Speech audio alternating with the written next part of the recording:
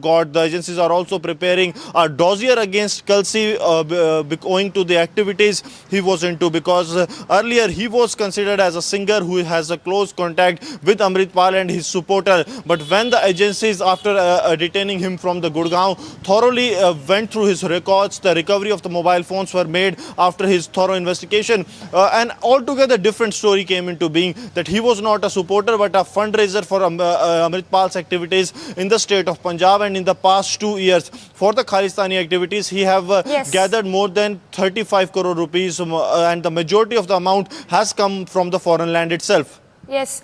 Stay with us, Gursimran. You know, Amandeep, talking about the National Security Act, we understand that several aides of Amritpal have been booked under this act. If you could give us a ballpark figure as to how many of the aides of Amritpal Singh have been detained or arrested by the Punjab Police so far? Over there, more than 100 Samiksha have been detained, but 5 has been booked under NSA. Daljit Singh Khalsi is one of them, who has been picked from Gurgaon in a hotel, and in fact the CCTV has also been established. They all have been shifted to Dibrugarh jail, and uncle of Amritpal Singh, Harjeet Singh, is last one who has been shifted to Dibrugarh jail in Assam after slapping NSA against him. So 5 people, 4 on the similar day on the 18th of March and 1 yesterday. Harjeet Singh, uncle of Amritpal, who was arrested yesterday, late night, day before yesterday, and in fact yesterday he has been shifted to Dibrugarh jail, and police revealed that NSA has been slapped against 5 people, and they all have been shifted to Dibrugarh jail. But yes, beyond that, more than 100 people has been arrested and detained, and in fact questioning is still underway, and they are all, some of them has been produced before Amritsar court, and some of them has been produced before Khanna court, just because there are several cases against Amritpal Singh and Waris Punjab Day in the entire Punjab.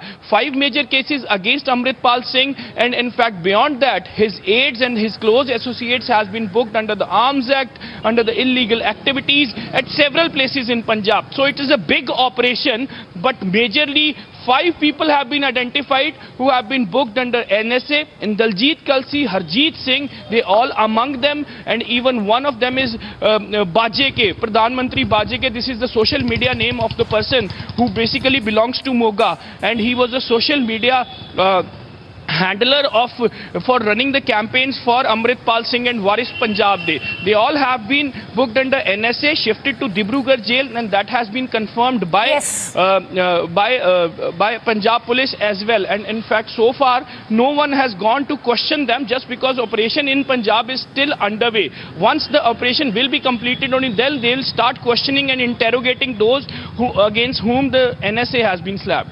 Yes. Yes, Amandeep and Gursimran, stay with us. In fact, Amritpal's aides who have now been arrested under the National Security Act and have now been moved to Dibrugarh jail as well. Let's take a look at this exclusive report filed from outside the Dibrugarh jail.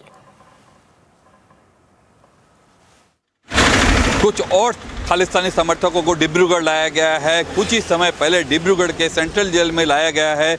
Dibrugarh में जो खालिस्तानी समर्थक 4 लोगों को central jail में अभी तक रखा गया था, लेकिन जो सूचना मिली है कि अभी कुछ समय पहले जो है एक पुलिस की काफ़िला जो है, लंबा काफ़िला गुवाहाटी से आकर यहाँ पर सेंट्रल जेल में उपस्थित हुआ है, और इसमें कितने लोग हैं ये जानकारी नहीं मिल पाई है, लेकिन जो सूत्रों के अनुसार ये जानकारी मिली है कि अमृतपाल सिंह के जो चाचा हरजीत सिंह, उनको यहाँ पर लाया गया है, और उनके साथ और भी कितने लोग हैं ये जानकारी अभी नहीं मिल पाई है। लेकिन जो जानकारी हमें मिली है कि डिब्रूगढ़ के सेंट्रल जेल में यहीं पर इनको लाया गया है, कुछ ही समय पहले यहाँ पर लाया गया है, जबकि 4 जो है खालिस्तानी समर्थकों को रविवार को लाया गया था। उसके बाद जो है अटकलें लगाई जा रही थी कि किसी भी समय जो है अमृतपाल सिंह के चाचा को यहाँ पे लाया जाएगा, जब से उन्होंने वहाँ पे आत्मसमर्पण किया था, सरेंडर किया था पंजाब पुलिस के सामने। उसके बाद जो है अटकलें लगाई जा रही थी, और अभी जो है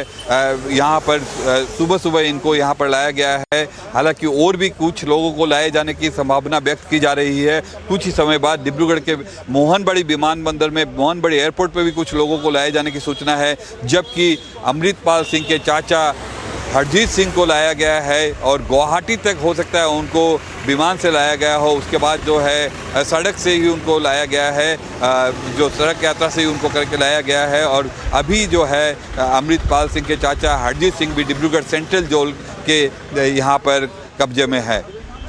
So there you heard a report from Dibrugarh jail where several aides of Amritpal Singh have been taken. Amandeep and Gursimran, of course, continue to be with us. Gursimran, talking about the father of Amritpal Singh, who continues to maintain that these are all fake charges that have been slapped against his son. If you can once again take us through the version of Amritpal Singh's father and also details coming in of how Amritpal Singh, along with his aides, did illegal drug business in the country.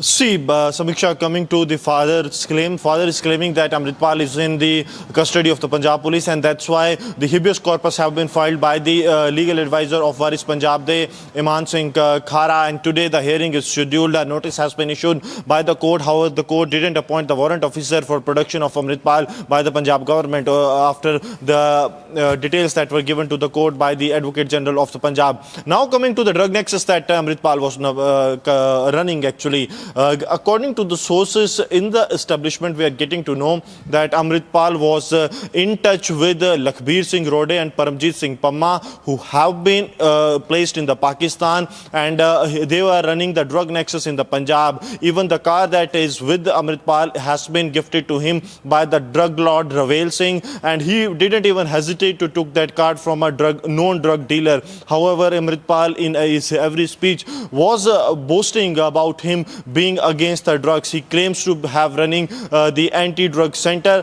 but there was not even a single doctor in the Waris Punjab De's anti-drug center. That clearly shows that there was nothing but a center of radicalization that he has started in the name of drug de-addiction. And there, the youth of the country, they were being of the Punjab, they were being armed, they were being radicalized to pick up arms against the Union of India and the army that AKF Anandpur Khalsa Force he was preparing in. This was all for him to pose a serious security threat to the state. All right, Amandeep and Gursimran, we leave it at that. So Gursimran, they're getting us details of the seizure that's been made from the aid of Amritpal, and Amandeep getting us that key CCTV where we see that vehicle belonging to Amritpal Singh from where Amritpal Singh escaped on 17th of March.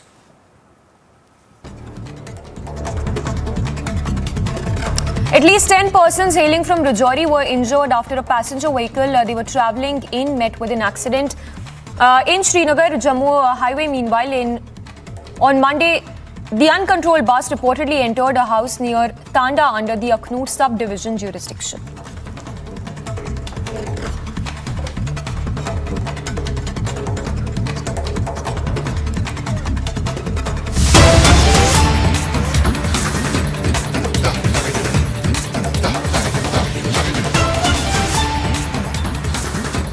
All right, getting in a big lead in Prime Minister's security breach probe. The latest we're given to understand that an action that's been initiated by the Punjab government, having initiated a disciplinary action against the then DGP retired Siddharth Chattopadhyay, then DIG Firozpur Range, and then SSP of Firozpur Harmandeep Singh. So that's the latest. The Punjab government initiating an action against the then top police officers in Punjab. This, of course, relates to Prime Minister's security breach matter.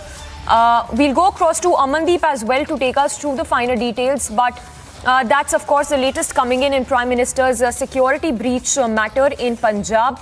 Latest, we understand that the Punjab government has initiated action following the report of Supreme Court Commission Justice Indu Malhotra. Let's go across to Amandeep for more details. Amandeep, if you can give us more details of the action that's been initiated by the Punjab Police. Well, absolutely, Samiksha. Finally, in fact, Punjab government has issued a notification mentioning the action should be taken against the DGP DIG and SSP.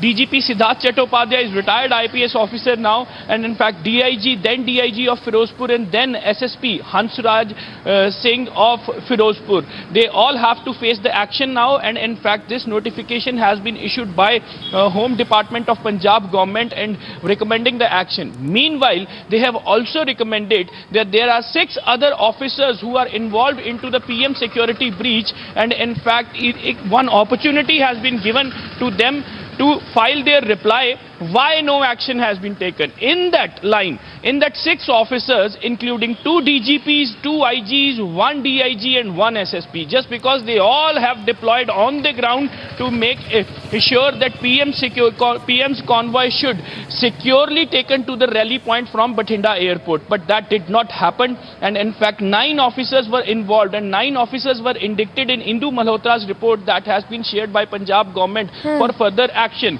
And now the action taking report will also be shared with the Ministry of Home Affairs and in fact with the Supreme Court as well by Punjab government. But let's wait and watch, Samiksha, that now what kind of action Punjab government is going to take against these 3 officers.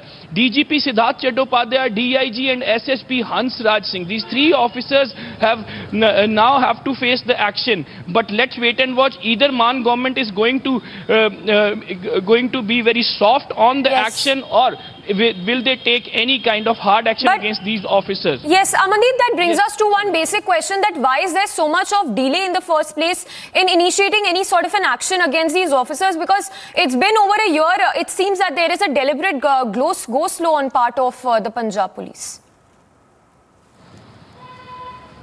Absolutely, Samiksha, and almost 6 months back, Justice Indu Malhotra has shared her report with Punjab government indicting 9 police officers and 1 chief secretary, and in fact now when the report came in the media, only then Man government has taken the note and started acting on it. Just few days back, chief secretary has written to Punjab chief minister that there has to be action against those who has been indicted in the Indu Malhotra's report, and immediately after that, just days after that, Home Department is issuing a notification. And but past 6 months, what they have done with the report, nobody knows. Just because 6 months back this report has been shared with Punjab government and recommending the action against these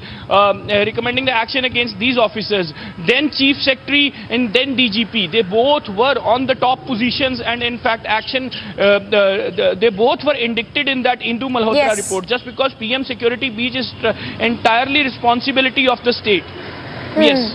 Amandeep, yes, so of course an action or disciplinary action that's been initiated by the Punjab Police after more than a year, of course remains to be seen what really comes out next. But Amandeep getting us that news break from Punjab. After being grilled for more than 9 hours, K. Kavita summoned once again by the ED. And in a surprise move, Japanese Prime Minister Kishida heads to Kiev.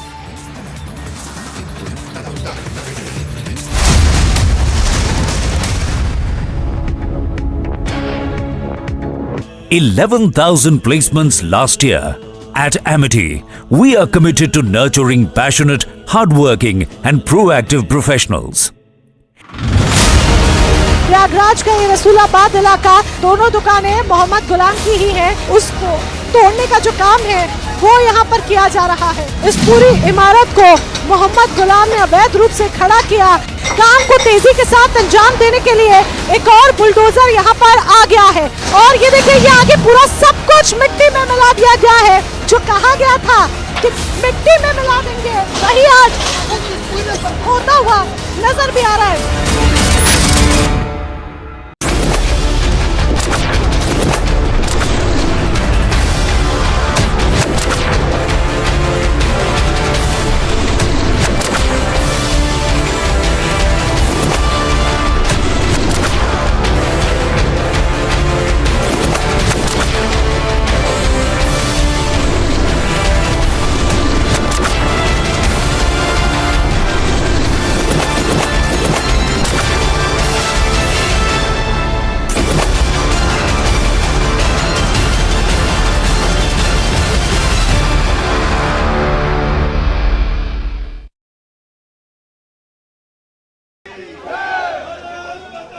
of protesters has arrived here right at the gate of the British High Commission, and you can see that how they all have Indian flags in their hand and are chanting the slogan. This is coming after the incident when we know that at the UK High Commission in the United Kingdom, the Indian flag was brought down by some pro-Khalistani supporters, and against that this massive protest is being staged at the gate of the British High Commission.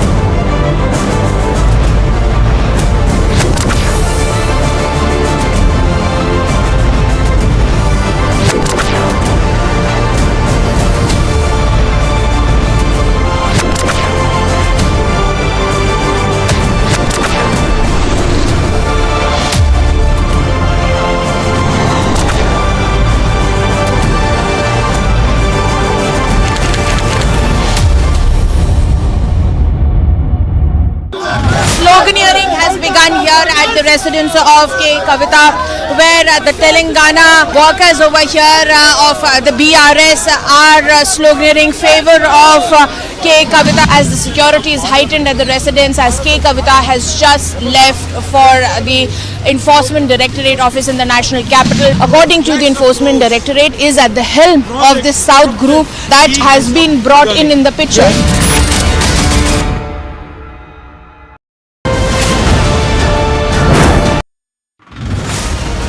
Prayagraj का ये रसूलाबाद इलाका, दोनों दुकानें मोहम्मद गुलाम की ही हैं, उसको तोड़ने का जो काम है वो यहाँ पर किया जा रहा है। इस पूरी इमारत को मोहम्मद गुलाम ने अवैध रूप से खड़ा किया। काम को तेजी के साथ अंजाम देने के लिए एक और बुलडोजर यहाँ पर आ गया है, और ये देखिए ये आगे पूरा सब कुछ मिट्टी में मिला दिया गया है। जो कहा गया था कि मिट्टी में मिला देंगे, वही आज होता हुआ नजर भी आ रहा है।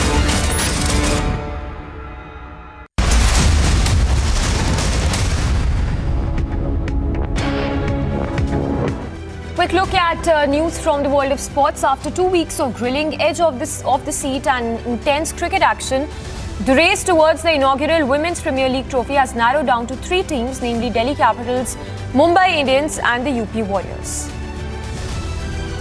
An all-round show from Delhi Capitals marked by a top-notch spell from Marzanine Cap and explosive knocks from Alec Capse and Shefali Verma helped them chase down to the target of 110 runs in just 9 overs to clinch a 9-wicket win over Mumbai Indians in Women's Premier League match.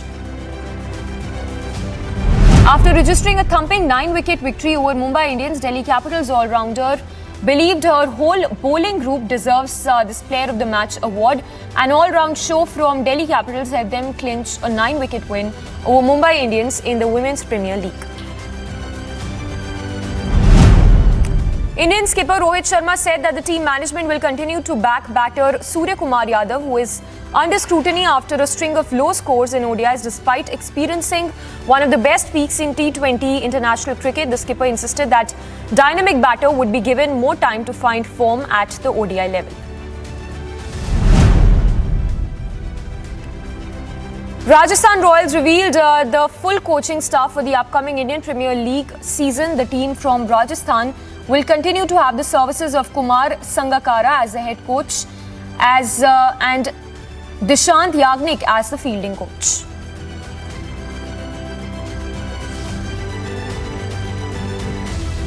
Three of questioning for BRS MLC K. Kavita, where she'll be questioned by the Enforcement Directorate in the Delhi excise policy scam. In just some moments from now is when K. Kavita will address the media and is when she will leave for the ED office. We will get you all of that, but right after a very, very short break.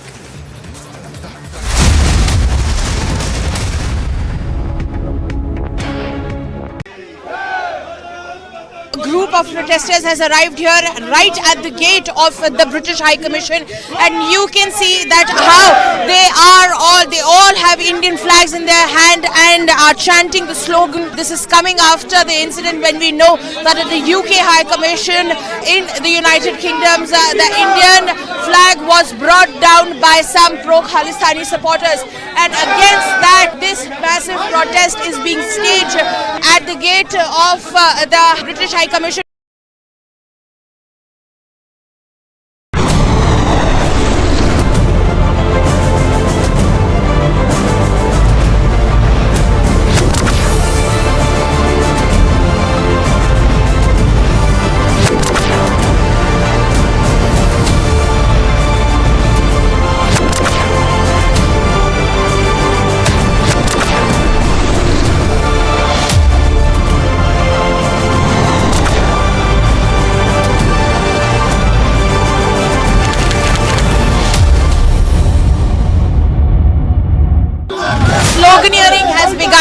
at the residence of K. Kavita, where the Telangana workers over here of the BRS are sloganeering favor of K. Kavita as the security is heightened at the residence, as K. Kavita has just left for the Enforcement Directorate office in the national capital. According to the Enforcement Directorate, is at the helm of this South group that has been brought in the picture.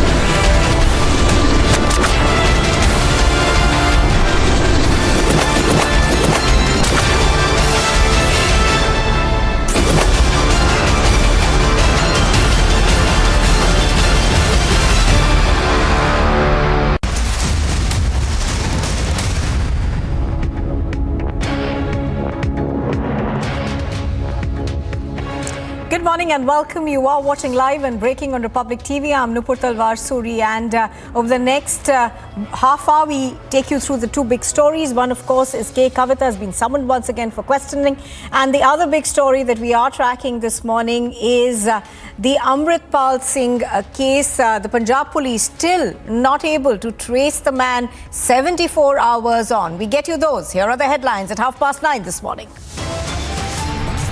74 hours on, fugitive Amritpal remains untraceable. Police are on the hunt. After being grilled for over 9 hours, Kavita is summoned once again by the Enforcement Directorate.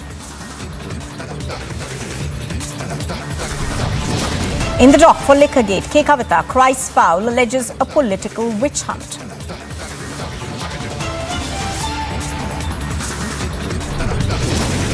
Manish Sisodia's judicial custody ends today. Kejriwal's deputy is to be produced in court.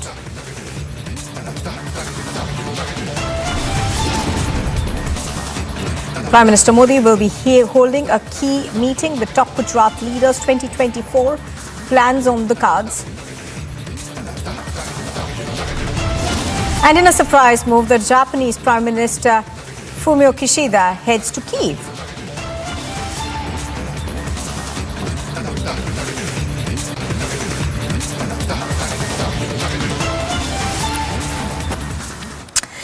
Well, the BRS MLC, K. Kavita, has left the Enforcement Directorate's office on Monday after more than 10 hours of questioning in the money laundering case linked to the Delhi excise policy. But K. Kavita has been summoned again today for round 3 of questioning.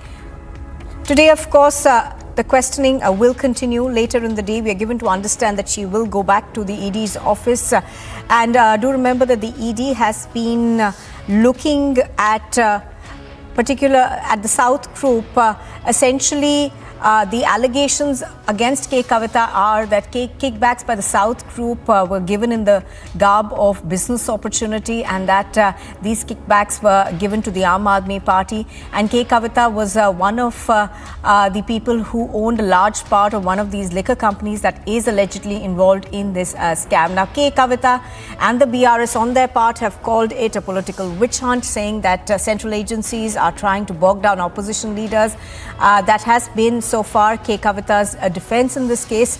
But obviously questions still remain as to whether what was her role in the liquor scam. Also, what was her relationship with Ravi Pillai, someone who is in the dock and has already been arrested by the ED. Yesterday, of course, the Enforcement Directorate wanted to essentially question both of these people together.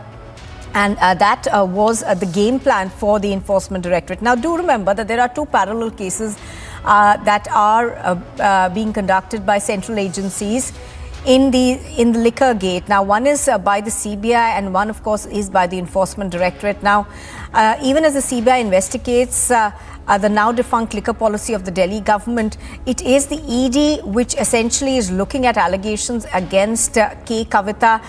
K. Kavita, of course, has been questioned in the past in Hyderabad, and she's also gone to the Supreme Court over there. Now that hearing takes place on the 24th of April, I think. But before that, what we are seeing is that she has been summoned for another round of questioning. Now, yesterday, of course, she was questioned for nearly 10 hours by the Enforcement Directorate at its office. Let's go across live right now to Tanisha. She has more details on this. Tanisha, good morning. Tanisha, give us a sense of what we are expecting to see today. Now, she was questioned for about 10 hours yesterday. So what is it that the ED is looking perhaps in terms of getting more answers from her on? Well, rightly said, Nupur, a very, very good morning to you. Today is the third day of questioning for BRS MLC K. Kavita, where she'll be questioned by the Enforcement Directorate in the now scrapped Delhi excise policy that was there. Remember, a lot of discrepancies had come out yesterday. She was nearly questioned for about 10 hours. 9:30 is when she left, and till 9:45 about in the evening is when she had come out of the ED office, and she had waved a victory sign symbolizing that everything had gone well and that she stands innocent. Today what we are expecting is a very, very crucial day, is also because the YSRC MP Manguda Reddy will be produced before the Enforcement Directorate today. Remember, he was earlier issued summons, but he could not appear, citing personal problems. But today he will appear before the ED, and he is likely to be confronted with K. Kavita, is what we are getting to know. So confrontation versus confrontation is what we are getting to know what will happen today at the ED office. Right now where I am is outside K. Kavita's residence. She is expected to be here shortly, in just about a few minutes from now, after which she will address the media for about a few seconds, and then is when she will leave for the ED office. So a very, very crucial day today, where confrontation with other accused in this case is likely to take place, because remember, what we know so far is that 12 accused, including the former Delhi Deputy Chief Minister Manish Sisodia, has already been arrested in this case, and more skeletons are likely to tumble out. Nupur.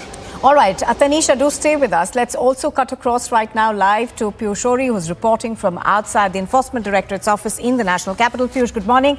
Piyush, she was questioned for about 10 hours yesterday, and she, of course, has called it a political witch hunt. But what are you hearing from your sources within the ED? How does today look for her?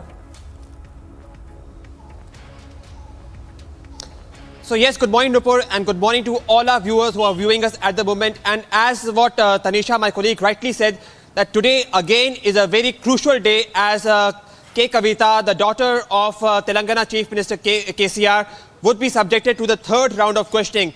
And again today, the main objective of the Enforcement Directorate officials would be to find major evidence of the South Group in this Delhi excise liquor scam. And for this, again, it is expected that K. Kavita would be confronted with several other accused. As what Tanisha rightly said, that again, as it is expected that ED is again going to summon Magunta Srinivas Reddy over here at its office. He was summoned last week also, but due to some personal reasons, he could not come. So it is expected that he may be summoned again, and if required, he would be confronted with K. Kavita, so that more evidences in this Delhi excise liquor scam can be gathered by the Enforcement Directorate. Yesterday, she was subjected to a grueling 11 hours of questioning, and following which K. Kavita just went to her house. Today, she would be briefing the media. What is she going to be saying about this? It is going to be interesting to see. But more importantly, again, there is going to be a very crucial day today, as Enforcement Directorate is all set to gather more evidences against the South Group, in which K. Kavita is one of the main persons involved. Back to the studio. All right, Piyush as well as Tanisha reporting from New Delhi on this. Both of you, thank you for the moment, but we'll come back to you once K. Kavita, of course, leaves the residence and heads to the Enforcement Directorate. Moving on now, here's a look at the top international news. We're tracking the White House has reacted to Chinese President Xi Jinping's visit to Moscow to meet with the Russian President Vladimir Putin on the war with Ukraine and warned that any attempt by either the country to call for a ceasefire that doesn't include the withdrawal of Russian forces from Ukraine will not be accepted by the world. We hope the President Xi will press President Putin to cease bombing Ukrainian cities, hospitals, and schools, to halt the war crimes and atrocities, and to withdraw all its troops. But we are concerned that instead, China will reiterate calls for a ceasefire that leaves Russian forces inside Ukraine's sovereign territory. Now, any ceasefire that does not address the removal of Russian forces from Ukraine would effectively ratify Russia's illegal conquests, enabling Russia to entrench its positions and then to restart the war at a more advantageous time for them. This would, the world should not be fooled by any tactical move by Russia, aided by China or any other country, to freeze the war on its terms without any viable pathway to restore Ukraine's sovereignty and territorial integrity. Ukraine's President Volodymyr Zelensky has announced a new aid package from Europe and the United States. European Union countries have endorsed a fast-track procedure aimed at providing Ukraine with sorely needed artillery shells to repel Russia's forces. A Russian representative walked out of the United Nations Human Rights Council meeting in Geneva ahead of a report accusing Moscow of committing war crimes in Ukraine. UN member states had condemned North Korea's latest missile launch, calling for action to be taken against Pyongyang's belligerent policy. This comes after North Korea said that it simulated a nuclear attack on South Korea with a ballistic missile launch over the weekend. That was its fifth missile demonstration this month to protest the largest joint military exercise in years between the US and South Korea.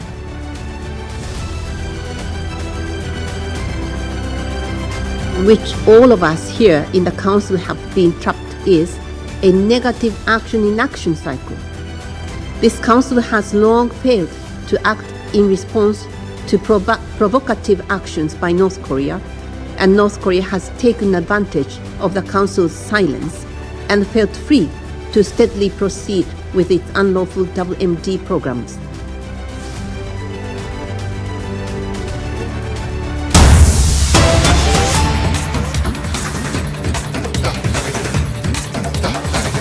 लेकर हमने आपके सामने ये press conference रखा है। स्वाभाविक रूप से आपको लगेगा मानो भारतीय जनता पार्टी हर दिन राहुल गांधी को माफी मांगने क्यों बोल रही है। विषय गंभीर है। अगर विदेश की भूमि में जाकर राहुल गांधी बार बार विदेशी ताकतों से यह निवेदन करेंगे कि आप हिंदुस्तान आइए और हिंदुस्तान की डेमोक्रेसी की रक्षा के लिए आप हिंदुस्तान के इंटरनल मैटर्स में प्रवेश करिए, उसमें घुसपैठ करिए। अगर यूके से और यूएस से राहुल गांधी लंदन में बैठकर इस प्रकार का डिमांड करेंगे तो स्वाभाविक रूप से देश इसे एक बहुत ही सहज भाव से ग्रहण नहीं करेगा। और एक पॉलिटिकल पार्टी होने के नाते, विश्व की सबसे बड़ी पॉलिटिकल पार्टी जो लोकतांत्रिक तरीके से जनता के आशीर्वाद के माध्यम से चुनी गई हो, यह भारतीय जनता पार्टी का कर्तव्य है कि सड़क में भी और सदन में भी इस विषय को उठाए। हमारा स्पष्ट मानना है कि यह विषय नहीं है, यह षड्यंत्र है। This is just not a random issue, this is a conspiracy, a consistent conspiracy by the Congress party and the Gandhi family. क्योंकि ये पहली बार इस प्रकार से जाके लंदन में कह रहे हो हिंदुस्तान की डेमोक्रेसी के खिलाफ, ऐसा नहीं है। और ऐसा भी नहीं है कि राहुल गांधी बिना माफी मांगे निकल जाएंगे। माफी तो उन्हें मांगना ही पड़ेगा, हम मंगवा के ही रहेंगे। मैं आपको याद दिलाऊं, इसी प्रकार से राहुल गांधी एरोगेंटली कह रहे थे 2019 में कि सुप्रीम कोर्ट में हम माफी नहीं मांगेंगे राफेल के केस में। कान पकड़ करके मौखिक रूप से माफी मांगनी पड़ी। I am sorry, I regret. ये राहुल गांधी जी को हिंदुस्तान के सर्वोच्च न्यायालय सुप्रीम कोर्ट में कहना पड़ा और सुप्रीम कोर्ट के तत्कालीन सीजेआई उससे सेटिस्फाई नहीं हुए और उन्होंने कहा नहीं, केवल मौखिक रूप से कहने से कि आई रिग्रेट यह उचित नहीं होगा, आपको एक एफिडेविट सबमिट करके क्षमा याचना करनी होगी। और देश की राजनीति में राहुल गांधी वो नेता बने जिन्होंने लिखित रूप से एफिडेविट सबमिट करके सुप्रीम कोर्ट में कान पकड़ते हुए माफी मांगा कि मैंने झूठ बोला था, मैंने जनता के बीच में फरेब फैलाने की कोशिश की थी। जो राहुल गांधी जी ने लंदन में किया है बिल्कुल वही किया है। 2019 में सुप्रीम कोर्ट में माफी मांगना पड़ा था और आज पार्लियामेंट में सदन के पटल पे संसद में माफी मांगना पड़ेगा। आप सोच सकते हैं यह विषय कितना गंभीर है। लंदन में जाना और लंदन में कहना विश्व के एक बहुत बड़े भूखंड में जहां पहले डेमोक्रेसी होती थी, all of a sudden this democracy has ceased to exist. यह डेमोक्रेसी अब एग्जिस्ट नहीं करती है और इसलिए जो विश्व की शक्तियां हैं, जो डेमोक्रेसी की पहरेदार हैं, तथा कथित डेमोक्रेसी के पहरेदार हैं, the so called protectors of democracy, Europe and United States of America, why are they oblivious? ये शांत क्यों है, ये चुप क्यों है? Why don't they protect the democracy in India? मतलब this is an open invitation, ये एक खुला निमंत्रण है कि आप आइए और भारतवर्ष के आंतरिक लोकतंत्र में आप आके घुसपैठ करिए और आप हमें नेता बनाइए। What is the difference between Manishankar Iyer and Rahul Gandhi? ये मणिशंकर अय्यर और राहुल गांधी में क्या डिफरेंस है? मणिशंकर अय्यर पाकिस्तान जाते हैं और पाकिस्तान में आह्वान करते हैं कि हमें मोदी को हटाना होगा, हमें इस सरकार को गिराना होगा, आइए पाकिस्तान और हम कांग्रेस पार्टी मिलकर काम करेंगे।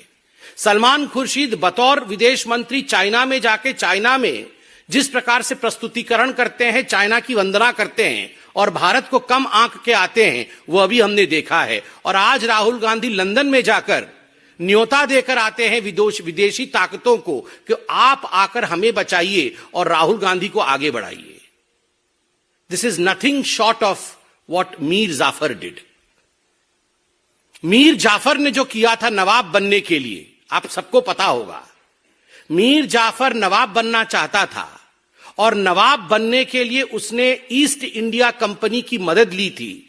ईस्ट इंडिया कंपनी हिंदुस्तान में प्रवेश करके मीर जाफर के साथ खड़ी हुई और उसके बाद जो हुआ वो और आप और हम सब जानते हैं, अंग्रेजों का शासन। It would not be an aberration to say that Rahul Gandhi is the present day Mir Jafar of Indian polity. जो उन्होंने लंदन में किया है वो ठीक वही किया है। शहजादा नवाब बनना चाहता है और शहजादे ने ईस्ट इंडिया कंपनी की मदद मांगी है नवाब बनने के लिए कि तुम मुझे नवाब बनाओ, मैं तुम्हें 24 परगना भेंट करूंगा, मैं तुम्हें हिंदुस्तान का एक टुकड़ा भेंट करूंगा। मीर जाफर ने बंगाल में 24 परगना उसने भेंट किया था ईस्ट इंडिया कंपनी को और उसी 24 परगना के माध्यम से ईस्ट इंडिया कंपनी और अंग्रेजी हुकूमत हिंदुस्तान में प्रवेश करती है। History repeats itself. The present day Mir Jafar of Indian polity Rahul Gandhi has to apologise. Mir Jafar को माफी मांगनी ही पड़ेगी, इसका कोई दूसरा और विकल्प नहीं है। राहुल गांधी यहां तक गिर सकते हैं कि वो लंदन की भूमि में बैठ करके भारत के इन्वेस्टिगेटिव एजेंसीज को डीप स्टेट करार दे सकते हैं कि these are the deep states just as Pakistan has ISI. ठीक उसी प्रकार इंडिया में डीप स्टेट डेमोक्रेसी के ऊपर हमला कर रहा है। राहुल गांधी जो प्रेजेंट डे मीर जाफर है वो यहां तक गिर सकते हैं कि लंदन में बैठकर वो कह सकते हैं कि जो इंडियन इंस्टीट्यूशंस है जिसका रोल डेमोक्रेसी को प्रोटेक्ट करना है, चाहे वो मीडिया हो, चाहे वो जुडिशियरी हो, ये आज कॉन्स्ट्रेन्ड है, ये आज उन्मुक्त नहीं है, मुक्त नहीं है। कमिटेड जुडिशरी क्या होती थी, ये आप इंदिरा जी के जीवनी में पढ़िए। किस प्रकार से आपातकाल के पश्चात और आपातकाल के दौरान जुडिशरी के साथ खिलवाड़ कांग्रेस पार्टी ने किया था। व्हाट इज कमिटेड जुडिशरी, इसकी पूरी चैप्टर आज अवेलेबल है। It is a matter of research. Just because the शहजादा वॉन्ट्स टू बिकम नवाब, शहजादे को नवाब बनना है। कांग्रेस पार्टी में आज लोकतंत्र शेष नहीं है। कांग्रेस पार्टी जनता जनार्दन, हिंदुस्तान के जनता जनार्दन के आशीर्वाद से शहजादे को नवाब नहीं बना सकती है। इसलिए दूसरे देशों में जाकर शहजादे प्लीड करते हैं कि मुझे नवाब बनना है, तुम मेरी मदद करो। ये नहीं चलेगा शहजादा, ये नहीं चलेगा। आज आपको माफी मांगनी ही पड़ेगी। आपने कहा कि हमारी माइक्स ऑफ कर दी जाती है, डेमोक्रेसी डज नॉट एग्जिस्ट। आज आप पार्लियामेंट आए, आपके आंकड़े जो भारतीय जनता पार्टी आज बता रही है, इन आंकड़ों पे गौर फरमाएं। अटेंडेंस शीट को देखें। राहुल जी का अटेंडेंस पार्लियामेंट में 52% है, जबकि नेशनल एवरेज 79% है। और स्टेट जहां से राहुल गांधी एमपी हैं, अर्थात केरल का औसत 84% है। केरल के एमपी जो हैं वो 84% पार्लियामेंट आते हैं। नेशनल एवरेज लगभग 80% है और मात्र 52% टाइम्स राहुल गांधी पार्लियामेंट आते हैं। अधिकांश समय तो विदेश में ही रहते हैं। और आप कहते हैं कि हमारे माइक ऑफ कर देते हैं। आपका अटेंडेंस ऑफ है साहब, माइक तो ऑन है। दूसरा आंकड़ा, participation in debates. Democracy, debates and discussion, they are the pillars of Indian constitution. अगर डेमोक्रेसी में डिबेट नहीं होगा, डिस्कशन नहीं होगा, तो डेमोक्रेसी का कोई मतलब नहीं है, कोई मायने नहीं है। डेमोक्रेसी की आत्मा डिबेट होती है। और राहुल गांधी ने मात्र 6 डिबेट्स में पार्टिसिपेट किया है अब तक इस सेशन में मतलब 2019 से। नेशनल एवरेज 41 का है और स्टेट एवरेज 68.2। केरल से जहां से वो एमपी है, वायनाड, उस स्टेट का एवरेज 68.2% है।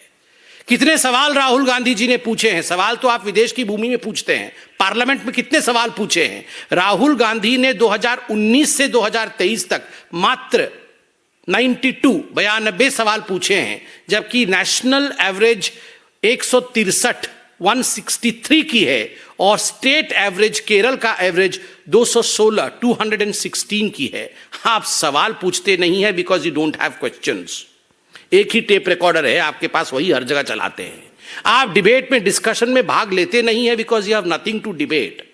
You don't participate in the parliament. आपकी अटेंडेंस यहां सबसे कम है because you feel that unfortunately, quote unquote, unfortunately you are a member of parliament। वो तो एक बगल में जयराम रमेश बैठे रहते हैं जो कान में बोलते रहते हैं, वरना उनके मुख से तो सत्य निकल ही गया था कि unfortunately I am a member of parliament, fortunately I love traveling। fortunately वो एक फॉरेन कंट्री के टूरिस्ट के रूप में देखे जाते हैं। उनको अगर बोला जाए कि सबसे बड़ा फॉर्च्यून क्या है, तो सबसे बड़ा फॉर्च्यून वो कहेंगे हिंदुस्तान के विरोध में विदेश में बोलना, ये सबसे बड़ा फॉर्च्यून है। And unfortunately I am a member of parliament. तो स्वाभाविक रूप से ये आंकड़े राहुल गांधी जी के हैं। और विदेश की भूमि में जाकर मीर जाफर के काम करने वाले शहजादे राहुल गांधी जी से we don't request, not as BJP, but Hindustan के एक साधारण जनता के रूप में ये आदेश देते हैं, ये डिमांड करते हैं कि यू हैव टू अपोलोजाइज। आपको माफी मांगना ही चाहिए और मांगना ही पड़ेगा, क्योंकि आपने हिंदुस्तान को अपमानित किया है, हिंदुस्तान को बदनाम करने का काम किया है, और ये अधिकार आपको हिंदुस्तान की जनता ने नहीं दिया है। धन्यवाद। कोई सवाल हो तो अवश्य पूछें। कांग्रेस पार्टी पहले तो ये कह रही है कि राहुल गांधी माफी नहीं मांगी। कल वो कर्नाटक और वायनाड के दौरे पर उन्होंने कहा कि बीजेपी और आरएसएस के लोग मुझे डराना चाहते हैं, मैं डरने वाला नहीं हूं क्योंकि मैं सच के लिए लड़ रहा हूं, माफी नहीं मांगेंगे। ये स्वाभाविक रूप से उनको लगता है कि ये नॉर्मल है।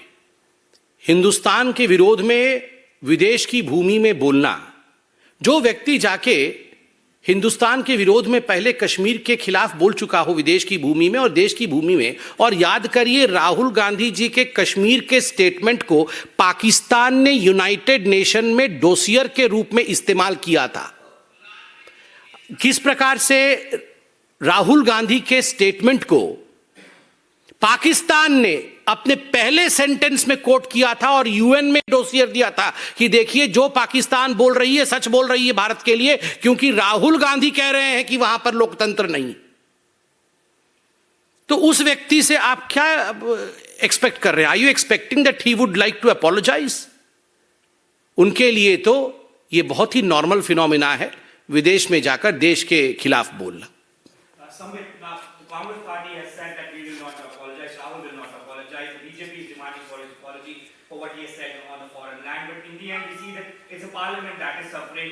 As soon as the session convenes, we see the adjournment. Opposition parties say we demand JPC and all. How exactly this deadlock will come to an end? See, as far as parliament, which is the epitaph, which is the center of democracy of India, is concerned, it's the temple of Indian democracy, and of course in the temple of Indian democracy, the vibrancy of our democracy is felt. If an honorable member of parliament, of the same parliament, goes to a foreign destination and condemns the soul of Indian democracy, how do you believe Indian people and Indian parliament should react to it? The way that they are reacting today, by demanding a just apology. This is a just demand. And no member of parliament, however entitled that member of parliament may feel because of the surname, is allowed to demean India's democracy in a foreign land to the extent where they have demanded that there should be foreign intervention in protecting Indian democracy. This is demeaning, and there is nothing other than apology. That is Sambit Patra from the BJP over there asking for Rahul Gandhi to apologize. Now, we have seen the BJP continuously ask for Rahul Gandhi's apology, while the Congress party on its part has maintained that there is no question of an apology.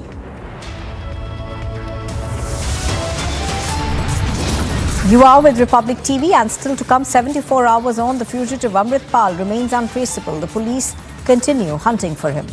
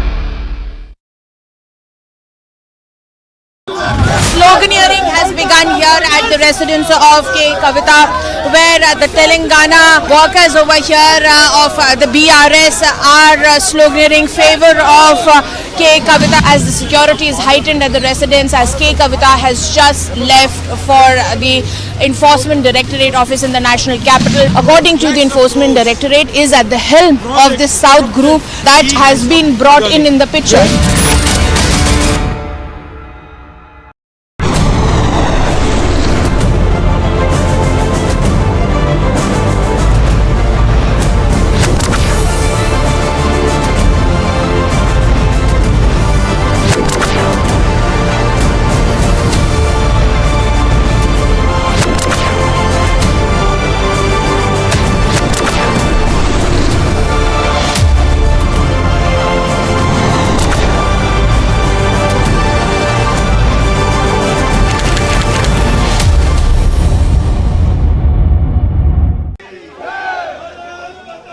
group of protesters has arrived here right at the gate of the British High Commission, and you can see that how they all have Indian flags in their hand and are chanting the slogan. This is coming after the incident when we know that at the UK High Commission in the United Kingdom, the Indian flag was brought down by some pro-Khalistani supporters, and against that this massive protest is being staged at the gate of the...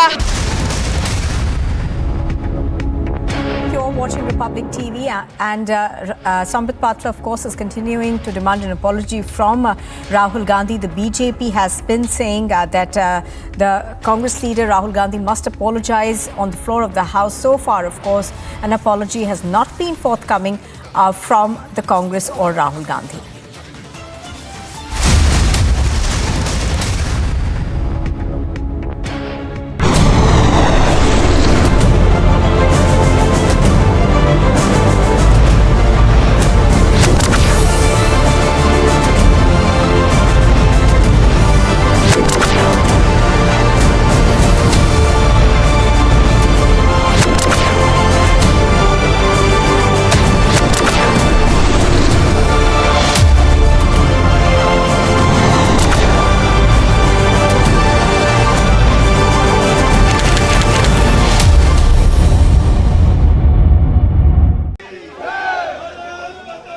Of protesters has arrived here right at the gate of the British High Commission, and you can see that how they all have Indian flags in their hand and are chanting the slogan. This is coming after the incident when we know that at the UK High Commission in the United Kingdom, the Indian flag was brought down by some pro-Khalistani supporters, and against that this massive protest is being staged at the gate of the British High Commission.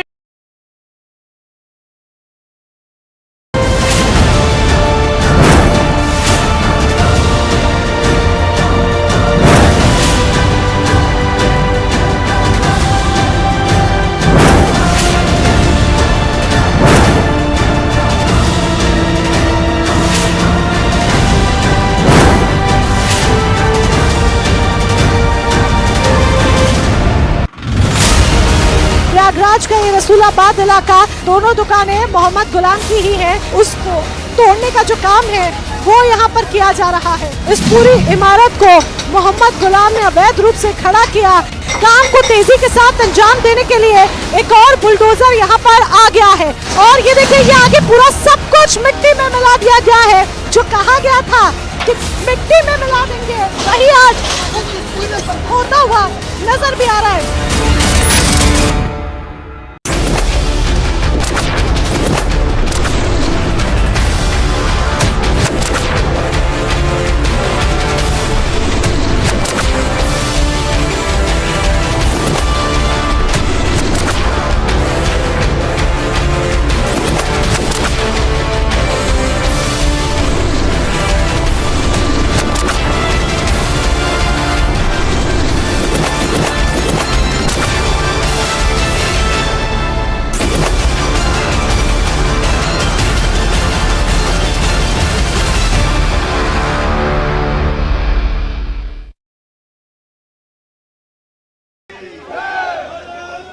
Group of protesters has arrived here right at the gate of the British High Commission, and you can see that how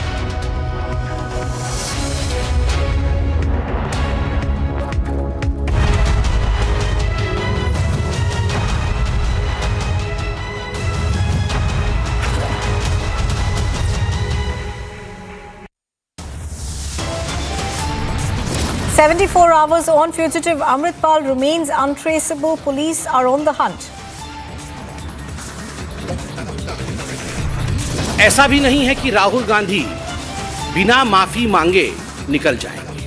माफी तो उन्हें मांगना ही पड़ेगा। हम मंगवा के ही रहेंगे। The BJP takes on Rahul Gandhi in an unrelenting attack, calls him present day Mir Jafar. K. Kavita is summoned again by the Enforcement Directorate in Likagate, alleges political witch hunt. Manish Sisodia's judicial custody ends today. Kejriwal deputy is to be produced in court. Prime Minister Modi will be holding a key meeting with top Gujarat leaders, likely to talk of the plans for 2024.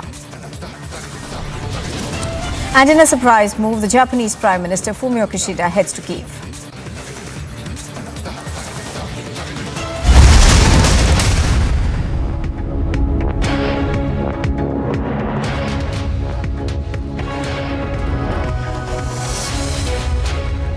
Good morning and welcome. You are watching live and breaking on Republic TV. I'm Nupur Talwar Suri. We are now getting in a big lead in Operation Amritpal. Internet services have been suspended in Taran, Firozpur, Moga, Ajnala, Amritsar, Sangrur, Mohali and the airport road till the 23rd of March. So basically what we are learning is that the suspension on internet as well as SMS services has been extended for the next 2 days.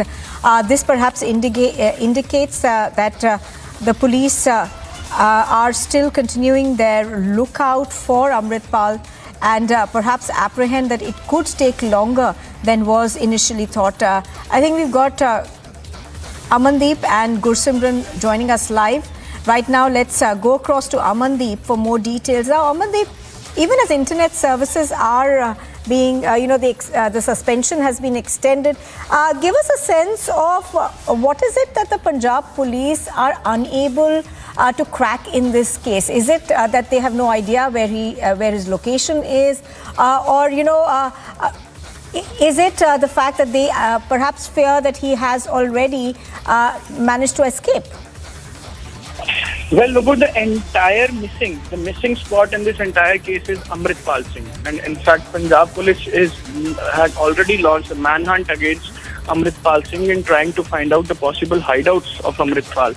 And even meanwhile, today's update is now a bit relaxed. The Punjab government has given the relaxation in Punjab in terms of internet suspension. In fact, now only specific locations has been identified to suspend the internet, and that is Taran, border district Taran, border district Firozpur, and sensitive area Moga, Sangrur, and in fact Ajnala in Amritsar. The internet has suspended not entirely in Amritsar but only at a specific location, Ajnala, and even YPS Chowk in Mohali and Airport Road in Mohali. These are the locations where these protesters or where the members of Waris Punjab, they are active, and in fact these are the locations where this sensitivity is still prevailing, and rest of the Punjab has been relaxed from the suspension of the internet. Internet services are going to resume by 12 noon today itself, and in these specific areas the internet remains suspended till 23rd of March, 12 noon. So the trouble is still prevailing on the ground of Punjab, and that is the reason this call has been taken. And in fact, the rest of the Punjab has been relaxed, and even the Punjab Police is monitoring all the social media platforms, including Facebook, Instagram, WhatsApp, and everything, so that fake news agenda should not be spread on the social media that may create any communal tension in that. So the Punjab Police is simultaneously working on specific things. Number one, they are hunting for Amritpal Singh. Number two, they are trying to maintain the law and order situation on ground by pushing maximum force along with the paramilitary. Number three, they are simultaneously monitoring the social media platforms to avoid any kind of fake news and fake information on the social media regarding Amritpal. All right, do stay with us, Amandeep. Let's also take our viewers now to Dibrugarh, essentially where Amritpal's aides who were arrested have been kept. Now, they have been arrested under the National Security Act and moved to the Dibrugarh jail in Assam. Here's a Republic exclusive report from outside the jail that they've been lodged in.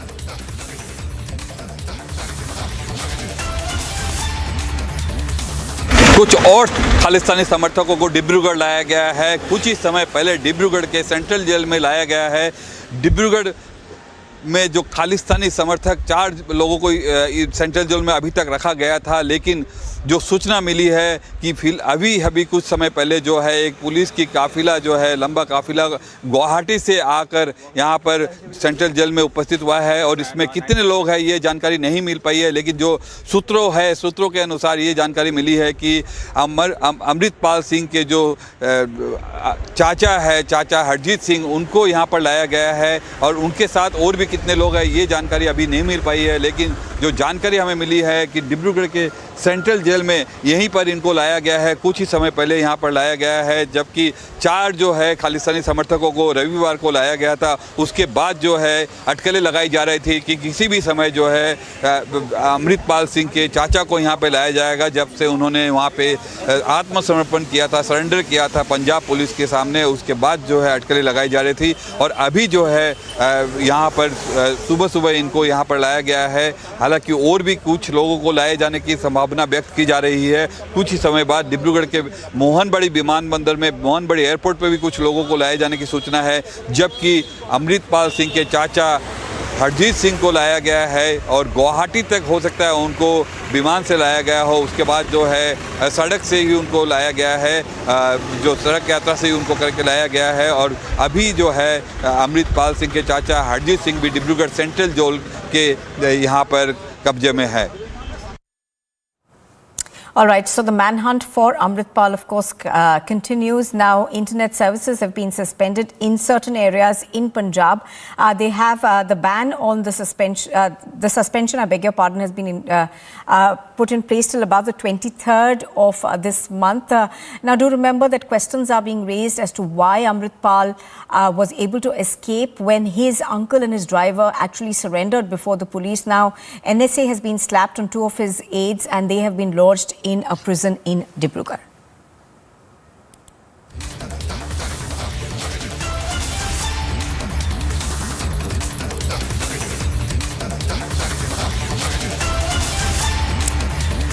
Now, even as the hunt for the Khalistani leader Amritpal Singh enters its 4th day, his uncle Harjeet Singh was flown to Dibrugarh and on the left-hand side of your screen are the pictures of the Mercedes that was actually essentially seized by the police. Now, this is the car in which he actually fled. Thereafter, his uncle and the driver actually surrendered before the police. However, the police were unable to track down Amritpal Singh. Now, this operation, of course, did involve the centre as well as the Punjab Police working in tandem together to try and arrest Amritpal Singh.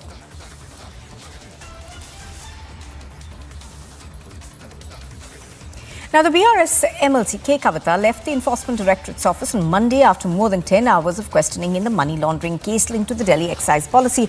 But K. Kavita has been summoned again today for round 3 of the questioning. Let's go across to our correspondents on the ground, Piyush Ori and Tanisha, who are reporting on this. First across to Tanisha. Tanisha, you are standing outside K. Kavita's residence in the national capital. How soon are we expecting her to leave from there and head to the ED? Well, Nupur, the expected time was around 10 a.m. is what we are getting to know. So it's already 10 minutes to 10 and in just some moments from now she'll be outside, because remember 11 a.m. is when she has been summoned by the Enforcement Directorate. 11 a.m. is when the questioning will start, and the ED office is just about a few kilometers from her residence. So in just about 10 to 15 minutes from now is when the BRS MLC will come out of her residence, will address the media and then straight away head to the ED office. Like I said, ED office is just about few kilometers. 11 a.m. is when the questioning starts, and it's day 3 of the questioning, Nupur, and it remains to be a very, very crucial day, because today is also when YSRC MP Manguda Reddy will be summoned, has been issued summons by the Enforcement Directorate. Remember, he was issued summons earlier as well, but he avoided that. He skipped that, citing some personal reasons. However, he will today appear before the Enforcement Directorate, and as far as we could gather from our sources, what we know is that the BRS MLC K. Kavita and YSRC MP Manguda Reddy will be confronted with each other. Yesterday, it was almost about 10 hours of questioning, and it is said that she was confronted by one of her close aide, Buchi Babu and Arun Pillai. But however, K. Kavita, through her sources, has denied all of this information. Remember, sources close to K. Kavita are also saying that the BRS MLC has labelled this as a political witch hunt, citing citing that all of this is done on the political behest by the centre because they could not get a backdoor entry in the state of Telangana. So these are the few allegations that are coming in from K. Kavita. As we are seeing, supporters have started gathering in. The security has been heightened, and as the atmosphere looks like, in just some moments from now, few minutes from now, is when the BRS MLC will come out of her residence and head to the ED office. All right, and we are also later, perhaps, Tanisha, expecting her to make a statement to the media, but I'm going to come back to you on that one. Let me go across to Piyush Ori right now. Piyush, you know, the ED essentially has said that K. Kavita was part of the South Group, an alleged liquor cartel which paid about 100 crore rupees in kickbacks to the Aam Aadmi Party. Now, there are other members of the South Group, according to the Enforcement Directorate. Are they likely to be perhaps confronted with K. Kavita today by the ED to be able perhaps to break down the conspiracy as the ED alleges it to be? So yes, Nupur, you rightly mentioned about the whitening of the probe by the Enforcement Directorate in this Delhi excise liquor scam. In fact, so far, there have been 12 arrests that have been made by the Enforcement Directorate as far as the Delhi excise liquor scam is concerned. It also includes the former Deputy Chief Minister Manish Sisodia. Now, the main focus of the Enforcement Directorate is to ascertain the role of South Group in this entire Delhi excise liquor scam, in which K. Kavita, who is the daughter of Telangana Chief Minister KCR, is coming out to be one of the most important persons. And thereby, the Enforcement Directorate is trying to question her role and her significance in this entire South Group. Yesterday, as what we were told, is that she was made to confront with Arun Ramachandra Pillai, and this came after a lot of difficulties. This after there were 2 rounds of confrontation, as what we were told, happened between K. Kavita and Arun Ramachandra Pillai, despite several hesitations of Arun Ramachandra Pillai to do so. Today also, it is expected that K. Kavita would be made to confront with several accused involved in this case, because the major objective of Enforcement Directorate is to ascertain the role of South Group in this Delhi excise liquor scam, and also understand the kickbacks that was paid by this South Group lobby to Aam Aadmi Party through Vijay Nair. So yes, today again a very important day. Back to you in the studio. All right, Piyush and Tanisha reporting on this. Thank you for the moment, both of you, for joining us. We'll come back to you when the story moves forwards.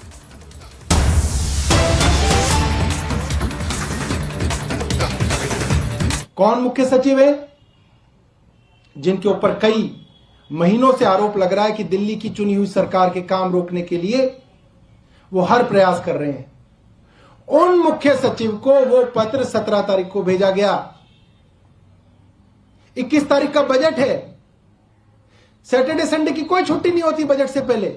सब लोग काम कर रहे होते हैं, questions के answer तैयार कर रहे होते हैं, बजट की तैयारियां कर रहे होते हैं, मंत्री खुद प्रश्नों के उत्तर की तैयारी कर रहे होते हैं बजट सेशन से पहले। कल यानी कि 20 तारीख को शाम को 6 बजे जब एक खबर चल पड़ी कि दिल्ली का बजट अब तक केंद्र सरकार ने रोक दिया है, तब मुख्य सचिव 6 बजे जो है वित्त मंत्री को कहते हैं कि केंद्र सरकार की तरफ से रुकावटें आ गई हैं। क्यों नहीं दिखाया गया वित्त मंत्री को पहले? इतना बड़ा षड्यंत्र मुख्य सचिव किसके कहने पे कर रहे हैं? यह सवाल तो बनता है, दिल्ली वालों का सवाल है। आपके पास 17 तारीख से बजट जैसी इतनी सेंसिटिव संवेदनशील चीज की चिट्ठी आई हुई रखी है। केंद्र सरकार ने कहा कि हम आपका बजट रोक रहे हैं, आप 3 दिन तक उसको छुपा के बैठे हैं। किसके मुख्य सचिव हैं आप? दिल्ली के मुख्य सचिव हैं या दुश्मन हैं आप दिल्ली के? यह काम कोई मुख्य सचिव कैसे कर सकता है किसी राज्य के अंदर? वित्त सचिव कहां है इस दिल्ली के? दिल्ली का बजट पेश नहीं हो रहा, केंद्र सरकार ने कहा रोक दिया, वित्त सचिव मुख्य सचिव घर बैठे हैं, छुपा के बैठे हैं, षड्यंत्र कर रहे हैं सरकार के खिलाफ। रात को 6 बजे पता चला, वित्त मंत्री ने तुरंत उसका जवाब बनाया, मुख्यमंत्री जी ने 9 बजे तक फाइल देखी और वो एजी साहब को सौंप दी। रात को 3 घंटे का काम था। जिसके लिए 3 दिन तक मुख्य सचिव छुपा के बैठे रहे। ये तो बहुत शर्म की बात है। यह केंद्र के इशारे के बिना तो संभव नहीं है। नहीं तो मैं केंद्र सरकार से कहता हूं कि आप निकालिए मुख्य सचिव और वित्त सचिव को आज। मतलब ये तो देशद्रोह से भी बड़ी चीज है। इससे बड़ा देशद्रोह क्या होगा कि आप एक राज्य के खिलाफ इतना बड़ा षड्यंत्र कर रहे हैं। और ये तो साफ है, इसके अंदर तो कोई इन्वेस्टिगेशन की जरूरत नहीं है, कोई जानकारी की जरूरत नहीं, तो साफ है। केंद्र सरकार ना मुख्य सचिव को निकालेगी ना वित्त सचिव को निकालेगी। मैं जानना चाहता हूं एलजी साहब से, शाम तक निकालेंगे? नहीं निकालेंगे। और उसका कारण यह है कि यह षड्यंत्र केंद्र सरकार द्वारा किया गया है। केंद्र सरकार एक छोटे से दिल्ली राज्य के 2 करोड़ लोगों के खिलाफ यह षड्यंत्र क्यों कर रही है? मैं जानना चाहूंगा केंद्र सरकार से। प्रधानमंत्री जी से भी हम जानना चाहेंगे। प्रधानमंत्री जी को इस दिल्ली के 2 करोड़ लोगों ने 7 संसद के अंदर सीटें दी हैं। उनकी भी जिम्मेदारी है उतनी ही दिल्ली के प्रति जितनी किसी और की है। यह कैसे संभव है कि इस तरीके के षड्यंत्र हो रहे हैं? एलजी साहब चुप क्यों बैठे हैं षड्यंत्रों के लिए? केंद्र सरकार चुप क्यों बैठी है इन षड्यंत्रों के लिए? यानी कि षड्यंत्र केंद्र सरकार की इशारे पे किए जा रहे हैं और दिल्ली के खिलाफ किए जा रहे हैं। दूसरी बात, यह कैसी संवैधानिक व्यवस्था है? क्योंकि संविधान में ऐसी व्यवस्था नहीं है कि एक राज्य का बजट, जो कि एक बहुत ही सेक्रोसेंट और सीक्रेट डॉक्यूमेंट होता है, वो डॉक्यूमेंट सदन के पटल पर रखने से पहले किसी को नहीं दिखाया जाता। सदन उसके ऊपर चर्चा करता है। छोटी से छोटी बात बजट की लीक ना हो जाए, इसकी पूरी कोशिश की जाती है। वो बजट क्यों केंद्र सरकार के बाबुओं के पास जाएगा? क्यों केंद्र सरकार के कोई बाबू उसके ऊपर तय करेंगे कि यह बजट सही है नहीं है? क्या केंद्र सरकार के एमएचए के बाबू दिल्ली की चुनी हुई सरकार से ऊपर है कि वो बताएंगे केंद्र की तरफ से दिल्ली की चुनी हुई सरकार को और दिल्ली के चुने हुए विधानसभा को कि ये सही है, ये गलत है? ये कैसे हो सकता है? ये तो गलत है। ये संवैधानिक व्यवस्था हो ही नहीं सकती। ये किसी भी प्रजातांत्रिक मापदंडों के ऊपर सही नहीं उठ सकता, सही नहीं है, खरा नहीं है। आप इस पर चर्चा कर लीजिए कि केंद्र सरकार का कोई बाबू बताएगा दिल्ली की चुनी हुई विधानसभा को कि आपका बजट क्या होना चाहिए। ये कैसे संभव है? एक अप्रजातांत्रिक और एक असंवैधानिक व्यवस्था दिल्ली के ऊपर थोपी जा रही है, जो कि गैर कानूनी है और गैर संवैधानिक है। कहा जा रहा है और झूठ कहा जा रहा है, झूठ बार बार कहा जा रहा है कि साहब कैपिटल एक्सपेंडिचर ज्यादा कम है, एडवर्टाइजमेंट का बजट ज्यादा है। कमाल है, आप इतनी बड़ा झूठ कैसे बोल सकते हैं? 20,000 करोड़ से ज्यादा का कैपिटल एक्सपेंडिचर है दिल्ली के बजट में, और जो एडवर्टाइजमेंट का बजट है वो पिछले साल भी उतना ही था जो इतना इस साल है, करीब 500 करोड़ रुपए है। मैं जानना चाहूंगा भारतीय जनता पार्टी को, और मैं चैलेंज करना चाहूंगा उनको, आइए मैदान में, पूरी दिल्ली घूम के देख लीजिए आप, दिल्ली के अखबार निकाल के देख लीजिए आप। पूरी दिल्ली में भारतीय जनता पार्टी के उत्तर प्रदेश के मुख्यमंत्री योगी जी, हरियाणा के मुख्यमंत्री खट्टर जी, कभी उत्तराखंड के मुख्यमंत्री धामी जी, कभी मध्य प्रदेश के भाजपा के मुख्यमंत्री शिवराज सिंह चौहान जी, इनके होर्डिंग लगे हुए हैं पूरी दिल्ली में। हर बस स्टैंड पे इनके होर्डिंग लगे हुए हैं। और गुड़गांव के अंदर आप चले जाइए तो एक खंबा नहीं मिलेगा आपको, मेट्रो का एक खंबा जिसके ऊपर प्रधानमंत्री और खट्टर जी के होर्डिंग ना लगे हो। आप जाके देख लीजिए, आप जिधर नजर घुमाएंगे वहां पे भारतीय जनता पार्टी के मुख्यमंत्री और प्रधानमंत्री दोनों की तस्वीरें नजर आएंगी। आपको वो नजर नहीं आती, वो एडवर्टाइजमेंट। दिल्ली के अंदर क्या हक है उनको एडवर्टाइजमेंट देने का? वो तो यूपी और मध्य प्रदेश से भी दिल्ली में एडवर्टाइजमेंट करेंगे, और दिल्ली की सरकार एडवर्टाइजमेंट करे तो केंद्र सरकार का कोई बाबू बताएगा हमें कि हमको क्या हक है क्या हक नहीं है। ये गलत है और ये झूठ है, और ये बहुत शर्म की बात है कि केंद्र सरकार ऐसे झूठ जो है प्लांट कर रही है। ये नहीं करना चाहिए, ये बहुत शर्मनाक है। I have no knowledge about it. What I know is that yesterday night at around 9 p.m. it was sent by the Honorable CM to the Honorable LG. Saurabh, there has been talks of the CM inviting chief ministers of non-Congress ruled states. I have no idea about it. Saurabh, ये भी कहा जा रहा है कि केजरीवाल सरकार ने पिछले 2 साल में जो प्रचार की जो राशि है उसको 2 गुना की है। अभी तक तो कह रहे थे कि वो 1 साल में किया। मैं आपको ये बता रहा हूं, पिछले साल जितना था वो भी तो बजट केंद्र ने ही अप्रूव किया, वो बजट भी तो एलजी ने अप्रूव किया। इस साल भी उतना ही है। जो बार बार कहा जा रहा था कि बढ़ गया, कहां बढ़ गया? झूठ बोला जा रहा है।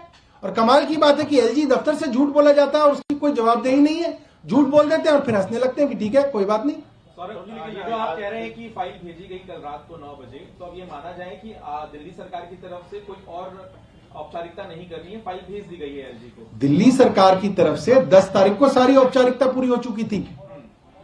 10 तारीख को, उसके बाद कुछ नहीं बचा था। ये सारा का सारा जो षड्यंत्र है ये केंद्र सरकार रच रही है और षड्यंत्रों की कोई सीमा कोई ना है। फिर कोई नया षड्यंत्र रच सकता है। कल रात को 9 बजे मुख्यमंत्री जी ने भेज दिया है।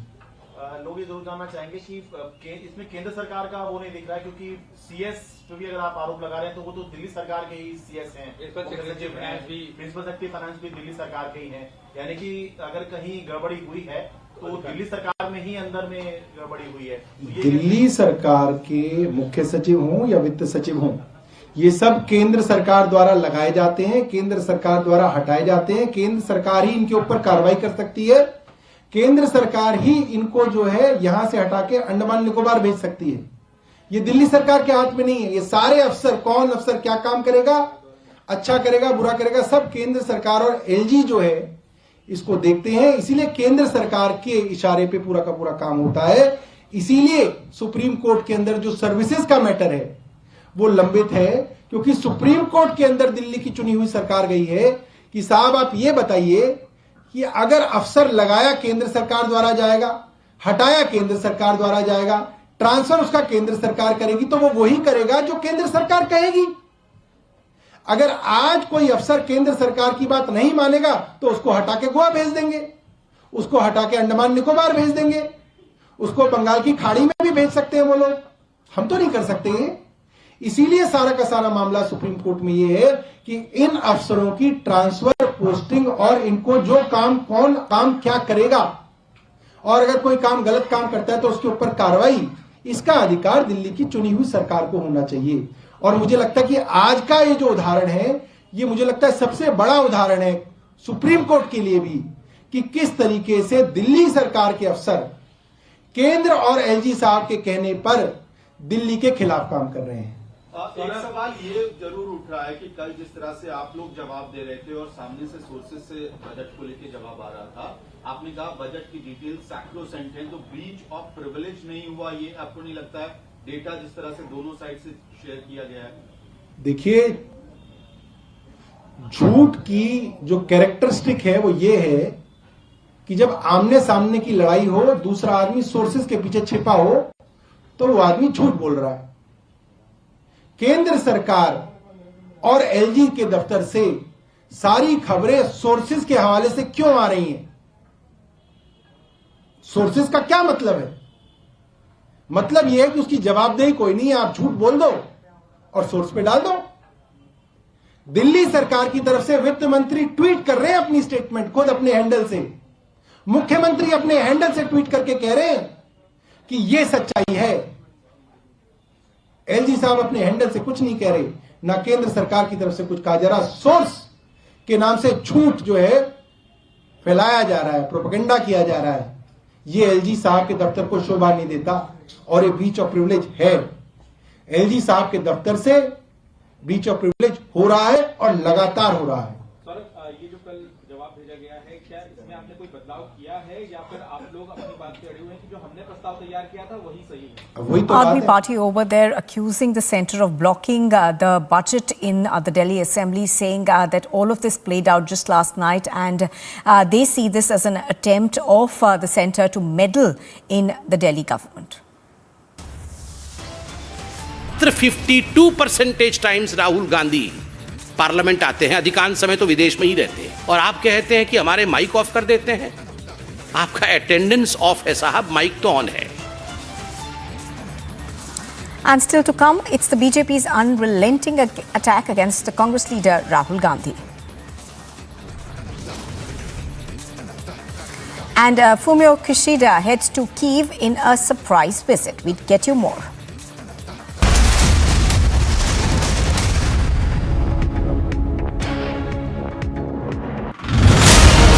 प्रयागराज का ये रसूलाबाद इलाका, दोनों दुकानें मोहम्मद गुलाम की ही है। उसको तोड़ने का जो काम है वो यहाँ पर किया जा रहा है। इस पूरी इमारत को मोहम्मद गुलाम ने अवैध रूप से खड़ा किया। काम को तेजी के साथ अंजाम देने के लिए एक और बुलडोजर यहाँ पर आ गया है और ये देखिए, ये आगे पूरा सब कुछ मिट्टी में मिला दिया गया है। जो कहा गया था कि मिट्टी में मिला देंगे, वही आज होता हुआ नजर भी आ रहा है।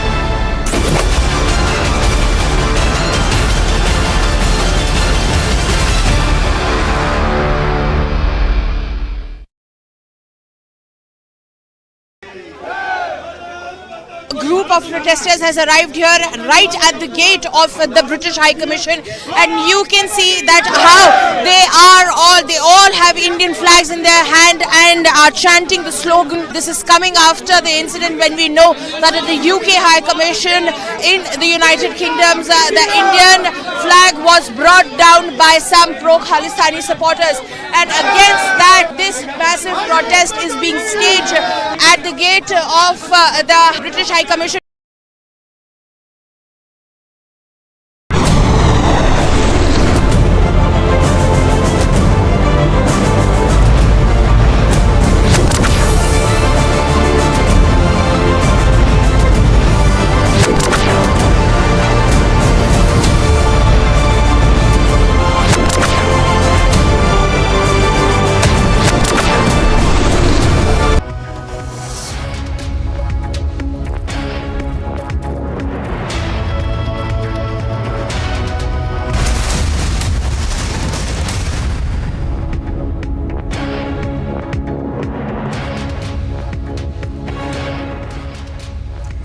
Hello and welcome. You're watching Live and Breaking on Republic TV. The time is 10:30. Let's take a look at the top stories we're tracking at the sun in the headlines. 74 hours on, fugitive Amritpal remains untraceable. Police on the hunt.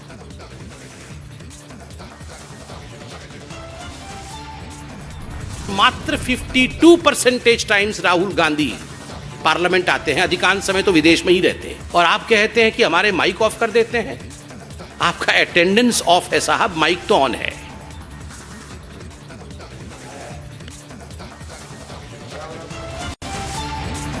BJP takes on Rahul Gandhi in an unrelenting attack, fires mic on but attendance off jibe.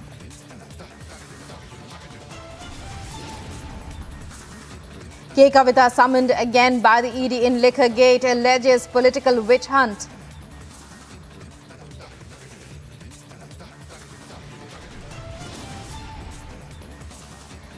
Manish Sisodia's judicial custody ends today. Kejriwal's deputy to be produced in court in Delhi.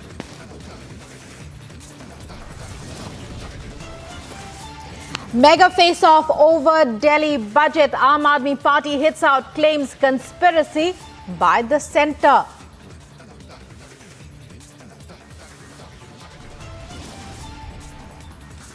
In a surprise move, Japanese Prime Minister Fumio Kishida heads to Kiev.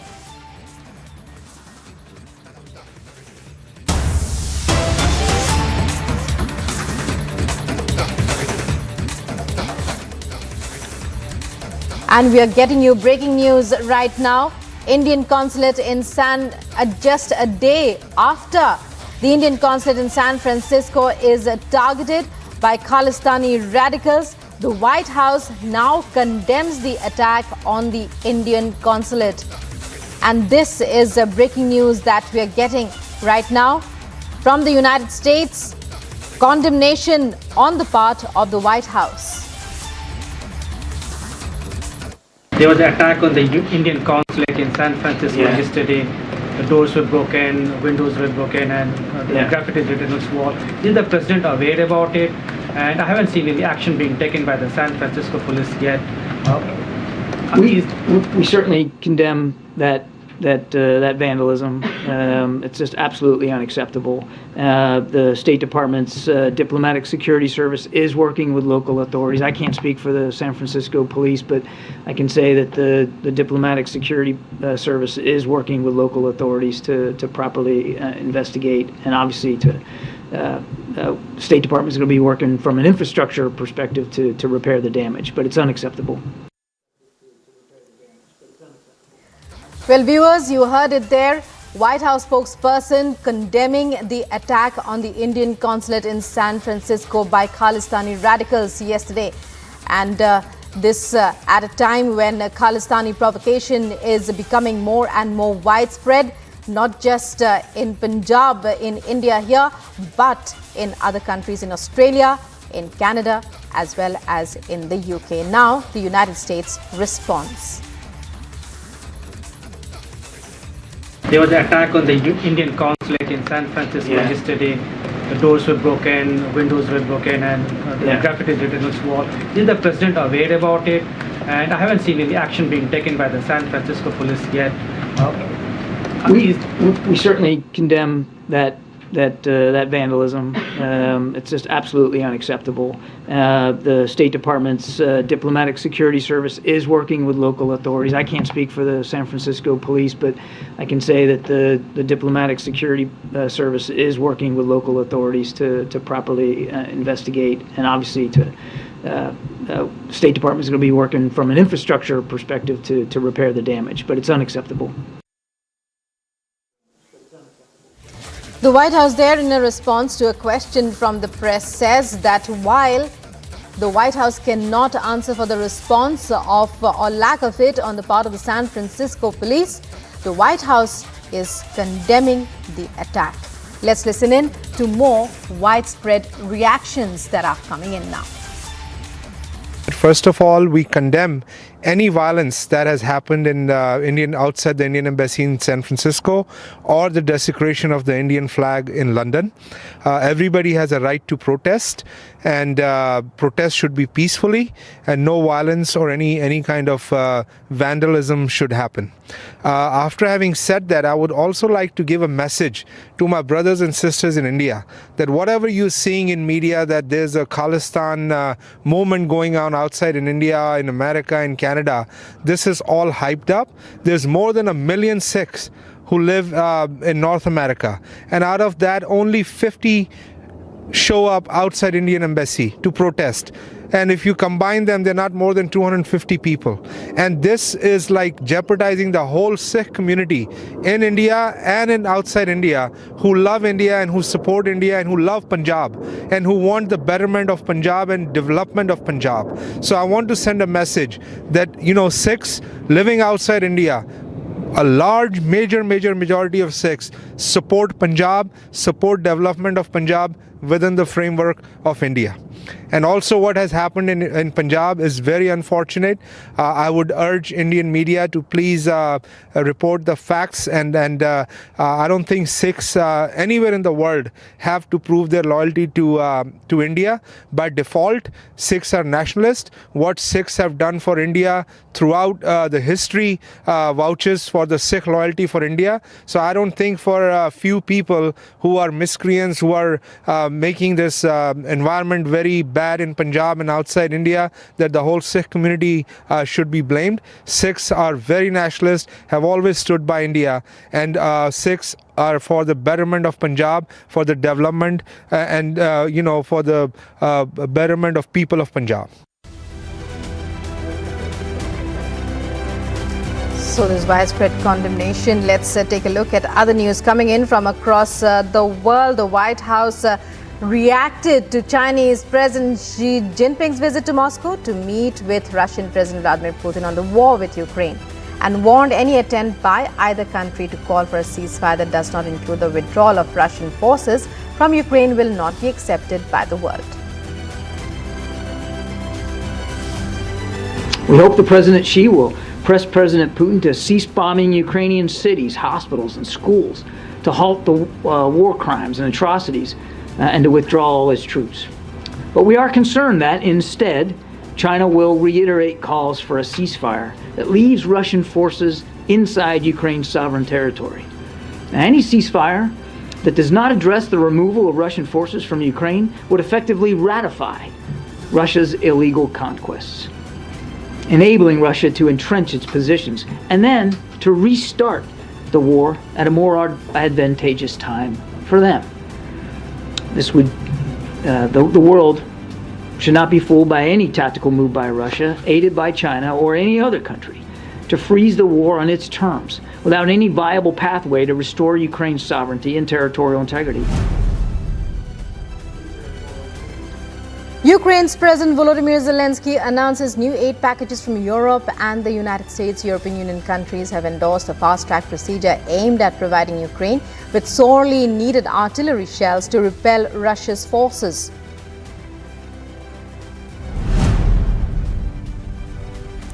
A Russian representative walked out of the United Nations Human Rights Council meeting in Geneva ahead of a report accusing Moscow of committing war crimes in Ukraine.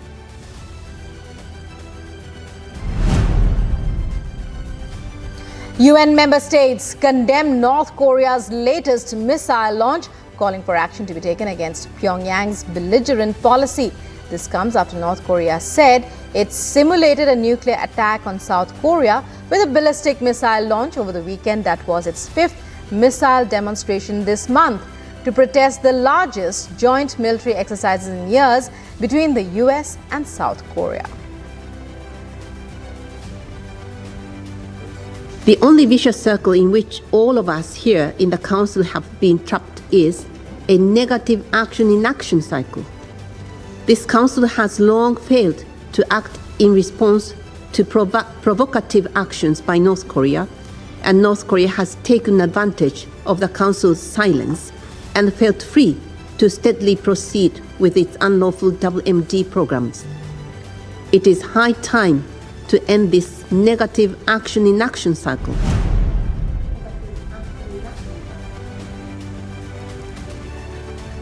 And former US President Donald Trump in a legal soup could be facing indictment as fellow Republicans staked out positions in a criminal probe expected to shake up the 2024 presidential race to the White House. A small group of protesters gathered at a park across the street from a court where New York prosecutors wrapped up their probe into whether former US President Donald Trump was engaged in an illegal hush money scheme.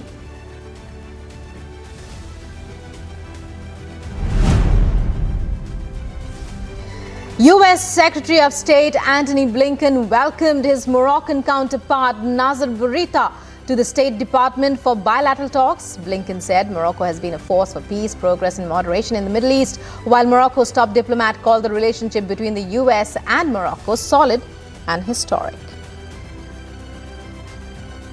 We have a long-standing, historic and steadfast partnership with Morocco, which has been such an important force for stability, for peace, for progress, and moderation, something that we deeply value and appreciate. We are working together in so many different areas. We have our upcoming African Lion exercises that you'll be hosting. Groups of angry demonstrators took to Paris's streets in the wake of the adoption by Parliament of a divisive pension bill after lawmakers in the lower chamber rejected two no-confidence votes against the government. Several hundred people walked through central Paris as bins and plastic bags were set on fire, while some called for the resignation of French President Emmanuel Macron.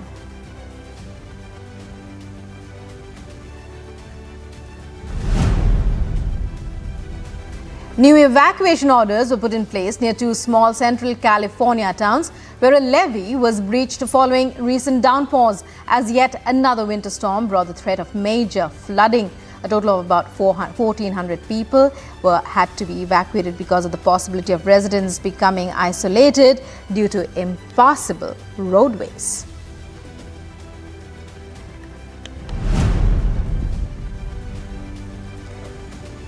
Thousands of people celebrated Nowruz, or the Kurdish New Year, in the semi-autonomous Kurdish region in northern Iraq. The festival is celebrated by Kurds in Iraq, Iran, Turkey and Syria.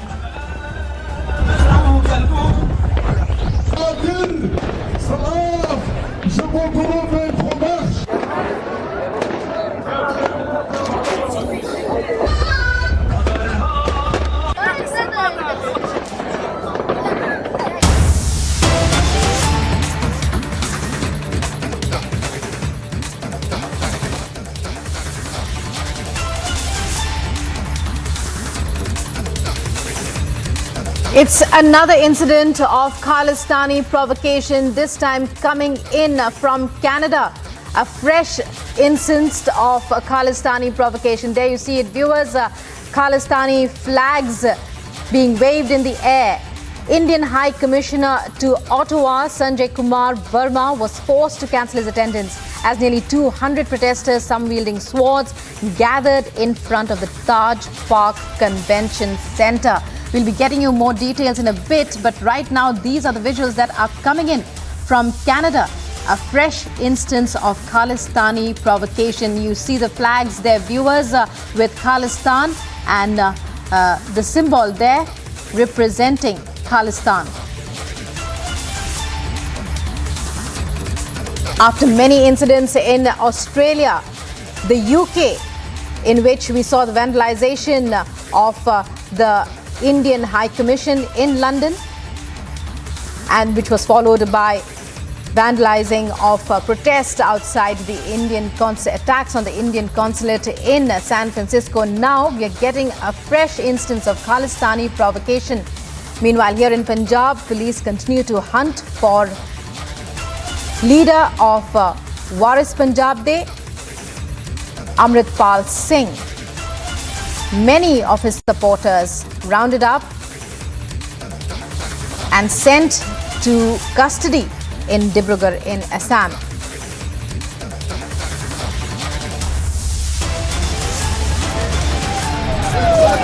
Now we are seeing that massive ruckus has broken out over here, even as my video journalist is getting in visuals of the leader of the opposition in assembly, Mr. Siddaramaiah, where the Congress workers from Kolar are going on to get off him, stating that he should be contesting from Kolar as well.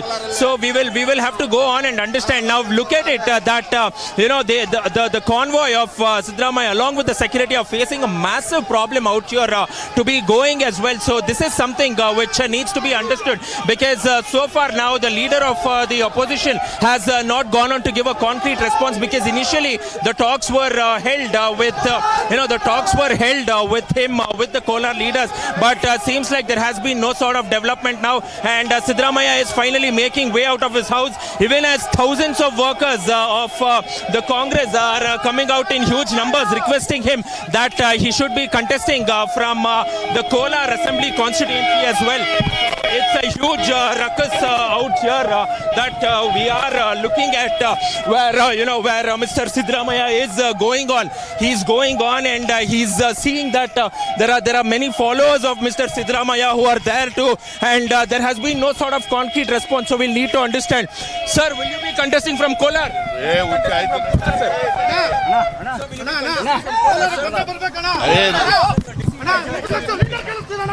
So there,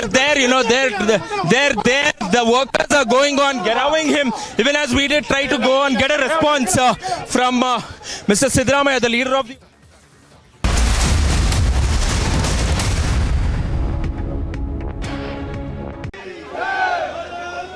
group of protesters has arrived here right at the gate of the British High Commission, and you can see that how they all have Indian flags in their hand and are chanting the slogan. This is coming after the incident when we know that at the UK High Commission in the United Kingdom, the Indian flag was brought down by some pro-Khalistani supporters, and against that this massive protest is being staged at the gate of the British High Commission.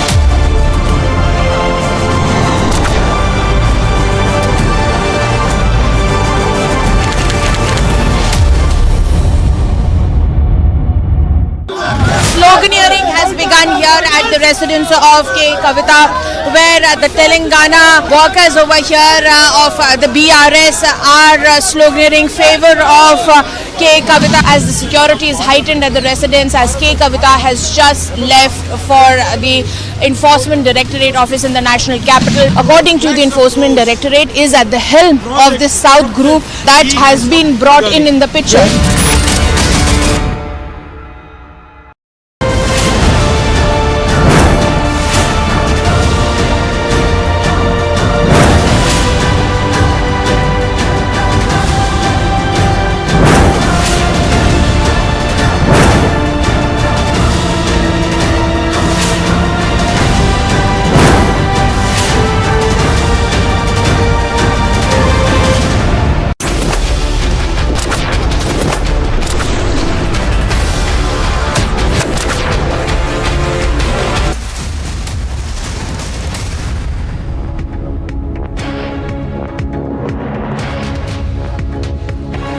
Welcome back. You're watching Live and Breaking on Republic. Well, we are bringing you breaking news from down south in Bengaluru. Thousands of Congress workers were seen rushing into Siddaramaya's residence here. Congress workers are demanding Siddaramaya contest from the Kolar Assembly constituency. My colleague Prajwal joining me with all the details on this major breaking news story. Prajwal, well, Siddaramaya, the focus now of Congress workers in the area. What's happening? Absolutely. Now, this is a massive protest out there by the supporters of Siddaramaya as well, and majority of the Congress workers who have come out in large number, even as my video journalist is trying to get in visuals there from the residents of Siddaramaya as well as outside too, and you can go on and clearly look at it. Now, the problem is not only that, but also the inducting of BJP leaders into the party as well. Let's go across and speak to one of the Congress ticket aspirants from Rajajinagar, Bhavya Narsimha. You know, first and foremost, now looking at the sort of protest which is breaking out, now all your workers are protesting against Puttana and his induction as well. How do you see it? You have been a party worker with the Congress, you have been constantly working with the party, but now we understand that he's been brought in from the BJP and is also being pitched as one of the potential candidates from Rajajinagar. What do you have to say? So he has not been pitched as a potential candidate. He has joined Congress party, and we are very sure that our leaders will give us justice. The whole crowd here, we have all worked for the party. You know, starting from this ma'am who's been working for years together, 20 years together. So we are very sure one among us. So this is Mr. Raghuvir Gowda, this is Mr. Puttaraju, that is Manohar sir. All of us, even I'm a aspirant. So we are here to show unity and say that give the ticket to one of us who have been working in the party. And we will all unite together to make sure Rajajinagar Congress comes back to power.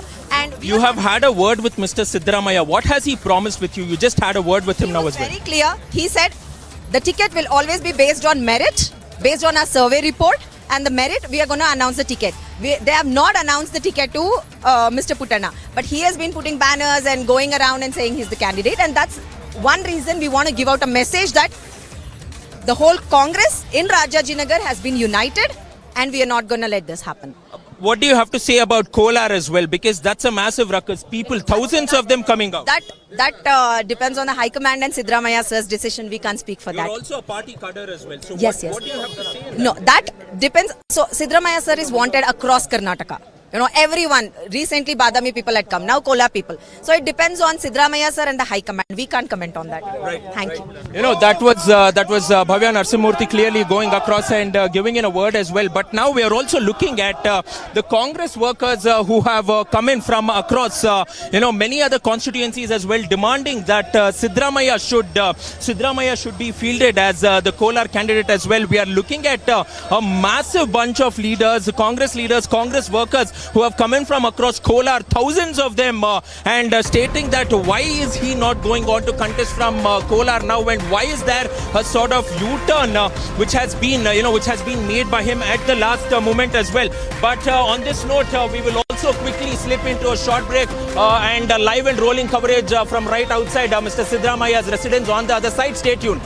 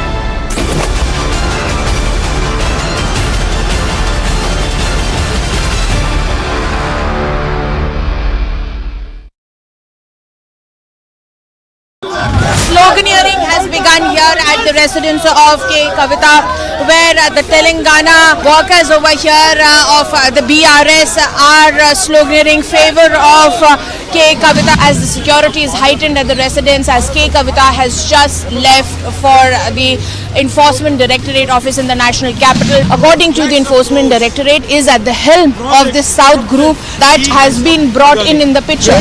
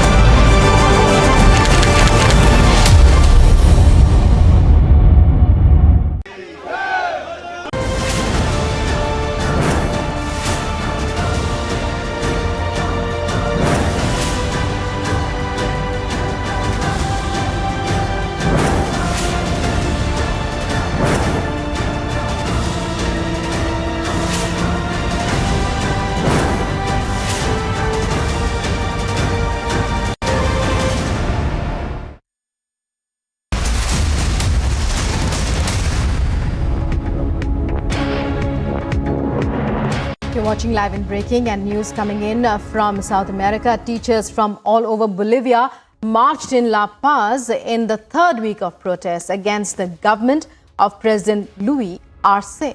Here's a report.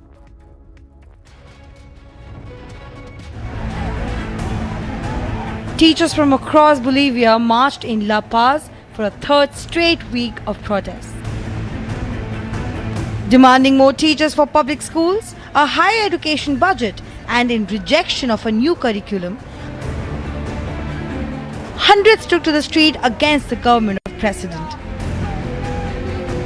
In a brutal crackdown, the police used pepper spray to repel the demonstrators. While the government has agreed to analyze the demands, a common ground is yet to be arrived at. Even though education is free and compulsory up to high school, but teachers claim that the quality of education is below that of the neighboring countries. And with 140,000 teachers depending on the public budget, showdown continues in Bolivia. Agency report, Republic TV. Coming up in other news that we're tracking 74 hours on, fugitive Amritpal remains untraceable. Police on the hunt. Also, K. Kavita summoned again by the Enforcement Directorate in Liquorgate, alleges political witch hunt.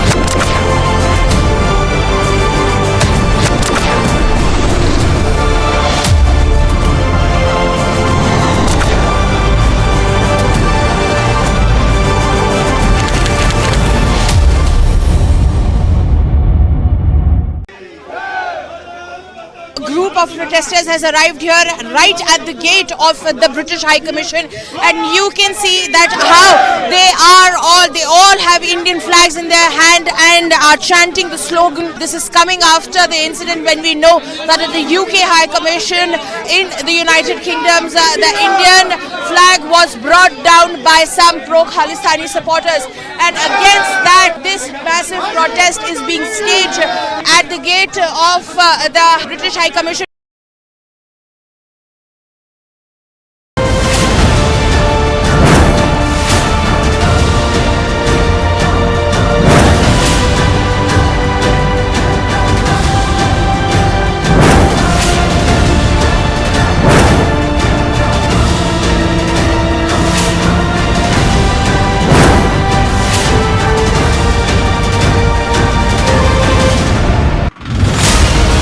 Prayagraj का ये रसूलाबाद इलाका, दोनों दुकानें मोहम्मद गुलाम की ही हैं, उसको तोड़ने का जो काम है वो यहाँ पर किया जा रहा है। इस पूरी इमारत को मोहम्मद गुलाम ने अवैध रूप से खड़ा किया। काम को तेजी के साथ अंजाम देने के लिए एक और बुलडोजर यहाँ पर आ गया है, और ये देखिए ये आगे पूरा सब कुछ मिट्टी में मिला दिया गया है। जो कहा गया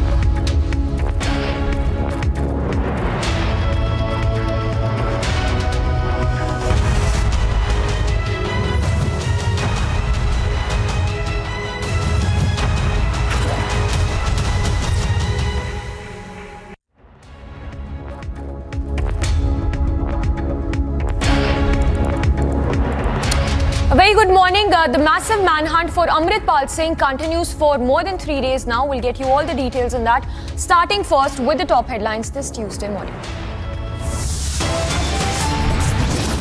74 hours on, fugitive Amritpal remains untraceable. Police on the lookout.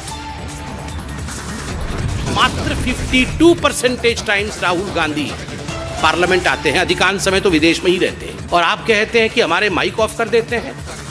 आपका अटेंडेंस ऑफ है साहब, माइक तो ऑन है। BJP takes on Rahul Gandhi in another unrelenting attack, fires mic on but attendance off child.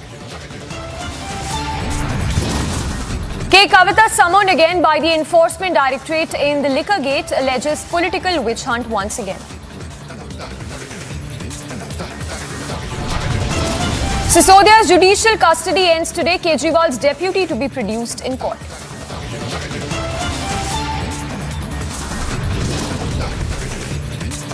Mega face-off over Delhi budget. AAP hits out, claims conspiracy by the centre. In a surprise move, Japanese Prime Minister Fumio Kishida now heads to Kiev.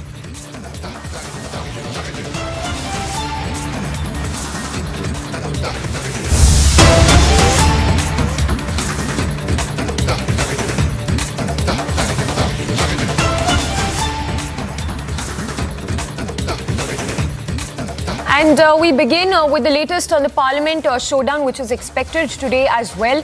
Now, just ahead of the Parliament session, the opposition again held a key meeting which was not attended by the TMC. Meanwhile, we're given to understand that the TMC would be holding a protest at Vijay Chowk at 11:30 this morning.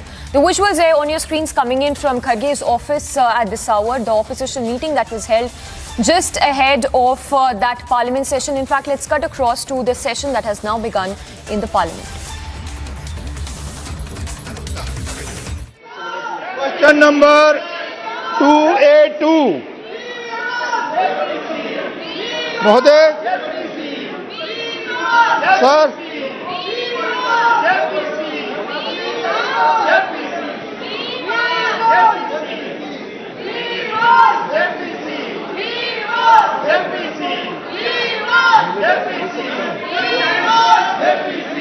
चाहिए प्रश्नकाल के बाद समय दूंगा, जाइए बैठिए।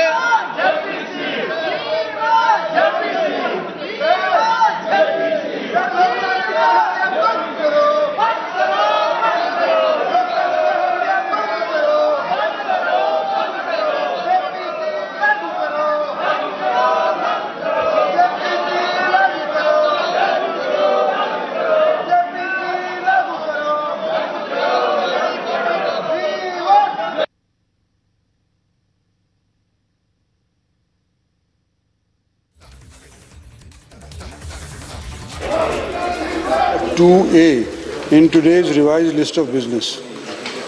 Shri V. Muralidharan. Mr. Chairman, sir.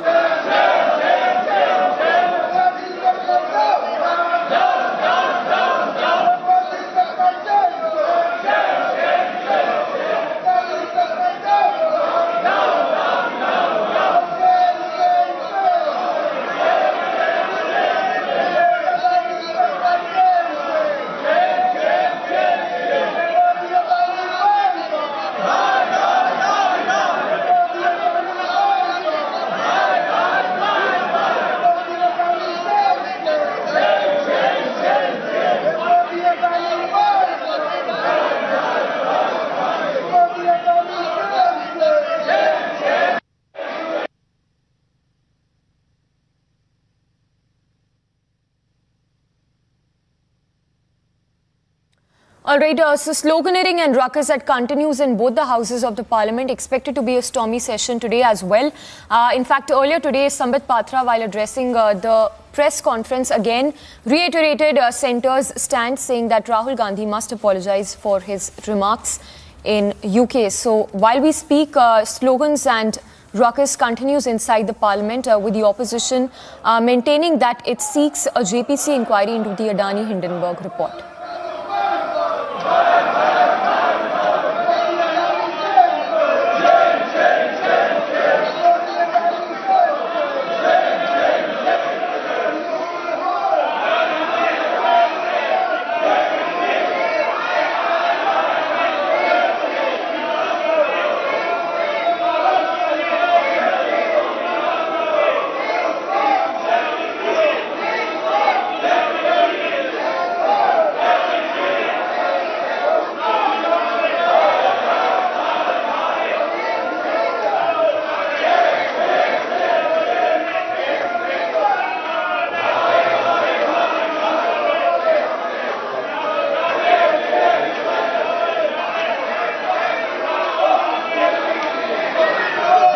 माननीय सदस्य, आप भी विराजिए, आप भी आसन पर जाइए। माननीय सदस्य, आप भी विराजिए, आप भी आसन पर जाइए।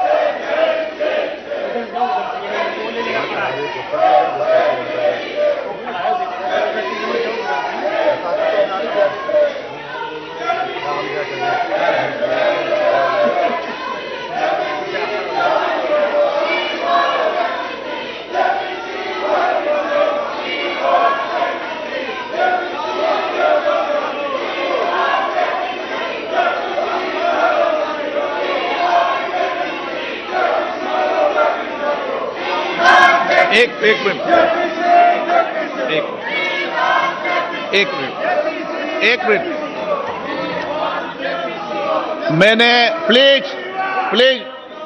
मैंने कल भी सभी दलों के नेताओं से व्यक्तिगत आग्रह भी किया था। सदन के माध्यम से पुनः आग्रह करना चाहता हूं, सदन चले, सब बजट सत्र महत्वपूर्ण सत्र है, सबको बोलने का मौका देंगे। आप प्रश्नकाल के बाद स्थगन के समय अगर आप मौका नहीं दे तो आप बेल में आ सकते हैं। अगर आप सदन नहीं चलाना चाहते तो सदन की कार्रवाई 2 बजे तक के लिए स्थगित की जाती है।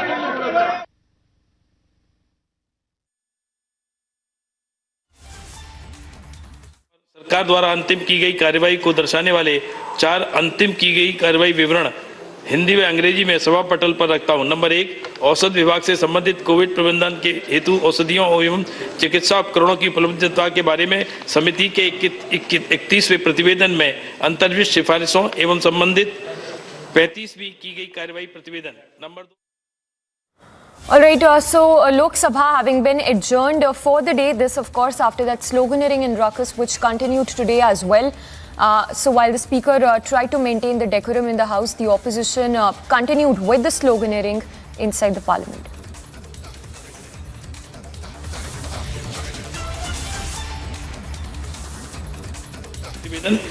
नंबर 4, औषध विभाग की अनुदान मांगों के संबंध में समिति के 34वें प्रतिवेदन में अंतर्विष्ट सिफारिशों संबंधी 38वीं की गई कार्रवाई प्रतिवेदन सभा पटल पर रखता हूं। Reports of the department related parliamentary standing committee on coal, mines and steel, Shri Deepak प्रकाश।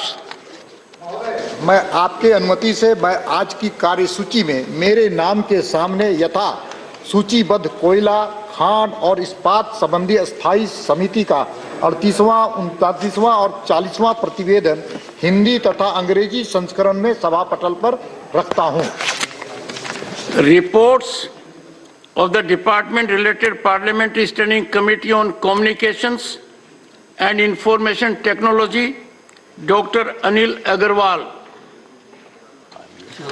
माननीय सभापति महोदय, मैं आपकी अनुमति से आज की कार्यसूची में अपने नाम के सामने यथासूचीबद्ध संचार और सूचना प्रौद्योगिकी संबंधी अस्थायी समिति के 43वें, 44वें, 45वें और 46वें प्रतिवेदनों हिंदी और अंग्रेजी संस्करण को सभा पटल पर रखता हूं। धन्यवाद। Reports of the department related parliamentary standing committee on consumer affairs, food and public distribution, doctor Ashok Vajpayee. महोदय, मैं आपकी अनुज्ञा से So the Lok Sabha that's now been adjourned till 2 p.m. of today. Of course, earlier today, Sambit Patra, while addressing the media, reiterated Centre's stand seeking an apology from Rahul Gandhi on the floor of the House. Just listen in to what Sambit Patra had to say earlier today. और ऐसा भी नहीं है कि राहुल गांधी बिना माफी मांगे निकल जाएंगे। माफी तो उन्हें मांगना ही पड़ेगा, हम मंगवा के ही रहेंगे। मैं आपको याद दिलाऊं, इसी प्रकार से राहुल गांधी एरोगेंटली कह रहे थे 2019 में कि सुप्रीम कोर्ट में हम माफी नहीं मांगेंगे राफेल के केस में। कान पकड़ करके मौखिक रूप से माफी मांगनी पड़ी। I am sorry, I regret. ये राहुल गांधी जी को हिंदुस्तान के सर्वोच्च न्यायालय सुप्रीम कोर्ट में कहना पड़ा और सुप्रीम कोर्ट के तत्कालीन सीजेआई उससे सेटिस्फाई नहीं हुए और उन्होंने कहा नहीं, केवल मौखिक रूप से कहने से कि आई रिग्रेट यह उचित नहीं होगा, आपको एक एफिडेविट सबमिट करके क्षमा याचना करनी होगी। और देश की राजनीति में राहुल गांधी वो नेता बने जिन्होंने लिखित रूप से एफिडेविट सबमिट करके सुप्रीम कोर्ट में कान पकड़ते हुए माफी मांगा कि मैंने झूठ बोला था, मैंने जनता के बीच में फरेब फैलाने की कोशिश की थी। जो राहुल गांधी जी ने लंदन में किया है, बिल्कुल वही किया है। 2019 में सुप्रीम कोर्ट में माफी मांगना पड़ा था और आज पार्लियामेंट में, सदन के पटल पे, संसद में माफी मांगना पड़ेगा। आप सोच सकते हैं यह विषय कितना गंभीर है। लंदन में जाना और लंदन में कहना विश्व के एक बहुत बड़े भूखंड में जहां पहले डेमोक्रेसी होती थी, all of a sudden this democracy has ceased to exist. ये डेमोक्रेसी अब एग्जिस्ट नहीं करती है। और इसलिए जो विश्व की शक्तियां हैं, जो डेमोक्रेसी की पहरेदार हैं, तथा कथित डेमोक्रेसी के पहरेदार हैं, the so called protectors of democracy, Europe and United States of America, why are they oblivious? ये शांत क्यों है, ये चुप क्यों है? Why don't they protect the democracy in India? मतलब this is an open invitation, ये एक खुला निमंत्रण है कि आप आइए और भारतवर्ष के आंतरिक लोकतंत्र में आप आके घुसपैठ करिए और आप हमें नेता बनाइए। आपने कहा कि हमारी माइक्स ऑफ कर दी जाती है, democracy does not exist. Rahul ji आंकड़े लेके आए हैं आज आप पार्लियामेंट आए, आपके आंकड़े जो भारतीय जनता पार्टी आज बता रही है, इन आंकड़ों पे गौर फरमाएं, अटेंडेंस शीट को देखें। राहुल जी का अटेंडेंस पार्लियामेंट में 52% है, जबकि नेशनल एवरेज 79% है। और स्टेट जहां से राहुल गांधी एमपी हैं, अर्थात केरल का औसत 84% है। केरल के एमपी जो हैं वो 84% पार्लियामेंट आते हैं, नेशनल एवरेज लगभग 80% है। और मात्र 52% टाइम्स राहुल गांधी पार्लियामेंट आते हैं, अधिकांश समय तो विदेश में ही रहते हैं। और आप कहते हैं कि हमारे माइक ऑफ कर देते हैं। आपका अटेंडेंस ऑफ है साहब, माइक तो ऑन है। So, Senator, they're seeking apology from Rahul Gandhi. We're also given to understand that Rahul Gandhi is likely to speak in the parliament today. Meanwhile, just a short while back, the opposition leaders also held a key meeting at Kharge's office that was not attended by the TMC. Meanwhile, we're given to understand that the TMC would also be holding a protest at the Vijay Chowk in just a while from now. In fact, listen into what Kharge had to say just before the parliament session began. देखो, ये माफी मांगने का तो सवाल नहीं है, बार बार वो पूछते रहेंगे, हम उसको नकारते रहेंगे, उसमें कोई माने नहीं है। ये होना बोल के इशू को डाइवर्ट करने के लिए कर रहे हैं। तो पहले तो देखिए, हमारे एम्बेसी पे हमले हो रहे, उसके बारे में उनकी कोई बात नहीं है। All right, so there you heard Kharge, the Congress president, speaking just ahead of that parliament session, saying that there is no scope of Rahul Gandhi apologizing for the remarks he made in UK. All right, moving on to the other big story that we've been tracking, this one of the BRS leader K. Kavita, who is under the scanner of the Enforcement Directorate in the liquor gate, the Delhi liquor policy, which has now been scrapped. We're given to understand that the questioning of K. Kavita, which happened yesterday as well by the Enforcement Directorate, lasted for more than 10 hours. And in a while from now, she would again be questioned by the ED. Let's go across to Tanisha, who's there at K. Kavita's residence, and Piyush Shori, who's also there at the ED office. Tanisha, what do we expect? What can we expect today, and at what time can we expect the questioning to begin? Samiksha, as what we were getting to know early morning is when 11 a.m. is when the questioning had to begin. However, it's already 11:14 according to my time, and the questioning has not yet started because K. Kavita has yet not left from her residence. What we are getting to know is 11:20ish is when she will be here. She will address the media, and after that is when she will leave for the ED office. Yesterday, remember, it was almost about 10 hours of questioning where according to sources, K. Kavita has alleged that it was harassment, clear harassment that the ED was giving on to her because she was made to sit alone in a room for several hours, and the ED had posed several political questions to her is what the BRS has been claiming. Yesterday as well, we saw 10 hours of questioning. 9:45 p.m. is when she had left from the ED office, showcasing a symbol, a victory symbol, which clearly symbolizes charges that she claims herself to be innocent. Today what we are expecting is it's day 3 of questioning, and what we are expecting is YSRC MP Manguda Reddy to be confronted with K. Kavita, because remember earlier is when he was issued summons by the Enforcement Directorate. However, he was not able to join the interrogation process because he cited some personal reasons for the same. Today, however, we are expecting him to appear before the Enforcement Directorate, and that is when he will be confronted with K. Kavita, is what we are getting to know. And in just some minutes from now, 11:20 is what we are getting to know, when the BRS MLC K. Kavita will be out of her residence, will address the media, and then straight away head to the Enforcement Directorate office. All right, Tanisha, stay with us. Let's also await that statement that could come in from K. Kavita ahead of her questioning today. Let's go across to Piyush Ori also, who's there outside the ED office. Piyush, if you can help us understand this better, the South Cartel link in this case, and the liquor baron Pillai, who was also arrested by the central agency in connection with this liquor gate.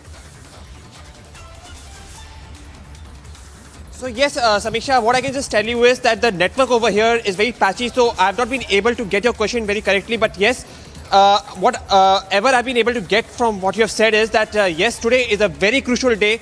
Today, K. Kavita is going to be subjected to the third round of questioning, and again, the Enforcement Directorate officials would try to get more evidence of what exactly her role in the South Group lobby exactly has been. And for this, as Tanisha, my colleague, rightly pointed out, that the main objective of the ED officials would be to confront her with several accused. Mind you, the Enforcement Directorate in the Delhi excise taker scam has already made 12 arrests. That also includes the former Deputy Chief Minister Manish Sisodia. Now, with the role of K. Kavita also emerging in this Delhi excise taker scam, especially in context of the South lobby, the Enforcement Directorate officials is now trying to gather as much evidence as it can to establish the role of K. Kavita. And for this, yesterday, she was reportedly made to confront with Arun Ramachandra Pillai, something which K. Kavita, however, has denied while speaking off the record to several media personals.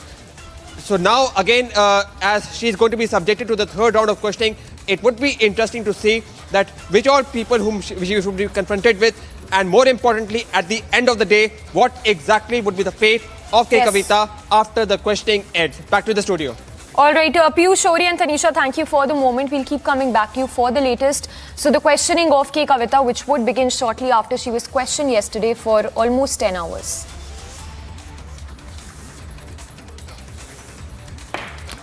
And moving on to a quick roundup of news in brief from across the country. Delhi's Rouse Avenue Court today will hear the bail petition of former Delhi Deputy Chief Minister Manish Sisodia, who's currently in ED custody in connection with the alleged irregularities in the framing and implementation of the excise policy of the national capital.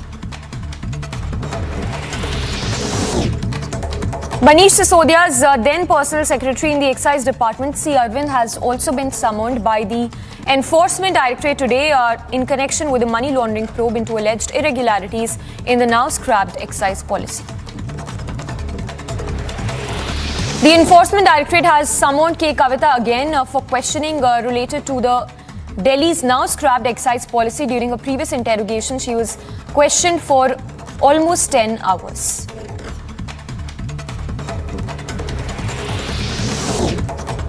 The name of fugitive diamond head Mehul Choksi, wanted in the 13,000 crore scam in Punjab National Bank, is understood to have been removed from the Interpol database of notices on the basis of his plea. The Central Bureau of Investigation remains tight-lipped on this development. Odisha, meanwhile, celebrated Pakhala Divas, a traditional festival that is celebrated with preparation of rice, curd, cucumber and fried onions as well. It is popularly served with dry roasted vegetables.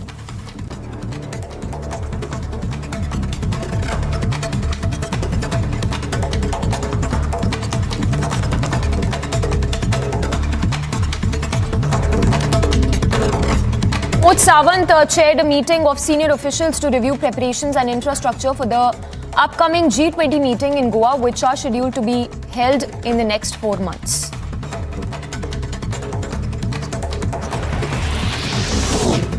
Punjab Chief Minister Bhagwant Mann has ordered initiation of disciplinary proceedings against then top officials of Punjab in relation to the security breach of Prime Minister during his visit to the state. Mobile internet services to remain suspended in Punjab till 12 noon as the state police continue to widen the net for fugitive radical preacher Amritpal Singh.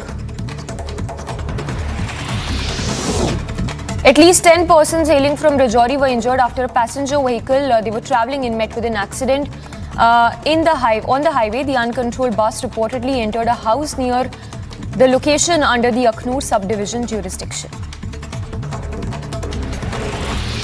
A group of pro-Khalistani protesters attacked and damaged the Indian consulate in San Francisco, prompting sharp condemnation from the Indian Americans who demanded immediate action against the Khalistani backers.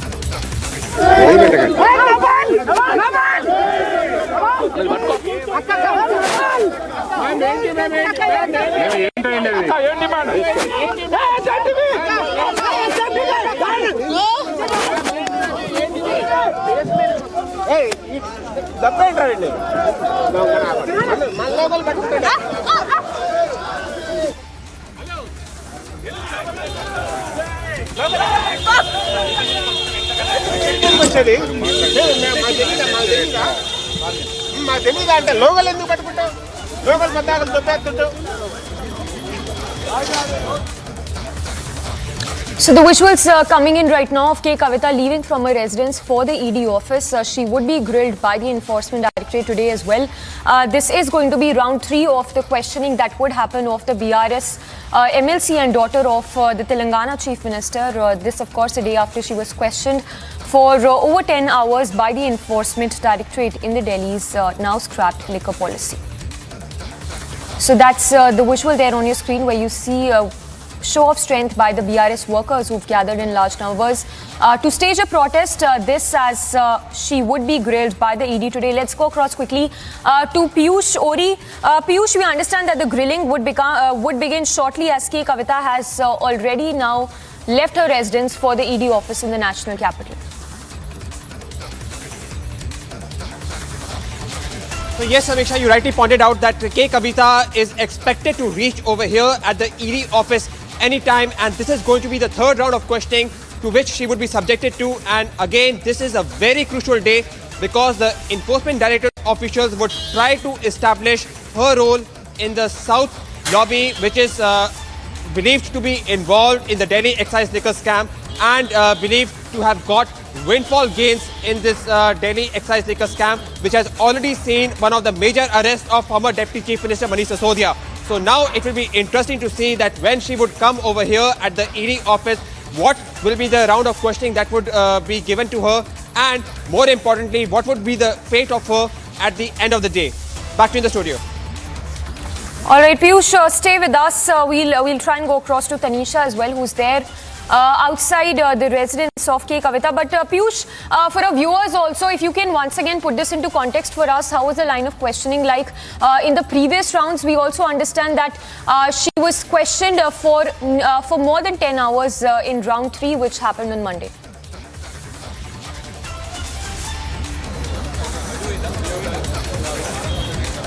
There was a grueling session which K. Kavita, the daughter of Telangana Chief Minister KCR, was subjected to. In fact, she was grilled for over 11 hours.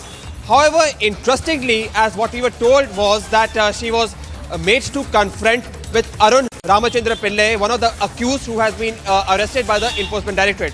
However, as per K. Kavita, who spoke to some of the media persons of the record, she said that she wasn't confronted with any of the persons yesterday.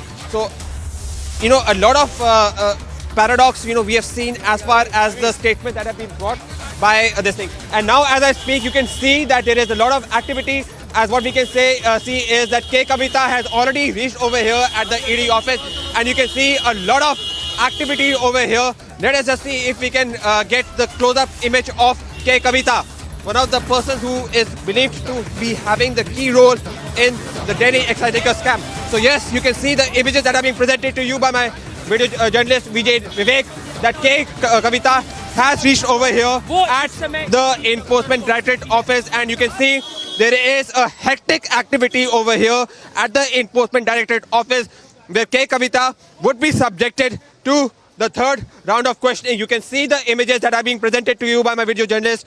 She has been accompanied by her husband, and she is also, in fact, she is also going to be having a word with the media if I'm not mistaken. Okay, she is. You can see over here, you can see over here. You can see, she just reflecting her phone.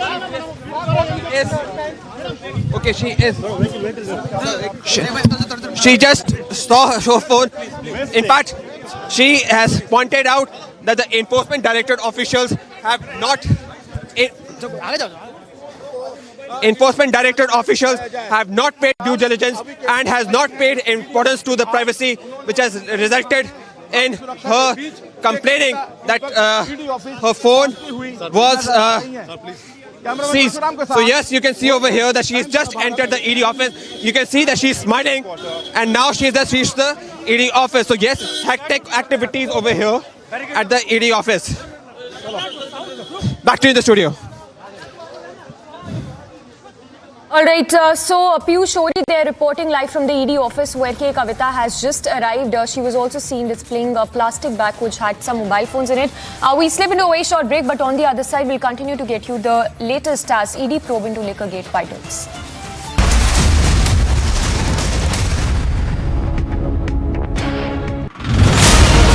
Prayagraj का ये रसूलाबाद इलाका, दोनों दुकानें मोहम्मद गुलाम की ही हैं। उसको तोड़ने का जो काम है वो यहाँ पर किया जा रहा है। इस पूरी इमारत को मोहम्मद गुलाम ने अवैध रूप से खड़ा किया। काम को तेजी के साथ अंजाम देने के लिए एक और बुलडोजर यहाँ पर आ गया है, और ये देखिए, ये आगे पूरा सब कुछ मिट्टी में मिला दिया गया है। जो कहा गया था कि मिट्टी में मिला देंगे, वही आज होता हुआ नजर भी आ रहा है।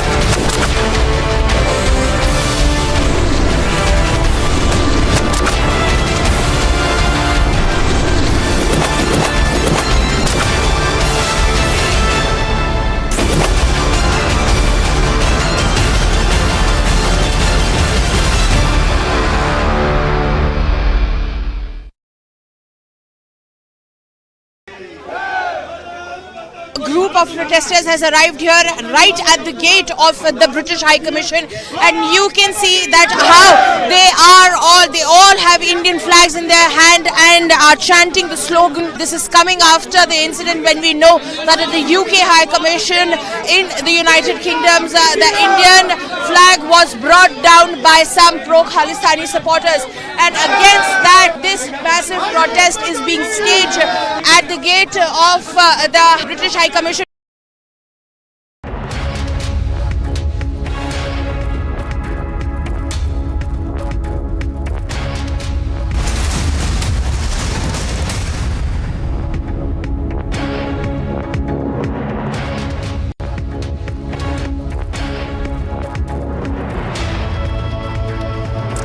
Welcome back. You are watching Republic TV. This is Live and Breaking, and I'm Nupur Talwar Suri. We cut across live to Delhi, where K. Kavita, who is being interrogated by the Enforcement Directorate for the second consecutive day, has now reached the Enforcement Directorate's office. She left from her home just a short while ago. There you can see it, the pictures of her entering the Enforcement Directorate's office.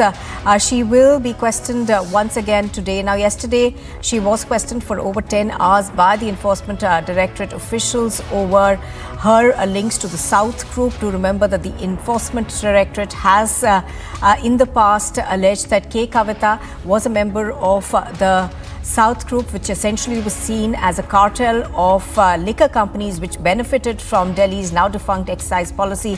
And also the ED alleges that kickbacks worth about 100 crore rupees were paid by the South Group to the Aam Aadmi Party in the national capital in lieu of favours that were granted through the Delhi liquor policy. Now, K. Kavita is also expected essentially to be confronted by other people from the South Group who are believed to be who are believed to be part of the nexus which was formed to pay off the Aam Aadmi Party government in the national capital. So there you have it on your screens. K. Kavita, of course, making her way into the Enforcement Directorate's office. Now, as far as K. Kavita and the BRS is concerned, they have said many times in the past that this is a political witch hunt. Let's go across, I think, to Piyush Ori, who is reporting from outside the ED's office. Now, Piyush, we can on our screen see K. Kavita entering inside the Enforcement Directorate's office. Give us a sense of what we are expecting today. Now, yesterday, of course, the questioning went on for about 10 hours. So, first of all, forgive me, there is a network issue over here. So, your question to me was slightly patchy, but what I can just tell you is that K. Kavita has just reached over here at the ED office for the third round of questioning to which she would be subjected to. And one of the most important things which she did was that she just showed her phones to the media personnel, showing that she will be cooperating with the investigation, but also she has mentioned very categorically in the past, and again by showing the phones, she wanted to again send up a message that the process of the Enforcement Directorate officials to seize her phones and scrutinize it is something which she has not agreed to the past, and she would not agree to it even now. And this comes as the Enforcement Directorate officials is all set to question K. Kavita for the third time in the Delhi excise liquor scam, and thereby establish the role of South Group, which has come out to be one of the major lobby in the Delhi excise liquor scam, in which the Enforcement Directorate has already made 12 arrests. That also includes the former Deputy Chief Minister Manish Sisodia. So yes, it is going to be interesting to see that what exactly is the round of questions which Enforcement Directorate is going to pose to K. Kavita, and at the end of the day, what is going to be the fate of K. Kavita. Back to you in the studio. All right, stay with us, Piyush. Let's also go across to Tanisha. Tanisha, K. Kavita, of course, left her residence a short while ago. Now, so far, she has maintained that this is a political witch hunt, and essentially the centre's way to get, method to get around opposition leaders. Give us a sense of, is that how she, if she did speak to media personnel before leaving her residence, is that what she indicated once again? Well, rightly said, Nupur, when she was leaving from her residence, there were quite dramatic scenes that unfolded here, because what we were expecting and what was told to us is that K. Kavita will be addressing the media, and soon after that is when she will head to the ED office. But instead, what she did is when she stepped out of her residence from her car, she stood up from her car and she displayed 2 packets in her hand. And those packets consisted of memory cards, devices, electronic devices, devices and phones. Now this clearly symbolizes that what she's trying to portray here is that she has been cooperating in the interrogation process that has been done by the Enforcement Directorate, and that she has given in all the evidences, and yet there is no proof that K. Kavita is an accused in this case, because remember, this is what she has been claiming since day one, that all of these are just allegations and that no evidence has been found yet to prove that K. Kavita was directly involved in the Delhi excise policy scam. When she left her residence, she clearly symbolized staying mum.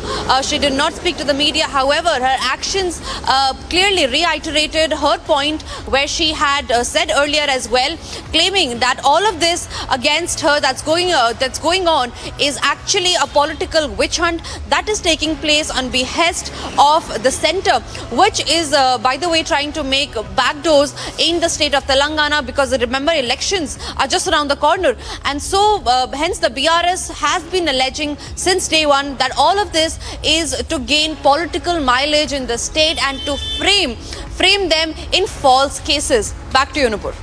All right. Tanisha, I'm going to come back to you. Let's quickly get in a word from Piyush as well. Now, Piyush, one of the things that has been alleged is that Bachi Babu, who was an accountant who was allegedly linked to K. Kavita, has been speaking about, the fact that he essentially was the one who was making these Benami payments in the to the Aam Aadmi Party. So give us more details in terms of the linkages that have been drawn between Bachi Babu, K. Kavita and of course Pillai. So you rightly mentioned that yes, as far as the trouble mounting for K. Kavita, the real trouble actually started with Arun Ramachandra Pillai, one of the accused who was arrested by the Enforcement Directorate, first mentioning in his statement that it was actually K. Kavita that was involved, primarily in the South Group lobby, which was about to get the windfall gains from the Delhi excise liquor scam. The troubles further mounted after Bachi Babu, who is reportedly the accountant of K. Kavita, also in a way mentioned that it was because of the windfall gains that the South lobby in which K. Kavita was involved was getting benefited, and thereby there were certain kickbacks also that was given to the Aam Aadmi Party for the election campaigns in Goa. But all this now needs to be substantiated, because as what we have been told is that Arun Ramachandra Pillai, despite first accusing K. Kavita of her being involved in the scam, later retracted. So yes, because they want to make sure that the evidences are substantiated, there is a series of confrontation which the Enforcement Directorate officials are making. So as Piyush is pointing out, obviously these are things perhaps that will be asked of her today. Tanisha as well as Piyush, for the moment, thank you for joining us.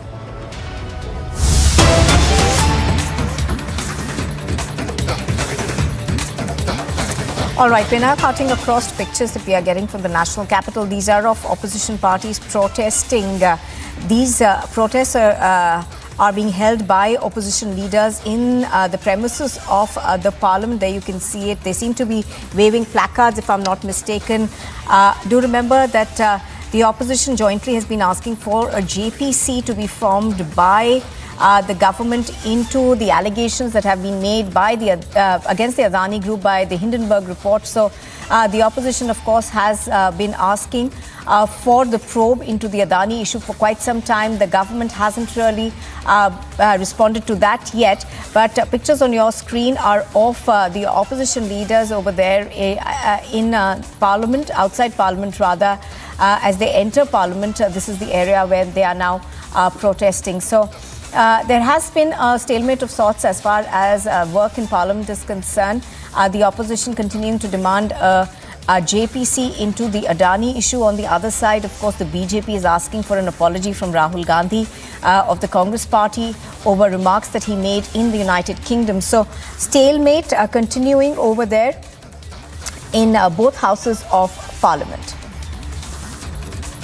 Several opposition leaders seem to have joined this protest. Now, do remember that about 17 opposition parties have jointly been protesting and asking for a joint parliamentary committee probe into the Adani issue.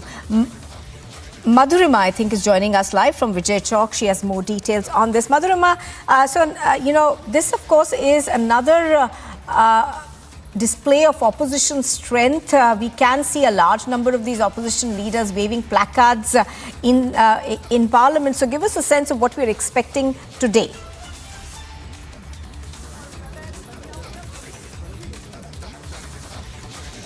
Well, if we talk about the kind of proceedings that will take place on the floor of the House, it is quite evident from the visuals that we're receiving from the Parliament is that once again it's going to be a day full of ruckus, as the opposition has already begun with their protest demanding a JPC in the Adani issue. However, the BJP has said it very clearly that the kind of discussion that is supposed to be done has already been done. The authorities that need to mull over the issue are doing their job, and there is no point in creating such a ruckus and stalling the parliamentary business. But what needs to be seen here is where we are talking about a united opposition. That's more of a facetious idea over here, because the TMC has said that they will be coming out here at Vijay Chowk and staging a different protest, that they do not want to be the part of the protest that is taking place inside the parliament. So we will take you to the visuals as well. As you can see that the barricading has been done. There are multiple police vehicles that have been brought in to detain the protesters if the law and order situation goes out of hand. So we're just waiting for the TMC protesters to come along, as what the news that we're getting in at this point in time is that they are moving out of the parliament and soon they'll be reaching here at Vijay Chowk. But like you were pointing out, it's again going to be a day full of ruckus. Both the houses will see ruckus, as the opposition is still adamant on the demand of initiating JPC over here. And right in our visuals you can see TMC politicians over here marching. These are exclusive visuals we are bringing here from Vijay Chowk. My video journalist Hitesh is showing you these visuals, and as you can see that these politicians are now moving towards Vijay Chowk demanding a JPC. And this is a separate protest by the TMC MPs where they want to register their dissent against the government. And once again you can see that with the banners, with the placards, all the TMC MPs have come here at Vijay Chowk. And now they are saying, as you can read, that there's like 1 lakh crore Ghotala. That is what the placard reads over here. They're marching towards the Vijay Chowk, and these are the visuals. These are the visuals that we are getting from Vijay Chowk over here. And as you can see, that all the TMC MPs are right behind me, and they are moving towards Vijay Chowk. We have entered the Vijay Chowk Park area now at the moment, and they continue to protest over here. My video journalist Hitesh denouncing the government. TMC MPs have reached the Vijay Chowk area, and they're denouncing the government, raising slogans against the government, asserting that the government will have to speak on the issue, and they cannot dodge the issue. And this is how they are asking for an arrest of Adani. And now you see that they're moving towards the Vijay Chowk. Stay tuned to Republic TV. We'll be right back after a very short break as TMC MPs continue to protest, demanding a JPC in the Adani issue.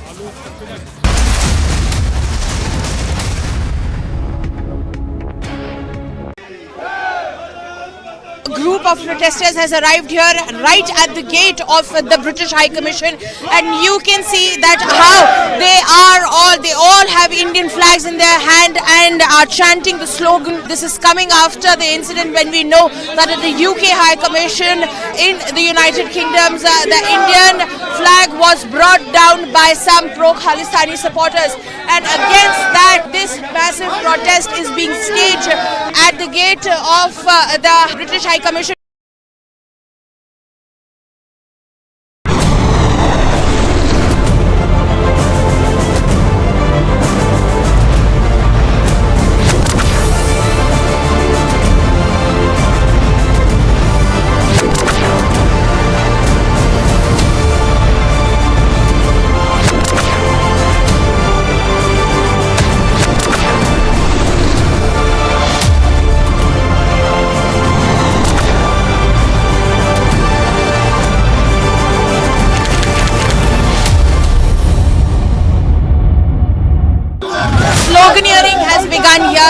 residence of K. Kavita, where the Telangana workers over here of the BRS are sloganeering favor of K. Kavita as the security is heightened at the residence, as K. Kavita has just left for the Enforcement Directorate office in the national capital. According to the Enforcement Directorate, is at the helm of this South group that has been brought in the picture.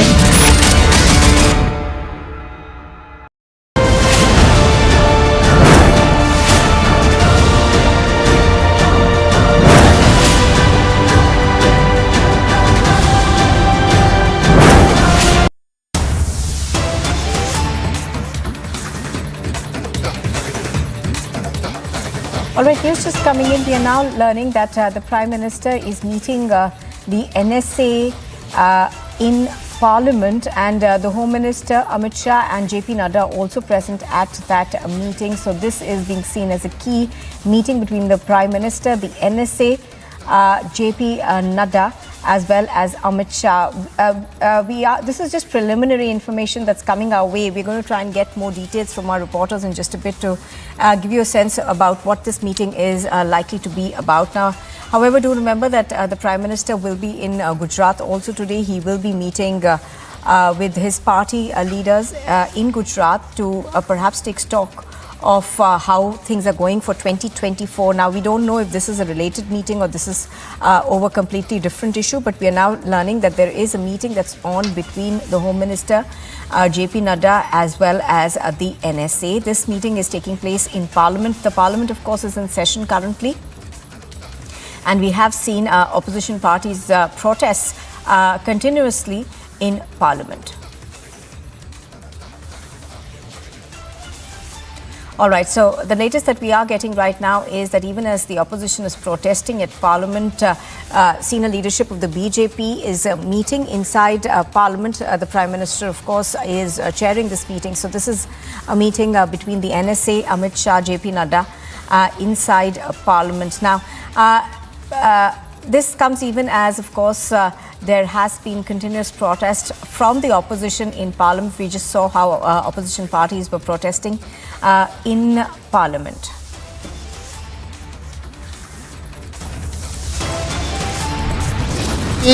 BJP is stalling Parliament every day because they do not want a discussion on Adani.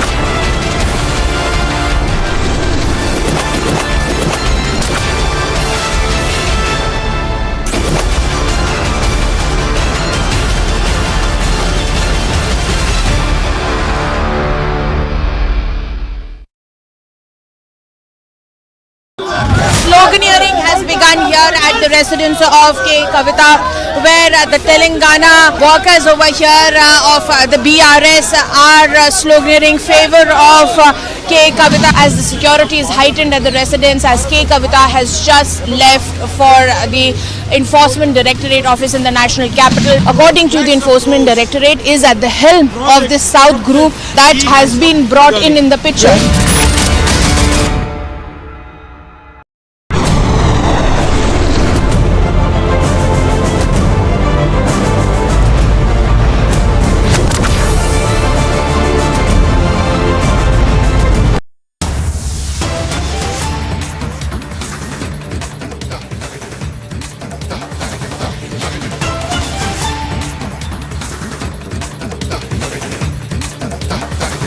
राजनीति नहीं करते और पंजाब की शांति और पंजाब के अमन के लिए हम सख्त से सख्त कार्रवाई करेंगे। जो लोग बुरी कंपनी में, बुरी संगत में फंस के पंजाब का कुछ बुरा सोचने का सपना भी ले रहे होंगे, वो भी गलत है। मैं उनको कहना चाहता हूँ कि सपना भी लेना पंजाब में, पंजाब की शांति को तोड़ने का, ये आपकी गलतफहमी होगी। तो मैं एक बार फिर पूरी दुनिया में रहते पंजाबियों को भी आश्वासन दिलवाता हूँ कि मेरा खून का कतरा कतरा, मेरे दिल की एक एक धड़कन, मेरा एक एक सांस पंजाब के लिए धड़कता है, हाजिर है पंजाब के लिए मेरे खून का एक एक कतरा। और पंजाब जो है वो नंबर 1 सूबा था और नंबर 1 सूबा बनाएंगे। और पंजाब से लीड देश लेता था और लेता रहेगा। आज भी हमारे हज़ारों जवान जो हैं वो देश की आज़ादी को कायम रखने के लिए सरहदों पर अपना सीना तान के खड़े हैं। इस बात का हमें गर्व है। तो पंजाब की शांति को, पंजाब के पीस को, पंजाब की हारमोनी को अगर कोई टच भी करेगा, अगर कोई बिगाड़ने की सोचेगा भी, तो सख्त से सख्त कार्रवाई होगी। ये हमारा वादा है और इसीलिए आपने हमें जिम्मेदारी दी है। उस जिम्मेदारी के आधार पर ही मैं कह रहा हूँ कि पंजाब के लोग बिल्कुल निश्चिंत रहें। पंजाब सेफ हाथों में है। आम आदमी पार्टी की सरकार जो है वो आपकी सुरक्षा का दायित्व उठाएगी और आपके बच्चों को पढ़ाएगी, बुजुर्गों को अच्छा इलाज देंगे और तरक्की के नए नए जो है मौके वो पंजाब में पैदा होंगे और पंजाब नंबर 1 सूबा बनेगा। और देश हमारा, अगर पंजाब नंबर 1 सूबा बनेगा तो देश पूरी दुनिया में नंबर 1 देश बनेगा। इनकलाब जिंदाबाद, जय Hind. All right, so that was the Punjab Chief Minister Bhagwant Mann briefing the media, trying to impose confidence in his government, essentially saying that things are under control. That would largely be the message that's coming out of the Punjab Chief Minister's media briefing over there. Do remember that as far as the issue of security goes, questions are being raised about law and order in Punjab, given the fact that the Punjab Police have still not been able to trace Amritpal Singh, who is still on the run nearly 4 days after a huge operation was launched by the Punjab Police in association, of course, with the centre to nab Amritpal Singh.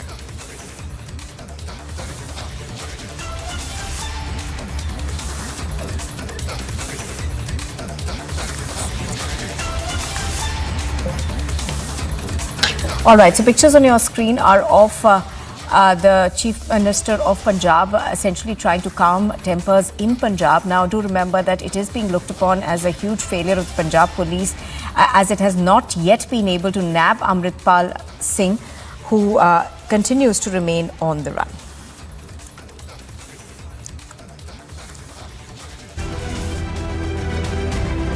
And here's a look at what else is making news in the world of sport.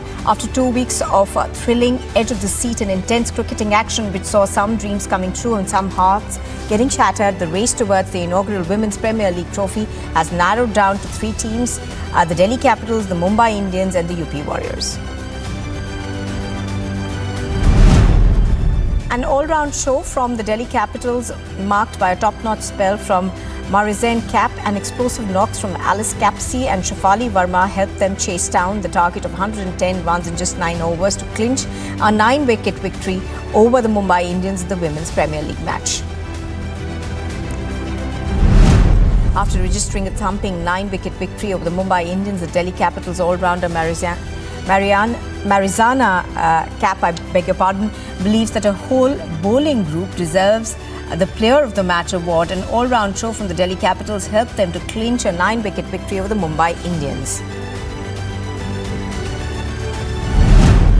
Indian skipper Rohit Sharma has said that team management will continue to back batter Suryakumar Yadav, who is under scrutiny after a string of low scores in the one-dayers. Despite experiencing one of the best peaks in T20 cricket, the skipper insisted that the dynamic batter will be given more time to find form at the one-day level. Rajasthan Royals revealed the full coaching staff for the upcoming IPL 2023 season. Now the team from Rajasthan will continue to have services of Kumar Sangakkara as head coach, Trevor Penny as the assistant coach and Dishant Yagne as the fielding coach. Tokyo Olympics bronze medalist Lavneena Borgohain and the 2021 Asian Championships bronze medalist Sakshi Chaudhary put up stellar performances and registered impressive victories to advance to the quarterfinals of the IBA Women's World Boxing Championships. Double centuries from Kane Williamson and Henry Nichols and top spells from Blair Tickner, Michael Bracewell and Tim Southey helped an all-round New Zealand crush Sri Lanka by an innings and 58 runs in the second test of the two-match series in Wellington. The Olympic gold medalist Neeraj Chopra will be training at Turkey's Gloria Sports Arena for 61 days. The 25-year-old who under the Target Olympics podium scheme funding had trained at Gloria Sports Arena last year as well will head to Turkey on the 1st of April.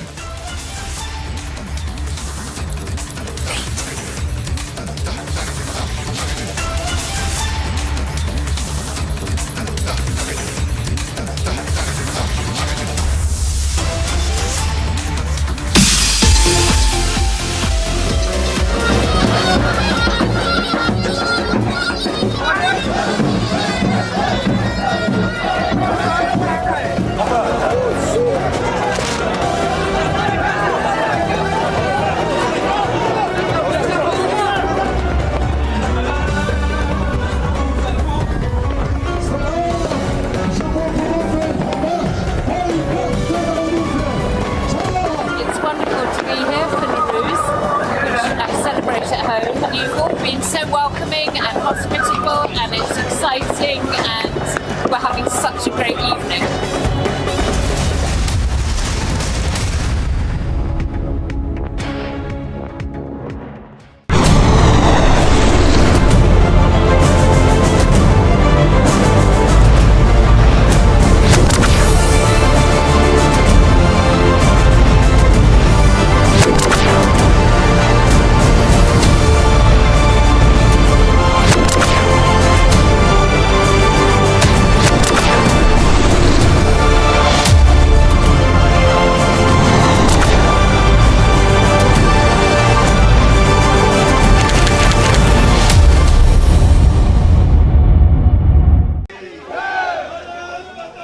Of protesters has arrived here right at the gate of the British High Commission, and you can see that how they all have Indian flags in their hand and are chanting the slogan. This is coming after the incident when we know that at the UK High Commission in the United Kingdom, the Indian flag was brought down by some pro-Khalistani supporters, and against that this massive protest is being staged at the gate of the British High Commission.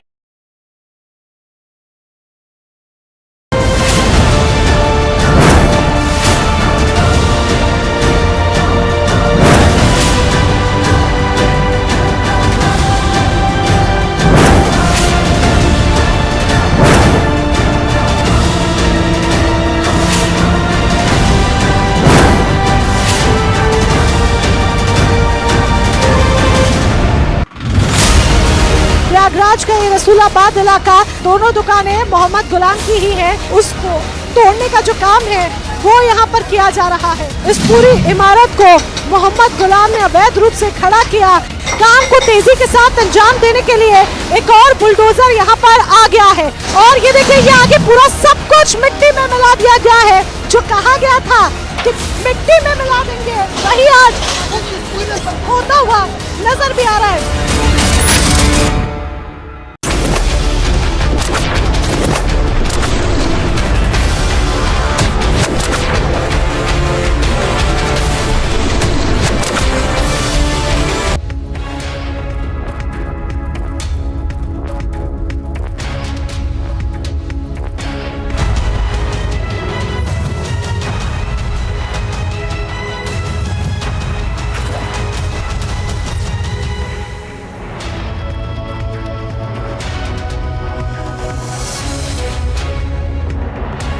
Good afternoon and welcome. You're watching Republic TV. This is live and breaking, and I'm Nupur Talwar Suri. We look at the headlines at this hour. इतिहास गवाह है, जिसने भी पंजाब के social भाईचारक सांझ को जिसने भी पंजाब की अमन शांति को तोड़ने की रत्ती भर भी कोशिश की तो पंजाबियों ने उसका मुंह तोड़ना जवाब दिया. But the Punjab Chief Minister says nothing to worry about. Big political storm in Parliament amidst apologised Rahul demand the opposition raises the Adani issue, stages a massive protest. 2 percentage times Rahul Gandhi parliament आते हैं, अधिकांश समय तो विदेश में ही रहते हैं, और आप कहते हैं कि हमारे माइक ऑफ कर देते हैं. आपका अटेंडेंस ऑफ है साहब, माइक तो ऑन है. BJP takes on Rahul Gandhi in an unrelenting attack, fires mic on but attendance off jibe.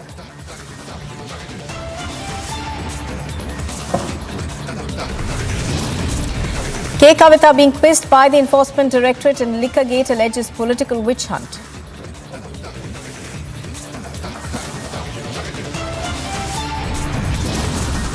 Mega face-off over the Delhi budget. Aam Aadmi Party hits out, claims conspiracy by the centre.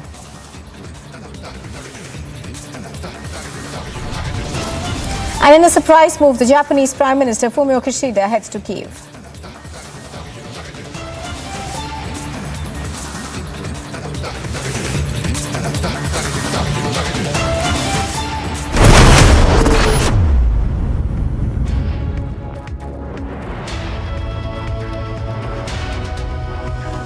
Now, in a fresh Khalistani provocation in Canada, journalist Sameer Kaushal has now alleged that he was on his way to cover the Indian High Commission to Ottawa, Sanjay Kumar Verma's visit, when he was threatened by pro-Khalistani activists. Now, the Indian High Commissioner to Ottawa, Sanjay Kumar Verma himself, had to cancel his attendance as nearly 200 protesters, some wielding swords, gathered at the site. In fact, joining us on the broadcast right now is Sameer Kaushal. Mr. Kaushal, good afternoon. Thank you for speaking to us on Republic TV. To begin with, can you tell us what happened? Thank you so much, Nupur. It's good afternoon for you, but it's midnight for me. But thank you so much for taking me. It was yesterday's event, March 19th, and at 6 p.m. There was an event scheduled to welcome our Indian High Commissioner, Mr. Sanjay Kumar Verma, as he was appointed here. After his appointment, this was his first official visit to West Coast, and I was invited over there by the organizers. And when I reached there, I saw that the event was blocked by one pro-Khalistani group, and they were shouting their slogans and they were holding their flags. And there were some RCMP officers over there, and I approached the RCMP officers and I requested them if they can allow me to go into the event. And they told me that the event has been blocked, and they cannot let me into the event, and I can talk to the protesters. So I talked to one of the protesters and I politely asked him if they can let me into that event, as I showed them my business card. I told them that I have been invited by the organizer. They said they simply refused to let me in. And then I said, since I am here and you are protesting against the Indian government, would you like to give me your statement if I can record you why you are protesting? But by that time, I mean the organizer of that group, he was he was screaming on me, and approximately the guy who was addressing that mob, he tried to instigate them, and approximately more than 24 youngsters, those who have covered their face with the clothes, and they just circling around me. They swarmed upon me, and they were using the abusive language, pushing me back, and they were saying that you have to leave, otherwise there's going to be consequences. And I was telling them that I'm one of you. I came from India as well, and you are Indians as well. I mean, I'm not asking for anything else. If you like to comment, it's fine. Otherwise, I can go back. That's not an issue. But they were keep on, yelling on me and throwing abusive words on me. And by the time the situation got worse, the RCMP officers, they were just, acting as a mute spectators, and they just came forward and they took me out from that mob, and they forced me to leave that place, and they told me that you have to leave for your own security, as we cannot provide you the safety over here. And then I told them that, can I go back? Because my car was parked on the other side. They said, no, you cannot go. We are going to give you a ride in our cruiser.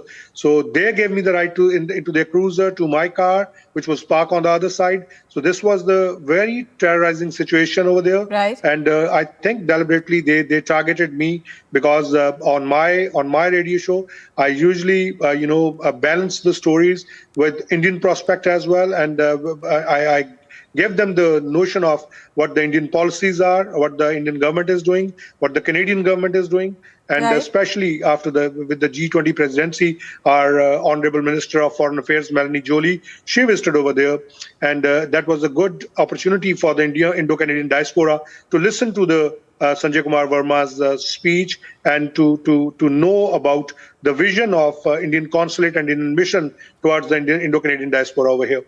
Now, Mr. Kaushal, obviously this was a very intimidating situation that you were under when you went to cover an event. But give us a sense of whether the police at all tried to push back these protesters, because we do know that that event was later cancelled.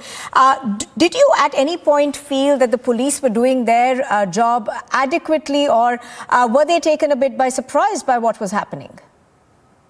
Nupur, it is surprising that I am a Canadian citizen and I have a Canadian passport, and I am a taxpayer. And in spite of securing me and in spite of providing me the security, I think, and it is my opinion, that police, as I said, they were acting as a mute spectator. But it seems like that there was a silent approval by the city police to the organizers of that event to do whatever they want to do. And this was not the first time that such big event has been cancelled because of the inadequate, the police security of Surrey RCMP. Few months back, Justin Trudeau, our Honorable Prime Minister, he was scheduled for a meeting in same city of Surrey, in a different location, and Surrey RCMP, there was a protest by some other group against him, and this same Surrey RCMP, they were not able to provide him security, and that event was cancelled as well because of the Surrey RCMP's non-performance. And this event, as far as I came to know, was cancelled because of the non-performance of the Surrey RCMP as well. All right, do stay with us. Now, we're going to come back to you, but I think we also have a phone interview that has been conducted by my colleague Piyush Mishra with Maninder Gill. Let's listen into that. Speaking from Republic TV, so I just want to know what actually happened, because what we are now hearing is that you had organized an event in which India's High Commissioner had to come, and later on, because of the protest, the event had to be cancelled. What actually happened, if you can tell us what transpired, sir? I am in the media since last 35 to 40 years. Yes, sir. Print media, then electronic media. I have a radio station here I am running, and I am known here to the community. And since last many years, I am arranging a High Commissioner's function in British Columbia in Western Canada.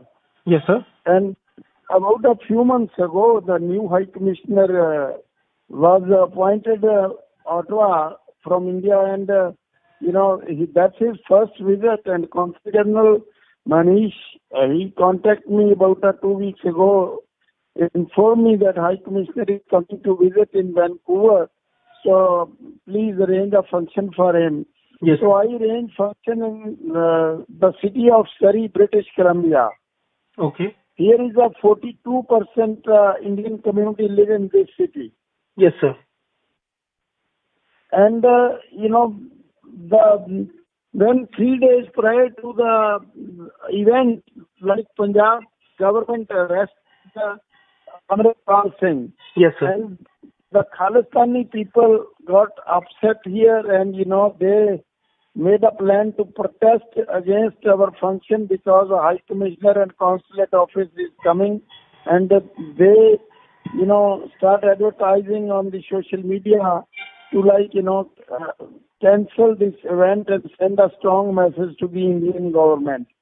And we informed them, and We informed to RCMP, we informed to the Consulate Office High Commissioner.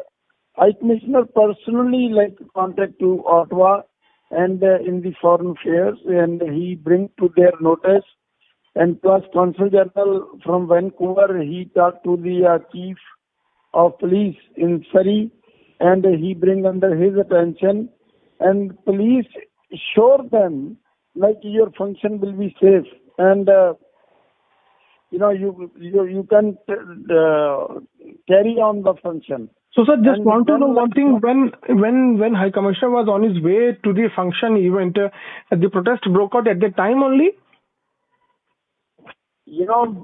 High Commissioner knows, Consulate knows, the protest is going to be start today, 4 p.m. RCMP know. Yes, and, we inform them our function time is 6 to 9 p.m. RCMP assure us, they're going to protest 4 to 6 p.m. Then they're going to give the memorandum to High Commissioner and they will left. And, when they reach there, they block our entrance of the convention center, and they didn't let to come anybody in, not even Consulate Office, not staff and my staff, and not even High Commissioner able to enter the function. So they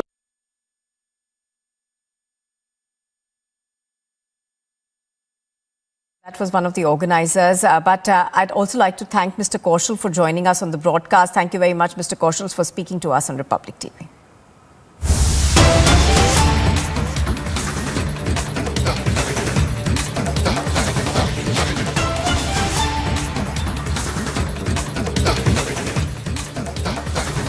All right, now cutting across to the other big story that we are tracking right now, of course, is the questioning of K. Kavita, which is happening even as we speak. Now, do remember that this is the second time that K. Kavita in 2 days is being questioned. Let me go across to our correspondents on the ground to get us more details. Now, do remember that the BRS MLC had written to the EC saying that these phones are submitted without prejudice to my right and contention and larger contention whether a woman's phone can be intruded in the teeth of her right to privacy. Now, remember, after being quizzed for more than 10 hours in the money laundering case linked to the Delhi excise policy, K. Kavita had arrived at the office of the ED again. I think we've got Samiksha joining us from the Newspit in Mumbai. Samiksha, take us through what K. Kavita has said in her letter. Well, Nupur, to begin with, it's the same stand that BRS maintains, that this is all a political vendetta, a witch hunt of sort by the central agency, and that her right is being infringed upon. So yes, that is basically the claim of the BRS, where they say that it is a witch hunt of sort by the central agency, and that central agency is acting at the behest of the central government. Now, just to tell our viewers, K. Kavita was questioned for more than 10 hours yesterday, and this is round 3 of the ED questioning, which is happening as we speak. Now, this is a letter that's been written by the BRS MLC to the Enforcement Directorate, where she says, in continuance and furtherance of my repeated appearances before you and rendering all due assistance and cooperation. This, of course, when we saw that K. Kavita had not appeared for the ED quizzing in the earlier round. Of course, yesterday she did appear, but she has in the past skipped an ED summon. She maintains that she's been cooperating all this while, and despite the actions of the agency being malafide, I am today submitting before your good self all the earlier phones that I may have used in the past and as sought by you, which I could gather. Now, just to tell our viewers, she was seen displaying those plastic bags, where she was seen carrying those phones while she was going to the ED office for round 3 of questioning. She further says that these phones are submitted without prejudice to my right and contentions and larger contention whether a woman's phone can be intruded in the teeth of a right to privacy. I may take this opportunity to point out glaring act of malice on part of agency when it has chosen to make insinuations against me in the prosecution complaint filed with some other accused in November of last year, alleging that certain phones stands destroyed. It is baffling to note as to how, why, and under what circumstances. So, K. Kavita clearly maintaining that even as this is an intrusion of her privacy, she's still cooperating with the central agency by submitting all the phones that she's used in the past, Nupur. All right, Samiksha, thank you for that. Let's also bring in our reporters on the ground, Tanisha, Piyush, as well as Aneri.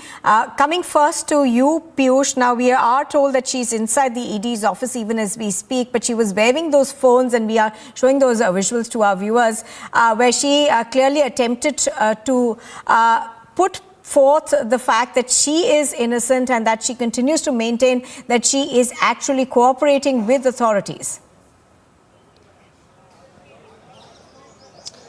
So yes, Nupur, she did make a very dramatic statement by displaying her phones and mentioned that yes, she was cooperating with the agencies, but she was very clear in also mentioning that the enforcement directorate officials were in turn not respecting the privacy of her as a woman. In fact, she has also mentioned that this is all a political vendetta that is being played against her, but she would continue to cooperate with the agencies. Now, it is going to be interesting to see that despite this political slugfest which is continuing outside the Enforcement Directorate office with the questioning of K. Kavita, what exactly would be the round of questioning which she would be subjected to by the Enforcement Directorate officials? Yesterday, she was grilled for over 11 hours by the Enforcement Directorate officials, and it was felt that she was confronted with Arun Ramachandra Pillai, one of the key accused in the Delhi excise liquor scam. However, later when she spoke off the record to some of the media personnel, she mentioned that she wasn't confronted with any of the people by the Enforcement Directorate officials. So yes, today it will be interesting to see that what exactly would be the round of questions, and at the end of the day, what will be the fate of K. Kavita in this entire Delhi liquor scam. Back to the studio. All right, Piyush, to stay with us, I'm going to go across now to Aneri, who's reporting from Hyderabad on this as well. Now, Aneri, K. Kavita and the BRS, of course, continue to maintain that this is political vendetta. And we are told that posters alluding to the fact have actually gone up in Hyderabad. So give us a sense of what's happening there. Well, that's right, Nupur. We have been seeing how there has been a political face-off between the BRS and the BJP. Well, when it comes to the questioning of K. Kavita, well, today is the third round of questioning, and also at the same time we are seeing how there are posters which are being put up across the city. Well, this is not the first time. Well, today once again the posters for K. Kavita had come up by a few BRS leaders where they had called her as a brave lady, and also at the same time what we are being learning is that yesterday during her 11 hours of questioning, she was asked near about 14 to 15 questions, and she had responded to all of those questions is what sources from the party have told us. And also at the same time, K. Kavita has also had also questioned the ED officials in connection with to provide her audio and video evidences of the whole of this questioning. And also at the same time, sources have told us that the tone and tenor of the ED officials were not less than any political nature, and that is the reason why we are seeing how there has been a massive face-off, because the BRS leaders have now been calling the questioning of K. Kavita as a political witch hunt, and definitely we have been seeing this after all of the face-off, and also after K. Kavita being named in the charge sheet of Arun Ramachandra Pillai, and also now today being the third round of questioning. We'll have to see how this questioning goes on for K. Kavita, because today she has also now written a letter to the Enforcement Directorate, and when she was leaving from the residence in the national capital, she also showed few mobile phones, and she is going to hand over that to the Enforcement Directorate as well. All right, Aneri, do stay with us. Quickly going across right now to Tanisha, who's outside Kavita's residence in the national capital now. Tanisha, as far as K. Kavita is concerned, while she was leaving from her residence also, she did not speak to the media. However, she chose to have a dramatic sort of a moment when she displayed those mobile phones. But apart from that, give us a sense of how the ED is planning to question her today, and what is it going to revolve around? Well, Rightly said, Nupur. Quite dramatic scenes that had unfolded outside Ki Kavita's residence, because what we were told earlier is that she will address the media, and that is after which is when she'll head to the ED office. But she did not. She did not do that. When she came out of her residence from her car, she stood up and she displayed few devices symbolizing that it is her who has been cooperating in the investigation, but the Enforcement Directorate has been sabotaging and sacrificing the sacrosanct duty of a fair investigation. Now, what we are expecting today is that YSRC MP Manguta Reddy has also been summoned by the Enforcement Directorate today. Earlier, he had skipped summons, but today he will appear before the Enforcement Directorate. And what we are getting to know is that Manguta Reddy will be confronted with BRS MLC K. Kavita. So this is the fresh development that's coming in. Yesterday, remember, what we were getting to know is that reports had claimed that Arun Pillai was confronted with K. Kavita. Today, it is the YSRC MP Manguta Reddy, who is also an alleged accused in the case. He will be confronted with K. Kavita, is what we're getting to know, because summons has been issued to him as well, and he will appear before. So in a sense, we are going to see perhaps that bit play out when the ED questions are today. Thank you very much, all of you, for joining us for the moment.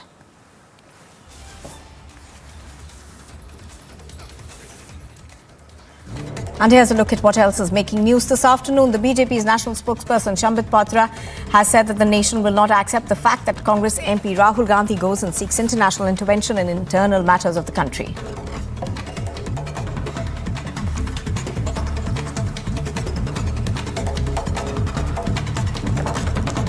Europe and United States of America, why are they oblivious? ये शांत क्यों है, ये चुप क्यों है? Why don't they protect the democracy in India? मतलब this is an open invitation. ये एक खुला निमंत्रण है कि आप आइए और भारतवर्ष के आंतरिक लोकतंत्र में आप आके घुसपैठ करिए और आप हमें नेता बनाइए. The Congress MP Manikam Tagore has given an adjournment motion notice in the Lok Sabha to discuss the government's failure in constituting a JPC into investigating the Adani Group issue. Setting the stage for another round of confrontation with the BJP Chief Minister Arvind Kejriwal has written a letter to Narendra Modi's government and has requested him to let Delhi government pass the budget.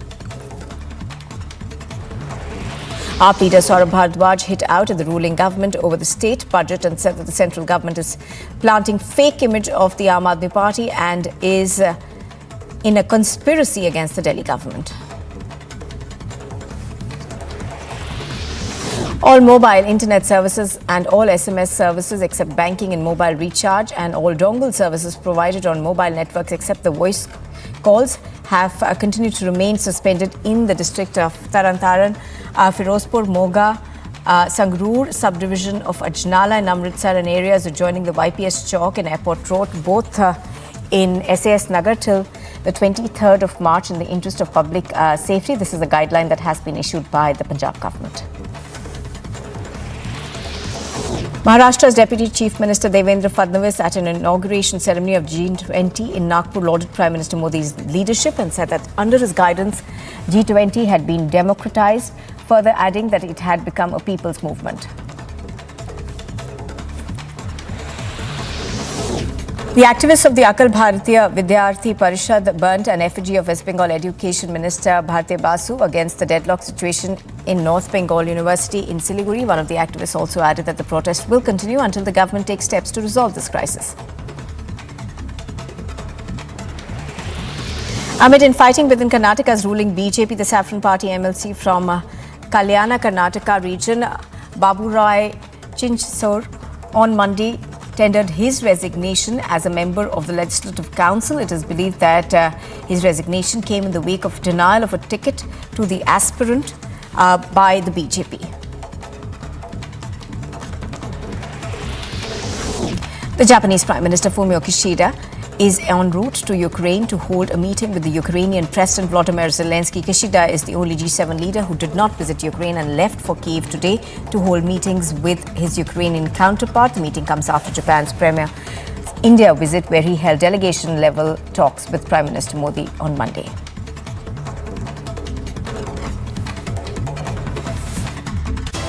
हुआ है जिसने भी पंजाब के social भाईचारक सांझ को, जिसने भी पंजाब की अमन शांति को तोड़ने की रत्ती भर भी कोशिश की, तो पंजाबियों ने उसका मुंह तोड़ना जवाब दिया। Fugitive Amritpal remains untraceable, but the Punjab Chief Minister says there's nothing to worry about. In a surprise move, the Japanese Prime Minister Fumio Kishida heads to Kyiv.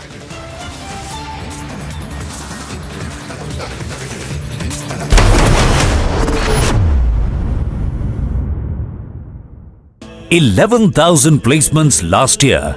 At Amity, we are committed to nurturing passionate, hardworking and proactive professionals. Prayagraj का ये रसूलाबाद इलाका, दोनों दुकानें मोहम्मद गुलाम की ही है, उसको तोड़ने का जो काम है वो यहाँ पर किया जा रहा है। इस पूरी इमारत को मोहम्मद गुलाम ने अवैध रूप से खड़ा किया। काम को तेजी के साथ अंजाम देने के लिए एक और बुलडोजर यहाँ पर आ गया है और ये देखिए, ये आगे पूरा सब कुछ मिट्टी में मिला दिया गया है। जो कहा गया था कि मिट्टी में मिला देंगे, वही आज होता हुआ नजर भी आ रहा है।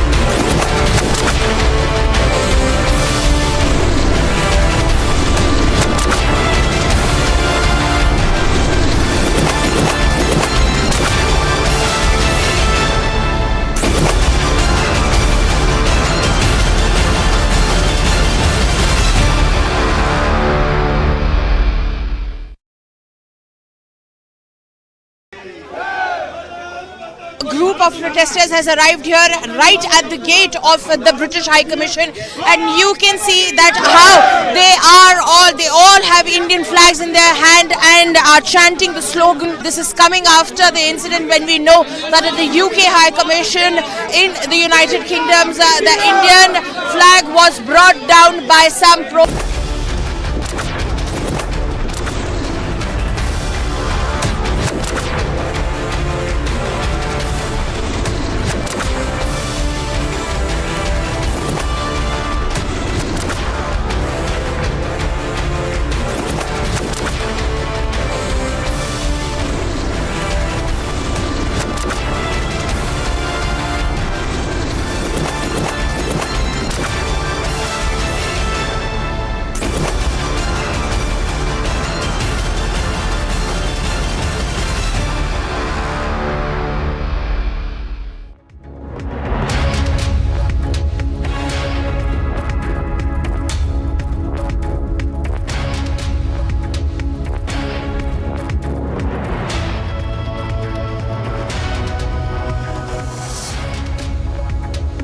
Good afternoon. You're watching Live and Breaking at 12:30. I'm Suesha Sound. We continue to get you all the details on K. Kavita, who is being questioned by the ED as we talk. This is the third round of questioning. She has already been questioned for more than 10 hours.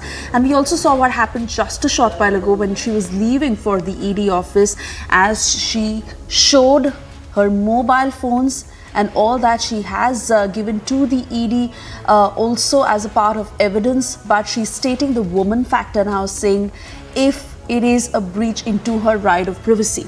We'll tell you more about it and the other details that will come in through this afternoon. First, a quick check of the headlines.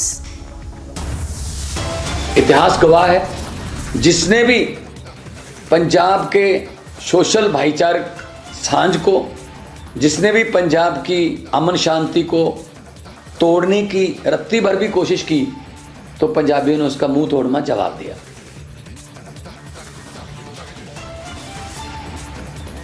74 hours on, fugitive Amritpal remains untraceable, but Punjab Chief Minister says there is nothing to worry.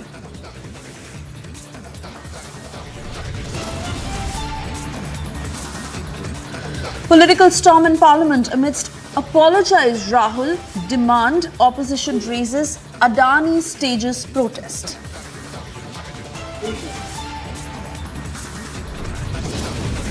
Two percentage times Rahul Gandhi parliament आते हैं, अधिकांश समय तो विदेश में ही रहते हैं, और आप कहते हैं कि हमारे माइक ऑफ कर देते हैं।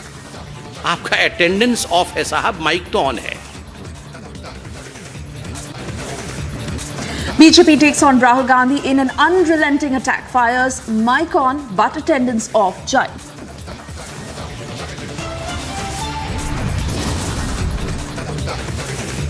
Kavita being quizzed by the ED in Nickergate alleges political witch hunt.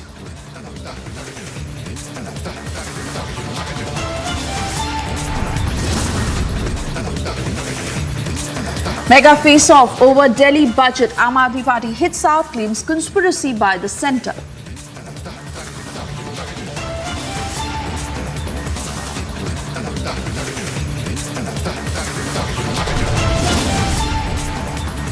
In a surprise move, Japanese Prime Minister Fumio Kishida heads to Kiev.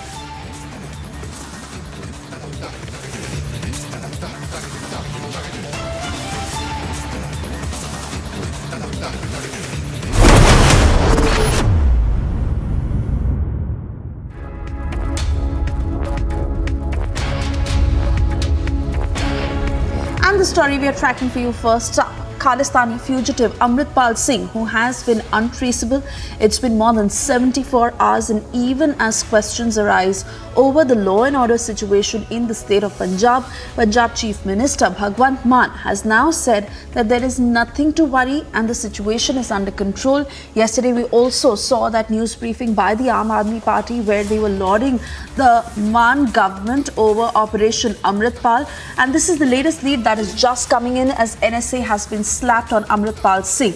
You would remember how the police had also put out details of NSA being slapped on the 5 aides of Amritpal Singh who had been taken into custody and been sent to Dibrugarh, also stating that NSA could well be slapped on Amritpal Singh again. This is the latest lead that is just coming in as Amritpal Singh, who is still on the run, and it's been more than 74 hours that Operation Amritpal is underway.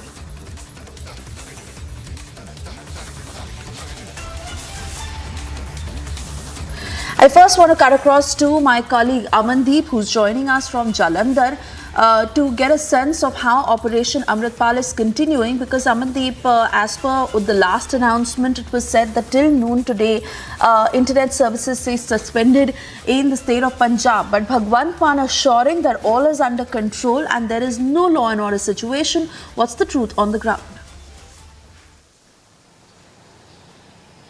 Well absolutely Shwesha, देखिए ground zero के ऊपर पूरा law and order situation maintain है, क्योंकि Punjab police के flag march paramilitary के साथ लगातार जारी हैं, हर जिले में जारी हैं। और इंटरनेट जो पहले सारे पंजाब में बंद था, अब सिर्फ है कुछ जगहों पे, Tarn Taran border district, Moga border district, Amritsar का अजनाला, सिर्फ अजनाला में इंटरनेट सस्पेंड है। मोहाली का जो YPS चौक है जहां पे धरना लगा हुआ है, और एयरपोर्ट पे रोड पे। So these are the certain specific locations where the internet had now suspended, but rest of the Punjab has been relaxed from the suspension of internet. And meanwhile, Punjab government has also filed a full detailed report in High Court following a petition filed by Amritpal Singh's legal counsel regarding the habeas corpus. And in fact, they have also informed the High Court that Amritpal Singh is still at the large.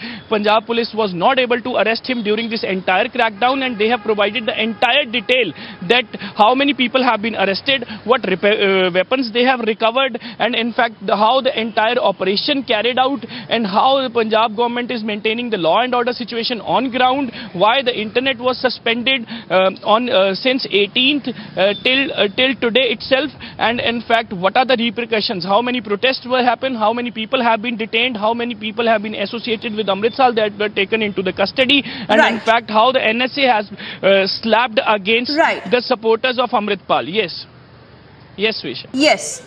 And Amandeep, as you stay with us, let me quickly also bring in Harsha, who is in Chandigarh right now, and she's getting us details of what Punjab Chief Minister Bhagwant Mann is saying, because Harsha, he assures that all is under control, and they are going about Operation Amritpal, confident of its success, and also saying that they are not going to back down in any which way. They are on it. Exactly, Suesha.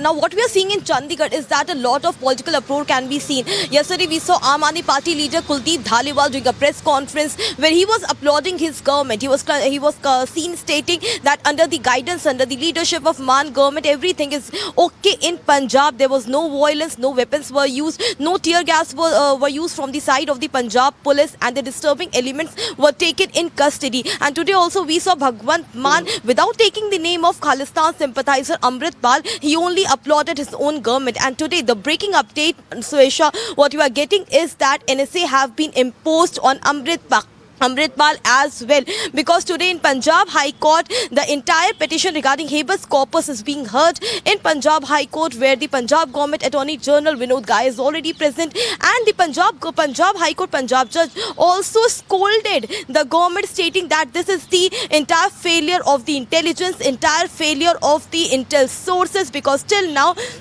when almost 115 aides of Amritpal have been arrested, then why not Amritpal? Where is Amritpal? This is the misuse of the entire sources, and in the High Court only, the government have informed the judge that the NSA have been imposed on Amritpal already. NSA have been imposed on the 5 aides of Amritpal who have been taken to Dibrugarh in Assam jail. So right now what we are getting breaking update is that NSA has been imposed on Amritpal, but till now Amritpal is not traceable. It's been more than 74 hours. Search operation are being carried out in different places of Punjab, be it Amritsar, be it Mohali, be it the search operations in Jalandhar, Hoshiarpur, Moga, Ajnala. Everywhere police is carrying out search operation, but till now there's no clue exactly where Amritpal is. Yesterday also, when IG Sukhchand Gill did a press conference, we clearly asked him why police is clueless, why till now Amritpal has not been arrested, and the legal advisor of Waris Punjab, they again and again saying that Amritpal has already been in the custody.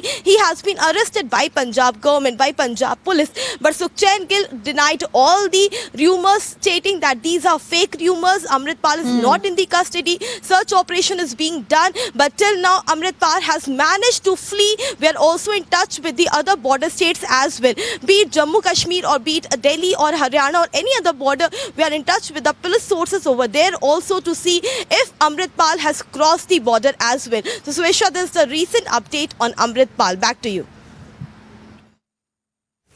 Oh yes, absolutely, Harshan. There has been a lot of speculation on that front, which is why the police clarified in that news briefing yesterday. Gursimran, before I come to you, let's listen into this statement by Chief Minister Bhagwant Mann, who says that they have complete control of law and order in the state of Punjab as Operation Amritpal continues. आज मैं आपके सामने बैठा हूं।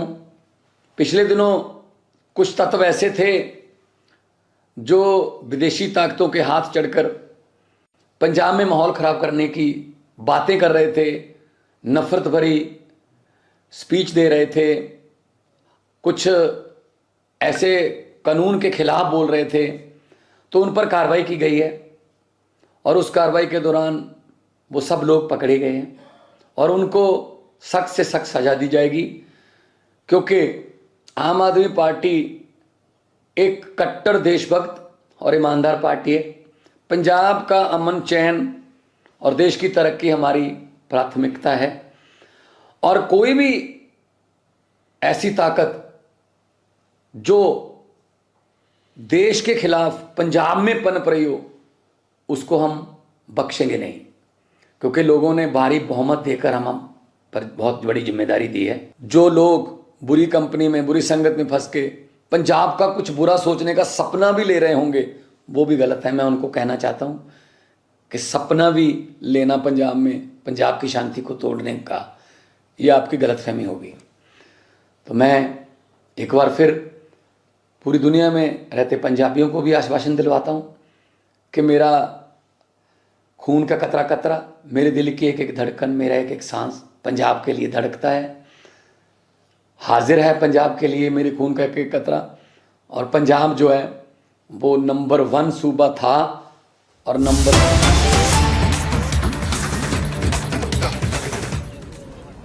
देश की जनता के खून पसीने की कमाई जो पंजाब नेशनल बैंक और 19 अन्य बैंकों में जमा थे, उन बैंकों का 13,500 करोड़ रुपए खाकर डकार कर फरार हो गए, उस आर्थिक भगोड़े मेहुल चोकसी को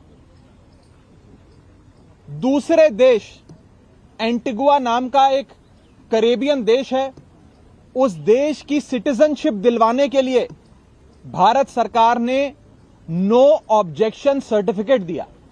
यानी कि एक एनओसी जारी कर यह कहा कि भारत सरकार को कोई परहेज नहीं है अगर मेहुल चोकसी नाम के आर्थिक अपराधी को एंटीगुआ की सरकार अपना सिटीजन बनाकर उसे सिटीजनशिप देती है, उसे पनाह देती है, भारत सरकार को कोई आपत्ति नहीं।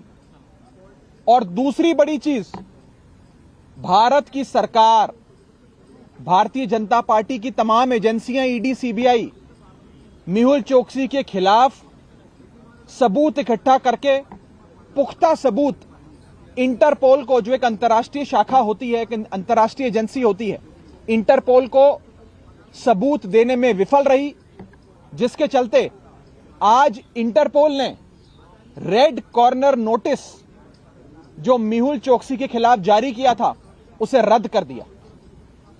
मैं आपको बता दूं कि जो आर्थिक अपराधी होते हैं, इकोनॉमिक फ्यूजिटिव्स होते हैं, आर्थिक भगोड़े होते हैं, उनके खिलाफ उनकी सरकारें, अंतर्राष्ट्रीय एजेंसियां, इंटरपोल जैसी एजेंसियां को सबूत देती हैं।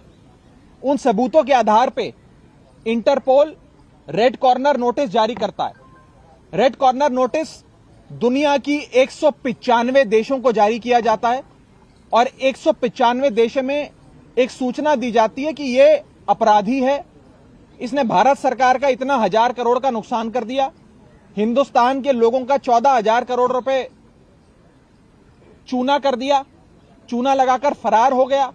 अगर यह शख्स आपके देश में घूमता पाया जाए तो इस शख्स को पकड़ के जेल में डालो, हमारी सरकार को बताओ, हम आएंगे और उसे अपने देश ले आएंगे और कानून के तहत उसके खिलाफ मुकदमा चलाकर जेल भेजेंगे। यह होता है रेड कॉर्नर नोटिस। मुझे बताते हुए बहुत दुख है कि केंद्र में बैठी सरकार, जिसकी ईडी, सीबीआई रोजाना विपक्ष के नेताओं को पकड़ने में तो अपनी सक्रियता दिखाती है, वो मेहुल चोकसी के खिलाफ सबूत इकट्ठा करके इंटरपोल को नहीं सौंप पाई। क्योंकि भारत सरकार ने मेहुल चोकसी के खिलाफ एक मजबूत केस इंटरपोल को नहीं सौंपा, उसके चलते इंटरपोल ने रेड कॉर्नर नोटिस जो मेहुल चोकसी के खिलाफ जारी किया गया था उसे रद्द कर दिया। मैं इस पूरे केस की संक्षेप में आपको हिस्ट्री बताना चाहूंगा। जनवरी 2018 में डावोस, स्विट्जरलैंड में वर्ल्ड इकोनॉमिक फोरम का आयोजन होता है। उस वर्ल्ड इकोनॉमिक फोरम में भारत देश के प्रधानमंत्री आदरणीय नरेंद्र मोदी जी भी जाते हैं और उस वर्ल्ड इकोनॉमिक फोरम की बैठक में नरेंद्र मोदी जी के साथ मेहुल चोकसी की तस्वीर जारी की जाती। तमाम उद्योगपति उस तस्वीर में मौजूद थे और प्रधानमंत्री जी के साथ में मेहुल चोकसी भी खड़े थे। उसके 2 दिन बाद पंजाब नेशनल बैंक एक कंप्लेंट जारी कर हिंदुस्तान को यह बताता है, ईडी और सीबीआई को बताता है कि मेहुल चोकसी ने 13,500 करोड़ का घोटाला कर दिया, उसकी जांच हो। सीबीआई और ईडी एफआईआर दर्ज करते हैं। जब तक एफआईआर दर्ज होती है, केंद्र में बैठी सरकार शायद मेहुल चोकसी को आगाह कर देती है कि तुम्हारे खिलाफ कार्रवाई होने जा रही है, अब यह कंप्लेंट सार्वजनिक हो गई है, तुम भारत देश से फरार हो जाओ। और उसी महीने नीरव मोदी भारत देश को छोड़ के फरार हो जाता है। नीरव मोदी और मेहुल चोकसी दोनों भारत देश को छोड़ के फरार हो जाते हैं। मेहुल चोकसी वो आर्थिक अपराधी एंटीगुआ के देश में जाकर वहां की सिटीजनशिप अप्लाई करता है और वो सिटीजनशिप दिलवाने के लिए भारत सरकार नो ऑब्जेक्शन सर्टिफिकेट जारी करती है और वर्ष 2018 में एंटीगुआ की सिटीजनशिप मेहुल चोकसी नाम के उस आर्थिक अपराधी को मिल जाती है। इसी के साथ साथ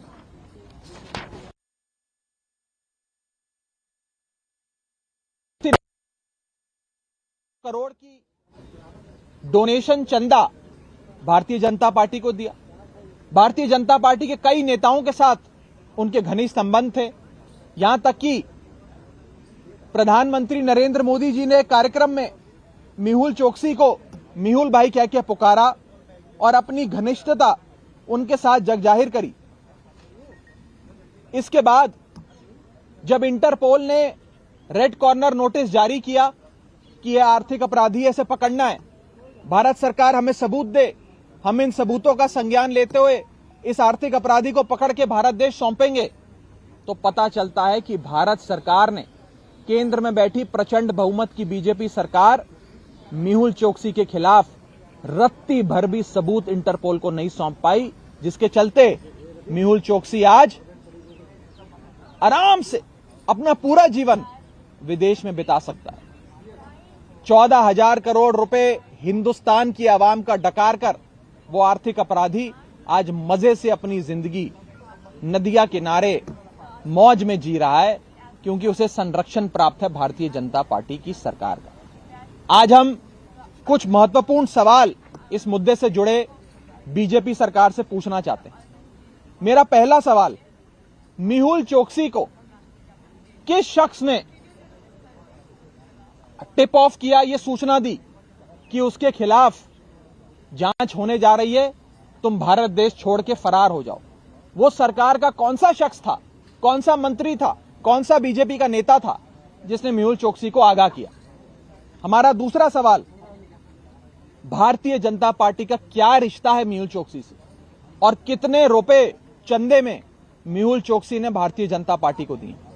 मेरा तीसरा सवाल, भारत की सरकार, बीजेपी की सरकार ने क्यों मेहुल चोकसी को एक दूसरे देश की नागरिकता लेने के लिए, एंटीगुआ की नागरिकता लेने के लिए नो ऑब्जेक्शन सर्टिफिकेट जारी किया? उसे क्यों सहयोग दिया कि वो भारत देश छोड़कर किसी दूसरे देश में आराम से बस जाए और आराम की जिंदगी बिताए?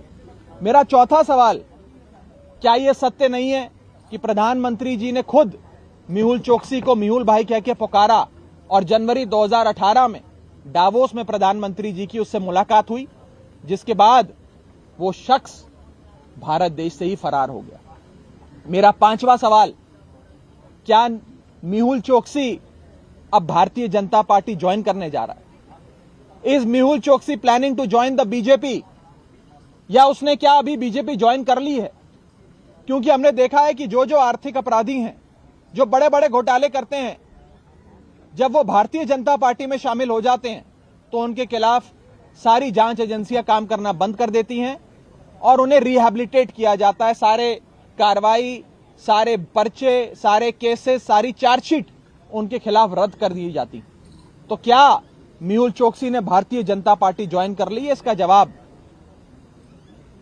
केंद्र में बैठी सरकार हमें दे। हमारा अगला सवाल, क्यों भारतीय जनता पार्टी की केंद्र में बैठी सरकार इंटरपोल को मेहुल चोकसी के खिलाफ सबूत दाखिल करने में फेल हो गई? क्यों बीजेपी की सरकार असफल रही मेहुल चोकसी के खिलाफ एक मजबूत केस इंटरपोल के सामने पेश करने में? और मेरा आखिरी सवाल, क्या मेहुल चोकसी के देखते देखते अब नीरव मोदी भी भारतीय जनता पार्टी ज्वाइन कर लेगा? क्या नीरव मोदी भी अब, और विजय माल्या भी अब, और ललित मोदी भी अब भारतीय जनता पार्टी ज्वाइन कर लेंगे, जैसा कि शायद मेहुल चोकसी करने जा रहा है?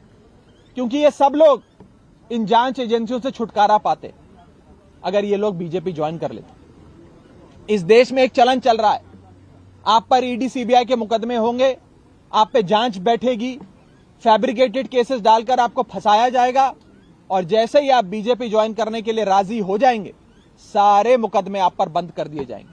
और यही क्लासिक केस है मेहुल चोकसी का, जिसके खिलाफ भारत सरकार ने अब सारे केसेस बंद करने का मन बना लिया है और उसे छूट देने का पूरी तरीके से मूड में भारतीय जनता पार्टी की सरकार बैठी। मैं आपको बता दूं कि मेहुल चोकसी ने 13,500 करोड़ का घोटाला किया। यह घोटाला 2016, 17 और 18 इस समय में हुआ जिस समय केंद्र में भारतीय जनता पार्टी की सरकार थी। ये कोई कांग्रेस की और किसी और पार्टी की सरकार के समय का घोटाला नहीं, और समय समय पर भारतीय जनता पार्टी की सरकार को इस घोटाले के बारे में अवगत कराया गया। यहां तक कि प्रधानमंत्री जी के अपने कार्यालय को सूचना देते हुए 2016 में एक पत्र के माध्यम से ये कंप्लेंट सौंपी गई कि मेहुल चोकसी ने बहुत बड़ा घोटाला किया है, उसके खिलाफ जांच हो। And well, that is Raghav Chadha of the Aam Aadmi Party who's blaming the centre over Mehul Choksi issue as the Interpol has dropped the red corner notice, to which we are now also getting several reactions, not just of Vijay Agarwal, who is the lawyer of Mehul Choksi, but also how the Congress is reacting to this. Let's listen in. Legal team has taken up the matter with Interpol, and the Interpol in turn has been asking queries from India. But ultimately realizing that now that the Antigua police has clearly said that this kidnapping was genuine, the man was actually kidnapped. So this sort of things now, this kidnapping attempts and everything is not approved by the international community.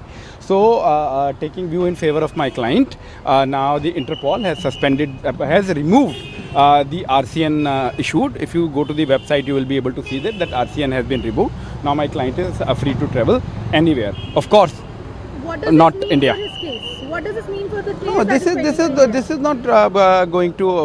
not going to affect his criminal litigation pending in India. So this is the RCN was the effort that if he is travelling anywhere, so he can be caught and brought here. So that risk now he will not have. But as far as the pending cases here are concerned, RCN removal will not have any impact. ना खाऊंगा ना खाने दूंगा, मोदी जी की गुब्बारा से हवा निकल चुके हैं। और सारे ईडी सीबीआई कैसे राहुल गांधी को बदनाम किया जाए, कैसे विपक्ष पार्टी की नेताओं को कमर तोड़ने की प्रक्रिया किया जाए, इसमें सारे व्यस्त रहते हैं, समय है कहां। मोदी जी और सरकार ने राहुल जी के साथ साथ विपक्षियों को ईडी सीबीआई की जांच की चुंगल में फंसाने के लिए रोजाना जो नया नया साजिश रच रहे हैं, उसी में व्यस्त रहते हैं हमारे सारे जांच एजेंसियों ने।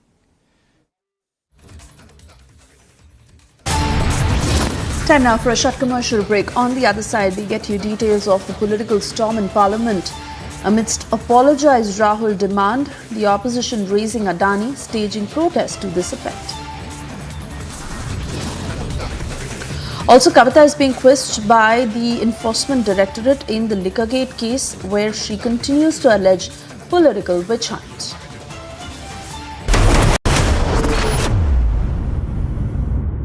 $11,000 placements last year. At Amity, we are committed to nurturing passionate, hardworking and proactive professionals. A group of protesters has arrived here right at the gate of the British High Commission, and you can see that how they all have Indian flags in their hand and are chanting the slogan. This is coming after the incident when we know that at the UK High Commission in the United Kingdom, the Indian flag was brought down by some pro-Khalistani supporters, and against that this massive protest is being staged at the gate of the British High Commission.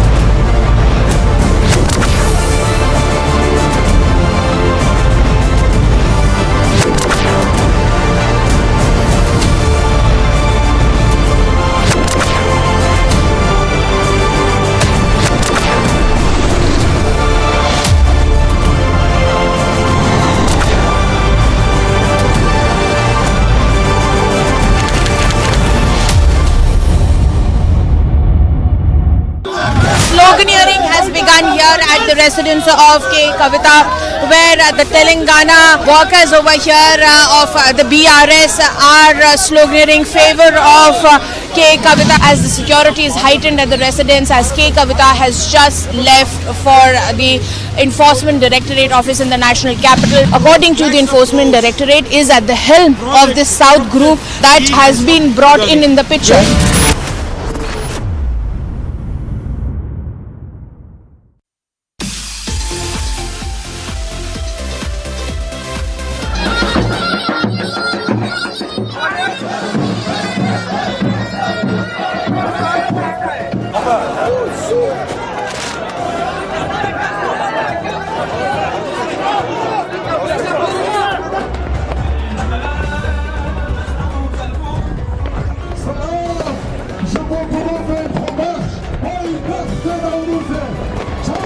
It's wonderful to be here for Nowruz, which I celebrate at home. You've all been so welcome.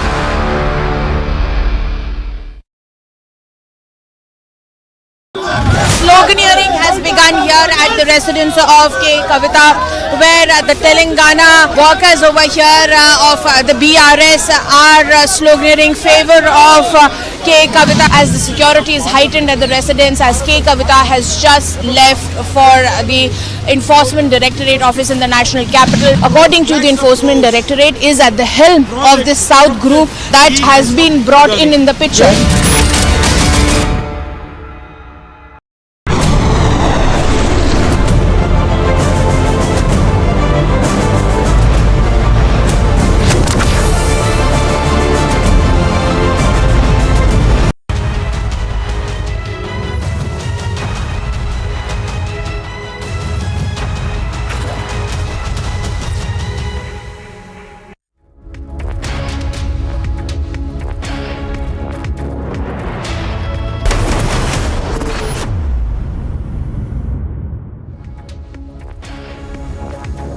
Thank you for staying tuned. This is live and breaking at 1 p.m. I'm Suesha Sound. The focus is on BRS MLC K. Kavita, who is being questioned by the ED. Remember, she has been questioned for more than 10 hours. This is the third round of questioning as she continues to allege political vendetta. BRS also holding a news conference, which we'll cut to in just a short while from now. First, a quick check of the headlines we're tracking at this hour. जिसने भी पंजाब के social भाईचारक सांझ को, जिसने भी पंजाब की अमन शांति को तोड़ने की रत्ती भर भी कोशिश की, तो पंजाबियों ने उसका मुंह तोड़ना जवाब दिया। 74 hours on, fugitive Amritpal still remains untraceable, but Punjab Chief Minister says there is nothing to worry.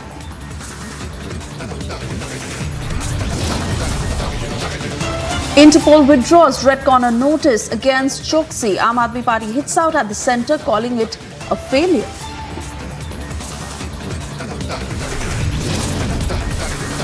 Political storm in Parliament amidst apologised Rahul demand. The opposition is raising Adani, staging protest. मात्र 52% times Rahul Gandhi parliament आते हैं, अधिकांश समय तो विदेश में ही रहते हैं, और आप कहते हैं कि हमारे माइक ऑफ कर देते हैं। आपका अटेंडेंस ऑफ है साहब, माइक तो ऑन है। BJP takes on Rahul Gandhi in an unrelenting attack, fires mic on but attendance off. Jai.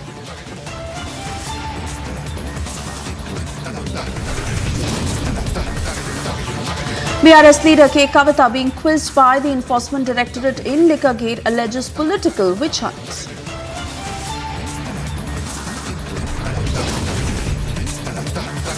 In a surprise move, Japanese Prime Minister Fumio Kishida heads to Kiev.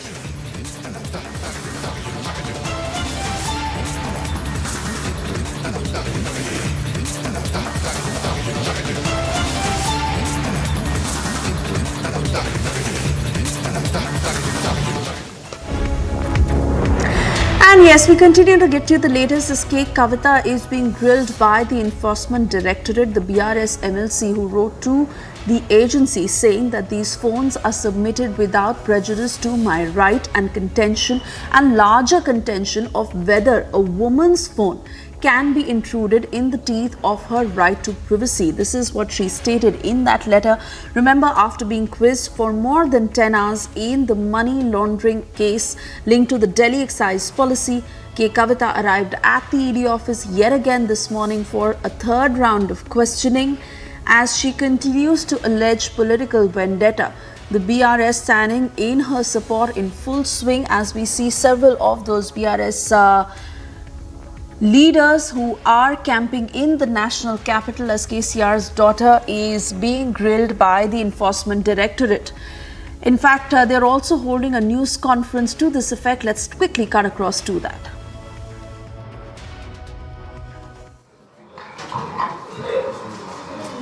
లక్షల రూపాయల విలువైనటువంటి cell ఫోన్లను వికాలంలో మీరు ఒక్కరికి చేశారు, మీ యొక్క వ్యాపారంలో భాగస్వామ్యమైనటువంటి వ్యక్తులు ఎందుకు చేశారు, ఈ లెక్క కుంభకోణంలో ఉన్నటువంటి ఈ యొక్క గ్యాంగ్ అంతా కూడా ఎందుకు సెల్ ఫోన్ ధ్వంసం చేశారు, ఇది వాస్తవం కాదా నిరూపించాలి. కేంద్ర మంత్రి కిషన్ రెడ్డి గారు మాట్లాడినటువంటి మాటలు పత్రికాముఖంగా నేను కిషన్ రెడ్డి గారిని ఒకటే అడుగుతా ఉన్నా, ఏ ఆధారాలు లేకుండా ముందే ఊహించుకొని మీరు నవంబర్లోనే సెల్ ఫోన్లు ఉన్నాయా లేదా నోటీస్ ఇవ్వకుండా అడగకుండా ఎలాంటి సమాచారం అడగకుండా మా కవిత గారిని తెలంగాణ ఉద్యమంలో చురుకైన పాత్ర పోషించి తెలంగాణ రాష్ట్రం రావడంలో ప్రముఖంగా ఉన్నటువంటి వ్యక్తిని, ఒక ఆడబిడ్డని కనీసం in the month of November itself, Kavita's name was బాధ్యత గల వ్యక్తిగా ఒక ఆడపిల్ల మీద అభియోగం మాట్లాడుతున్నప్పుడు ఇంత దారుణంగా ఈ భారతదేశంలో ఉంటుందా? మేము మహిళలను గౌరవిస్తాం, మహిళలను పూజిస్తాం, ఏదో గొప్ప గొప్ప మాటలు చెప్తారే. మరి ఈరోజు మా ఇదే కవితమ్మ ఇగో ఈరోజు నేను తీసుకొస్తున్నా.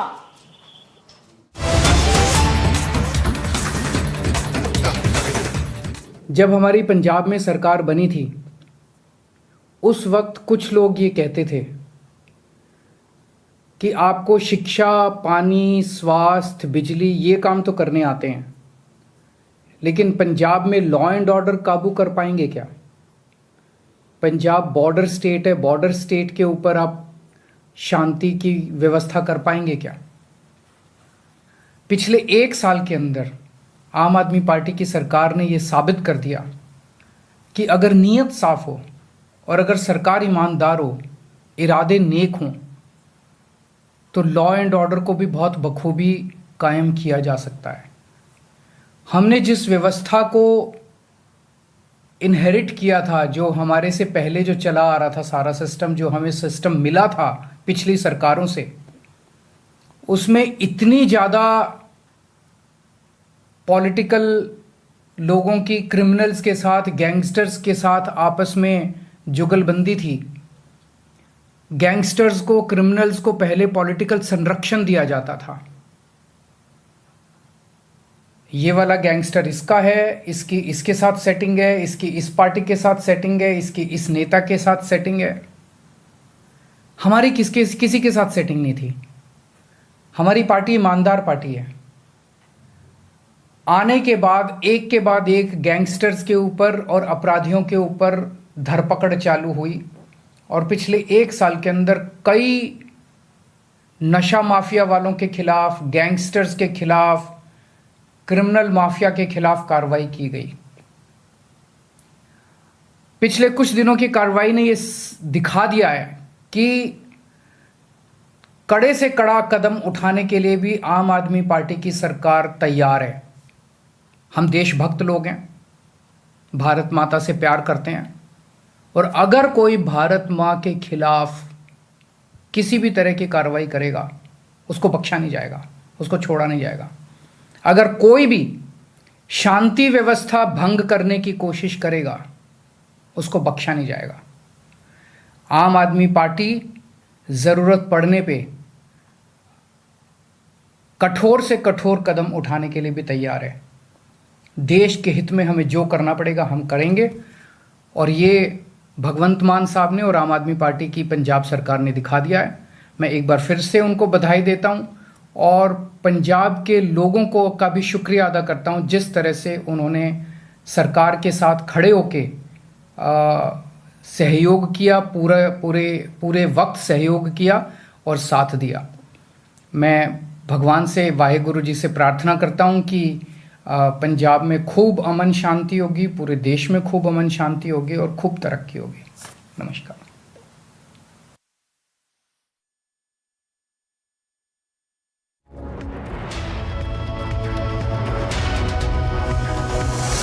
All right, so the Aam Aadmi Party already giving itself a certificate as remember Amritpal Singh is still on the run. He is still untraceable. It is more than 74 hours, but the Aam Aadmi Party is quick to pat on its back for holding Operation Amritpal in the first place and saying that all is in control as far as law and order in the state of Punjab is concerned. Similar was the message that came in from Punjab Chief Minister Bhagwant Mann, and now Aam Aadmi Party Supremo Arvind Kejriwal also taking the same line, also saying that there is zero tolerance towards the drug mafia. But all in all, the Aam Aadmi Party assuring and rather crediting itself for going after Amritpal Singh. This as they're also facing a lot of criticism as Amritpal Singh is still on the run. It's been 74 hours and they have not been able to nab him. Bhagwant Mann, who spoke just a short while ago, and as the Chief Minister of Punjab assuring people that all is well in the state of Punjab and they have complete control over the law and order situation. Listen into that message. आज मैं आपके सामने बैठा हूं। पिछले दिनों कुछ तत्व ऐसे थे जो विदेशी ताकतों के हाथ चढ़कर पंजाब में माहौल खराब करने की बातें कर रहे थे, नफरत भरी स्पीच दे रहे थे, कुछ ऐसे कानून के खिलाफ बोल रहे थे, तो उन पर कार्रवाई की गई है और उस कार्रवाई के दौरान वो सब लोग पकड़े गए हैं और उनको सख्त से सख्त सजा दी जाएगी, क्योंकि आम आदमी पार्टी एक कट्टर देशभक्त और ईमानदार पार्टी है। पंजाब का अमन चैन और देश की तरक्की हमारी प्राथमिकता है और कोई भी ऐसी ताकत जो देश के खिलाफ पंजाब में पनप रही हो उसको हम बख्शेंगे नहीं, क्योंकि लोगों ने भारी बहुमत देकर हम पर बहुत बड़ी जिम्मेदारी दी है। जो लोग बुरी कंपनी में, बुरी संगत में फंस के पंजाब का कुछ बुरा सोचने का सपना भी ले रहे होंगे वो भी गलत है। मैं उनको कहना चाहता हूँ कि सपना भी लेना पंजाब में पंजाब की शांति को तोड़ने का, ये आपकी गलतफहमी होगी। तो मैं एक बार फिर पूरी दुनिया में रहते पंजाबियों को भी आश्वासन दिलवाता हूँ कि मेरा खून का कतरा कतरा, मेरे दिल की एक एक धड़कन, मेरा एक एक सांस पंजाब के लिए धड़कता है, हाजिर है पंजाब के लिए मेरे खून का एक एक कतरा। और पंजाब जो है वो नंबर 1 सूबा था And as we continue to get you more voices on this, on the phone line, joining us this afternoon is Punjab BJP Vice President Harjeet Grewal. Harjeet Grewal, thank you for speaking to Republic. You just heard what Kejriwal had to say, and really how the Aam Aadmi Party is making it look for the Maan government in Punjab, where they are already crediting themselves, lauding themselves as if Operation Amritpal is a success, where they have nabbed Amritpal Singh. But fact is that he's still on the run. It's been more than 74 hours. They've not been able to catch him. And even when it comes to the situation on the ground, there is still a sense of fear because all is not well. ऐसा है, अमृतपाल एक मोहल्ला का बदमाश था. उस मोहल्ला के बदमाश को देरी कर करके हमारी सरकार ने इतना बड़ा बना दिया, और अगर और देरी हो जाती तो और नुकसान होता. अभी भी मान सरकार के हम धन्यवाद करते हैं. सरकार तो केजरीवाल भी चलाते हैं, उनका भी धन्यवाद कि उन्होंने कार्रवाई की. इस पे ये देश विरोधी लोग हैं, इनके खिलाफ कार्रवाई होनी चाहिए. और मैं एक चीज बताऊं, जिस झंडे को, तिरंगे को लेके विदेशी भी इस बार यूक्रेन से निकले, और उसी को लेके हमारे देश के 23,000 के करीब लोग वहां से निकले, यूक्रेन से सुरक्षित आए, और उसका भी अपमान करते हैं. वो ना सिख हो सकता है, ना हिंदू, ना मुसलमान. वो तो देश का दुश्मन है जो ऐसा करे. तो इसलिए हमने तो यही कहा कि सख्त से सख्त कार्रवाई करो, और मुख्यमंत्री ने किया, हम उनका धन्यवाद करते हैं. और भी सख्ती करनी चाहिए इन लोगों के खिलाफ, किसी को स्पेयर नहीं करना चाहिए.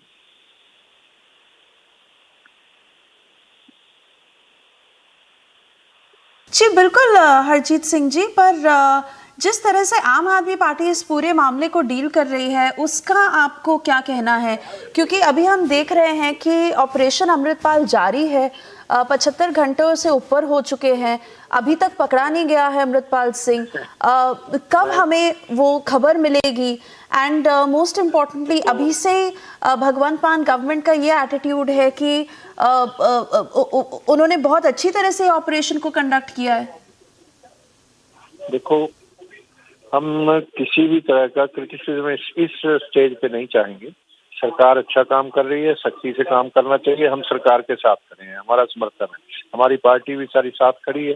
जहाँ देश की बात आती है वहाँ हम साथ देते हैं, वहाँ पार्टीबाजी की कोई बात नहीं रहती. इसलिए मैं बाकी सब लोगों को भी अपील करूंगा, पूरे पंजाबी इनके साथ खड़े हैं कि सख्त कार्रवाई करें. देरी करने से एक मोहल्ला का बदमाश इतना बड़ा बना दिया. ठीक है जी. हरजीत सिंह ग्रेवाल, आपका धन्यवाद करना चाहूंगी रिपब्लिक से बात करने के लिए. Also for our viewers, keeping you ahead on all the details as operation Amritpal is continuing, but the Aam Aadmi Party already lauding the Maan government for Operation Amritpal. On that note, we move on.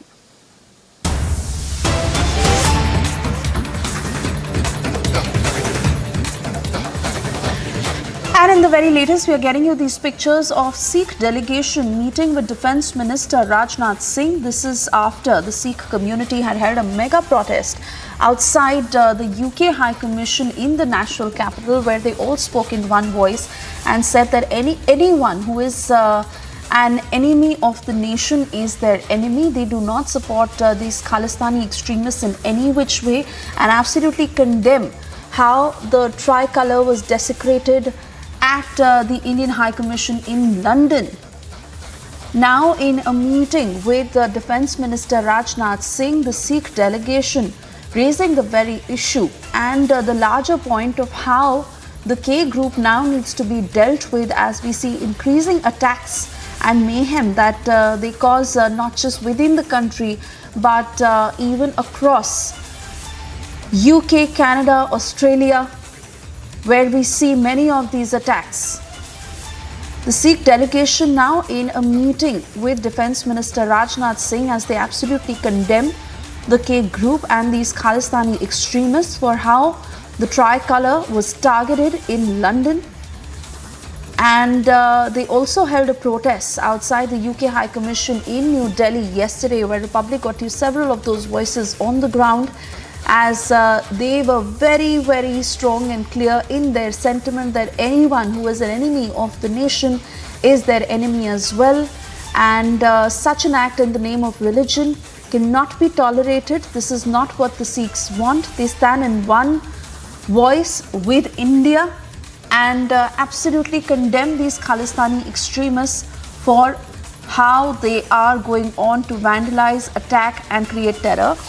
Manjinder Singh Sirsa is with us on the phone line now. Very good afternoon to you, sir.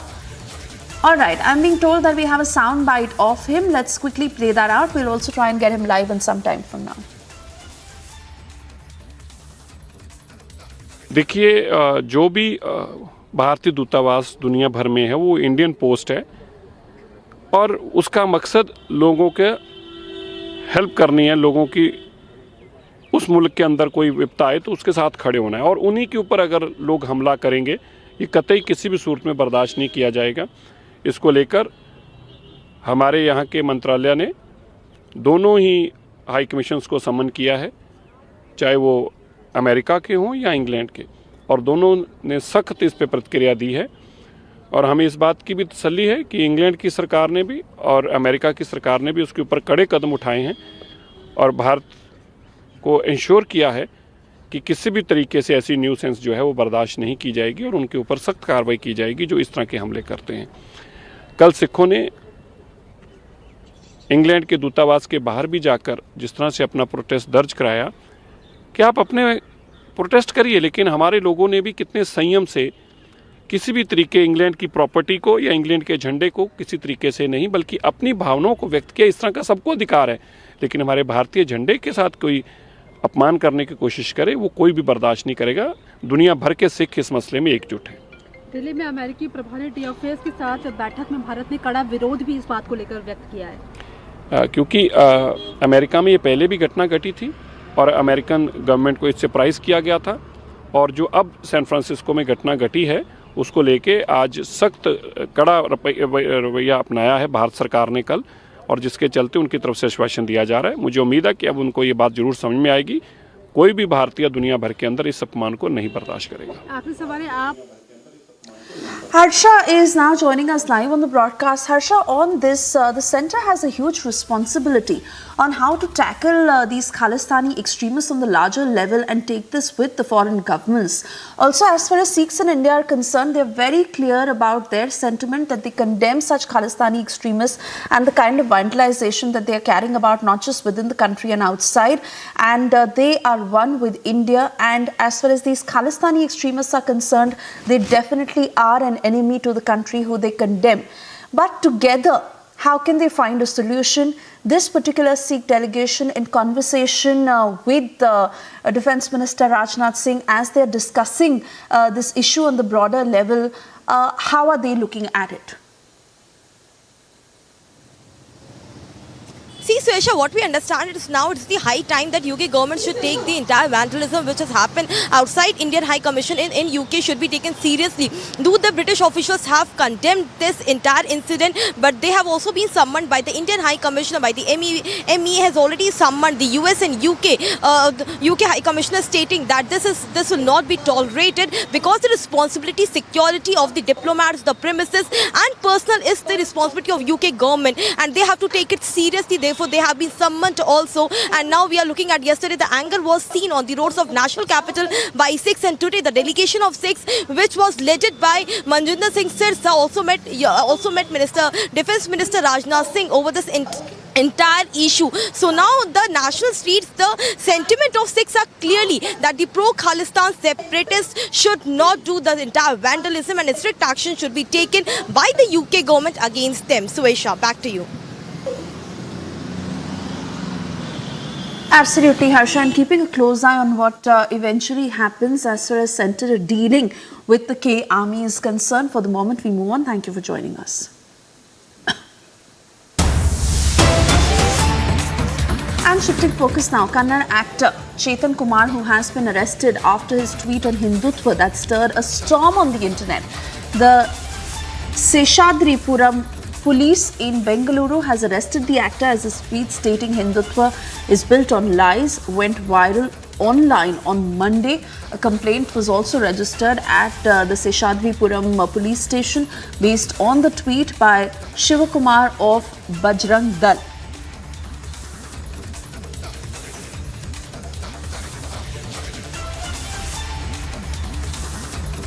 Prajwal is now joining us live on the broadcast. Prajwal, Kannada actor Chetan Kumar, who we now hear has been arrested. Give us details of whether he was working on anyone's behest. Was this a personal opinion that he put out such a tweet? Was it to purposely create any sort of unrest? What is the police now finding out as he has been arrested? And what is the action being taken against him?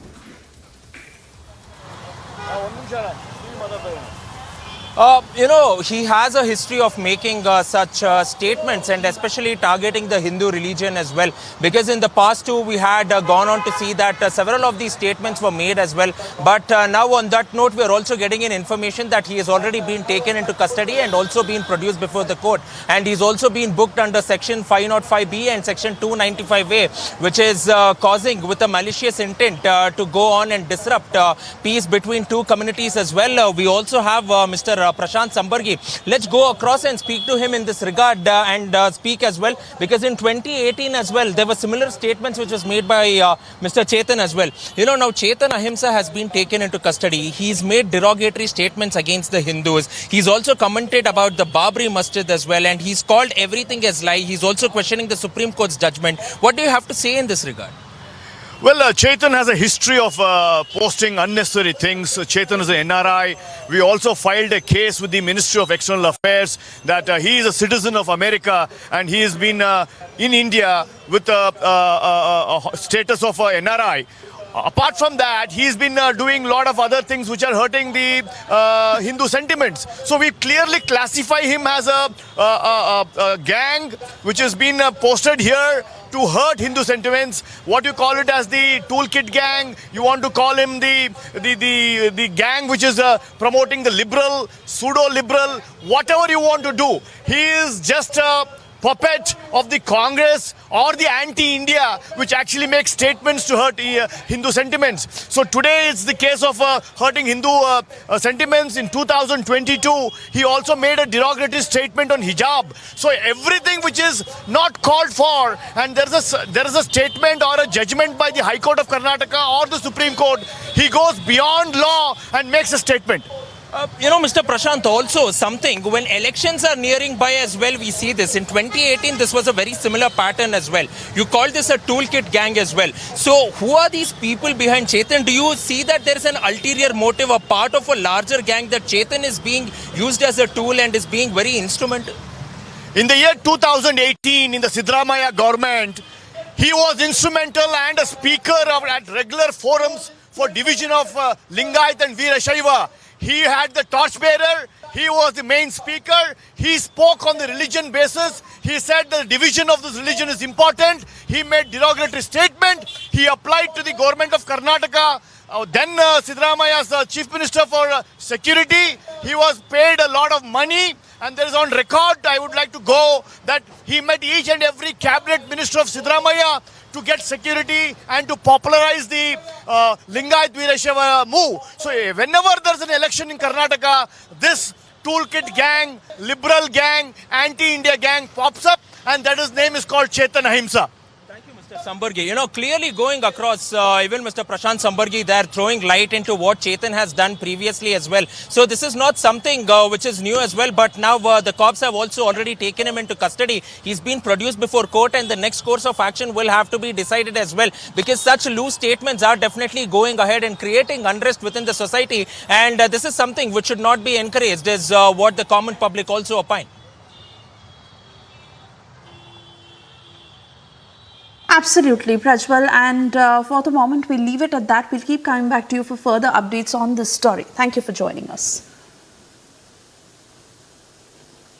And moving on, groups of angry demonstrators took to Paris's streets in the wake of the adoption by Parliament of a divisive pension bill after lawmakers in the lower chamber rejected 2 no-confidence votes against the government. Several hundred people who walked through central Paris's bins and plastic bags were set on fire, while some called for the resignation of French President Emmanuel Macron. Getting you all the details in this report.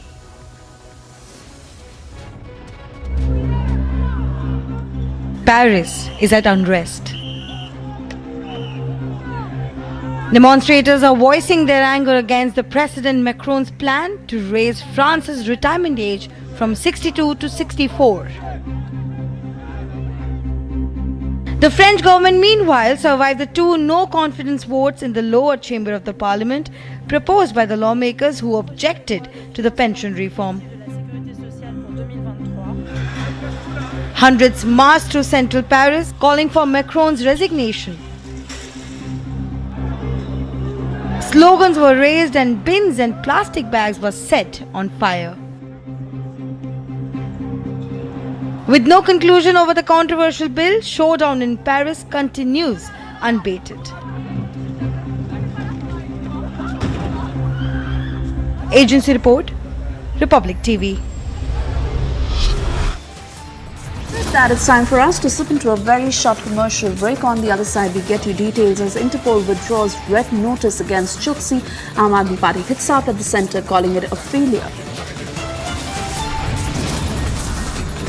And in a surprise move, Japanese Prime Minister Fumio Kishida heads to Kiev.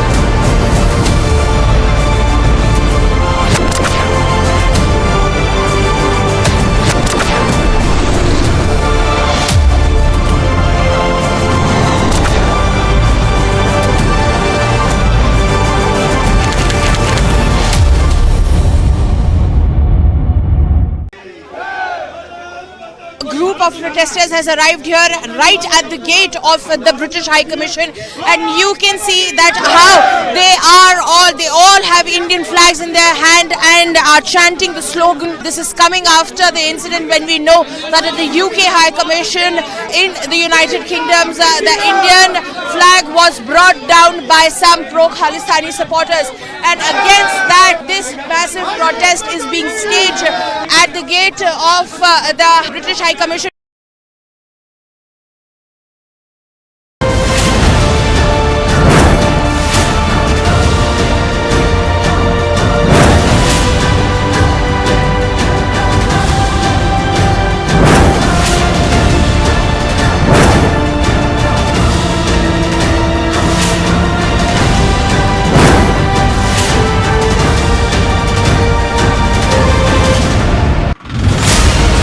Prayagraj का ये रसूलाबाद इलाका, दोनों दुकानें मोहम्मद गुलाम की ही हैं। उसको तोड़ने का जो काम है वो यहाँ पर किया जा रहा है। इस पूरी इमारत को मोहम्मद गुलाम ने अवैध रूप से खड़ा किया।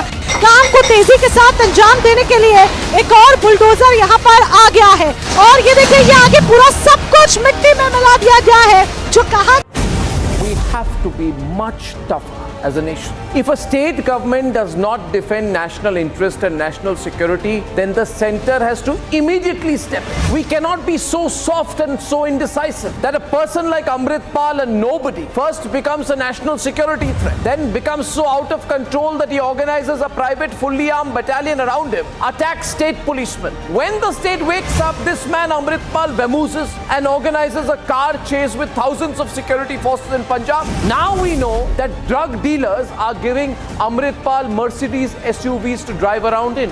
Why? Didn't the security agencies not know about all this till now, or did they allow? If a state government does not defend national interest, then the center has to step in, whether people like it or not. These are not legal matters. These are matters of national security.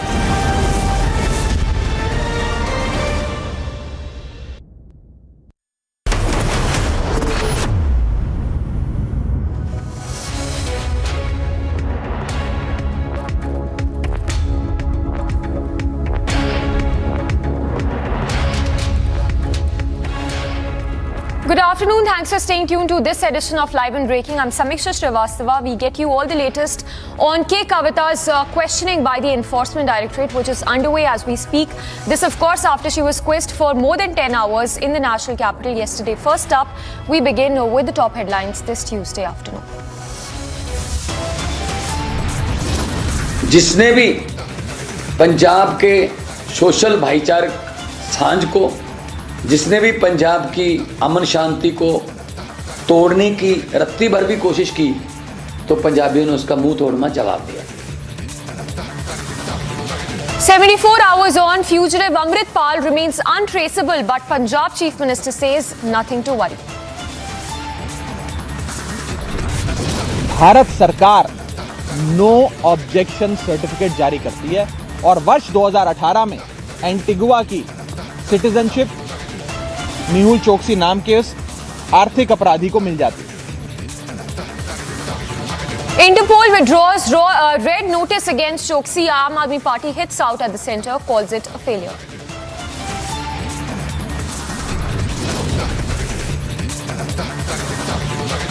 Kannada actor Chetan Kumar arrested over alleged anti-Hindu social media posts. Political storm in Parliament amidst apologised Rahul demand. Opposition raises Adani matter, stages protest inside and outside the Parliament. BRS leader K. Kavita being grilled by the Enforcement Directorate in Liquorgate alleges political witch hunt.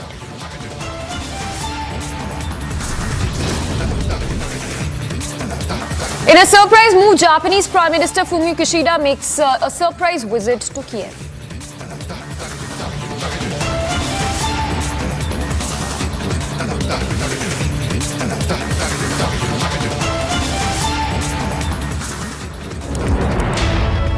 Now, top focus remains fugitive Amritpal, who remains on the run for more than 72 hours now. So, it's been more than 3 days that the Punjab Police continues to trace the location of Amritpal Singh. This even as questions arise over the law and order situation in the state. Punjab Chief Minister Bhagwant Mann, who maintains that there is nothing to worry about, and Kejriwal also saying that law and order is under control in the state of Punjab. So even as questions are being raised on the law and order situation in Punjab, while the Punjab Police still does not have any clue on the location or whereabouts of Amritpal Singh, Chief Minister Bhagwant Mann and Aam Aadmi Party's national convener who maintain that law and order situation is in control in the state of Punjab. Listen in to what Kejriwal had to say just a short while back on the whereabouts and the action being taken by the Punjab Police and Amritpal Singh. Punjab में कानून व्यवस्था लागू कर रखने के लिए और शांति बहाल रखने के लिए पिछले कुछ दिनों के अंदर भगवंत मान साहब ने और आम आदमी पार्टी की पंजाब सरकार ने कई कठोर कदम उठाए हैं।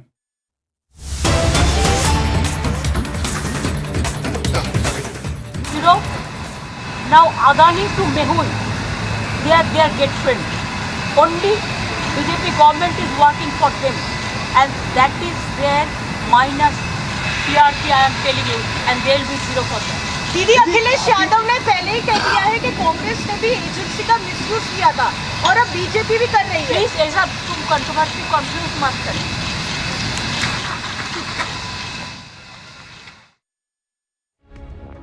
So Mamata Banerjee there raking up the Adani matter, questioning the centre as to why the centre has still not given any answer in relation to the opposition's demand seeking a JPC inquiry into the Adani Hindenburg matter. Remember earlier today, the TMC also staged a protest outside at the Vijay Chowk over the Adani matter. Meanwhile, Mamata Banerjee also training guns at the central agencies and the government over Mehul Choksi matter.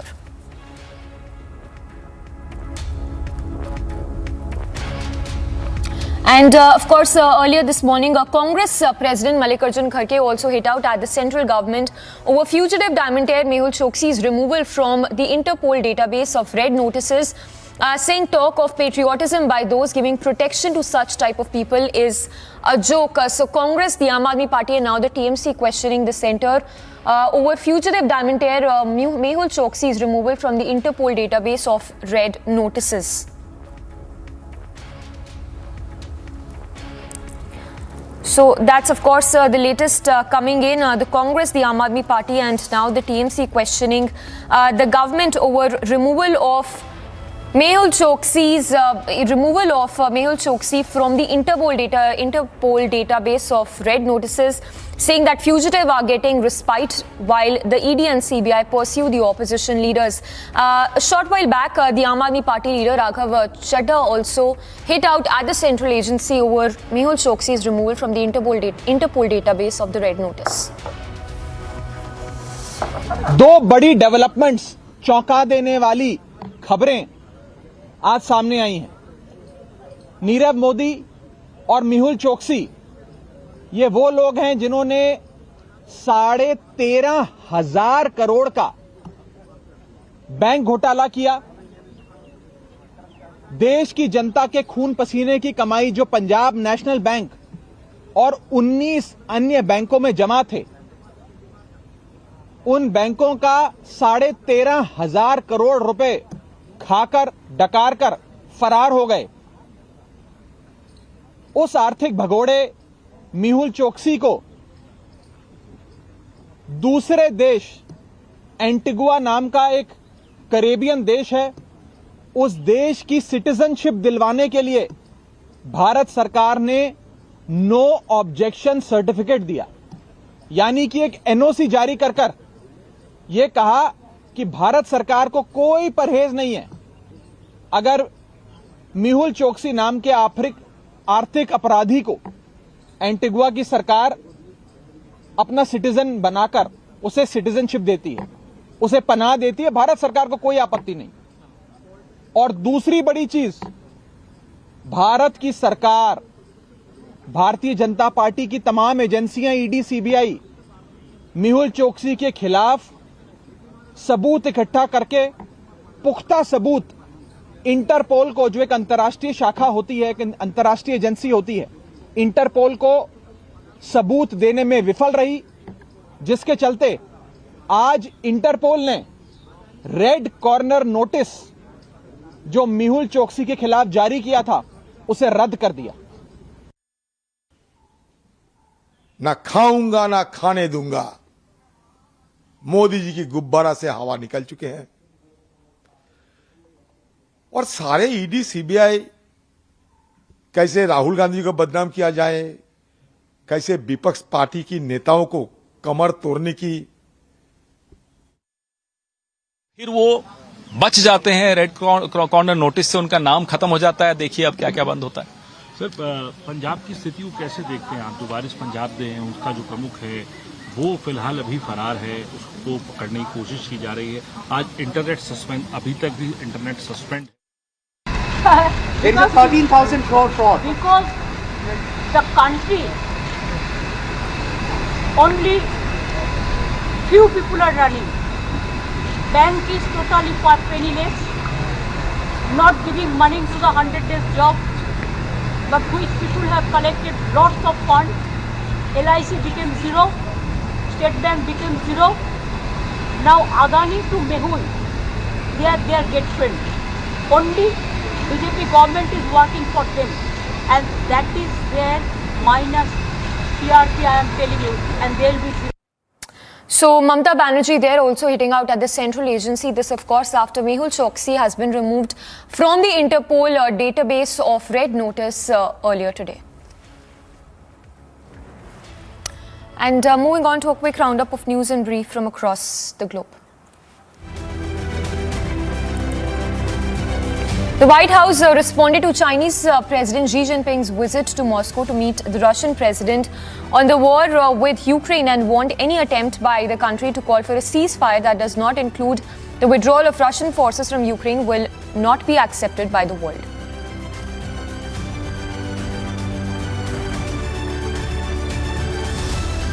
We hope the President Xi will press President Putin to cease bombing Ukrainian cities, hospitals, and schools, to halt the war crimes and atrocities, and to withdraw all its troops. But we are concerned that instead, China will reiterate calls for a ceasefire that leaves Russian forces inside Ukraine's sovereign territory. Now, any ceasefire that does not address the removal of Russian forces from Ukraine would effectively ratify Russia's illegal conquests, enabling Russia to entrench its positions and then to restart the war at a more advantageous time for them. This would, the world should not be fooled by any tactical move by Russia, aided by China or any other country, to freeze the war on its terms without any viable pathway to restore Ukraine's sovereignty and territorial integrity. Ukraine's President Zelensky has announced new aid packages from Europe and the US. European Union countries have endorsed a fast-track procedure aimed at providing Ukraine with sorely needed artillery shells to repel the Russian forces. A Russian representative walked out of the US United Nations Human Rights Council meeting in Geneva ahead of a report accusing Moscow of committing war crimes in Ukraine.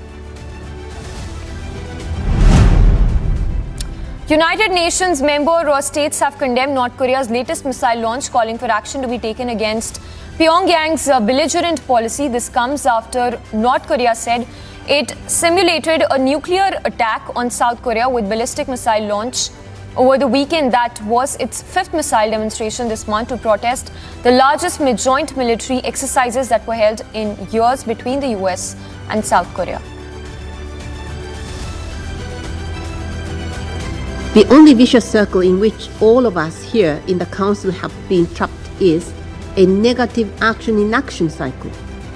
This Council has long failed to act in response to provocative actions by North Korea, and North Korea has taken advantage of the Council's silence and felt free to steadily proceed with its unlawful WMD programs. It is high time to end this negative action-inaction cycle. A grand jury heard from the final witnesses in the investigation into Donald Trump as law enforcement officials accelerated security preparations in advance of a possible indictment as fellow Republicans talked out positions in a criminal probe expected to shake up the 2024 presidential race.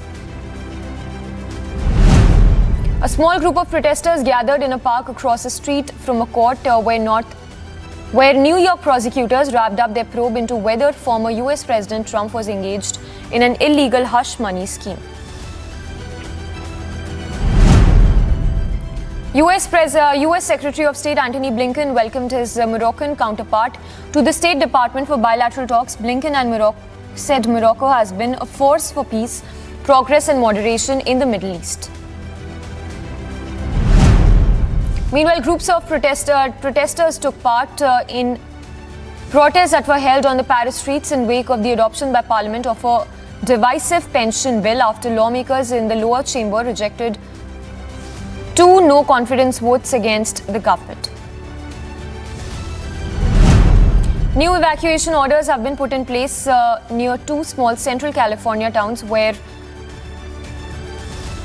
a leave was breached.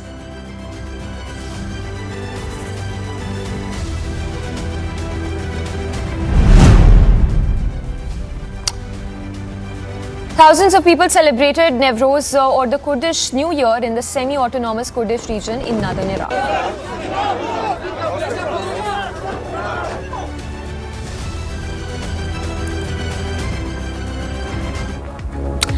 Alright, we slip into a very short break for now, but on the other side, we'll get you the latest from Punjab, where massive manhunt continues against Amritpal Singh, who's already been declared a fugitive and has booked under NSA. And also coming up on the other side, the latest on the showdown in the parliament amidst apologise Rahul demand, opposition raises Adani matter, even stages protest outside the parliament. And BRS leader K. Kavita being quizzed by the Enforcement Directorate in Liquorgate alleges political witch hunt.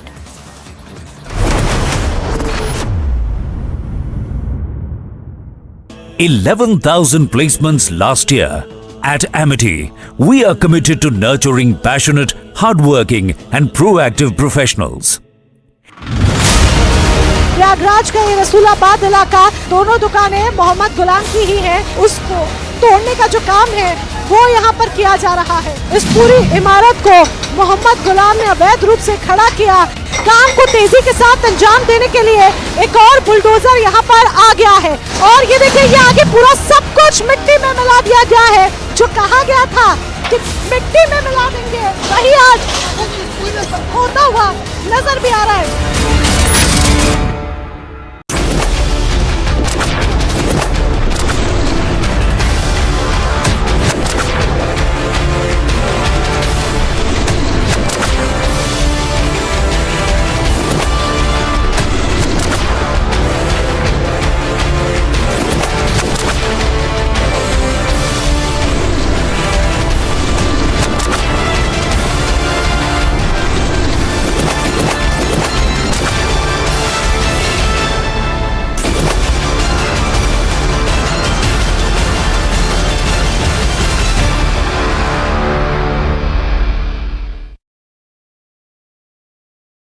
A group of protesters has arrived here right at the gate of the British High Commission, and you can see that how they all have Indian flags in their hand and are chanting the slogan. This is coming after the incident when we know that at the UK High Commission in the United Kingdom, the Indian flag was brought down by some pro-Khalistani supporters, and against that this massive protest is being staged at the gate of the British High Commission.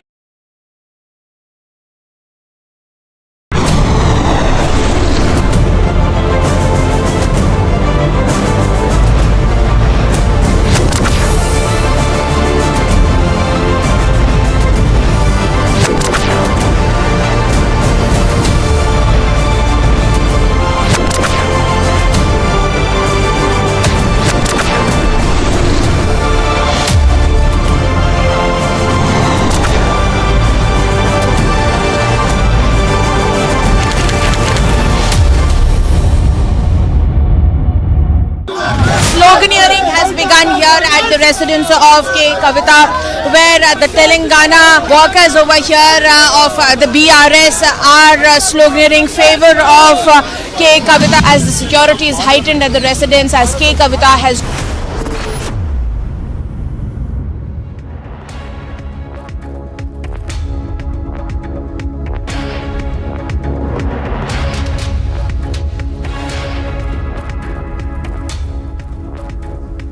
Alright, in more news from across the globe, groups of angry demonstrators took to Paris streets, this in wake of adoption by Parliament of a divisive pension bill. This after lawmakers in the lower chamber rejected 2 no-confidence votes against the government. Several hundred people walked through central Paris as bins and plastic bags were set on fire, while some even called for the resignation of the French president.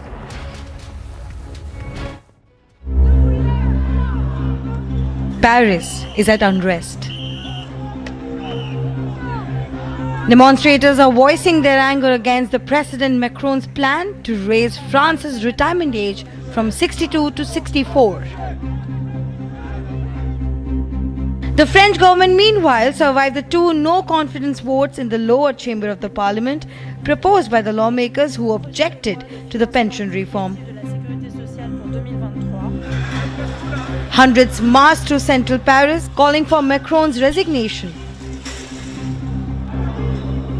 Slogans were raised and bins and plastic bags were set on fire. With no conclusion over the controversial bill, showdown in Paris continues unabated. Agency report, Republic TV. Alright, we slip into a very short break. Coming up on the other side, details of the mega face-off over Mehul Choksi as Interpol now withdraws red notice against Mehul Choksi.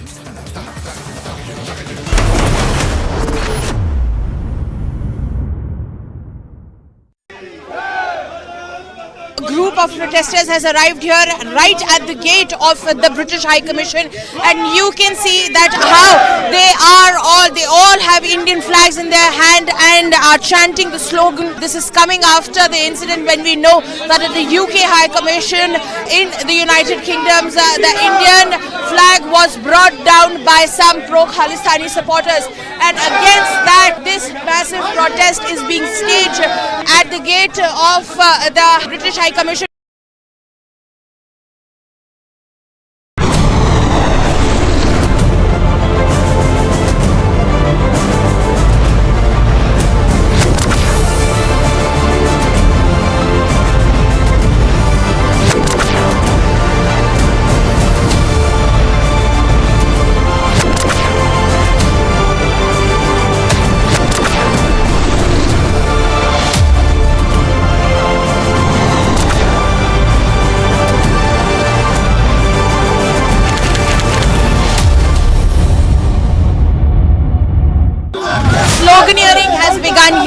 the residence of K. Kavita, where the Telangana workers over here of the BRS are sloganeering in favor of K. Kavita as the security is heightened at the residence, as K. Kavita has just left for the Enforcement Directorate office in the national capital. According to the Enforcement Directorate, is at the helm of this South group that has been brought in the picture.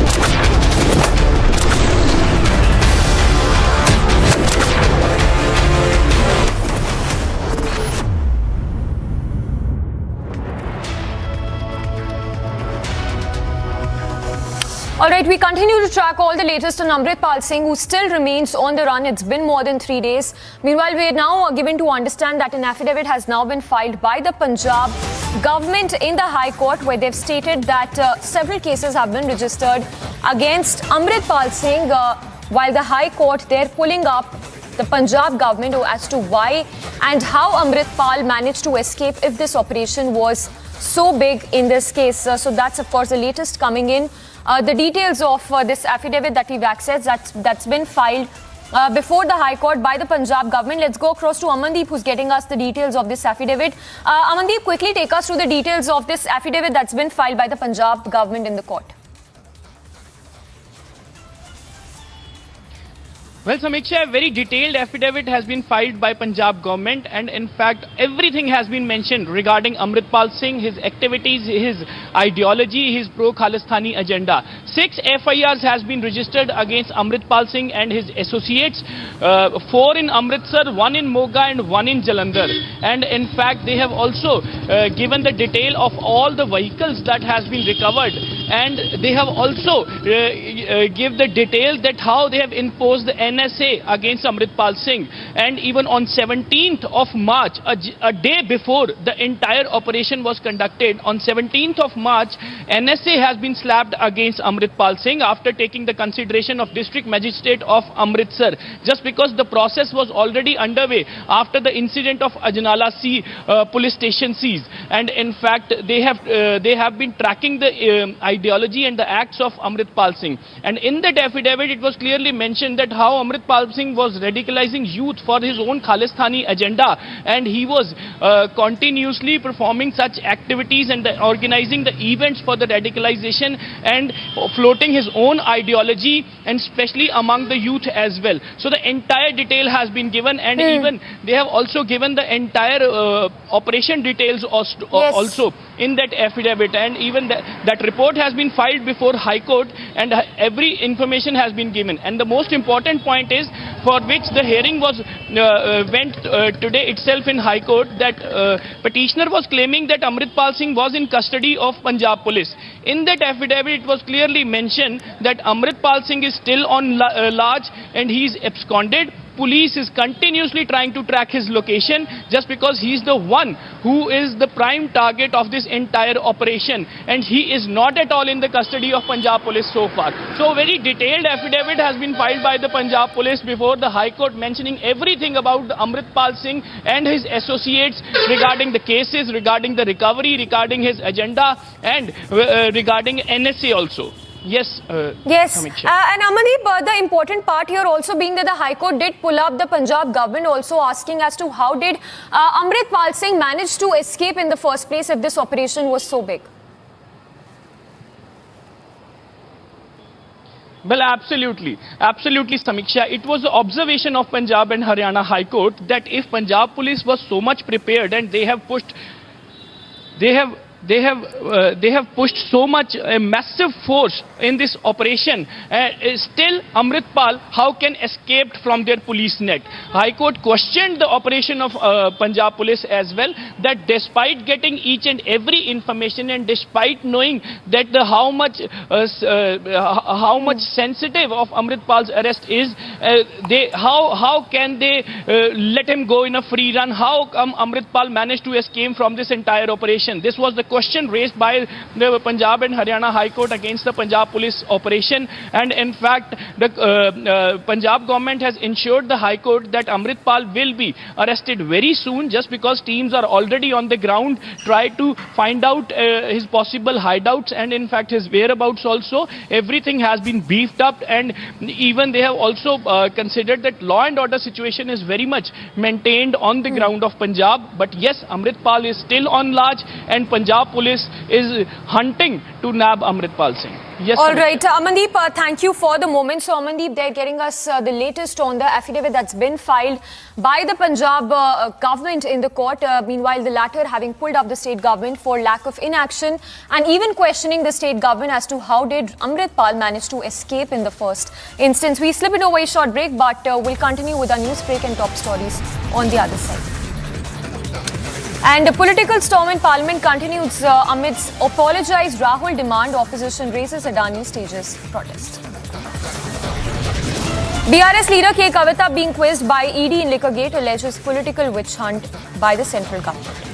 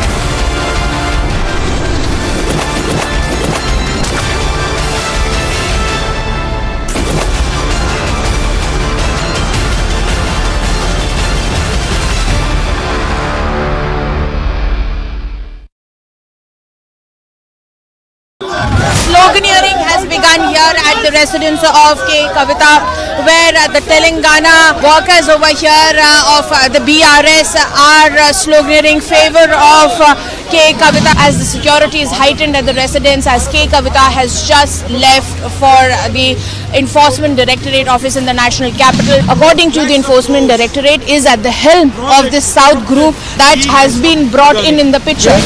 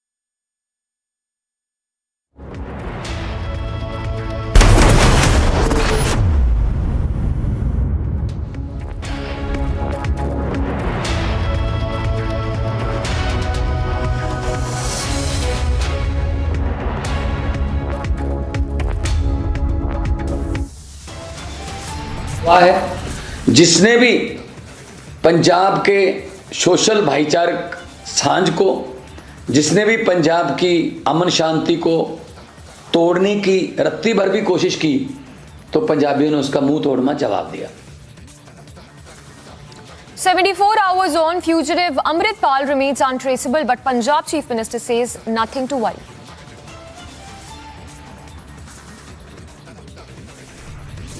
Bharat सरकार no objection certificate जारी करती है और वर्ष 2018 में Antigua की citizenship Mehul Choksi नाम के उस आर्थिक अपराधी को मिल जाती है।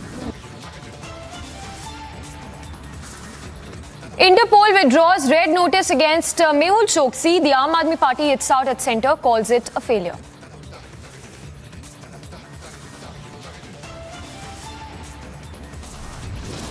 Kannada actor Chetan Kumar arrested over alleged anti-Hindu social media posts.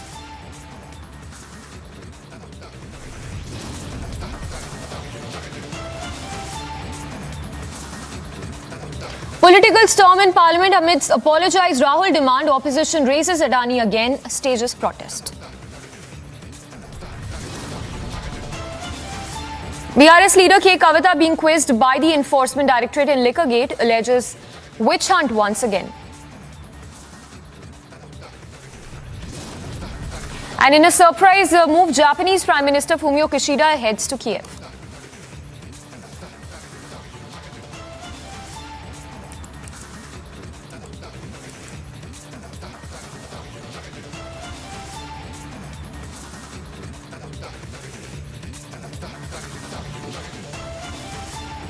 Very good afternoon and thank you for tuning in. You're watching Live and Breaking at 2 p.m. I'm Suesha Sawant and we get you the latest on this story as there was a massive political showdown with logjam continuing in Parliament ahead of the session.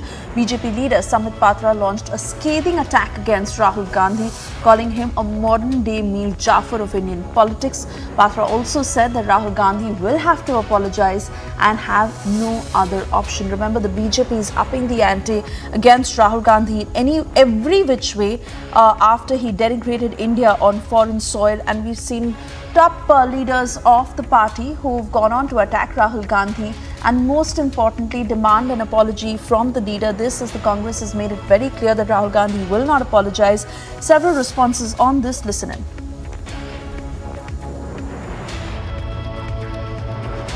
Rahul Gandhi जी का विदेशी धरती से भारत पर बार बार प्रहार करना, बदनाम करना और झूठ फैलाना और उसके बाद माफी भी नहीं मांगना, चोरी ऊपर से सीना चोरी, ये अपने आप में दिखाता है कि वो, और हमने एक सवाल पूछे उसका आज तक जवाब उन्होंने नहीं दिया है। उन्होंने कहा ऑक्यूपेशनल फोर्स है भारतीय सेना लद्दाख में और अरुणाचल प्रदेश में, तो क्या कांग्रेस पार्टी लद्दाख और अरुणाचल प्रदेश को भारत का हिस्सा नहीं मानती? उन्होंने कहा लोकतंत्र की सफाई हो रही है, कांग्रेस की सफाई हो रही है भारत के लोकतंत्र में। झूठ कहा कि बोलने का अवसर नहीं दिया जाता, हर विषय पर अवसर दिया लेकिन बगैर तैयारी के आना, विषय पर नहीं बोलना, ये उनकी आदत बन गई है। सवाल किया एफएटीएफ पर कि आज तो टेरर फंडिंग वाली संस्थाएं भी कांग्रेस के भ्रष्टाचार की केस स्टडी के रूप में ला रही है। प्रियंका जी ने आज तक जवाब नहीं दिया कि क्या मजबूरी थी कांग्रेस पार्टी की, क्या मजबूरी थी गांधी परिवार की पेंटिंग को 2 करोड़ रुपए में बेचने की और बदले में पद्म भूषण, पैसे के बदले पद्म भूषण देने की राणा कपूर को, यस बैंक के चेयरमैन को। क्या ऐसी बातें एक के बाद दूसरी राहुल गांधी जी ने देश के खिलाफ नहीं की?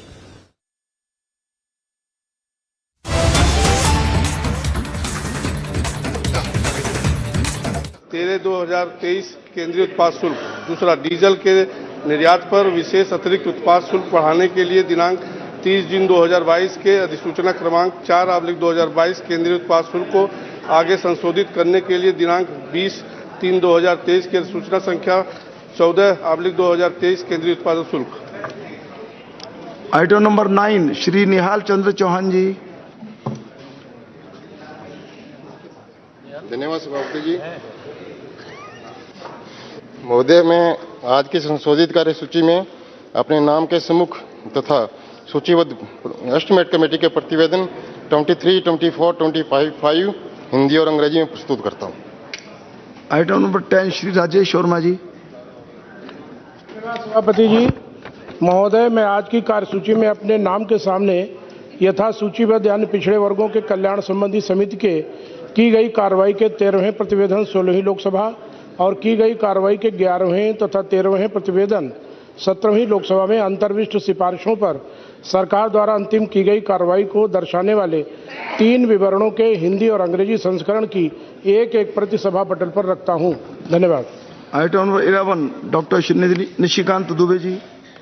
आदरणीय सभापति महोदय, मैं आज की संशोधित कार्यसूची के क्रम संख्या 11 में अपने नाम के सामने यथा सूचीबद्ध संचार और सूचना प्रौद्योगिकी संबंधी स्थायी समिति के 43वें, 44वें, 45वें और 46वें प्रतिवेदनों का हिंदी और अंग्रेजी संस्करण प्रस्तुत करता हूं। आइटम नंबर 12 श्री जुएल ओरांव जी। सभापति महोदय, रामशंकर जी। मैं आज की कार्यसूची में मेरे नाम के समक्ष यथा सूचीबद्ध रक्षा संबंधी स्थायी समिति के 32वें, 33वें, 34वें, 35वें, 36वें, 37वें और 38वें प्रतिवेदन हिंदी और अंग्रेजी संस्करण की एक प्रति प्रस्तुत करता हूं। Item number 13 Shri Jagdambika Pal ji. Your suggestion is more than welcome. I can indicate to the members of this august house, perhaps many do not know. No, many do not know. Praful Patel and myself have been members of parliamentary board of NCP. We are old friends of long standing.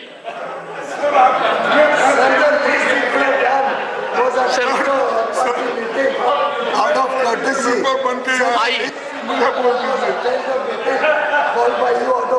No. I greatly appreciate what the leader of opposition has indicated. That how many political parties have you traversed? I have benefited from enormous experience of towering giants in various political parties, starting with Chaudhry Devilal ji, Sharad Pawar ji, and I have been a member of the Congress party. And most of my friends are on left side. Janata Dal Chaudhry Devilal ji, we are towering giants in Janata Dal at that point of time. And I also have had the privilege of being a member of the largest party on the planet. So I have traversed, and in the process, honorable members, I have gathered experience. My involvement with these parties has been very impactful, and my not being associated with some parties may also be impactful. Let us come back to the business of the House. Further discussion on the working of Ministry of Skill Development and Entrepreneurship raised by Sri Sujit Kumar on 20th March 2020.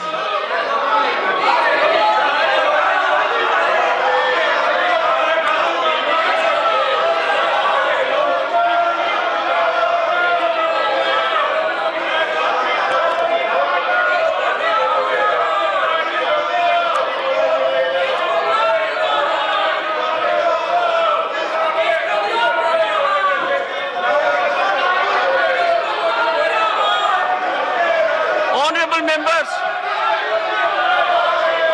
please, leader of the opposition, honorable members, I call upon leader of the opposition, Sri Arjun Khadge ji,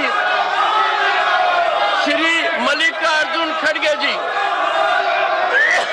leader of the opposition. Leader of the opposition.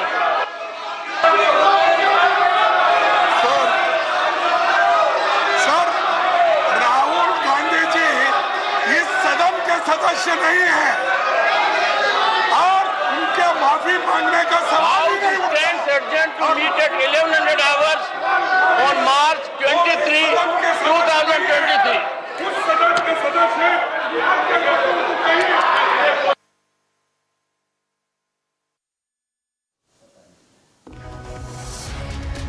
And that is the ruckus in the parliament that continues as BJP is mounting the attack against Rahul Gandhi, calling him modern-day Mir Jafar, where remember the BJP is insistent that Rahul Gandhi must apologize. The speaker meeting the MPs to end the deadlock as logjam continues in parliament. This as the Congress has made it amply clear that Rahul Gandhi will not apologize.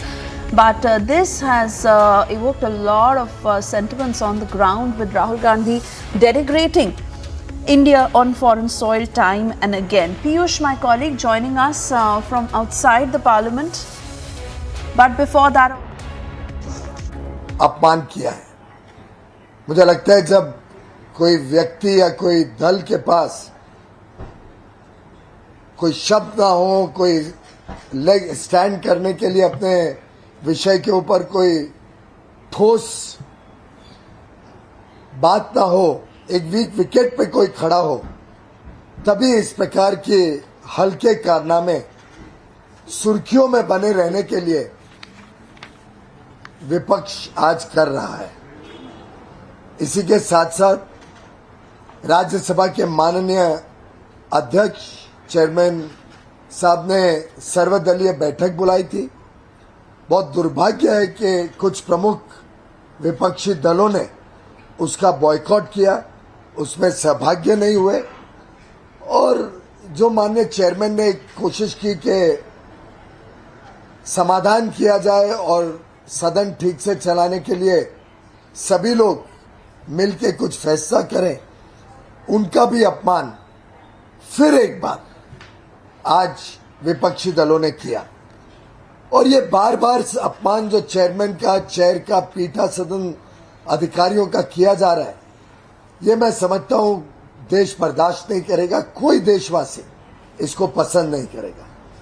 पहले विपक्ष के senior leader ने, जो communication in charge है Congress party के, उन्होंने एक वक्तव्य देके चेयरमैन के ऊपर बहुत ही गंभीर आरोप लगाया।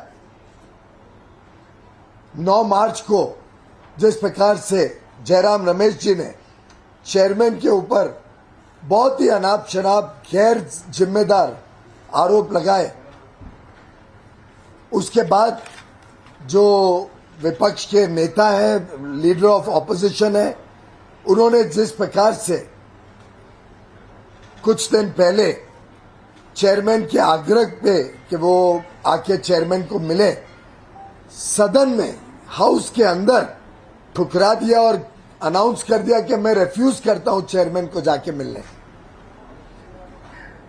आज की मीटिंग का बॉयकॉट करना, ये बार बार जो चेयरमैन का अपमान करने की विपक्ष की कोशिश हो रही है, ये भी निंदनीय है। बहुत ही दुर्भाग्यपूर्ण स्थिति में विपक्ष आज सदन को, सदन की गरिमा को ले आए। स्पीकर लोकसभा ने भी एक सर्वदलीय बैठक बुलाई थी।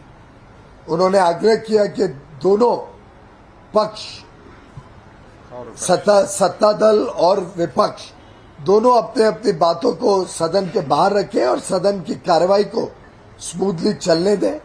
माननीय प्रहलाद जोशी जी, संसदीय कार्य मंत्री, ने स्पीकर का सम्मान करते हुए कहा जो निर्णय, जो आग्रह स्पीकर ने किया है, उसको हम सभी ने मान्य करना चाहिए। लेकिन दुर्भाग्य की बात है कि कांग्रेस और उनके मित्र पक्ष डीएमके जैसे उसके लिए भी तैयार नहीं हुए और उन्होंने स्पीकर के भी आग्रह को, स्पीकर के अपील को, रिक्वेस्ट को नाकार कर दिया। मैं समझता हूं इससे स्पष्ट हो गया है कि विपक्ष, खासतौर पे कांग्रेस, डीएमके और जो उनके सहयोगी दल हैं, वो हाउस चलाने नहीं देना चाहते। उनकी मंशा कुछ और है। कोई सरकार पे आरोप ना होने के बावजूद वो गैर जिम्मेदार वक्तव्य और बेबुनियाद आरोपों के आधार पर सदन को ना चलने देने की मंशा से आए हैं। शायद एक बहुत बढ़िया बजट माननीय वित्त मंत्री जी ने, माननीय प्रधानमंत्री जी के मार्गदर्शन में जो पेश किया, जिससे पूरे देश और विश्व में आज भारत का बोलबाला है, भारत की प्रशंसा की जा रही है। प्रधानमंत्री नरेंद्र मोदी जी को आज पूरा विश्व सबसे लोकप्रिय नेता के रूप में देख रहा है। पूरे विश्व की आशाएं, अपेक्षाएं मोदी जी के नेतृत्व पे टिकी है कि वो विश्व की समस्याओं का भी समाधान निकाल पाएंगे। ऐसी परिस्थिति में विपक्ष उनके नेतृत्व के गुणगान जो हो रहे हैं देश में और पूरे विश्व में, जो 3 पूर्वांचल के राज्यों में भारतीय जनता पार्टी और हमारे सहयोगी दलों की सरकारें फिर से चुन के आई हैं, इन सब परिस्थितियों को देखते हुए शायद विपक्ष सदन की कार्रवाई में बाधाएं डाल के देश को गुमराह करने की जो कोशिश कर रहा है, हमारा विश्वास है कि देश इसको फिर एक बार विपक्ष को इसका पूरी तरीके से जवाब आने वाले दिनों में देगा। धन्यवाद।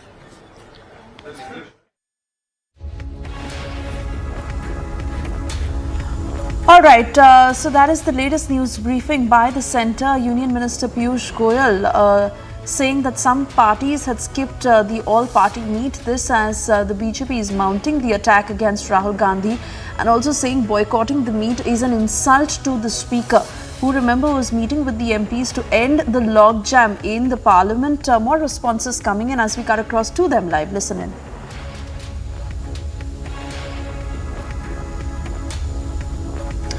Meanwhile, let's listen into what Sambit Patra has said as the BJP is now calling Rahul Gandhi the modern-day Mir Jafar of Indian politics. और ऐसा भी नहीं है कि राहुल गांधी बिना माफी मांगे निकल जाएंगे। माफी तो उन्हें मांगना ही पड़ेगा, हम मंगवा के ही रहेंगे। मैं आपको याद दिलाऊं, इसी प्रकार से राहुल गांधी एरोगेंटली कह रहे थे 2019 में कि सुप्रीम कोर्ट में हम माफी नहीं मांगेंगे राफेल के केस में। कान पकड़ करके मौखिक रूप से माफी मांगनी पड़ी। I am sorry, I regret. ये राहुल गांधी जी को हिंदुस्तान के सर्वोच्च न्यायालय सुप्रीम कोर्ट में कहना पड़ा, और सुप्रीम कोर्ट के तत्कालीन सीजेआई उससे सेटिस्फाई नहीं हुए, और उन्होंने कहा नहीं, केवल मौखिक रूप से कहने से कि आई रिग्रेट यह उचित नहीं होगा, आपको एक एफिडेविट सबमिट करके क्षमा याचना करनी होगी। और देश की राजनीति में राहुल गांधी वो नेता बने जिन्होंने लिखित रूप से एफिडेविट सबमिट करके सुप्रीम कोर्ट में कान पकड़ते हुए माफी मांगा कि मैंने झूठ बोला था, मैंने जनता के बीच में फरेब फैलाने की कोशिश की थी। जो राहुल गांधी जी ने लंदन में किया है, बिल्कुल वही किया है।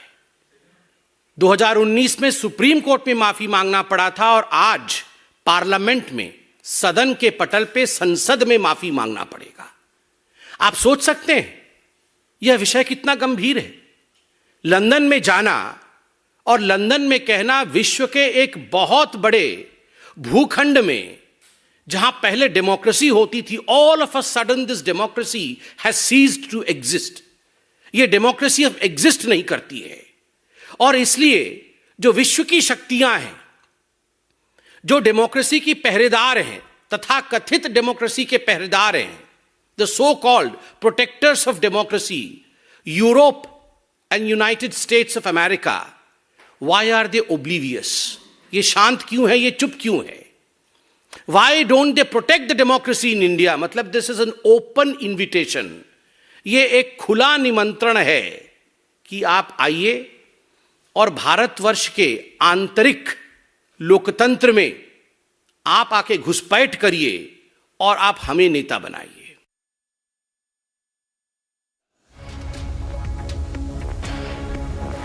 All right, so there you heard how BJP is going on to attack Rahul Gandhi and calling Rahul Gandhi the modern-day Mir Jafar. This as we see a logjam in Parliament that is continuing, where the Congress has made it clear that Rahul Gandhi will not apologize, but rousing anger against Rahul Gandhi for the way he has denigrated India on foreign soil.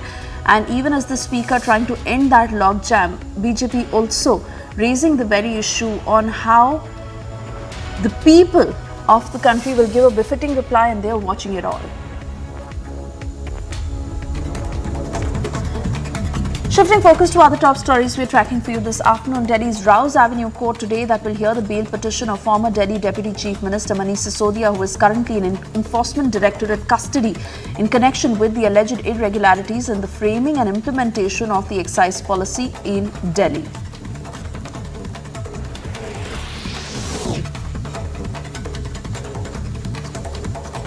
Former Deputy Chief Minister Manish Sisodia, who had his then personal secretary in the Excise Department, C. Arvind, has also been summoned by the Enforcement Directorate.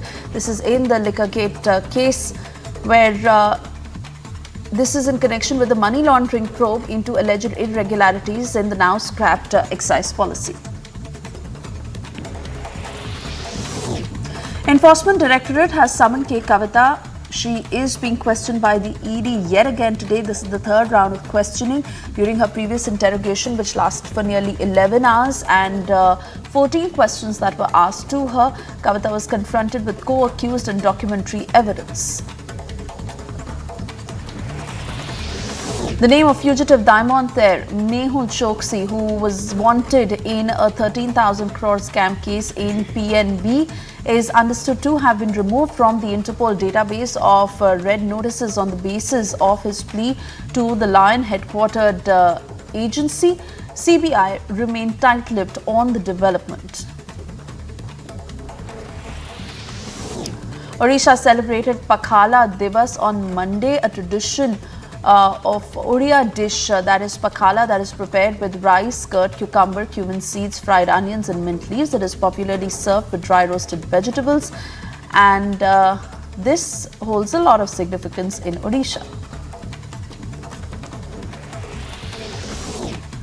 Goa Chief Minister Pramod Sawant on Monday chaired a meeting of senior officials to review preparations and infrastructure for the upcoming G20 meetings in Goa, which are scheduled to be held in the next 4 months. Sawant said that Goa will host 8 meetings of G20 from April to July, and of these 2 are related to health and tourism ministries. Punjab Chief Minister Bhagwant Mann ordered the initiation of disciplinary proceedings against former DGP S. Chattopadhyay and 2 other police officers over the security breach during Prime Minister Narendra Modi's visit to the state in January last year. The move came after Supreme Court appointed committee which probed the security breach during Prime Minister Modi's visit to Punjab in January 2022. Mobile internet services will remain suspended in Punjab till 12 p.m. As the police that is continuing to widen the net for fugitive radical preacher and Chief of Wariste Punjab Amritpal Singh. At least 10 persons hailing from Rajouri were injured after a passenger vehicle they were travelling in met with an accident at Tanda near Akhnur along Srinagar Jammu highway in Jammu district on Monday evening. The uncontrolled bus reportedly entered a house near Tanda under the Akhnur subdivision jurisdiction.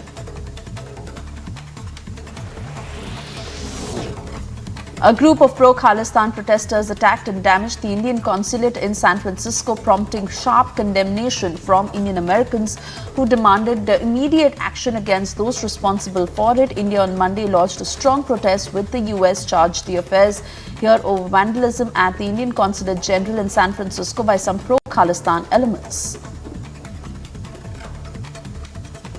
Stepping into a short commercial break, on the other side we get you details of Kannada actor Chetan Kumar, who was arrested over alleged anti-Hindu social media posts. And in a surprise move, Japanese Prime Minister Fumio Kishida heads to Kiev.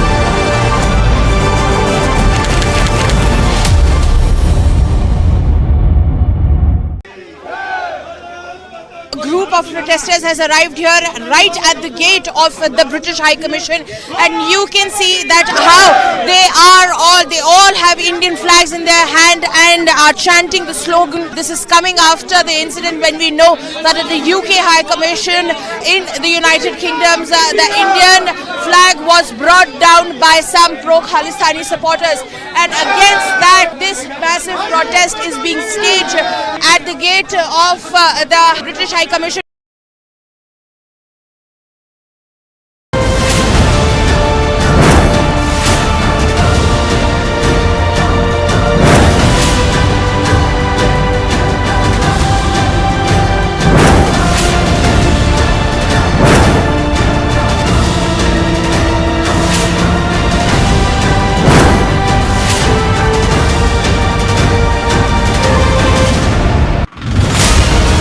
Prayagraj का ये रसूलाबाद इलाका, दोनों दुकानें मोहम्मद गुलाम की ही हैं। उसको तोड़ने का जो काम है वो यहाँ पर किया जा रहा है। इस पूरी इमारत को मोहम्मद गुलाम ने अवैध रूप से खड़ा किया।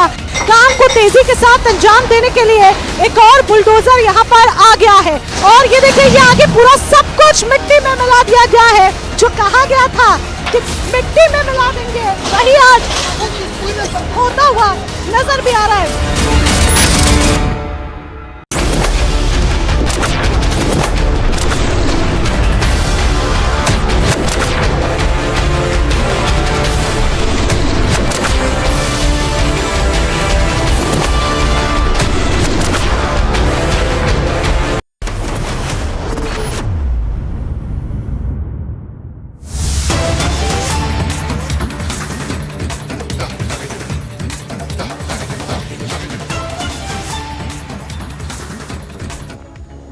And we cut across to breaking news coming in as political turmoil in Pakistan continues. Chairman of Tehreek-e-Insaf Party and ousted Pakistani Prime Minister Imran Khan, who has reached the courtroom of Justice Salim Sheikh. This is in the Lahore High Court, and though you see chaotic scenes that have now erupted as Imran Khan departed from Zaman Park to Lahore High Court. This as Imran Khan is being targeted on every front.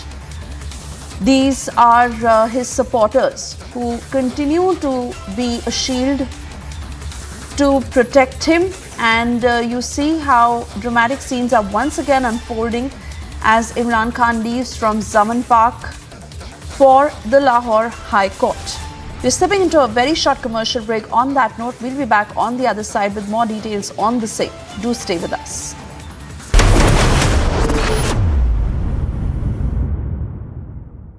$11,000 placements last year. At Amity, we are committed to nurturing passionate, hardworking and proactive professionals.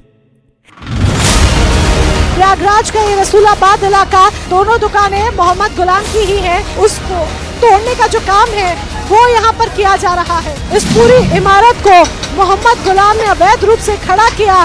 काम को तेजी के साथ अंजाम देने के लिए एक और बुलडोजर यहाँ पर आ गया है, और ये देखिए ये आगे पूरा सब कुछ मिट्टी में मिला दिया गया है। जो कहा गया था कि मिट्टी में मिला देंगे, वही आज होता हुआ नजर भी आ रहा है।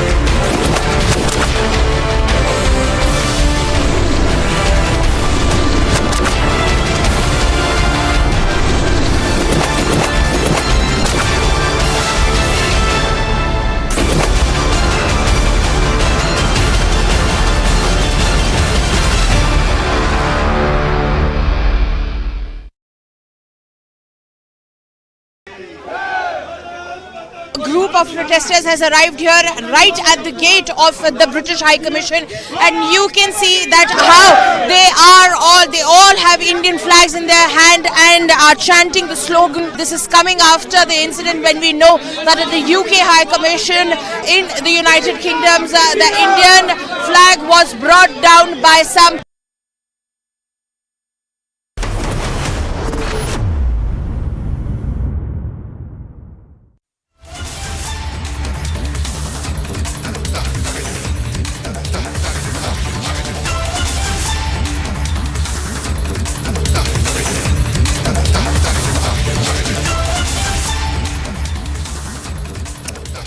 Thanks for staying tuned to this edition of Live and Breaking. We continue to get you all the latest on Liquorgate. The Enforcement Directorate is currently questioning the BRS MLC K. Kavita for 3 hours now. This, of course, after she was questioned for more than 10 hours on Monday. We start first with the top headlines this Tuesday afternoon. जिसने भी पंजाब के social भाईचारक सांझ को, जिसने भी पंजाब की अमन शांति को तोड़ने की रत्ती भर भी कोशिश की, तो पंजाबियों ने उसका मुंह तोड़ना जवाब दिया। 74 hours on, fugitive Amritpal remains untraceable, but Punjab Chief Minister says nothing to worry in the state. Bharat सरकार नो ऑब्जेक्शन सर्टिफिकेट जारी करती है और वर्ष 2018 में एंटीगुआ की सिटीजनशिप मेहुल चोकसी नाम के उस आर्थिक अपराधी को मिल जाती है। Interpol withdraws red notice against Choksi. The Aam Aadmi Party hits out its centre, calls it a failure.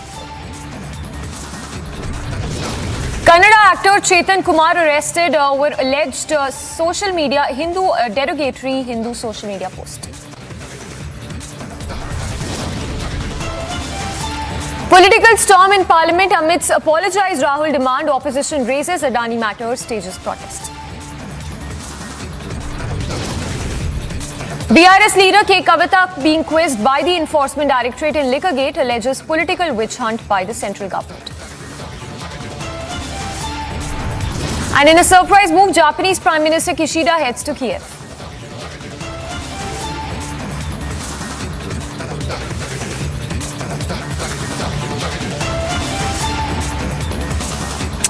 And we continue to track all the latest on Amritpal Singh, who remains on the run for more than 3 days now.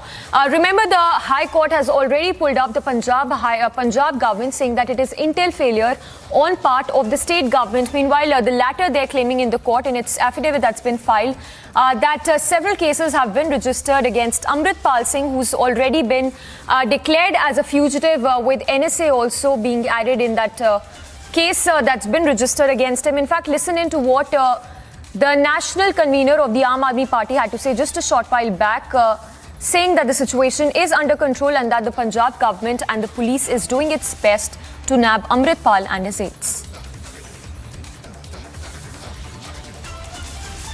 Punjab में कानून व्यवस्था लागू कर रखने के लिए और शांति बहाल रखने के लिए पिछले कुछ दिनों के अंदर भगवंत मान साहब ने और आम आदमी पार्टी की पंजाब सरकार ने कई कठोर कदम उठाए हैं।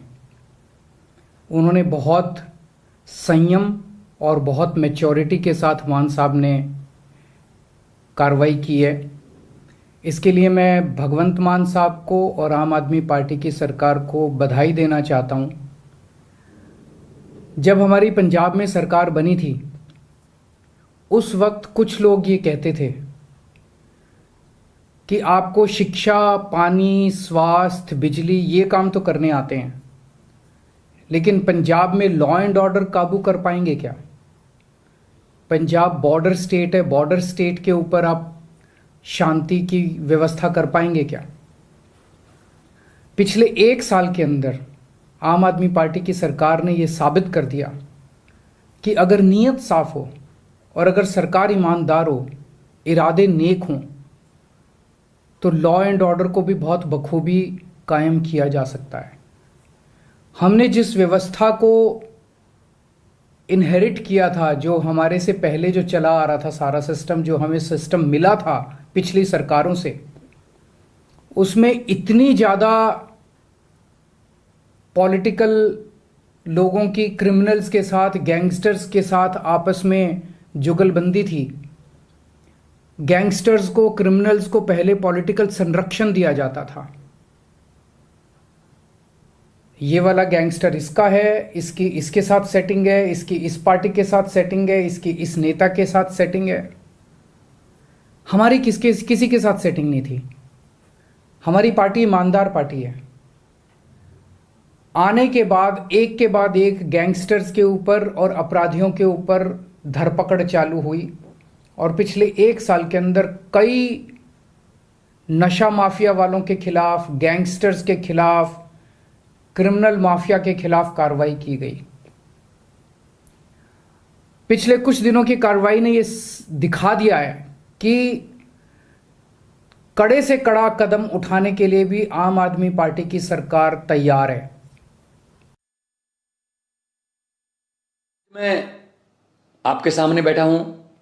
पिछले दिनों कुछ तत्व ऐसे थे जो विदेशी ताकतों के हाथ चढ़कर पंजाब में माहौल खराब करने की बातें कर रहे थे, नफरत भरी स्पीच दे रहे थे, कुछ ऐसे कानून के खिलाफ बोल रहे थे, तो उन पर कार्रवाई की गई है और उस कार्रवाई के दौरान वो सब लोग पकड़े गए हैं और उनको सख्त से सख्त सजा दी जाएगी, क्योंकि आम आदमी पार्टी एक कट्टर देशभक्त और ईमानदार पार्टी है।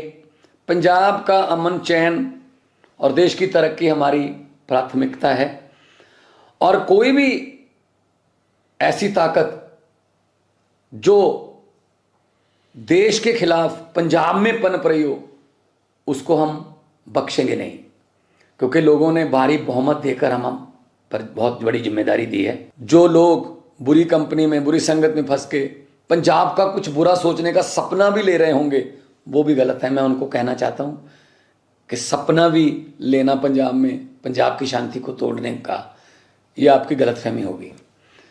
तो मैं एक बार फिर पूरी दुनिया में रहते पंजाबियों को भी आश्वासन दिलवाता हूँ कि मेरा खून का कतरा कतरा, मेरे दिल की एक एक धड़कन, मेरा एक एक सांस पंजाब के लिए धड़कता है, हाजिर है पंजाब के लिए मेरे खून का एक एक कतरा। और पंजाब जो है वो नंबर 1 सूबा था और नंबर 1 सूबा बनाएंगे और पंजाब से लीड देश लेता था और लेता रहेगा। आज भी हमारे हज़ारों जवान जो हैं वो देश की आज़ादी को कायम रखने के लिए सरहदों पर अपना सीना तान के खड़े हैं। इस बात का हमें गर्व है। So there you heard the Punjab Chief Minister Bhagwant Mann finally breaking his silence over the crackdown on Amritpal and his aides, saying that the state is doing the best it can and that there is nothing to worry in the state of Punjab. Let's go across to Gursimran also, who's joining us live. Gursimran, if you can take us through the details of this affidavit that's been filed by the Punjab government in the court. We understand that the court has already pulled up the state government over what it claims intel failure on part of the state government. Yes, in the court, the Punjab Police has said that Amritpal is still at large and the National Security Act has been slapped on him, after which the court said that was it an intel failure that he managed to flee despite the Punjab Police having more than 80,000 cops on the standby for the operation. The way Punjab government has put before the court the facts that it was a mega operation that was launched by the Punjab Police against the activists of the Waris Punjab, those who are linked to the Khalistani elements and also having the ISI element. The court has pulled up the Punjab government and now the next court hearing is scheduled to take place on 25th of March. This was on the habeas corpus that was filed by the legal advisor of Waris Punjab, the Iman Singh Khara, after the request from the family of the Amritpal, that is also in Chandigarh. Now coming to the investigation part, today evening at 5 the Punjab Police is set to hold a very important press conference, we are being told, because the way the manhunt is going on, and also what I'm getting to know that the senior officials from the Amritsar rural district, that districts from where the first FIR was registered, the most important FIR of sieging the police station in the Ajnala, senior officials are not within the district in the Amritsar, they are out of the concerned area. That means that some operation is in advanced stage somewhere, maybe in Jalandhar or some other city, and that's why these officers have gone there to extend their support. So that is going to be really very crucial to see what comes out at the 5 p.m. press conference that is scheduled to be held and will be addressed by the IG headquarters, Sukhchand Singh Gill. All right, Gursimran, thank you for the moment. So Gursimran, of course, reporting live from Amritsar, getting us all the leads in this case. So tracking all those updates very closely. Remember, several recoveries have been made, which only go on to establish that there is a Pak ISI hand as well. This, of course, after that seizure was also made from the aid of Amritpal Singh, in which we understand several phones were recovered, where it was established that there is a hand of Pakistan. But take a look at this report that's been filed from the Dibrugarh police station, where several of the aides of Amritpal Singh have been transferred. In fact, NSA has also been slapped against several aides of Amritpal Singh. कुछ और खालिस्तानी समर्थकों को डिब्रूगढ़ लाया गया है। कुछ ही समय पहले डिब्रूगढ़ के सेंट्रल जेल में लाया गया है। डिब्रूगढ़ में जो खालिस्तानी समर्थक 4 लोगों को सेंट्रल जेल में अभी तक रखा गया था, लेकिन जो सूचना मिली है कि अभी कुछ समय पहले जो है एक पुलिस की काफ़िला जो है, लंबा काफ़िला गुवाहाटी से आकर यहाँ पर सेंट्रल जेल में उपस्थित हुआ है और इसमें कितने लोग हैं ये जानकारी नहीं मिल पाई है। लेकिन जो सूत्रों के अनुसार ये जानकारी मिली है कि अमृतपाल सिंह के जो चाचा हरजीत सिंह, उनको यहाँ पर लाया गया है और उनके साथ और भी कितने लोग हैं ये जानकारी अभी नहीं मिल पाई है। लेकिन जो जानकारी हमें मिली है कि डिब्रूगढ़ के सेंट्रल जेल में यहीं पर इनको लाया गया है, कुछ ही समय पहले यहाँ पर लाया गया है, जबकि 4 जो है खालिस्तानी समर्थकों को रविवार को लाया गया था। उसके बाद जो है अटकलें लगाई जा रही थी कि किसी भी समय जो है अमृतपाल सिंह के चाचा को यहाँ पे लाया जाएगा, जब से उन्होंने वहाँ पे आत्मसमर्पण किया था, सरेंडर किया था पंजाब पुलिस के सामने। उसके बाद जो है अटकलें लगाई जा रही थी और अभी जो है यहाँ पर सुबह इनको यहाँ पर लाया गया है। हालांकि और भी कुछ लोगों को लाए जाने की संभावना व्यक्त की जा रही है। कुछ ही समय बाद डिब्रूगढ़ के मोहनबड़ी विमानबंदर में, मोहनबड़ी एयरपोर्ट पर भी कुछ लोगों को लाए जाने की सूचना है, जबकि अमृतपाल सिंह के चाचा हरजीत सिंह को लाया गया है और गुवाहाटी तक हो सकता है उनको विमान से लाया गया हो। उसके बाद जो है सड़क से ही उनको लाया गया है, जो सड़क यात्रा से ही उनको करके लाया गया है। और अभी जो है अमृतपाल सिंह के चाचा हरजीत सिंह भी डिब्रूगढ़ सेंट्रल जेल के यहाँ पर कब्जे में है। All right, moving on then in news from pole-bound state Karnataka, where thousands of Congress supporters of Siddaramaiah, the former Chief Minister of Karnataka, gathered in large numbers, urging Siddaramaiah to contest from the Kolar constituency of Karnataka.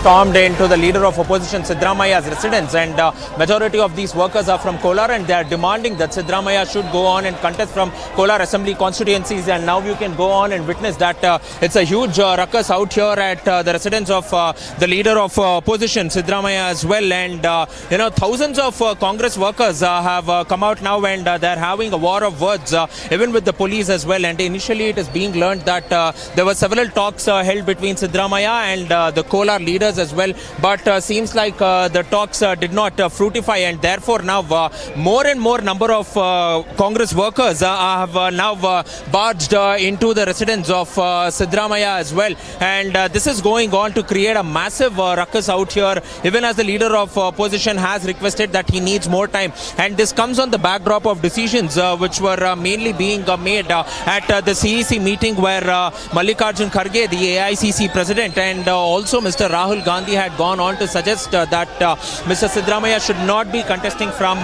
Kolar, because it is not a safe seat as well. So this is something which needs to be seen as well, and it's a massive ruckus out here. And meanwhile now it is also being learnt that several other Congress workers from other constituencies too have come in demanding tickets for their candidates as well, because they strongly believe that people from other parties should not be inducted into the Congress, and even if they are inducted, they should be inducted only as common workers too. And this is with respect to the Rajajinagar Assembly constituency as well. So it is only getting, it is definitely getting uglier and murkier as well. And the police are trying to go on and control the entire situation. And we are also having, Mr. Siddaramaiah going on having a word with one of the ticket aspirants, Bhavya Narsimurthy, who is here as well.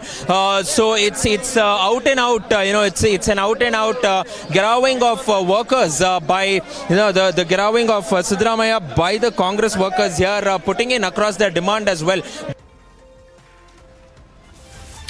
All right, we slip into a very short break for now, but on the other side, we get you the latest from the national capital, where the quizzing of the BRS MLC K. Kavita continues for more than 3 hours now. This after she was questioned for more than 10 hours on Monday. Also coming up on the other side, the latest on Kannada actor Chetan Kumar, who's been arrested over alleged anti-Hindu social media posts. And BRS leader K. Kavita being quizzed by the ED in Liquorgate alleges witch hunt by the central agency.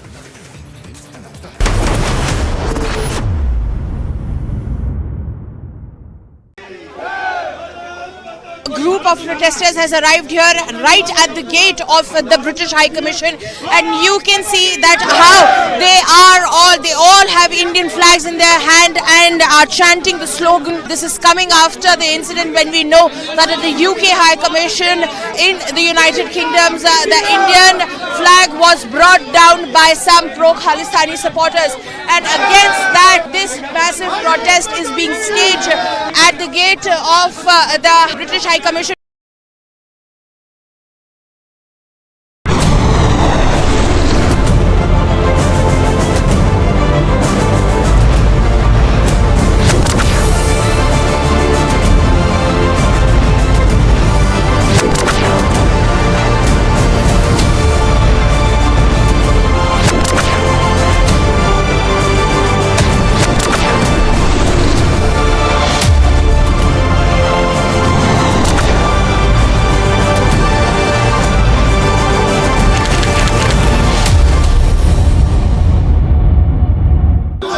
Sloganeering has begun here at the residence of K. Kavita, where the Telangana workers over here of the BRS are sloganeering favor of K. Kavita as the security is heightened at the residence, as K. Kavita has just left for the Enforcement Directorate office in the National Capital. According to the Enforcement Directorate, is at the helm of this South group that has been brought in the picture.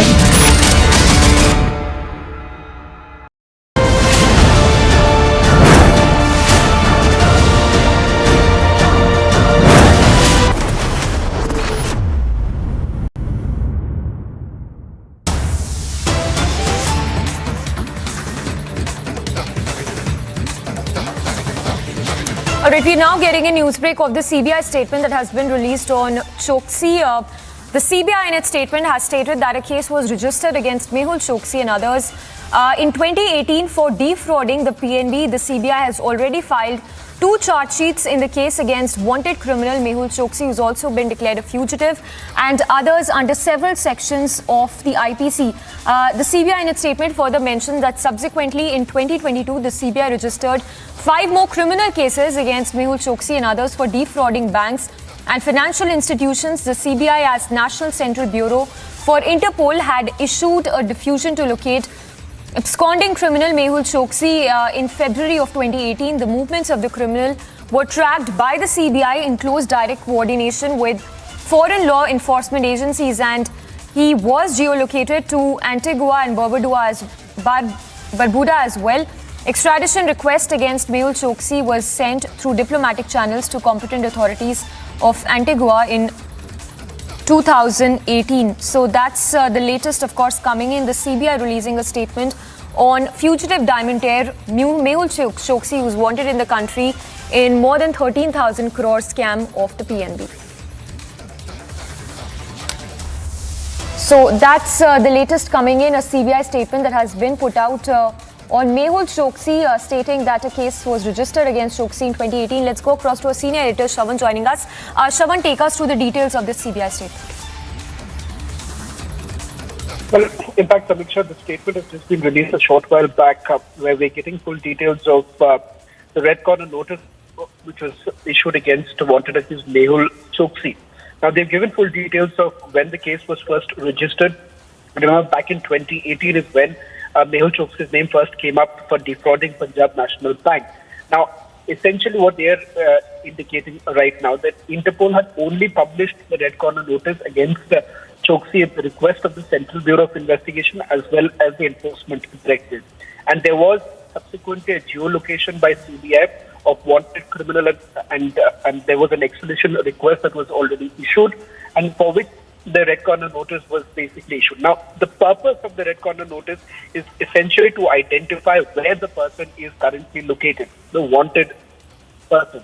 As far as Mehul Choksi is concerned, he was already located. That was prior to the publishing of the Interpol red notice, and steps were already initiated for this extradition. So the primary purpose of the red corner notice, according to the CBI, was already achieved, and the same was retained as a precautionary measure. The fact that it has now been taken off does not really come across as a big setback for any of the agencies, primarily on the ground that the purpose of the red corner notice was completely achieved by the very fact that his location was already known to the agencies, and the extradition process was already initiated by the agency. Shravan, just quickly a follow-up question. If you can help us understand how much of this is a relief for Choksi to be removed from the Interpol database of red notices? But can't really say that this is a clear relief, because remember, this has been part of the process. The fact that he is no longer an Indian citizen, and the fact that he has already got a citizenship by investment in Antigua, that only helps him to move around freely. Because remember, with a citizenship of Antigua, he has got access to multiple countries, and that too visa-free multiple countries. So that is the reason why this entire thing of the red corner notice being removed does not really come across as a relief per se, but more so because there is a procedure that is essentially involved. All right, Shravan, thank you for taking us through those details. So Shravan, they're getting us the details of Mehul Choksi's removal from the Interpol database of red notice, and with this, the CBI has also released a statement. In fact, listen in to what Mehul Choksi's lawyer had to say earlier today on Choksi's removal from the Interpol database of red notices. See, the legal team has taken up the matter with Interpol, and the Interpol in turn has been asking queries from India. But ultimately realizing that now that the Antigua police has clearly said that this kidnapping was genuine, the man was actually kidnapped. So this sort of things now, this kidnapping attempts and everything is not approved by the international community. So taking view in favor of my client, now the Interpol has removed the RCN issued. If you go to the website, you will be able to see that RCN has been removed. Now my client is free to travel anywhere. Of course, not India. What does this mean for the case? No, this is not going to affect his criminal litigation pending in India. So this is the RCN was the effort that if he is traveling anywhere, so he can be caught and brought here. So that risk now he will not have. But as far as the pending cases here are concerned, RCN removal will not have any impact. All right, so let's go back to Shravan, who continues to be with us. Shravan, we just heard the lawyer saying that this would not affect the criminal litigations in the country against Mehul Choksi. Take us through once again details of the CBI statement. Well, in fact, Samiksha, if you can also put out the details of the statement that has been put out by the Central Bureau of Investigation, in which they are essentially indicating that there is absolutely no setback, as many would have liked to believe that this comes across as some sort of a setback to the Central Bureau of Investigation. That is not the case. Simply because, remember, the purpose of the red corner notice was achieved even before it was actually published by the Interpol, because his location was already established by the central agency and the process of extradition had already begun. Now, just to quote from the statement that has been issued, this is what the CBI says, that Mehul Choksi facing possibilities of imminent extradition. Mehul Choksi, again with a view to create diversions from the ongoing process and derail the ongoing extradition process proceedings with false claims, concocted dramatic stories and imaginary narratives, approach various international forums. And in fact, he had also approached the CCF. The CCF is a separate body within the Interpol, and it is not under the control of Interpol Secretariat and is mainly staffed by elected lawyers from different countries. So the fact that he was able to bring down the red corner notice, remember, this is not the first time. If you remember, even in the case of a Khalistani terrorist Paramjit Singh Pamma, he had managed to get his Interpol notice waived off. And this was after he was already arrested from Portugal. Despite that, he had managed to do that. And this is not the first time that we have seen. But remember, every notice, be it the red corner notice or the blue corner notice, there is a particular task given for each of these notices. And once the purpose is essentially achieved, remember, it makes absolutely no sense for that notice to remain in the same place. And that is the reason why. Yes, in terms of prevention of Mehul Choksi to be moving from one place to the other, that does not really, that does not really work out simply on the count that, remember, he's no longer an Indian citizen. He's already got citizenship of Antigua. And that is the reason why, even when he's moving from one country to the other country, the red corner notice would not essentially be of any use. All right, Shravan, thank you for taking us through those details. Of course, remains to be seen how close are we to the extradition of Mehul Choksi to India. But that's, of course, the latest coming in. CBI releasing a statement on Mehul Choksi. We slip into a very short break for now, but do not go anywhere. Super Fast 50 coming up on the other side of this break. BRS leader K. Kavita being quizzed by ED in Liquorgate alleges political witch hunt.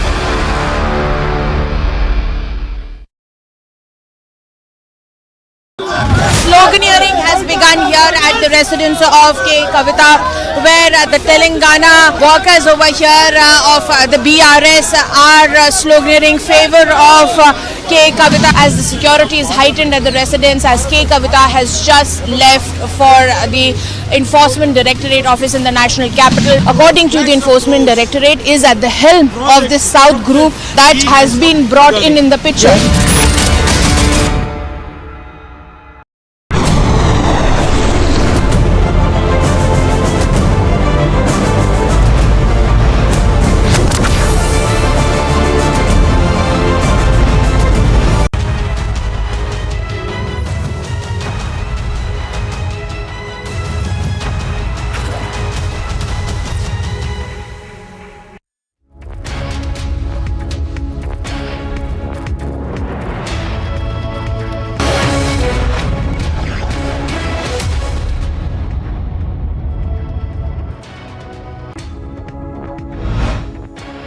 Good afternoon and thank you for tuning in. You're watching Superfast 50. I'm Suesha Sound. Beginning with the first story, Khalistani fugitive Amritpal has been untraceable for the last 74 hours, and even as questions arise over a law and order situation in the state of Punjab, Chief Minister Bhagwant Mann has now said that there is nothing to worry about. Meanwhile, the police has recovered over 20 mobile phones from Amritpal's aide Daljit Kalsi. Sources have informed that Kalsi was in direct contact with ISI handlers from Pakistan. कुछ ऐसे कानून के खिलाफ बोल रहे थे तो उन पर कार्रवाई की गई है और उस कार्रवाई के दौरान वो सब लोग पकड़े गए हैं और उनको सख्त से सख्त सजा दी जाएगी, क्योंकि आम आदमी पार्टी एक कट्टर देशभक्त और ईमानदार पार्टी है। ऐसी ताकत जो देश के खिलाफ पंजाब में पनप रही हो, उसको हम बख्शेंगे नहीं। Aam Aadmi Party convener spoke over the Amritpal issue and lauded the Bhagwant Mann government. He said that Mann took strong steps to bring peace in Punjab and worked against drug mafia. He further stated that there is zero tolerance towards any gangster, and if anyone tries to obstruct peace in Punjab, then strict action will be taken against them. Punjab में कानून व्यवस्था लागू कर रखने के लिए और शांति बहाल रखने के लिए पिछले कुछ दिनों के अंदर भगवंत मान साहब ने और आम आदमी पार्टी की पंजाब सरकार ने कई कठोर कदम उठाए हैं। उन्होंने बहुत संयम और बहुत मैच्योरिटी के साथ मान साहब ने कार्रवाई की है। इसके लिए मैं भगवंत मान साहब को और आम आदमी पार्टी की सरकार को बधाई देना चाहता हूँ। All mobile internet services, all SMS services except banking and mobile recharge and all dongle services provided on mobile networks except voice calls shall continue to remain suspended in the districts of Tarantaran, Firozpur, Moga, Sangrur, subdivision of Ajnala, Amritsar areas adjoining YPS Chowk and Airport Road both in Sasnagar till 23rd March in the interest of public safety. Harjeet Singh, who was moved to Dibrugarh jail from Guwahati, is the fifth person linked to Amritpal's Baris Punjab Day to be brought to Assam. Radical preacher Amritpal Singh's uncle Harjeet Singh was brought to Assam by the Punjab Police. Punjab Chief Minister Bhagwant Mann ordered the initiation of disciplinary proceedings against former DGP S. Chattopadhyay and two other police officers over the security breach during Prime Minister Narendra Modi's visit to the state in January last year. The move came after Supreme Court appointed committee which probed the security breach during Prime Minister Modi's visit to Punjab in January 2022. BJP national spokesperson Sambit Patra said that the nation will not accept the fact that Congress MP Rahul Gandhi goes and seeks international intervention on internal matters of the country. Europe and United States of America, why are they oblivious? ये शांत क्यों है? ये चुप क्यों है? Why don't they protect the democracy in India? मतलब this is an open invitation. ये एक खुला निमंत्रण है कि आप आइए और भारतवर्ष के आंतरिक लोकतंत्र में आप आके घुसपैठ करिए और आप हमें नेता बनाइए।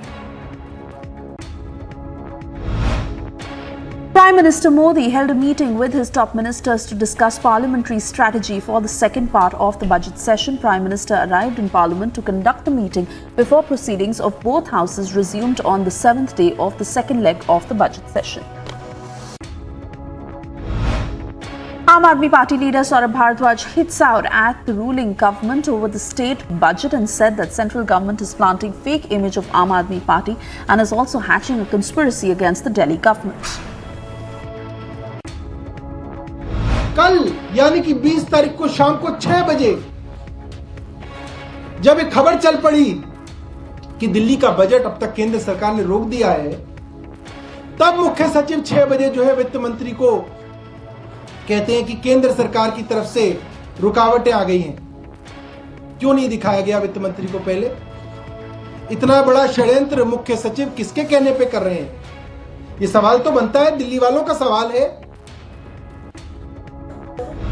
The Ministry of Home Affairs has finally approved the Delhi budget 2023-24 and the approval for it has been sent to the Delhi government. This comes a day after Ministry of Home Affairs sought clarification from the Aam Aadmi Party government as its budget proposal had high allocation for advertisement and relatively low funding for infrastructure and other development initiatives.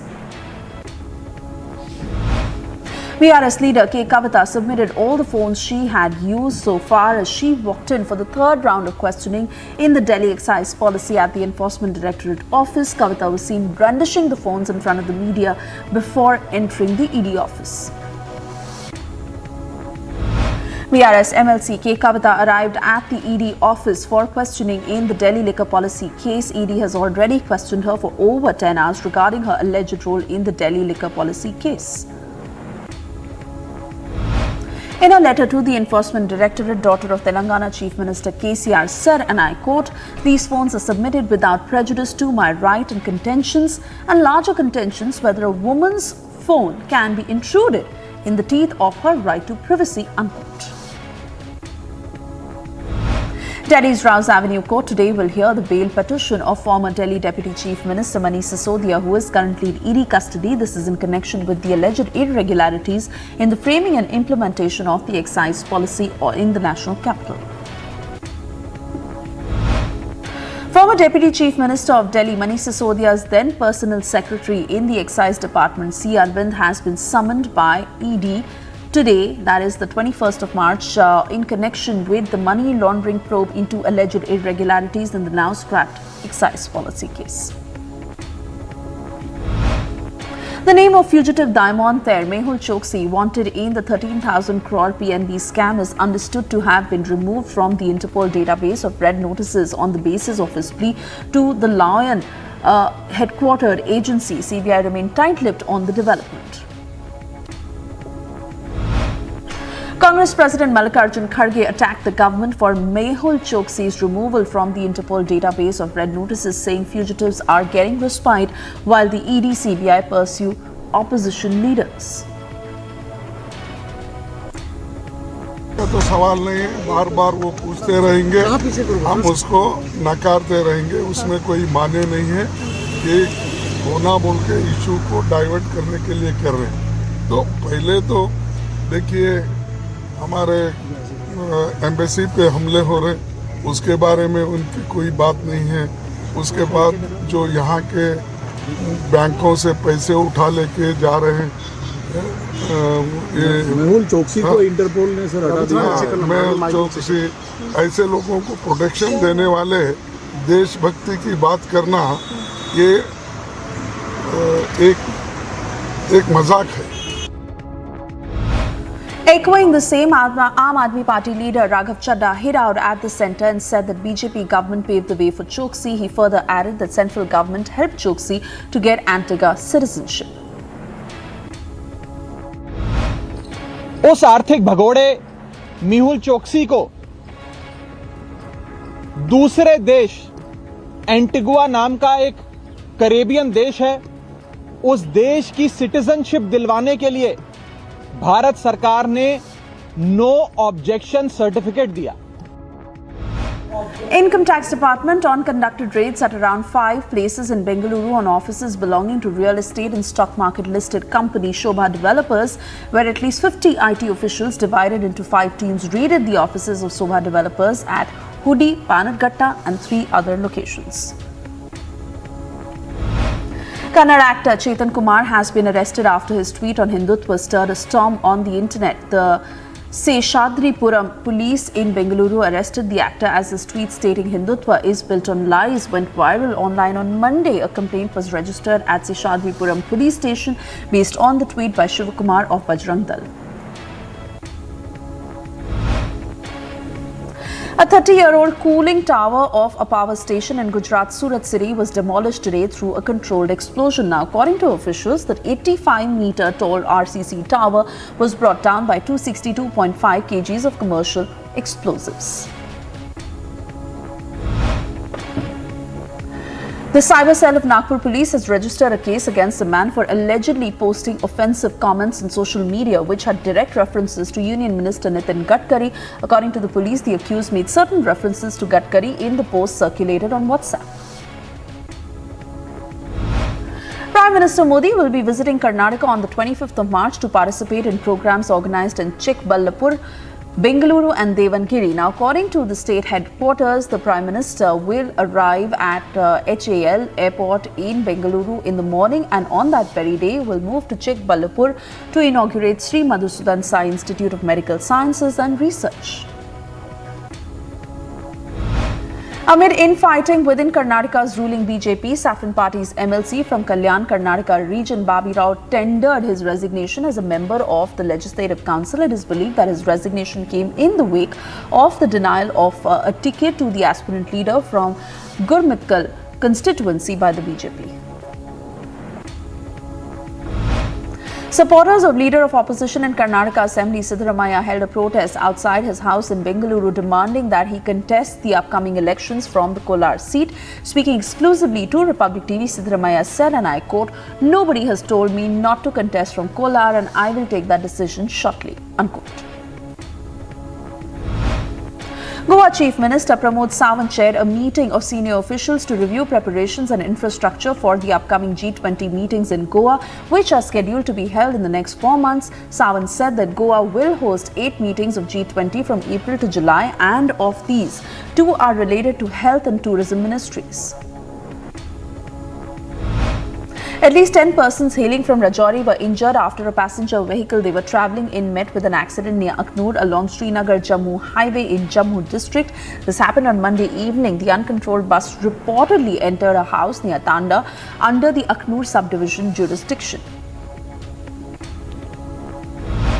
In a fresh Khalistani provocation in Canada, a journalist, Sameer Kaushal, has now alleged that he was on his way to cover Indian High Commissioner to Ottawa, Sanjay Kumar Verma's visit, when he was threatened by pro-Khalistani activists. Remember, Indian High Commissioner to Ottawa, Sanjay Kumar Verma himself had to cancel his attendance as nearly 200 protesters, some wielding swords, had also gathered at the site.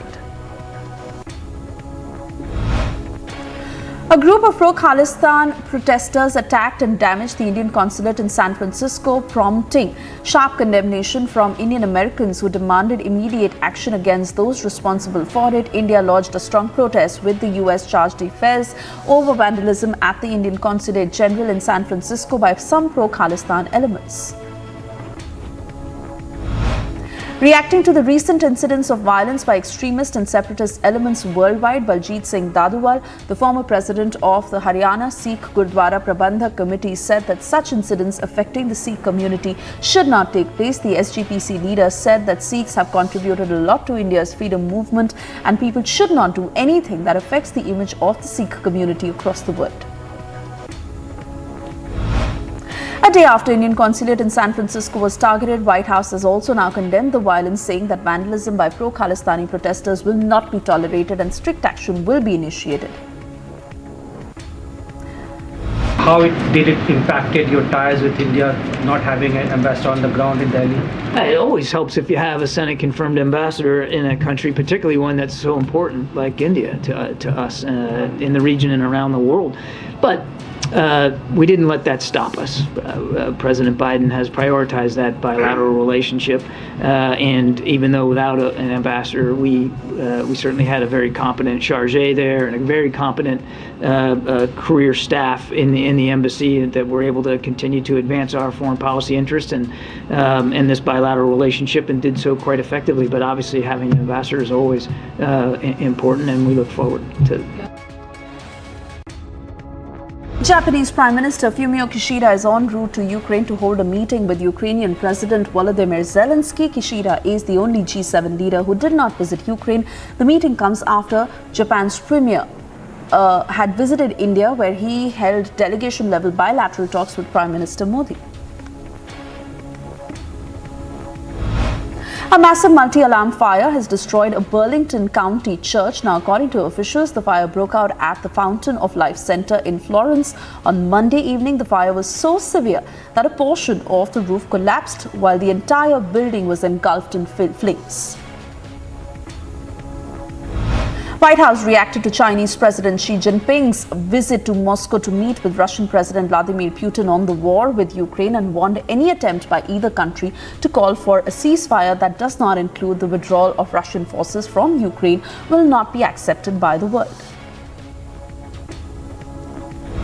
We hope the President Xi will press President Putin to cease bombing Ukrainian cities, hospitals, and schools, to halt the war crimes and atrocities, and to withdraw all its troops.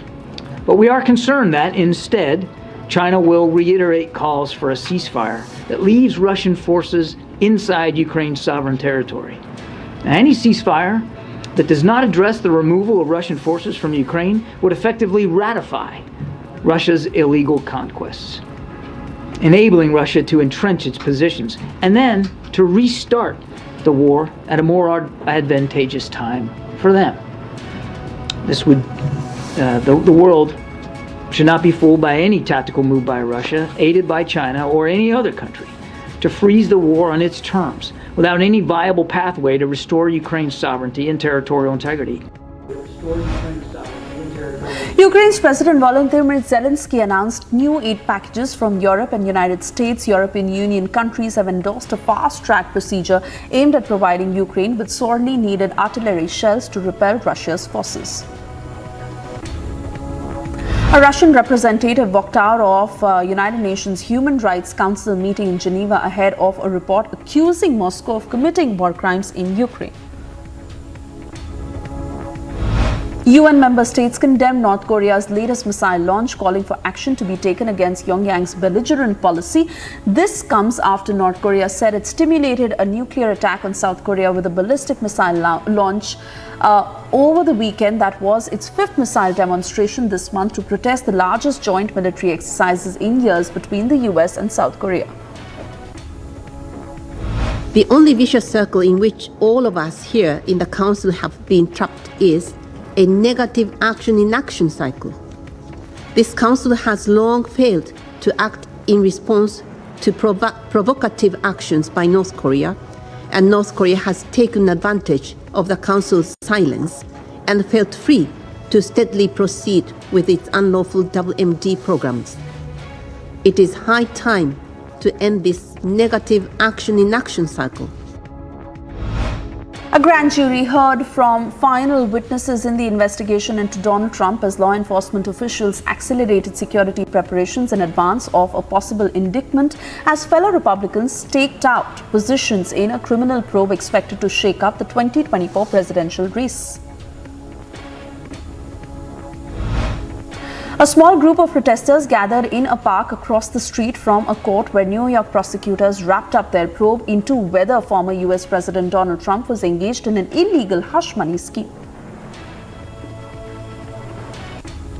Groups of angry demonstrators took to Paris's streets in the wake of the adoption by Parliament of a divisive pension bill after lawmakers in the lower chamber rejected two no-confidence votes against the government. Several hundred people walked through central Paris as bins and plastic bags were set on fire, while some called for the resignation of French President Emmanuel Macron. New evacuation orders were put in place near two small central California towns where a levee was breached following recent downpours as yet another winter storm brought the threat of major flooding. A total of about 1,400 people who were ordered evacuated because of the possibility of residents becoming isolated due to impassable roadways. After 2 weeks of thrilling, edge-of-the-seat and intense cricketing action, which saw some dreams coming true and some hearts getting shattered, the race towards the inaugural Women's Premier League trophy has narrowed down to three teams, namely Delhi Capitals, Mumbai Indians and UP Warriors. An all-round show from Delhi Capitals marked by top-notch spell from Marizan Cap and explosive knocks from Elise Capsey and Shafali Verma helped them chase down the target of 110 runs in just 9 overs to clinch a 9-wicket win over Mumbai Indians in Women's Premier League match. After registering a thumping 9-wicket victory over Mumbai Indians, Delhi Capitals all-rounder Marizan Cap believes her whole bowling group deserves this Player of the Match award. An all-round show from Delhi Capitals helped them to clinch a 9-wicket win over Mumbai Indians in Women's Premier League. Indian skipper Rohit Sharma said that the team management will continue to back batter Surya Kumar Yadav, who is under scrutiny after a string of low scores in ODIs, despite experiencing one of the best peaks in T20I cricket. The skipper insisted the dynamic batter will be given more time to find form at the ODI level. Rajasthan Royals revealed the full coaching staff for the upcoming Indian Premier League 2023 season. The team from Rajasthan will continue to have the services of Kumar Sangakkara as head coach, Trevor Penny as assistant coach and Dishant Yagnik as fielding coach. Tokyo Olympics bronze medalist Lavlina Borgohain and 2021 Asian Championship bronze medalist Sakshi Chaudhary put up stellar performances and registered impressive victories to advance to the quarterfinals of the IBA Women's World Boxing Championships. Double centuries from Kane Williamson and Henry Nichols and top spells from Blair Tickner Michael Bracewell and Tim Southey helped an all-round New Zealand crush Sri Lanka by an innings and 58 runs in the second test of the two-match series in Wellington on Monday. Olympic gold medalist Neeraj Chopra will be training at Turkey's Gloria Sports Arena for 61 days. The 25-year-old, who under the Target Olympics podium scheme funding had trained at Gloria Sports Arena last year as well, will head to Turkey on the 1st of April and will remain there till the 31st of May. Spain's Carlos Alcaraz reclaimed his world #1 spot after clinching his maiden Indian Wells title by defeating Russia's Daniil Medvedev in the final of the tournament on Monday. Marcus Rashford, Mason Mount and Nick Pope have withdrawn from the England squad for the Euro 2024 qualifiers against Italy and Ukraine. This comes after Manchester United forward Marcus Rashford suffered a knock during win against Fulham in the FA Cup. We have to be much tougher as a nation. If a state government does not defend national interest and national security, then the centre has to immediately step in. We cannot be so soft and so indecisive that a person like Amritpal, a nobody, first becomes a national security threat, then becomes so out of control that he organizes a private fully armed battalion around him, attacks state policemen. When the state wakes up, this man Amritpal vamooses and organizes a car chase with thousands of security forces in Punjab. Now we know that drug dealers are giving Amritpal Mercedes SUVs to drive around in. Why? Didn't the security agencies not know about all this till now, or did they allow? If a state government does not defend national interest, then the centre has to step in, whether people like it or not. These are not legal matters. These are matters of national security.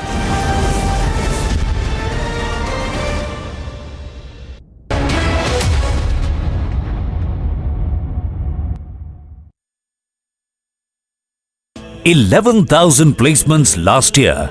At Amity, we are committed to nurturing passionate, hardworking and proactive professionals.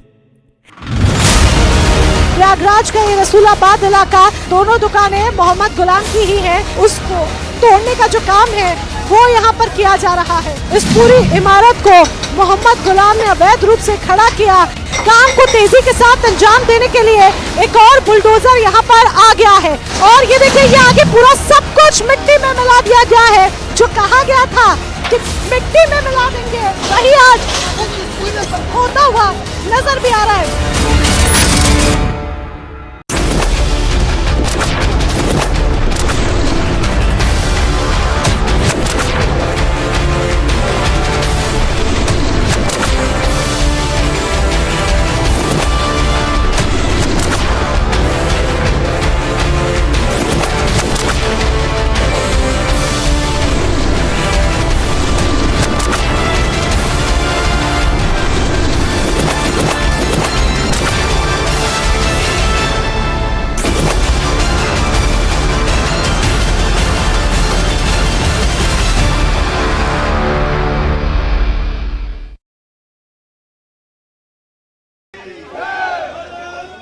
Group of protesters has arrived here right at the gate of the British High Commission, and you can see that how they all have Indian flags in their hand and are chanting the slogan. This is coming after the incident when we know that at the UK High Commission in the United Kingdom, the Indian flag was brought down by some pro-Khalistani supporters, and against that this massive protest is being staged at the gate of the British High Commission.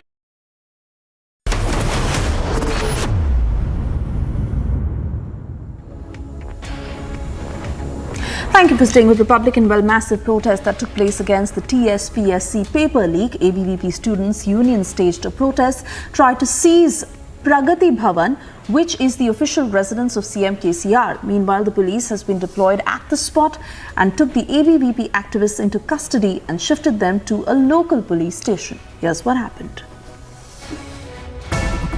Well, the TSPSC paper leak roar, which has been escalating here in the state of Telangana, well, now the war of words between the opposition parties and the ruling government also has been going on, amid which we see that the ABVP activists tried to stage protest at Pragati Bhavan which is the official residence cum camp office of the Telangana Chief Minister K. Chandrasekhar Rao, demanding justice and also demanding a thorough investigation into this TSPSC paper leak row. Well, we also have been seeing that few days back the Telangana Minister K.T. Rama Rao had also stated that government will do all the needed facilities which will be provided to all the students, and also a thorough investigation will be done into this matter, whereas we see that the opposition parties have been blaming the ruling government, that's the BRS government here in the state of Telangana, that the people involved, the accused in this matter, are related to the few people are related to the political leaders, and that is the reason why they are demanding a proper CBI investigation or a separate investigation should be carried up into this matter. And now we see that the protest had broken out at the CM camp office by few ABVP activists. We have to be much tougher as a nation. If a state government does not defend national interest and national security, then the center has to immediately step in. We cannot be so soft and so indecisive that a person like Amritpal, a nobody, first becomes a national security threat, then becomes so out of control that he organizes a private fully armed battalion around him, attacks state policemen. When the state wakes up, this man Amritpal vamooses and organizes a car chase with thousands of security forces in Punjab. Now we know that drug dealers are giving Amritpal Mercedes SUVs to drive around in. Why? Didn't the security agencies not know about all this till now, or did they allow? If a state government does not defend national interest, then the center has to step in, whether people like it or not. These are not legal matters. These are matters of national security.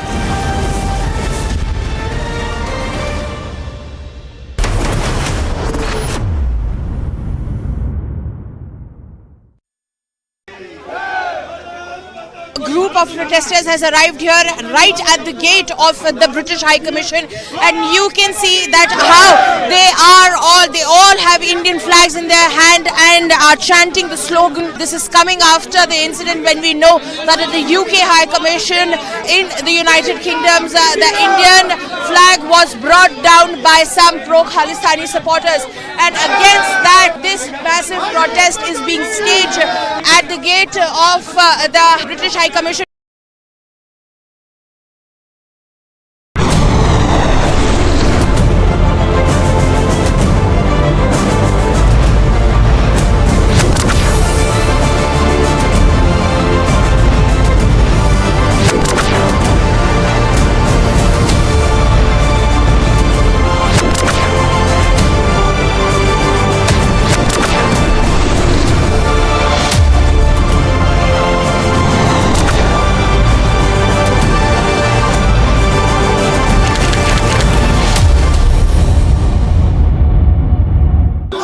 Sloganeering has begun here at the residence of K. Kavita, where the Telangana workers over here of the BRS are sloganeering favor of K. Kavita as the security is heightened at the residence, as K. Kavita has just left for the Enforcement Directorate office in the National Capital. According to the Enforcement Directorate, is at the helm of this South group that has been brought in the picture.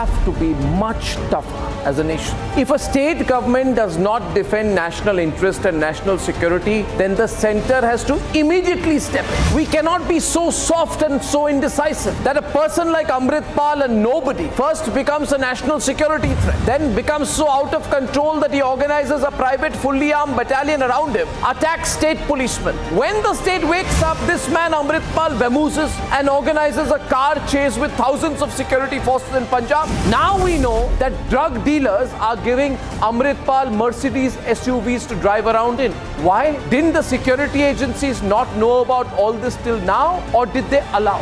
If a state government does not defend national interest, then the center has to step in, whether people like it or not. These are not legal matters. These are matters of national security.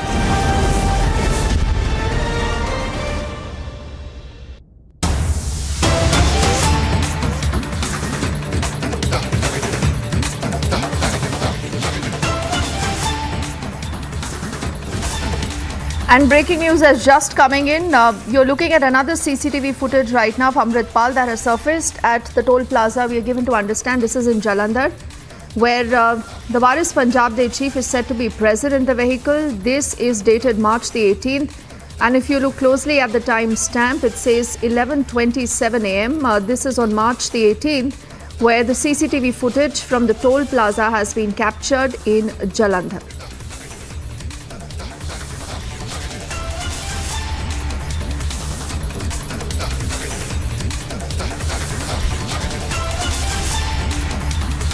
Amandeep is joining us and he has more details about what you're seeing on your screens right now. Even as remember, the manhunt for Amritpal continues and we still do not know about his whereabouts. The police have been trying to indicate that they're doing their best to ensure that this man is apprehended as soon as possible. Amandeep is joining us live. Amandeep, first up, we are looking at this entire CCTV footage on our screens that dated March the 18th. There are a lot of questions, Amandeep, that one will ask. That clearly we do not see much of a presence of anyone. There wasn't a manhunt per se launched to ensure that this particular car bearing this number that is carrying Amritpal is stopped or nabbed even at the toll chaka. Now, where does this road exactly lead to and what is the police saying? Why has, he been allowed to move out perhaps of Punjab like this, as many are right now apprehending that he could have actually moved out of the state of Punjab completely?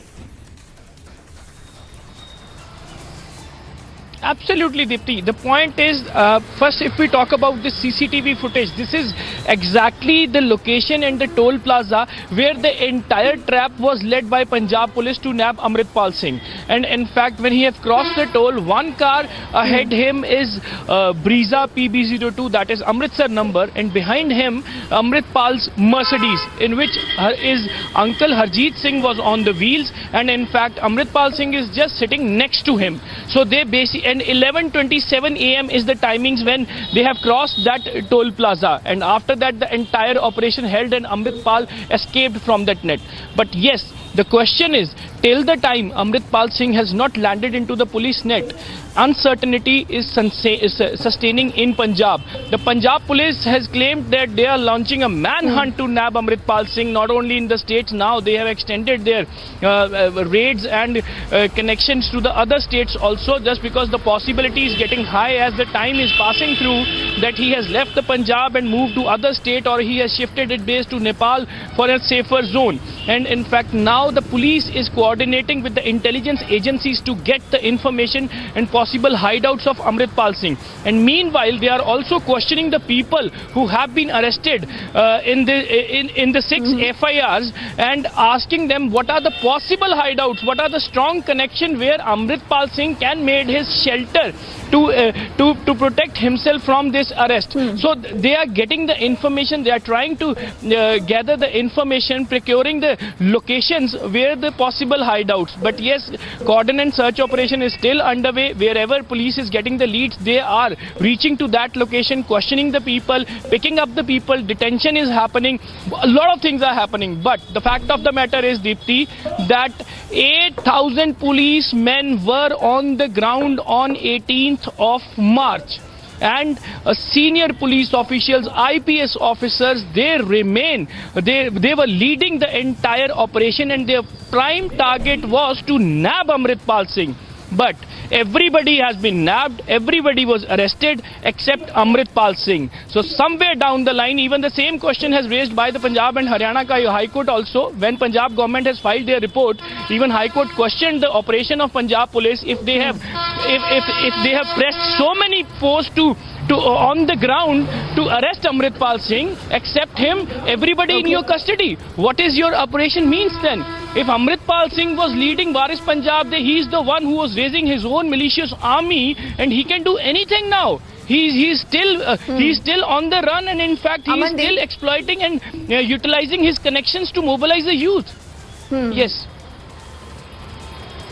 You know, Amandeep, a lot of what you've said is in public domain. These are questions that are being asked of the Punjab government, the Punjab Police, the central agencies also considering that this, remember, was a manhunt that was launched, Amandeep, by the Punjab government and the central agencies together. We've heard from Bhagwant Singh Mann, we've heard from Arvind Kejriwal. Both of them are lauding the AAP government and whatever they've done so far. But tell me something, there is another video that has been accessed of Amritpal from Hoshiarpur in Punjab. Now the distance again between Hoshiarpur and a lot of other important cities is not too much. Is there an understanding and acceptance of the fact that he could have already escaped the state of Punjab? I mean, is there any confirmation to that effect, or Punjab still is a state where they are looking for Amritpal? Well, Dipti, the information we are receiving from our sources is that either Amritpal Singh is in Punjab only, or he has left to Nepal. Just because in the midway, Amritpal Singh is not having very strong connections with the people where he can take the shelter and protect himself from the police. And even earlier also, the Punjab Police has sealed the border connecting to Rajasthan, Haryana and Himachal. But now Punjab Police has informed the central agencies that kindly pick up the sources and sound an alert at the Nepal border, just because Amritpal Singh, from where he was getting the fundings, from where he was getting the support outside the India, Nepal was the closest and the most accessible place from where Amritpal may get support. And in fact, the ISI, he was directly in touch with the ISI, and ISI was funding him. And certain ISI agents are sitting in Nepal to provide the shelter, just because the money that was sent from the Pakistan, that was completely channelized through Nepal. And certain connections were being exploited by Amritpal Singh and his supporters also to fund this Waris Punjab Day. So the Punjab Police is having a very concrete evidence to this. So that is the reason they are in continuously touch with the intel agencies, center intel agencies, and they have asked them to sound the alert and asked them to active their sources in Nepal to find out Amritpal Singh.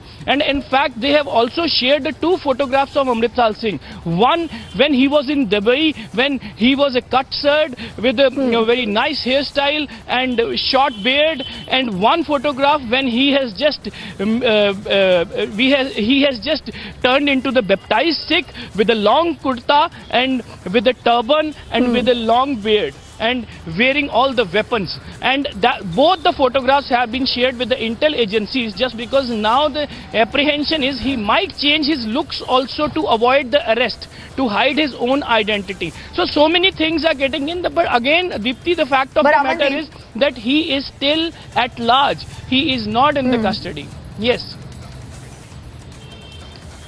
That is the point. And who's responsible for this, Amandeep? That's exactly what people today, and I do remember the Punjab and the Haryana High Court also, when it was listening into this matter earlier, has actually asked that question of the government, that how did you allow Amritpal to be walking free like this with weapons, with arms, with ammunitions? Something now that has been seized and captured. You're looking at all those images, and also one more image of utter incompetence by the police there, because this is a check naka, remember, in Jalandhar, where he's just allowed to pass through. Now clearly there will be questions raised of the police, and they say, we are trying, we will nab this man as soon as possible.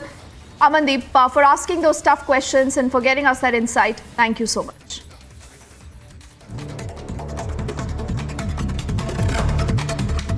Let's also shift our focus now to get you other stories that we are tracking this afternoon in brief. You're looking at images right now also of K. Kavita, who earlier has appeared before the Enforcement Directorate, and even as that is happening, she has submitted all the phones that she had used so far as she walked in for the third round of questioning in the Delhi Excise Policy at the ED's office. She was seen brandishing the phones in front of the media people before entering the office. In a letter to the Enforcement Directorate, K. Kavita says, and I quote, that these phones are submitted without prejudice to my right and contentions and larger contentions whether a woman's phone, she said, can be intruded in the teeth of her right to privacy, unquote.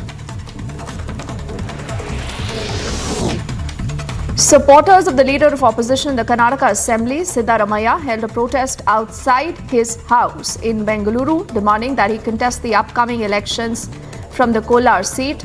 Speaking to Republic, he said, and I quote him now, "Nobody has told me not to contest in the Kolar seat," and he says he will be taking a decision shortly, unquote.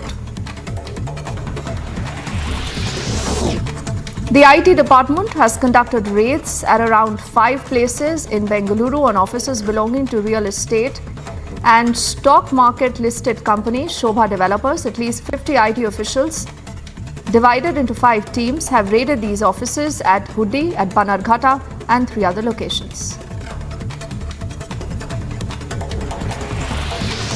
Stepping up the attack on the Congress MP Rahul Gandhi, the BJP's spokesperson Sambit Patra says that Rahul is present-day Mir Jafar who went overseas seeking help from foreign forces to become a Nawab in India.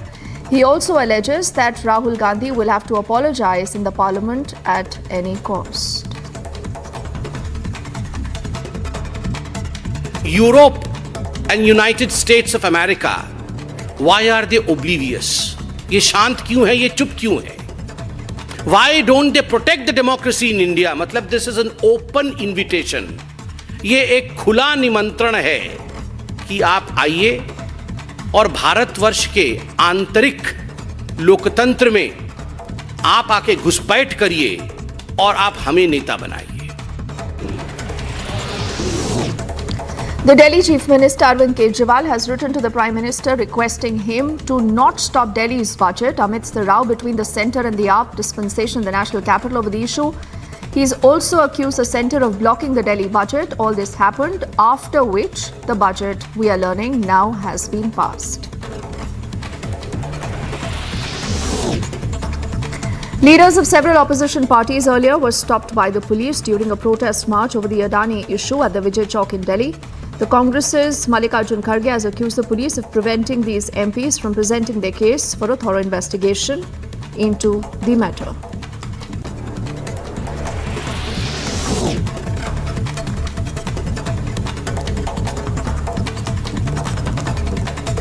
BJP leaders and workers staged protest across Telangana over the TSP-SC paper leak issue. These protesters alleged that the IT Minister K.T. Rama Rao was a conspirator behind the scam and demanded his resignation from the state cabinet.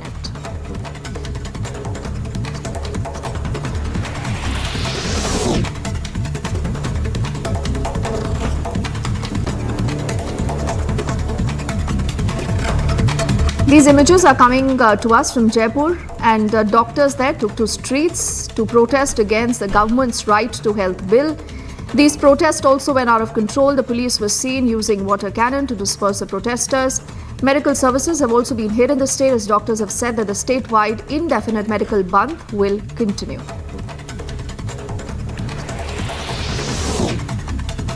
The Bangalore police detained the Kannada actor Chetan Kumar after his alleged anti-Hindutva tweet that gained widespread attention.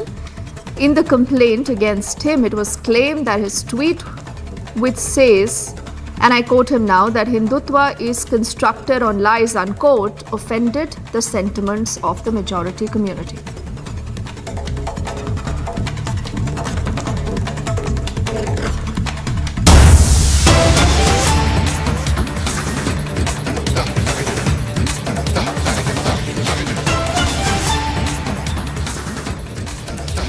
Breaking news, there is a report of another threat call that has been received at the Union Minister Nitin Gadkari's residence in Nagpur. The caller has asked for a ransom of rupees 10 crore.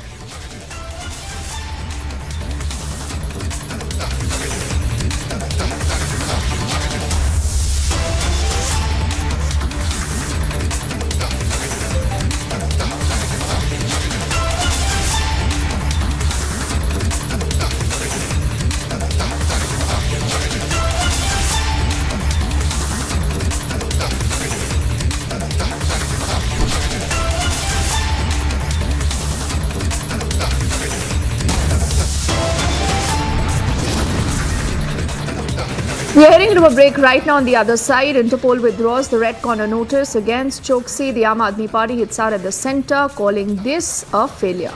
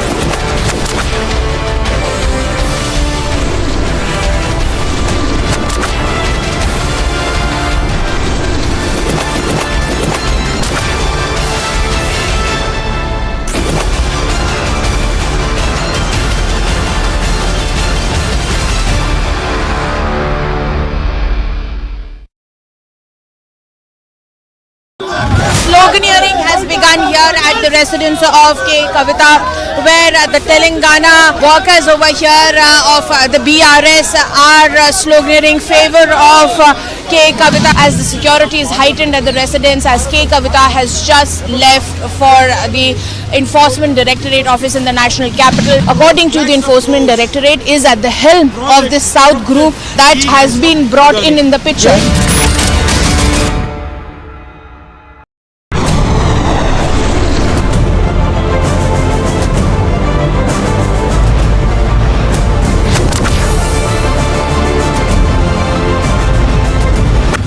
The leader of the opposition in assembly, Mr. Siddaramaiah, where the Congress workers from Kolar are going on to get off him, stating even as thousands of workers of the Congress are coming out in huge numbers requesting him that he should be contesting from the Kolar assembly constituency as well. Sir, will you be contesting from Kolar? Yeah, we try to.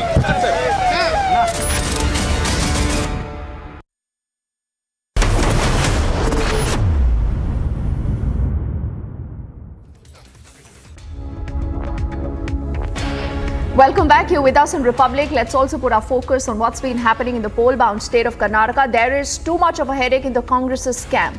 Remember, after there have been reports that there is an internal survey in the Congress party that does say that Siddaramaiah must not contest on the Kolar seat, there is a lot of friction. You've seen a lot of resentment in the workers. We've seen thousands of these workers who literally rushed outside the residence of Siddaramaiah to say that he must contest from the Kolar seat. But whether he'll do that or not, again, is anyone's guess. Siddaramaiah himself says that till now, he hasn't taken a decision on which seat he will be contesting the upcoming Karnataka elections from. Thousands of Congress workers have stormed into the leader of opposition Siddaramaiah's residence, and majority of these workers are from Kolar, and they are demanding that Siddaramaiah should go on and contest from Kolar assembly constituencies. And now you can go on and witness that it's a huge ruckus out here at the residence of the leader of opposition Siddaramaiah as well. And thousands of Congress workers have come out now, and they are having a war of words even with the police as well. And initially it is being learned that there were several talks held between Siddaramaiah Sidramaya and the Kolar leaders as well. But seems like the talks did not fructify, and therefore now more and more number of Congress workers have now barged into the residence of Sidramaya as well. And this is going on to create a massive ruckus out here, even as the leader of opposition has requested that he needs more time. And this comes on the backdrop of decisions which were mainly being made at the CEC meeting, where Mallikarjun Kharge, the AICC president, and also Mr. Rahul Gandhi had gone on to suggest that Mr. Sidramaya should not be contesting from Kolar, because it is not a safe seat as well. So this is something which needs to be seen as well, and it's a massive ruckus out here. And meanwhile now it is also being learnt that several other Congress workers from other constituencies too have come in demanding tickets for their candidates as well, because they strongly believe that people from other parties should not be inducted into the Congress, and even if they are inducted, they should be inducted only as common workers too. And this is with respect to the Rajajinagar Assembly constituency as well. So it is only getting, it is definitely getting uglier and murkier as well. And the police are trying to go on and control the entire situation. And we are also having, Mr. Sidramaya going on having a word with one of the ticket aspirants, Bhavya Narsimurthy, who is here as well. So it's out and out, it's an out and out garrowing of workers by, the garrowing of Sidramaya by the Congress workers here, putting in across their demand as well.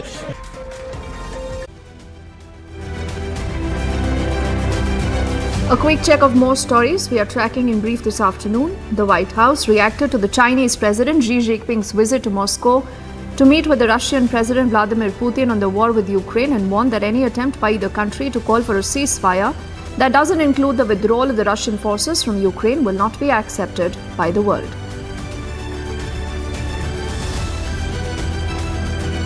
We hope the President Xi will press President Putin to cease bombing Ukrainian cities, hospitals, and schools, to halt the war crimes and atrocities, and to withdraw all its troops. But we are concerned that instead, China will reiterate calls for a ceasefire that leaves Russian forces inside Ukraine's sovereign territory. Now, any ceasefire that does not address the removal of Russian forces from Ukraine would effectively ratify Russia's illegal conquests, enabling Russia to entrench its positions and then to restart the war at a more advantageous time for them. This would, the world should not be fooled by any tactical move by Russia, aided by China or any other country, to freeze the war on its terms without any viable pathway to restore Ukraine's sovereignty and territorial integrity. A grand jury heard from the final witnesses in the investigation into the Donald Trump case, as law enforcement officials have accelerated security preparations in advance for possible indictment, as fellow Republicans have also taken out positions in a criminal probe expected to shake up the 2024 presidential race.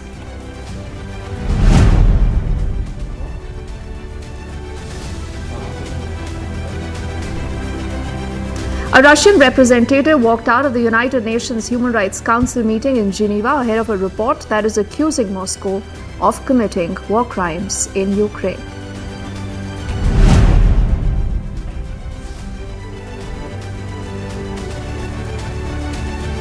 The UN member states have condemned North Korea's latest missile launch, calling for action to be taken against Pyongyang's belligerent policy.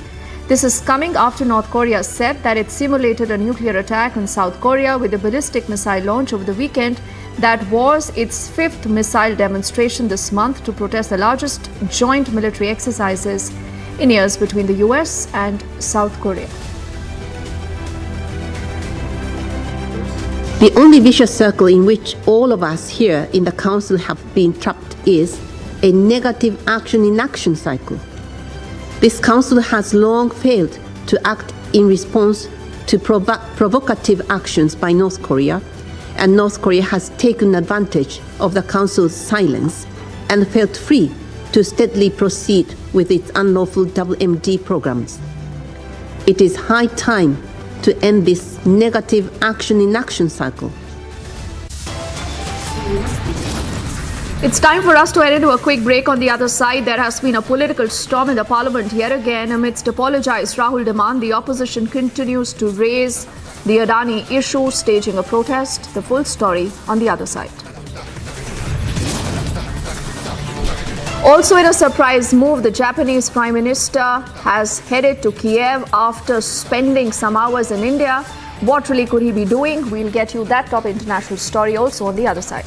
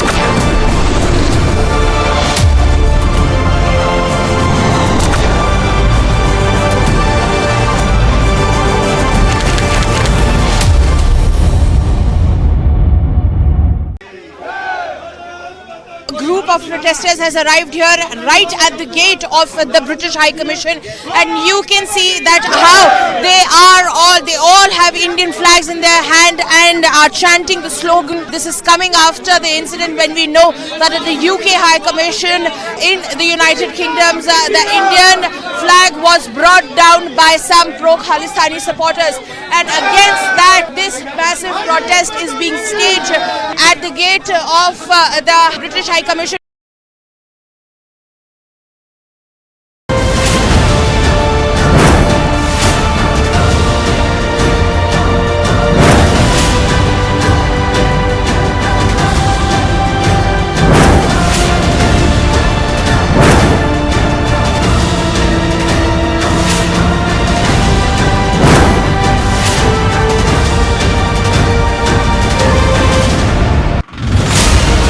Prayagraj का ये रसूलाबाद इलाका, दोनों दुकानें मोहम्मद गुलाम की ही हैं। उसको तोड़ने का जो काम है वो यहाँ पर किया जा रहा है। इस पूरी इमारत को मोहम्मद गुलाम ने अवैध रूप से खड़ा किया।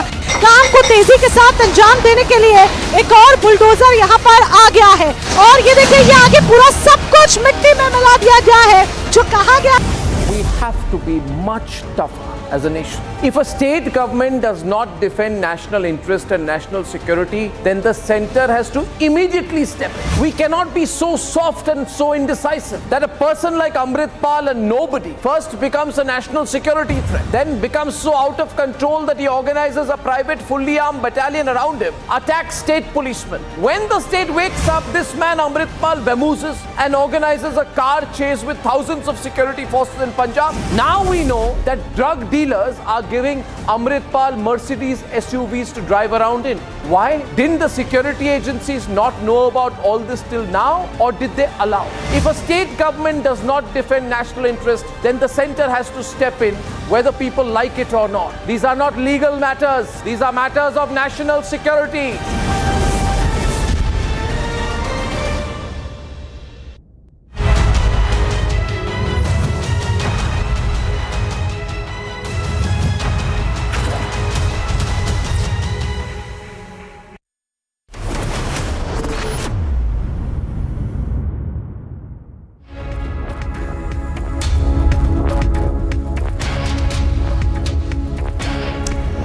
Good evening, viewers. You're watching Republic TV. I'm Shivangi Shukla, getting you the latest. Amritpal is still on the run.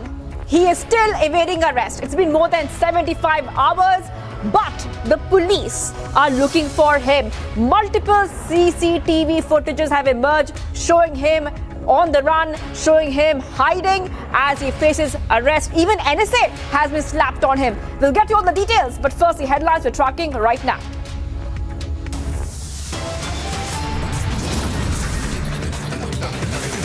आपके सोशल भाईचारे सांझ को, जिसने भी पंजाब की अमन शांति को तोड़ने की रत्ती भर भी कोशिश की, तो पंजाबियों ने उसका मुंह तोड़ना जवाब दिया। Fugitive Amritpal remains untraceable, but Punjab CM says nothing to worry. Bharat सरकार नो ऑब्जेक्शन सर्टिफिकेट जारी करती है और वर्ष 2018 में एंटीगुआ की सिटीजनशिप मेहुल चोकसी नाम के उस आर्थिक अपराधी को मिल जाती है। Interpol withdraws red notice against Choksi. Aam Aadmi Party hits Amrit Center, calls it a failure.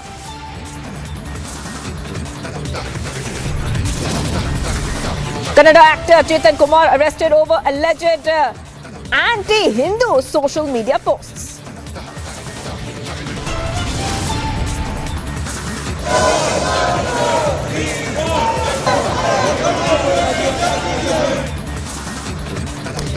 Political storm in Parliament amidst apologised Rahul demand. Opposition raises Adani stages protest.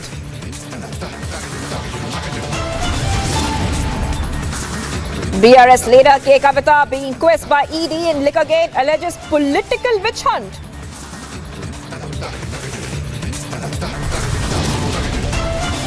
In a surprise move, Japanese Prime Minister Fumio Kishida heads to Kiev.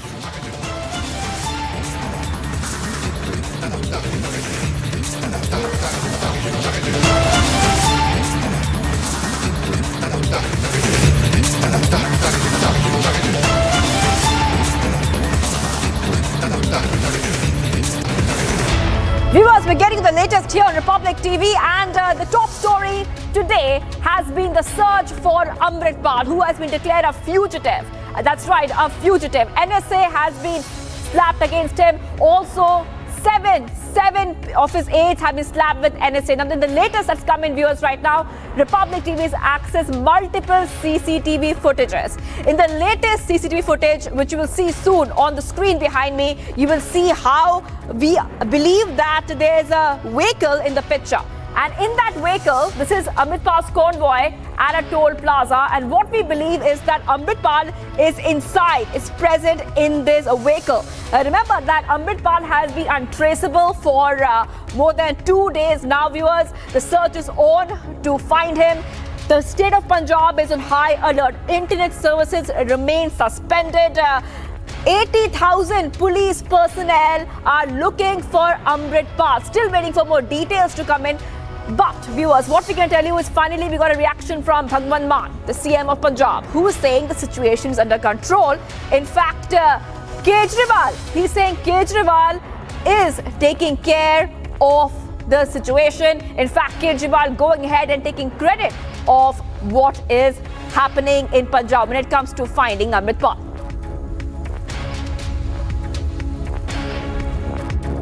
Punjab में कानून व्यवस्था लागू कर रखने के लिए और शांति बहाल रखने के लिए पिछले कुछ दिनों के अंदर भगवंत मान साहब ने और आम आदमी पार्टी की पंजाब सरकार ने कई कठोर कदम उठाए हैं। उन्होंने बहुत संयम और बहुत मैच्योरिटी के साथ मान साहब ने कार्रवाई की है। इसके लिए मैं भगवंत मान साहब को और आम आदमी पार्टी की सरकार को बधाई देना चाहता हूं। जब हमारी पंजाब में सरकार बनी थी, उस वक्त कुछ लोग ये कहते थे कि आपको शिक्षा, पानी, स्वास्थ्य, बिजली ये काम तो करने आते हैं, लेकिन पंजाब में लॉ एंड ऑर्डर काबू कर पाएंगे क्या? पंजाब बॉर्डर स्टेट है, बॉर्डर स्टेट के ऊपर आप शांति की व्यवस्था कर पाएंगे क्या? पिछले 1 साल के अंदर आम आदमी पार्टी की सरकार ने यह साबित कर दिया कि अगर नीयत साफ हो और अगर सरकार ईमानदार हो, इरादे नेक हों, तो लॉ एंड ऑर्डर को भी बहुत बखूबी कायम किया जा सकता है। हमने जिस व्यवस्था को इनहेरिट किया था, जो हमारे से पहले जो चला आ रहा था सारा सिस्टम, जो हमें सिस्टम मिला था पिछली सरकारों से, उसमें इतनी ज़्यादा पॉलिटिकल लोगों की क्रिमिनल्स के साथ, गैंगस्टर्स के साथ आपस में जुगलबंदी थी। गैंगस्टर्स को, क्रिमिनल्स को पहले पॉलिटिकल संरक्षण दिया जाता था। ये वाला गैंगस्टर इसका है, इसकी इसके साथ सेटिंग है, इसकी इस पार्टी के साथ सेटिंग है, इसकी इस नेता के साथ सेटिंग है। हमारी किसी के साथ सेटिंग नहीं थी। हमारी पार्टी ईमानदार पार्टी है। आने के बाद एक गैंगस्टर्स के ऊपर और अपराधियों के ऊपर धरपकड़ चालू हुई और पिछले 1 साल के अंदर कई नशा माफिया वालों के खिलाफ, गैंगस्टर्स के खिलाफ, क्रिमिनल माफिया के खिलाफ कार्रवाई की गई। पिछले कुछ दिनों की कार्रवाई ने यह दिखा दिया है कि कड़े से कड़ा कदम उठाने के लिए भी आम आदमी पार्टी की सरकार तैयार है। आज मैं आपके सामने बैठा हूं। पिछले दिनों कुछ तत्व ऐसे थे जो विदेशी ताकतों के हाथ चढ़कर पंजाब में माहौल खराब करने की बातें कर रहे थे, नफरत भरी स्पीच दे रहे थे, कुछ ऐसे कानून के खिलाफ बोल रहे थे, तो उन पर कार्रवाई की गई है और उस कार्रवाई के दौरान वो सब लोग पकड़े गए हैं और उनको सख्त से सख्त सजा दी जाएगी, क्योंकि आम आदमी पार्टी एक कट्टर देशभक्त और ईमानदार पार्टी है। पंजाब का अमन चैन और देश की तरक्की हमारी प्राथमिकता है और कोई भी ऐसी ताकत जो देश के खिलाफ पंजाब में पनप रही हो उसको हम बख्शेंगे नहीं, क्योंकि लोगों ने भारी बहुमत देकर हम पर बहुत बड़ी जिम्मेदारी दी है। जो लोग बुरी कंपनी में, बुरी संगत में फंस के पंजाब का कुछ बुरा सोचने का सपना भी ले रहे होंगे वो भी गलत है। मैं उनको कहना चाहता हूँ कि सपना भी लेना पंजाब में, पंजाब की शांति को तोड़ने का, ये आपकी गलतफहमी होगी। तो मैं एक बार फिर पूरी दुनिया में रहते पंजाबियों को भी आश्वासन दिलवाता हूँ कि मेरा खून का कतरा कतरा, मेरे दिल की एक एक धड़कन, मेरा एक एक सांस पंजाब के लिए धड़कता है, हाजिर है पंजाब के लिए मेरे खून का एक एक कतरा। और पंजाब जो है वो नंबर 1 सूबा था और नंबर 1 सूबा बनाएंगे और पंजाब से लीड देश लेता था और लेता रहेगा। आज भी हमारे हज़ारों जवान जो हैं वो देश की आज़ादी को कायम रखने के लिए सरहदों पर अपना सीना तान के खड़े हैं। इस बात का हमें गर्व है। All right, viewers, right now we have been joined by Gursimran. Gursimran is getting us all the details. Gursimran, I'm coming to you. You're joining us live. You have been tracking the story for the past 2-3 days now. Now, what we see on our screens is Amritpal's convoy at a toll plaza. The big question being raised is that was there no checking there, which was happening? If Amritpal is on the run, if the police are on a hot chase, how is it possible that a car just easily passes through? That's a big question being raised right now, Gursimran. See, it's highly possible that the operation was kept too secret, that even the police was not well informed of this operation, or it is highly possible that they were not expecting Amritpal to give them a tough time. They were expecting that Amritpal will give a surrender and will surrender before the police and then all is done, and they were focusing on the law and order angle, but that has not happened, and Amritpal is still at large for the last 4 days. Right now we are reporting from outside the residence of Wariste Punjab chief and Khalistani hardliner Amritpal Singh's residence, and these 3 words, the AKF, that have been written on the gate of Amritpal, these 3 words, Anandpur Khalsa Force, are the main ones that are under scanner of the central agencies. Many teams of the National Investigation Agency have already reached the Chandigarh, and we are told that they all are going to carry out the investigation, the parallel investigation that the National Investigation Agency is doing with regards to the developments that are taking place. And there are several places where the AKF marking is in place. One is the gate of the Amritpal, the bulletproofs that have been found from his residence. Another is the walls that are near to the house of Amritpal. They also have the AKF marking. So this Anandpur Khalsa Force markings are something that the agencies are looking into. However, the family members of the Amritpal are denying the fact that he was building a militia, but the reality and understand what agencies are saying, that the huge cache of arms and ammunition that have been recovered, and also after Amritpal coming to India, there is a sudden rise in the incidents of drone dropping from across the border. That two angles are also being probed parallelly by the agencies, and also the use of the drug de-addiction center by Amritpal. That is something which is under the scanner of the agencies, and agencies are looking into very, very seriously. NSA has already been imposed, but that is not enough. They want to go to the root of it so that they can find out the persons who are really behind Amritpal and his sudden rise, the overnight rise of Amritpal here in Punjab. Right, Gursimran. And I'm also being joined by Amandeep, who's been tracking the story very, very closely. Now, Amandeep, some big details have come out today on the story. Now, we know that Amritpal has been slapped with the NSA. Yesterday, many of his aides were slapped with the NSA. In fact, many of his aides have flown into Assam. Many updates coming in right now. Amandeep, take us through the latest and what have the police said so far on the case. Well, absolutely, Shivangi. NSA has been slapped against Amritpal Singh and his uncle and four others, in fact. And even not today, NSA was slapped against all of them on 17th of March.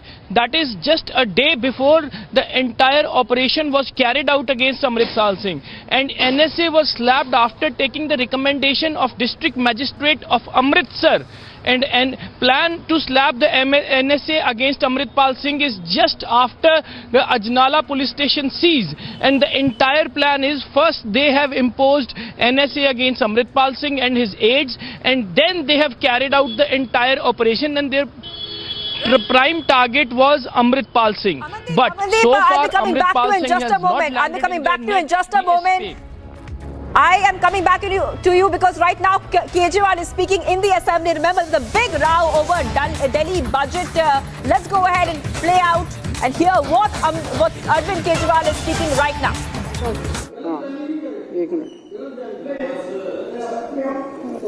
Leader of opposition कह रहे हैं objection नहीं, observation. चलो कोई बात नहीं. Supreme court का 2018 का ऑर्डर साफ साफ कहता है, संविधान का आर्टिकल 239AA4 साफ साफ कहता है that lieutenant governor of Delhi और the administrator of Delhi is bound by aid and advice of council of ministers. Delhi के लेफ्टिनेंट गवर्नर जो हैं वो केवल ठप्पा लगाएंगे 3 सब्जेक्ट्स छोड़ के, बाकी सारी चीजों पे उनको बस ठप्पा लगाना है. वो अपनी ऑब्जर्वेशन भी नहीं दे सकते, ऑब्जेक्शन भी नहीं दे सकते, वो फाइल पे कुछ नहीं लिख सकते. उनको फाइल पे लिखने का अधिकार नहीं है. अगर वो फाइल पे कुछ लिखते हैं तो वो संविधान के खिलाफ है. अगर वो फाइल पे लिखते हैं तो वो इस मंदिर का, ये जनतंत्र का जो मंदिर है, इसका अपमान है, इस पूरे हाउस का अपमान है. कुछ कहना है तो ये हाउस कहेगा. ये हाउस किस लिए बैठा है? ये जितने लोग हैं, चाहे ये बीजेपी के हैं, कांग्रेस के हैं, आम आदमी पार्टी, इनको जनता ने चुन के भेजा. फिर ये किस लिए चुने गए हैं? अगर एलजी ने ही दिल्ली चलानी थी तो? अगर केंद्र सरकार के पास बजट भेजा गया, केंद्र सरकार को उसमें आपत्ति करने का कोई अधिकार नहीं है. ये provision he unconstitutional. It is against the basic structure of democracy and basic structure of the constitution of India कि किसी राज्य का बजट केंद्र सरकार को भेजा जा रहा है. पर चला आ रहा है कई सालों से. जिस दिन इसको सुप्रीम कोर्ट के अंदर चैलेंज किया गया, ये 2 मिनट ये प्रोविजन नहीं टिकने वाला कि केंद्र सरकार को दिल्ली सरकार का बजट भेजा जा रहा है. पर एक परंपरा चली आ रही थी, कई सालों से चली आ रही थी. हम भी उस परंपरा को फॉलो कर रहे थे. आज तक दिल्ली के इतिहास में कभी केंद्र सरकार ने कोई ऑब्जेक्शन या ऑब्जर्वेशन नहीं किया. पहली बार ये परंपरा जो है इसको तोड़ा गया. उन्होंने ऑब्जेक्शन लगा के भेजे, ऑब्जर्वेशंस लगा के भेजे. वही अपने आप में असंवैधानिक था. लेकिन हमें लड़ना नहीं है. हम लड़ना नहीं चाहते. हम यहां लड़ने नहीं आए, हम काम करने आए हैं. 17 तारीख को उन्होंने भेजा, चीफ सेक्रेटरी के पास भेजा, प्रिंसिपल सेक्रेटरी फाइनेंस के पास भेजा. 3 दिन वो लेके बैठे रहे. अब सारा देश जानता है कि इन अधिकारियों के गर्दन जो है वो केंद्र सरकार और एलजी के अंडर में. रोज जिसको मर्जी सस्पेंड कर देते हैं. सारे डरे बैठे हैं, सारे डरे बैठे हैं अधिकारी. वो बेचारे क्या करें? तो ऊपर से आदेश आया एमएचए से कि भाई 3 दिन तक लेके बैठे रहो. सोमवार को 20 तारीख को 21 को बजट प्रेजेंट होना था। 20 तारीख को दिन में 2 बजे मंत्री को बताया जाता है जी एमएचए से कुछ ऑब्जेक्शंस आए हैं। तो इन अधिकारियों के खिलाफ तो कार्रवाई होनी चाहिए। फाइल जो है उसके संबंध में उसके बाद बार बार फोन कर रहा है मंत्री। फाइल उसके पास शाम को 6 बजे पुटअप की गई। उसके बाद अफरा तफरी के अंदर मंत्री ने नोट बनाया, जो भी ऑब्जर्वेशन थे। हमारे पास एक ऑप्शन था, हम लड़ लेते, कोर्ट चले जाते कि तुमने ऑब्जर्वेशन कैसे लिखे, हम तुम्हारा, पर मैंने मंत्री को कहा नहीं, हमें लड़ना नहीं है। उन्होंने जो ऑब्जर्वेशन लिखे हैं, 4 ऑब्जर्वेशन थे, चारों का हमने जवाब लिखा, कोई चेंज नहीं किया बजट में, सेम बजट। ईगो थी कि हमारा जवाब दो, दे दिया भाई साहब। आपके पैर छू लिए उनके हाथ सामने हाथ जोड़ लिए, जो मांगा उन्होंने जवाब दे दिए। आज वापस आ गया, बजट अप्रूव हो गया। अहंकारी है, क्या मिल गया? एक मिनट सर, एक मिनट। आप ही की जिंदाबाद है सर, पूरी आप ही हो बस, तो बाकी तो हम तो ऐसे ही हैं। क्या मिला इससे? यही मिला जो ये भी कह रहे हैं जिंदाबाद। बस ये राजनीति है, अहंकार है।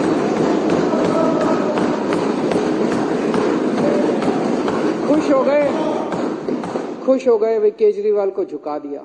हाँ जी, हम तो हमेशा ही झुके हुए हैं। जनतंत्र में झुकना ही एक, जनता के सामने भी झुकना चाहिए, सबके सामने झुकना चाहिए।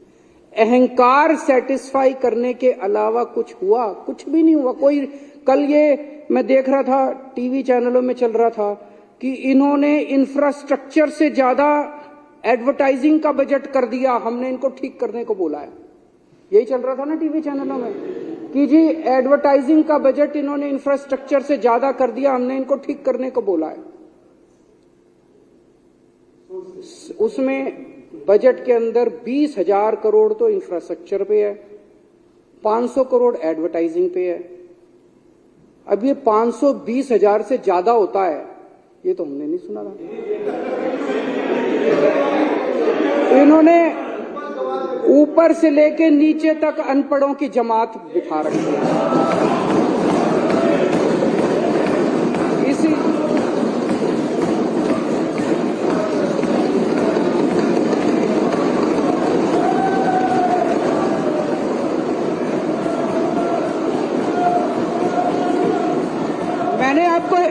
मैंने आपके नेता को नहीं कहा, मैंने आपके नेता को नहीं कहा, आपको कैसे लगा उसको बोला है?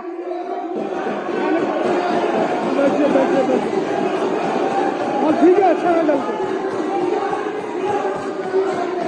मैंने तो नाम ही नहीं लिया, मैंने तो नाम ही नहीं लिया, मैंने किसी का नाम नहीं लिया, मैंने किसी का नाम नहीं लिया, मैंने किसी का नाम नहीं लिया। मैं किसी का नाम, बैठ जाओ, मैंने किसी का, मैं तो ये कह रहा हूं जी, ये बता दो कि कहां लिखा है कि 500 की फिगर जो है वो 20,000 से ज्यादा होती है? ये तो कहीं नहीं लिखा। तो मैं कह रहा हूं भाई, जो पूरी की पूरी अनपढ़ों की जमात बिठा रखी है, पढ़े लिखे लोगों को बिठाओ वहां पे, ताकि वो कम से कम बजट पढ़ने की क्षमता तो रखते हो। पता नहीं किसको दे दिया आपने बजट। 500 करोड़ रुपए पिछली साल रखा था, 500 करोड़ रुपए इस साल रखा है, सेम है, सेम टू सेम है, कोई बढ़ाया नहीं हमने, एज इट इज बजट रखा है। कहते हैं कल से चला रखा है बजट, एडवर्टाइजिंग का बजट बढ़ा दिया, एडवर्टाइजिंग का बजट इंफ्रास्ट्रक्चर से ज्यादा। कहां कर दिया? कहीं नहीं करा। आज वो सेम टू सेम बजट हमने कोई चेंज करके नहीं भेजा, जो बजट में लिखा था उसी में से 4 लाइनें कोट कर करके भेज दी। आज एलजी साहब ने भी कल रात को 10:30 बजे लिख दिया अप्रूव्ड। यार ये क्या है यार, तो पहले ही अप्रूव कर देते, क्या जरूरत थी? वो कह रहे थे मेरे सामने झुको, मेरे पैर पकड़ो। आपके सामने झुक गया ऐसा? आप ही प्रभु हो, आप ही सब कुछ हो। मेरी आज इस मंच के, इस हाउस के माध्यम से अपील है, प्रार्थना है प्रधानमंत्री जी को कि प्रधानमंत्री जी, हम काम करना चाहते हैं, हम लड़ना नहीं चाहते। हमारी लड़ाई हमारे बस की बात नहीं है, हम बहुत छोटे लोग हैं, राजनीति में हम लड़ने के लिए नहीं आए, हमें राजनीति करनी नहीं आती। इस रोज रोज की लड़ाई से कुछ नहीं निकल रहा। जिस घर में लड़ाई होती है वो घर बर्बाद हो जाते हैं, जिस राज्य में लड़ाई होती है वो राज्य बर्बाद हो जाते हैं, जिस देश में लड़ाई होती है वो देश बर्बाद हो जाते हैं। लड़ाई से किसी का कहां भला हुआ है? कभी भला हुआ है? सबसे बना के रखनी चाहिए, सब मिलजुल के काम करेंगे, तरक्की होगी। दिल्ली ने इतना, कल आज मैं अखबारों में पढ़ रहा था, कल हमारे माननीय वित्त मंत्री जी ने इकोनॉमिक सर्वे प्रेजेंट किया, इतनी तरक्की की दिल्ली ने, देश का जो एवरेज है उससे कहीं ज्यादा आगे जाके तरक्की कर रही है दिल्ली। इतनी तरक्की कर रही है, इतनी तरक्की कर रही है। सोचो अगर ये रोज रोज के झगड़े नहीं होते तो 10 गुना तरक्की हो चुकी होती अभी तक जितनी तरक्की है। हमारा डोर स्टेप डिलीवरी राशन करना चाहते थे हम, वो रोक दिया। किसका फायदा हुआ? जो राशन वाले चोरी करते थे, राशन माफिया था, उसका फायदा हुआ। जनता का फायदा तो नहीं हुआ। क्या फायदा हुआ उसका? Door step delivery of ration करने का, रोकने का। दिल्ली के अंदर 17,000 लोगों को डेली हम योगा कराया करते थे। डेली 17,000 लोगों को दिल्ली सरकार फ्री में योगा कराती थी। प्रधानमंत्री जी ने कह के वो योगा क्लासेस बंद करा दी। किसका फायदा हुआ जी? किसी का तो फायदा नहीं हुआ। 17,000 लोगों ने अगर योगा करना बंद कर दिया, आज भी याद करते हैं, मेरे को मिलते हैं, आज भी याद करते हैं। किसका फायदा हुआ? किसी का फायदा नहीं हुआ। हम अपने टीचर्स को, दिल्ली का शिक्षा जो व्यवस्था है उसकी तारीफ पूरे देश के अंदर हो रही है, पूरी दुनिया के अंदर हो रही है।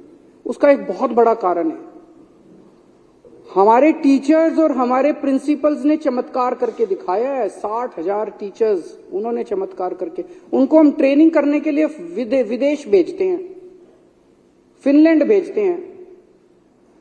आपने उनकी फिनलैंड की ट्रेनिंग रोक दी। किसका फायदा हुआ? किसी का फायदा नहीं हुआ। गरीबों के बच्चे अच्छे पढ़ना चालू हुए थे, बड़े इतने 75 साल के बाद गरीबों के बच्चों को अच्छी शिक्षा मिलनी चालू हुई थी। क्या फायदा हुआ? टीचर्स की ट्रेनिंग रोकने से किसका फायदा हो रहा है?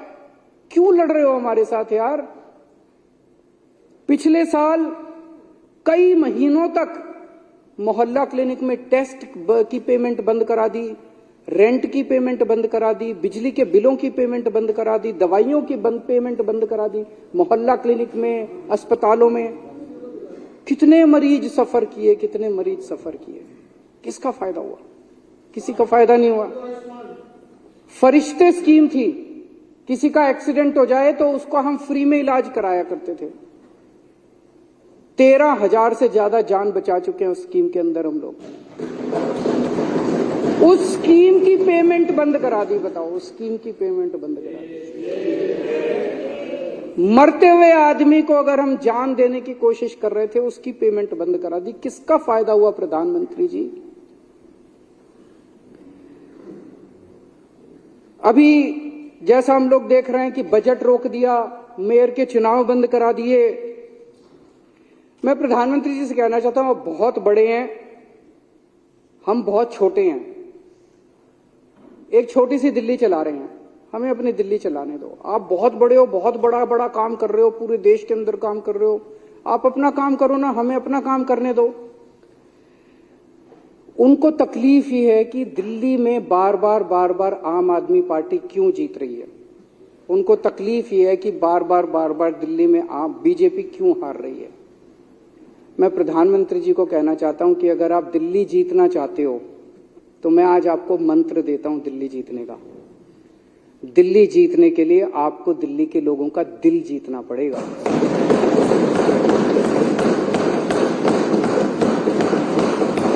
ये रोज लड़ाई झगड़े करने से दिल्ली वाले आपको वोट नहीं देने वाले। मैंने अगर दिल्ली में 1000 स्कूल ठीक कर दिए, आपके पास तो बहुत पैसा है, आप 1000 नए स्कूल बना दो, देखो लोग केजरीवाल को वोट देना बंद कर देंगे। मैंने दिल्ली में 550 मोहल्ला क्लिनिक बना दिया, आप 5,500 मोहल्ला क्लिनिक बना दो।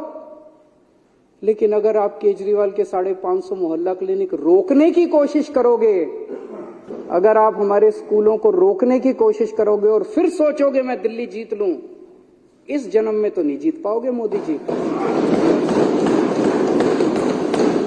हमसे लंबी लकीर खींचो, जो काम हमने किए उससे लंबी लकीर खींचो।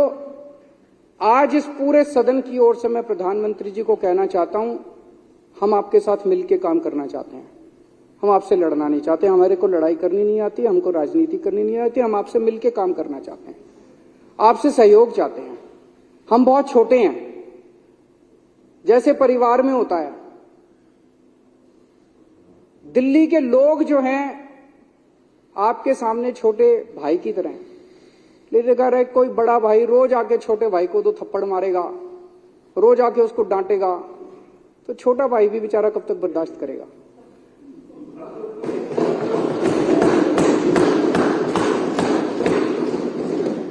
तो अगर आपको छोटे भाई का दिल जीतना है तो छोटे भाई का दिल जीतना पड़ेगा। छोटे भाई का दिल जीतना है तो छोटे भाई को प्यार करो, छोटे भाई के साथ चलो, तभी छोटा भाई आपका साथ देगा। मैं इस प्रस्ताव का पूरी तरह से समर्थन करता हूं।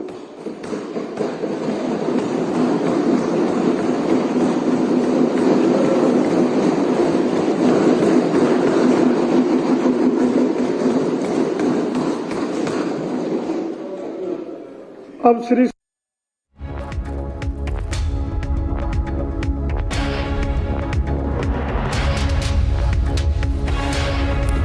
So this was the latest address of Delhi Chief Minister Arvind Kejriwal at inside the assembly on the floor of the House. The face-off that we witnessed yesterday between the centre and the Delhi Chief Minister over the budget that was allegedly stalled by the centre is what Arvind Kejriwal had claimed. Arvind Kejriwal and his party and his ministers had claimed yesterday. Today we're now getting information that this budget has been approved by the centre. We're heading into a break right now. After the break, we'll get you details about the Parliament showdown where the opposition is demanding JPC on Adani issue while BJP is demanding Rahul's apology. Also coming up after the break, round 3 of K. Kavita's questioning is still underway.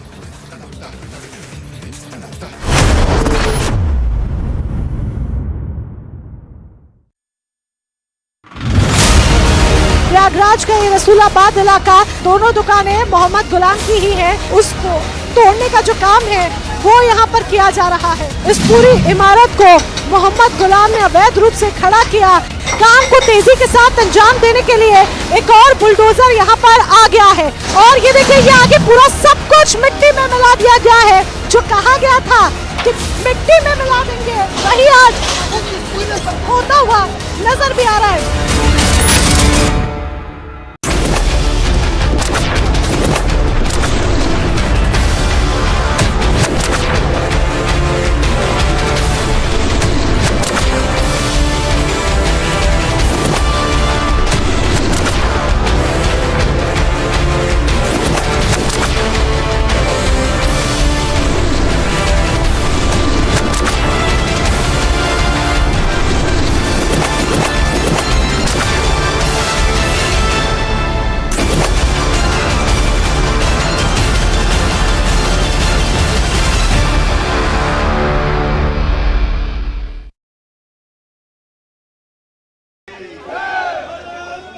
Group of protesters has arrived here right at the gate of the British High Commission, and you can see that how they all have Indian flags in their hand and are chanting the slogan. This is coming after the incident when we know that at the UK High Commission in the United Kingdom, the Indian flag was brought down by some pro-Khalistani supporters, and against that this massive protest is being staged at the gate of the British High Commission.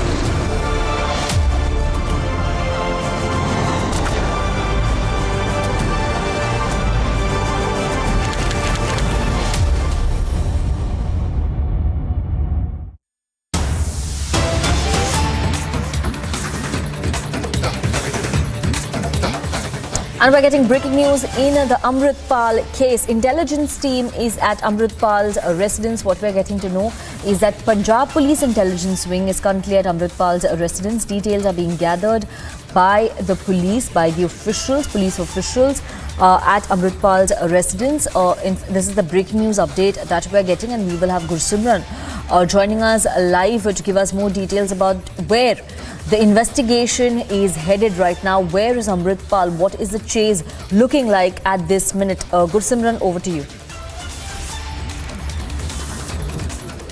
See, right now we are in the Jalupur Khera village of the Amritsar, which is the native village of Amritpal, who is still at large after four days of the chase by the Punjab Police. But now another development has come, and that too from his native village, where the team of the intelligence, Punjab intelligence, has reached here at the residence of Amritpal. And I'll request Gaurav to keep showing you the visuals that this is the intelligence wing of the Punjab Police, the officials of which have arrived from Mohali. That is what we are getting to know.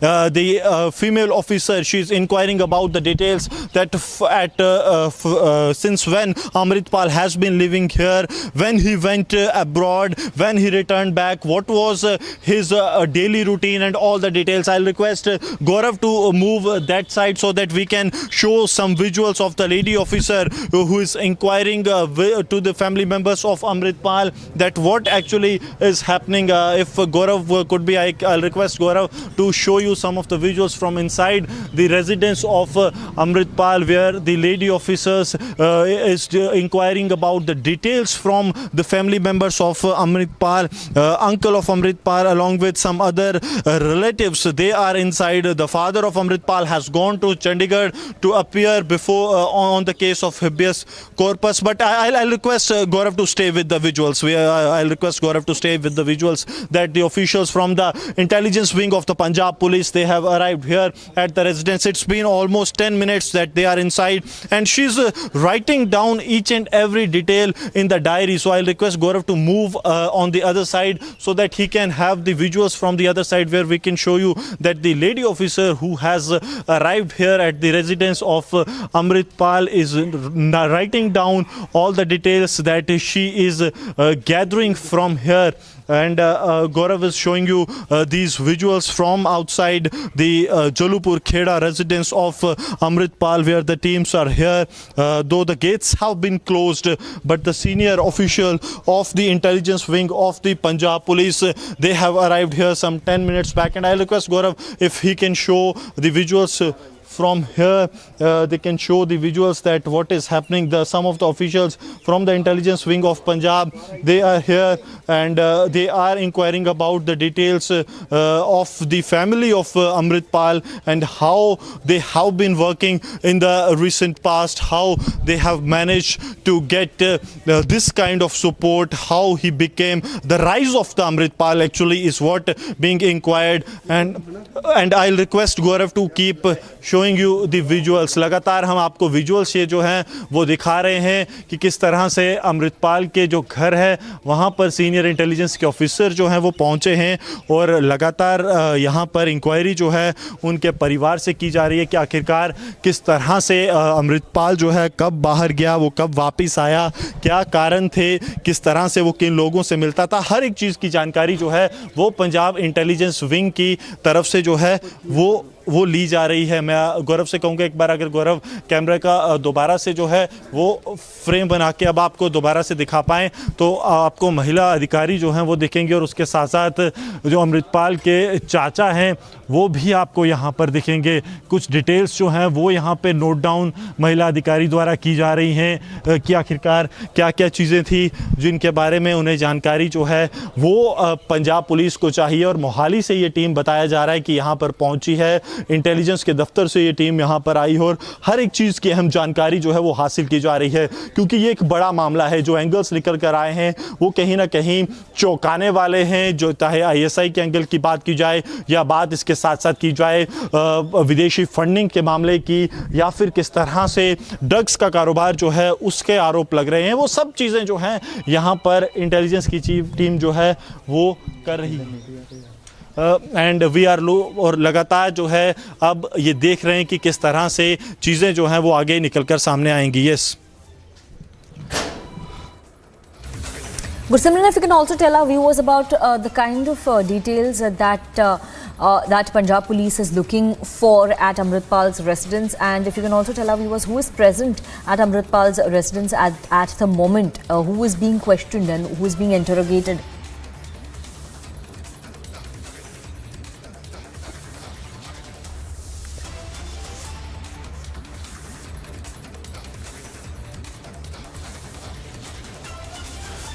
Yes, see, the intelligence agencies are looking into the various angles. Right now, we are outside the residence of Amritpal, and we are looking into the multiple angles that the agencies are probing.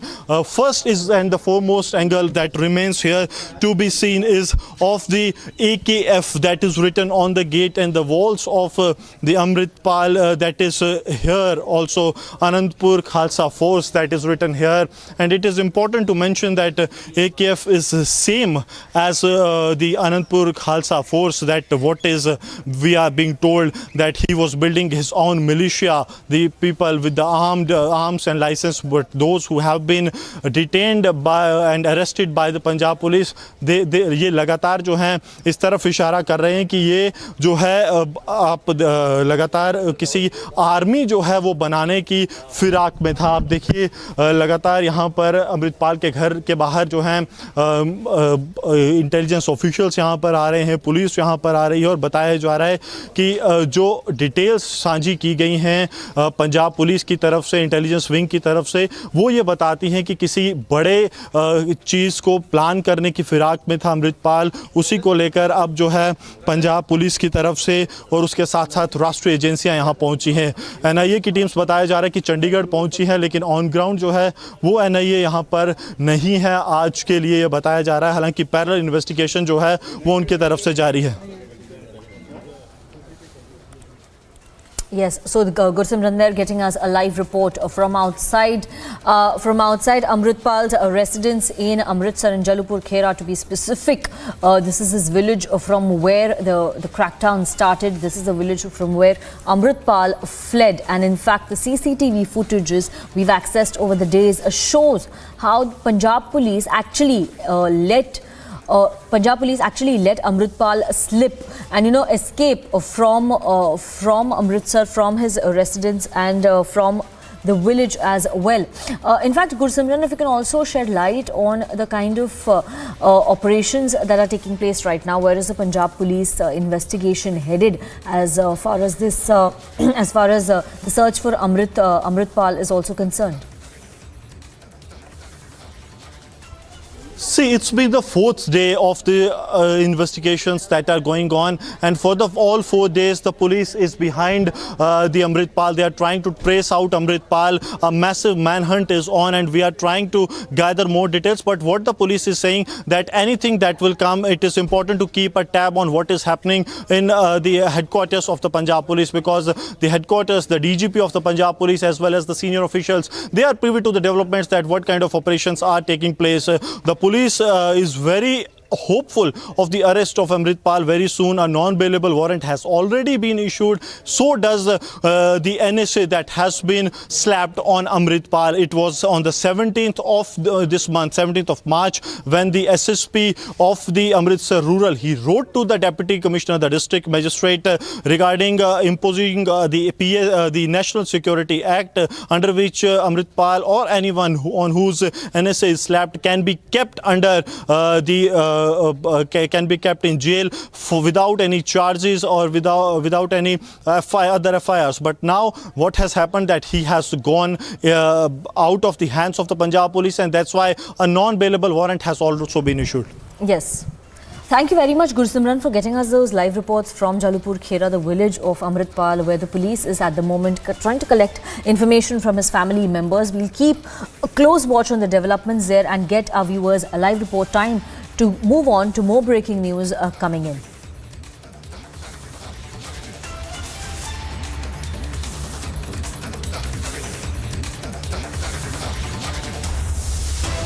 We're now getting a statement of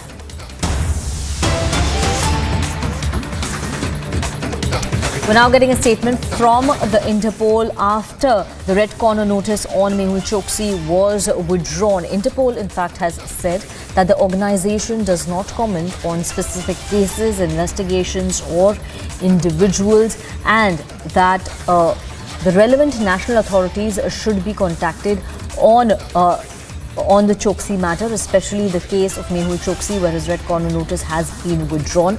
Earlier, we also had a statement from CBI, where CBI very clearly said that this withdrawal of the red corner notice is not a setback for the agencies in their pursuit for Mehul Choksi.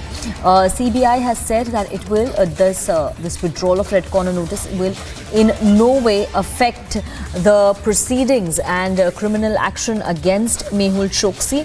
They said that red corner notice is not a prerequisite for the extradition of Mehul Choksi from Antigua to India. So these are the two statements coming in, very important statements coming in from the Interpol as well as the CBI on this entire Mehul Choksi issue. We had a word from Mehul Choksi's lawyer, Vijay Agarwal, who said that withdrawal of the red corner notice would mean that Mehul Choksi could effectively travel across the world, but not in India. Let's listen in to what he said. See, the legal team has taken up the matter with Interpol, and the Interpol in turn has been asking queries from India, but ultimately realizing that now that the Antigua police has clearly said that this kidnapping was genuine, the man was actually kidnapped. So this sort of things now, this kidnapping attempts and everything is not approved by the international community. So taking view in favor of my client, now the Interpol has removed the RCN issued. If you go to the website, you will be able to see that RCN has been removed. Now my client is free to travel anywhere. Of course, not India. What does this mean for the case? No, this is not going to affect his criminal litigation pending in India. So this is the RCN was the effort that if he is traveling anywhere, so he can be caught and brought here. So that risk now he will not have. But as far as the pending cases there are concerned, RCN removal will not have any impact. एक संस्था चलती है विदेशों में, friends of BJP. Mehul Choksi भी शायद उसी संस्था का हिस्सा बन जाएंगे अब, क्योंकि ये दोस्त जो हैं भारतीय जनता पार्टी के, पहले तो देश को लूटते हैं, तब आंख बंद हो जाती है साहब लोगों की, फिर वो देश छोड़कर भागते हैं, तब आंख कान मुंह सब बंद हो जाता है साहब लोगों का, फिर वो बच जाते हैं, रेड कॉर्नर नोटिस से उनका नाम खत्म हो जाता है। देखिए अब क्या क्या बंद होता है। नीरव मोदी और मेहुल चोकसी ये वो लोग हैं जिन्होंने 13,500 करोड़ का बैंक घोटाला किया। देश की जनता के खून पसीने की कमाई जो पंजाब नेशनल बैंक और 19 अन्य बैंकों में जमा थे, उन बैंकों का 13,500 करोड़ रुपए खाकर डकार कर फरार हो गए। Now Adani to Mehul, they are get friends. Only BJP government is working for them, and that is their minus PRP. I am telling you, and there will be zero for them.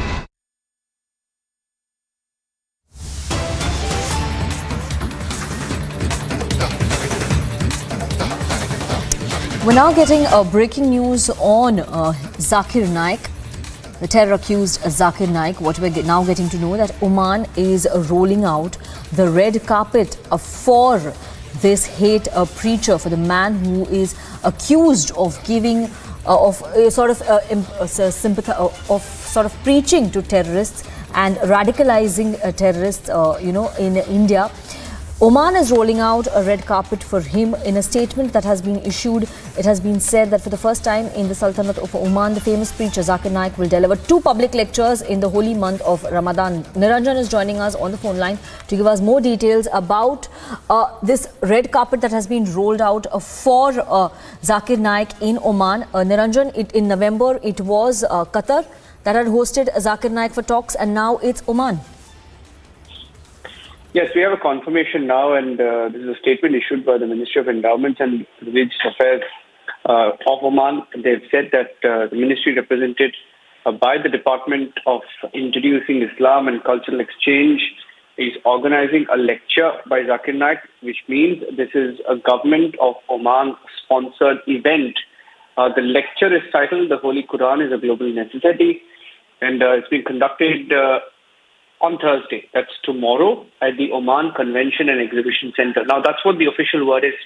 Now, there has been a lot of speculation, Sanika, on social media that, whether Oman will actually detain him, extradite him, etc. Now, there is absolutely nothing that suggests the same. But what we do know is that as of this minute, if this is a government of Oman-sponsored event, it is unlikely that Oman, if the government of Oman has put out, a statement like this on record to say that the ministry itself is organizing this event, then it is a big deal, because Oman knows that Zakir Naik is a fugitive in India, and the Oman government has also said that in cooperation and partnership with Sultan Qaboos University, this lecture is being organized. This is another event. There are, in fact, a couple of events. First on the 23rd, which is a day after. A second event on the 25th, on the third day of Ramadan. This is also in Oman at the Sultan Qaboos University. And mostly the mood in Oman is that most people of Oman, the residents of Oman, want Zakir Naik there. Back to you. Yes. Now we're keeping a close track on this story. Yes, Niranjan, we're keeping a close track on the developments there. The lecture is scheduled for 23rd of March, 2 days from now. We'll keep a close watch on what happens. We're heading into a break right now. K. Kavita continues to be questioned by the Enforcement Directorate. This is the third day of her interrogation. Also coming up after the break, Kannada actor Chetan Kumar has been arrested over alleged anti-Hindu social media posts.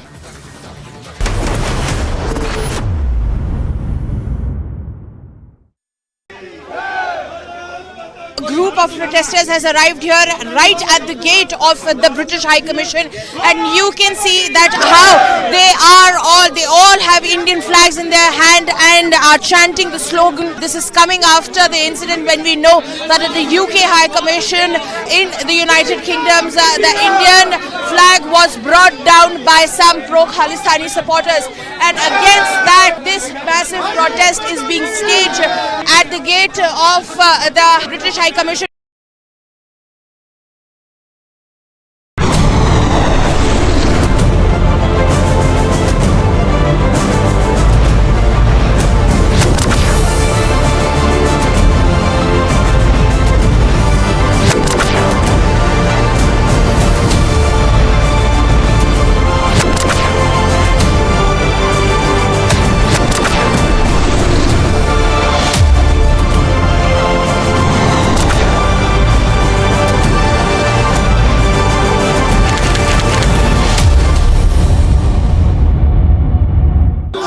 Sloganeering has begun here at the residence of K. Kavita, where the Telangana workers over here of the BRS are sloganeering favor of K. Kavita as the security is heightened at the residence, as K. Kavita has just left for the Enforcement Directorate office in the national capital. According to the Enforcement Directorate, is at the helm of this South group that has been brought in the picture.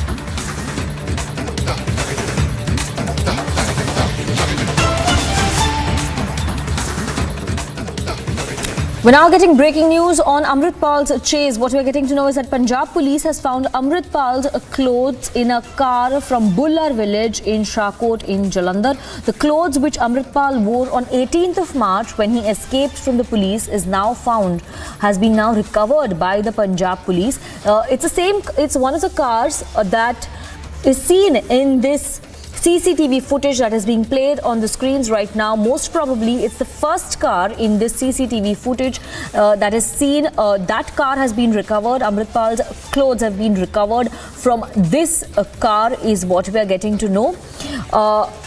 This is an information that is brought to us by our reporter Harsha, and we will try to get her on this breaking news development. Back-to-back breaking news coming in. Number one, Punjab Intelligence Department is at Amritpal's residence. They are questioning and interrogating Amritpal's family members and the residents who are at his home right now. Second piece of breaking news information in the last half an hour is that Amritpal's clothes that he wore on the 18th of March have been recovered by the police from a car that is seen in the CCTV footage. What we believe is that it's the first car in this CCTV footage that has been recovered. His clothes have been found in this car is what we're getting to know, is what our sources are telling us.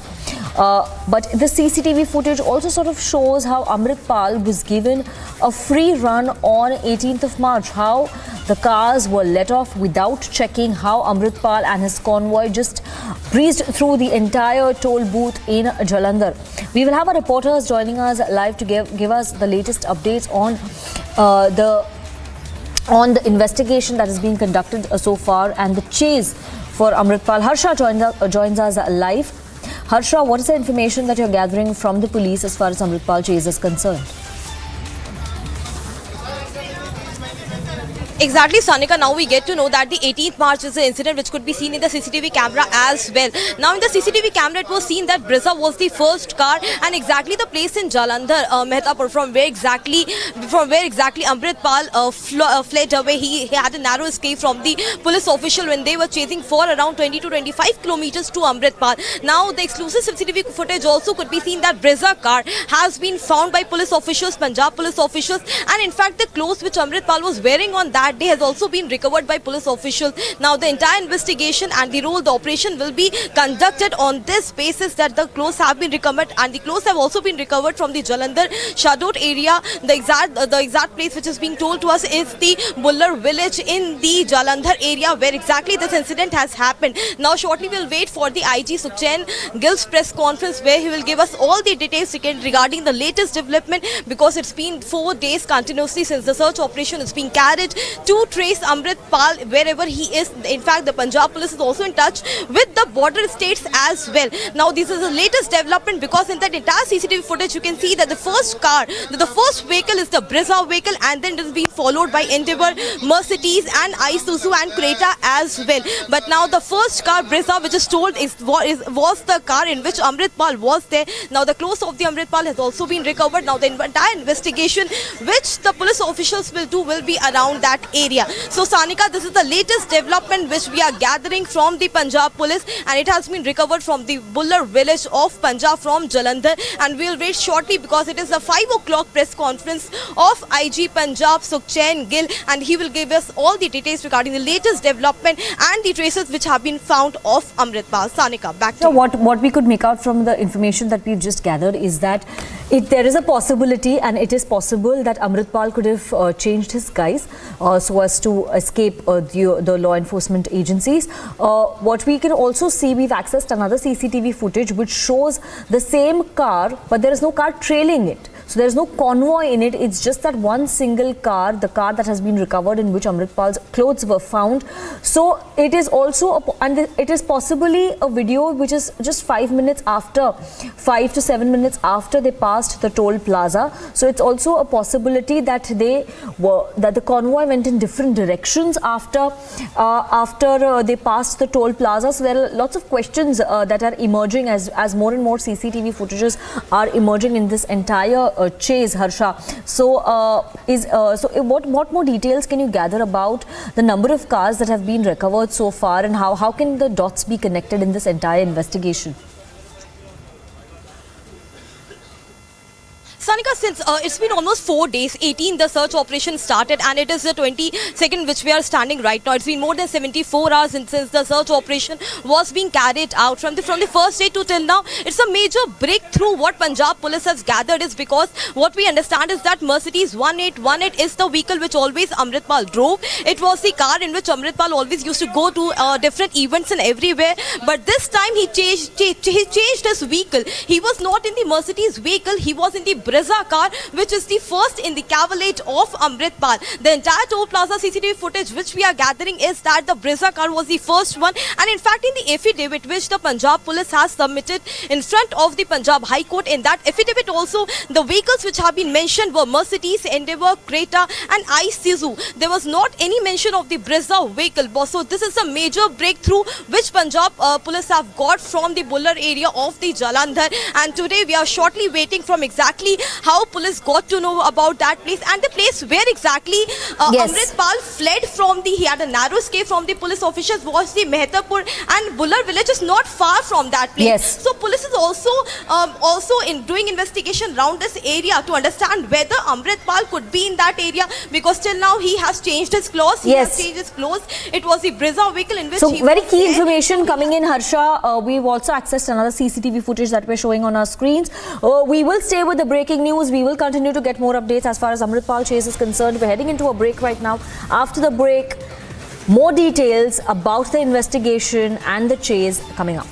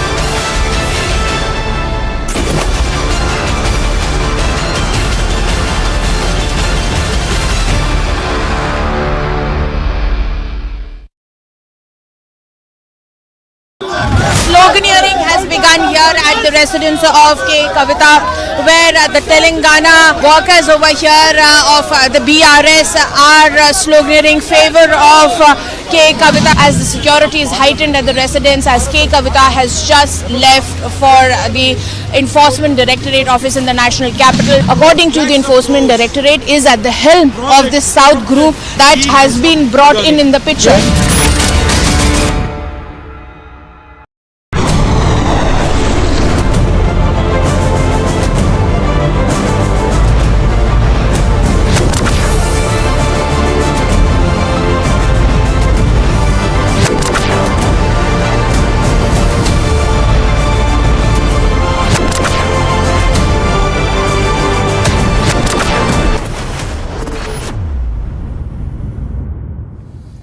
And we're cutting across to these pictures, the CCTV footage that we've accessed of Amritpal's escape, Amritpal's chase. The first CCTV footage on the left side of your screens is of Amritpal's convoy, 5 convoys passing the Jalandhar toll plaza without any restrictions, given a free pass there. The second the second video CCTV footage on your screens on the right side is that of a car, of a Brezza car passing through without any convoy. These two CCTV footages are just 8 minutes apart. What we're getting to know is that Amritpal Amandeep is also joining us live. So Amandeep, these CCTV footage and whatever information we've gathered so far, what we could make out is that has Amritpal changed his disguise? Did Amritpal change multiple cars before fleeing?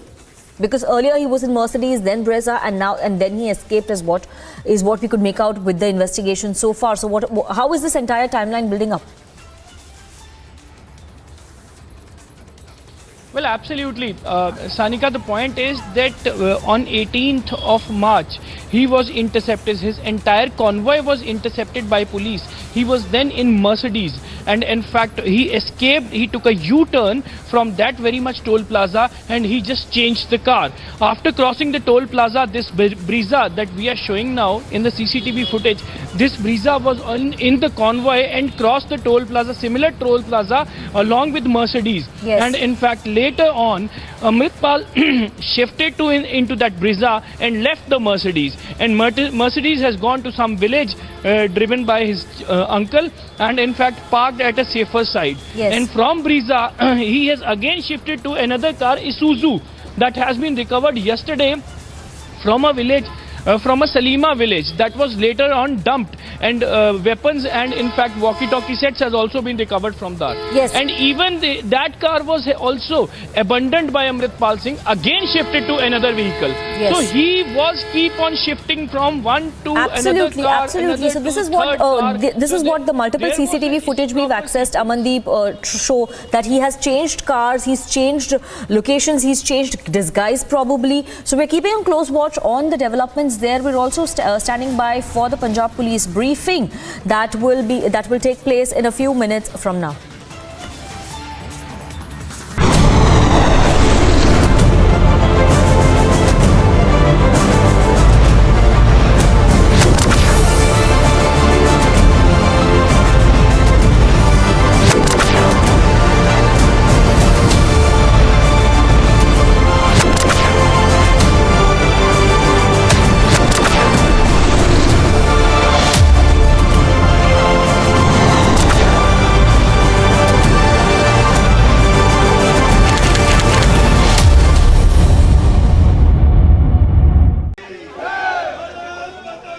Of protesters has arrived here right at the gate of the British High Commission, and you can see that how they all have Indian flags in their hand and are chanting the slogan. This is coming after the incident when we know that at the UK High Commission in the United Kingdom, the Indian flag was brought down by some pro-Khalistani supporters, and against that this massive protest is being staged at the gate of the British High Commission.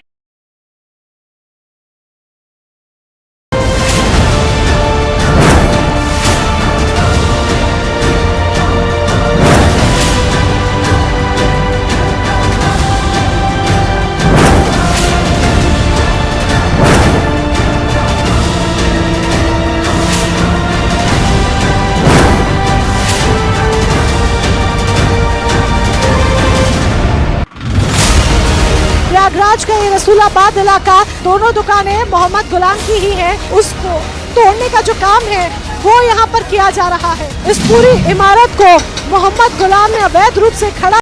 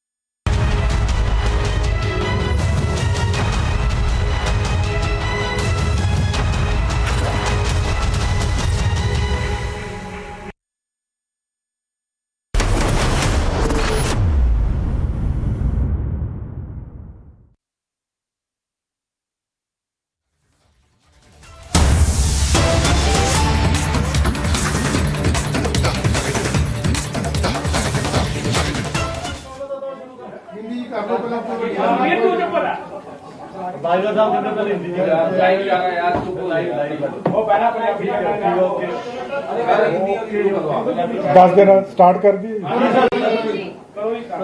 देखो सब तो पहला तो मैं दसना चाहना कि पंजाब दे विच जिहड़ी स्थिति है बिल्कुल स्टेबल आ, लॉ एंड ऑर्डर पूरी तरह मेनटेन्ड आ, सारे पासे सुख शांति है। और मानयोग मुख मंत्री साहब ने भी जिद्दां सारे पंजाबियों नाल अज गल कीती, पूरी स्थिति के उत्ते मानयोग मुख मंत्री साहब नज़र रखे हुए हैं ਲਗਾਤਾਰ ਉਹ ਅਫਸਰਾਂ ਦੇ ਕੋਲੋਂ ਫੀਡਬੈਕ ਲੈ ਰਹੇ ਆ ਪੂਰੀ ਸਥਿਤੀ ਦੇ ਬਾਰੇ ਦੇ ਵਿੱਚ। ਔਰ ਅੱਜ ਉਹਨਾਂ ਨੂੰ ਬਹੁਤ ਸਾਰੀਆਂ ਕਾਲਸ ਆਈਆਂ ਪੰਜਾਬ ਤੋਂ ਬਾਹਰੋਂ, ਜਿਨ੍ਹਾਂ ਨੇ ਇਸ ਸਥਿਤੀ ਨਾਲ ਬੜੇ ਵਧੀਆ ਤਰੀਕੇ ਨਾਲ ਨਿਪਟਣ ਵਾਸਤੇ ਮੁੱਖ ਮੰਤਰੀ ਸਾਹਿਬ ਦਾ ਧੰਨਵਾਦ ਕੀਤਾ ਉਹਨਾਂ ਨੇ, ਕਿਉਂਕਿ ਉਹ ਇਹ ਮਹਿਸੂਸ ਕਰਦੇ ਆ ਕਿ ਪੰਜਾਬ ਦੇ ਯੂਥ ਨੂੰ ਬਚਾਉਣ ਵਾਸਤੇ ਜਿਹੜੇ ਮਾੜੇ ਅਨਸਰ ਆ ਉਹਨਾਂ ਨਾਲ ਇਸ ਤਰੀਕੇ ਦੇ ਨਾਲ ਨਜਿੱਠਣਾ ਬਹੁਤ ਜ਼ਰੂਰੀ ਸੀਗਾ।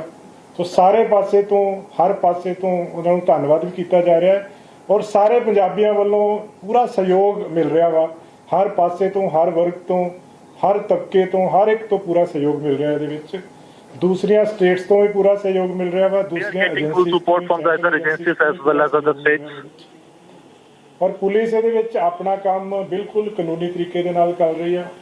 ਬਹੁਤ police is doing as per the ਐਂਬਿਟ of the law. ਸੋ ਜੋ ਵੀ ਕੰਮ ਕੀਤਾ ਜਾਏਗਾ, ਕਿਸੇ ਨੂੰ ਕਿਸੇ ਤਰ੍ਹਾਂ ਦੀ ਇਲੀਗਲ ਅਰੈਸਟ 'ਚ ਨਾ ਰੱਖਿਆ ਗਿਆ, ਨਾ ਰੱਖਿਆ ਜਾਏਗਾ। ਜਦੋਂ ਵੀ there won't be any illegal arrest, there has not been any illegal arrest so far. ਉਹਦੇ ਬਾਰੇ ਦੇ ਵਿੱਚ ਜਾਣਕਾਰੀ ਦਿੱਤੀ ਜਾਏਗੀ ਇਹਦੇ ਵਿੱਚ। ਇਸੇ ਤਰ੍ਹਾਂ as and when the arrests are made, it will be made public. ਧਰਨਾ ਲੱਗਿਆ ਸੀਗਾ ਜਿਹੜਾ ਪੀਸਫੁਲੀ ਸਮਾਪਤ ਹੋ ਗਿਆ। ਉੱਥੇ ਕੁਝ Gurdwara management committee Mohali has ended peacefully ਕਿਉਂਕਿ ਲੋਕਾਂ ਨੂੰ ਆਉਣ ਜਾਣ ਦੇ ਵਿੱਚ ਕਾਫੀ ਸਮੱਸਿਆ ਹੋ ਰਹੀ ਸੀਗੀ। ਸੋ ਉਹ ਵੀ ਪੂਰੀ ਤਰ੍ਹਾਂ ਸਮਾਪਤ ਹੋ ਗਿਆ, ਰੋਡ ਉਹ ਖੁੱਲ ਗਈ ਅੱਛੀ ਤਰ੍ਹਾਂ।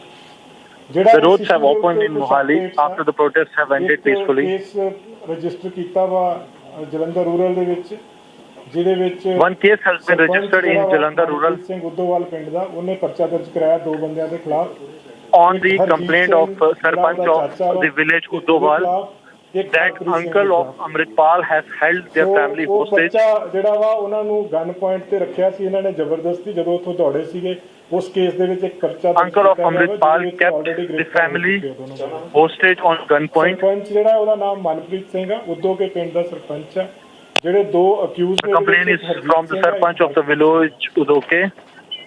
ਫਰਦਰ ਜਿਹੜਾ ਇਸ ਕੇਸ ਦੇ ਵਿੱਚ ਇੱਕ ਬਹੁਤ ਵੱਡੀ ਅਹਿਮ ਸਫਲਤਾ ਪੰਜਾਬ ਪੁਲਿਸ ਦੇ ਹੱਥ ਲੱਗੀ ਆ ਕਿ ਜਿਹੜੀ ਬਰੇਜ਼ਾ ਪੰਜਾਬ ਪੁਲਿਸ ਟੁਡੇ ਸੀਗਾ ਮੌਕੇ ਤੋਂ, ਉਹ ਬਰੇਜ਼ਾ ਕਾਰ ਰਿਕਵਰ ਹੋਈ ਆ। ਜਿਹੜੇ 4 ਬੰਦਿਆਂ ਨੇ ਭੱਜਣ ਦੇ ਵਿੱਚ ਮਦਦ ਕੀਤੀ ਸੀਗੀ, ਉਹ 4 the breza car that was used by 4 people has been recovered.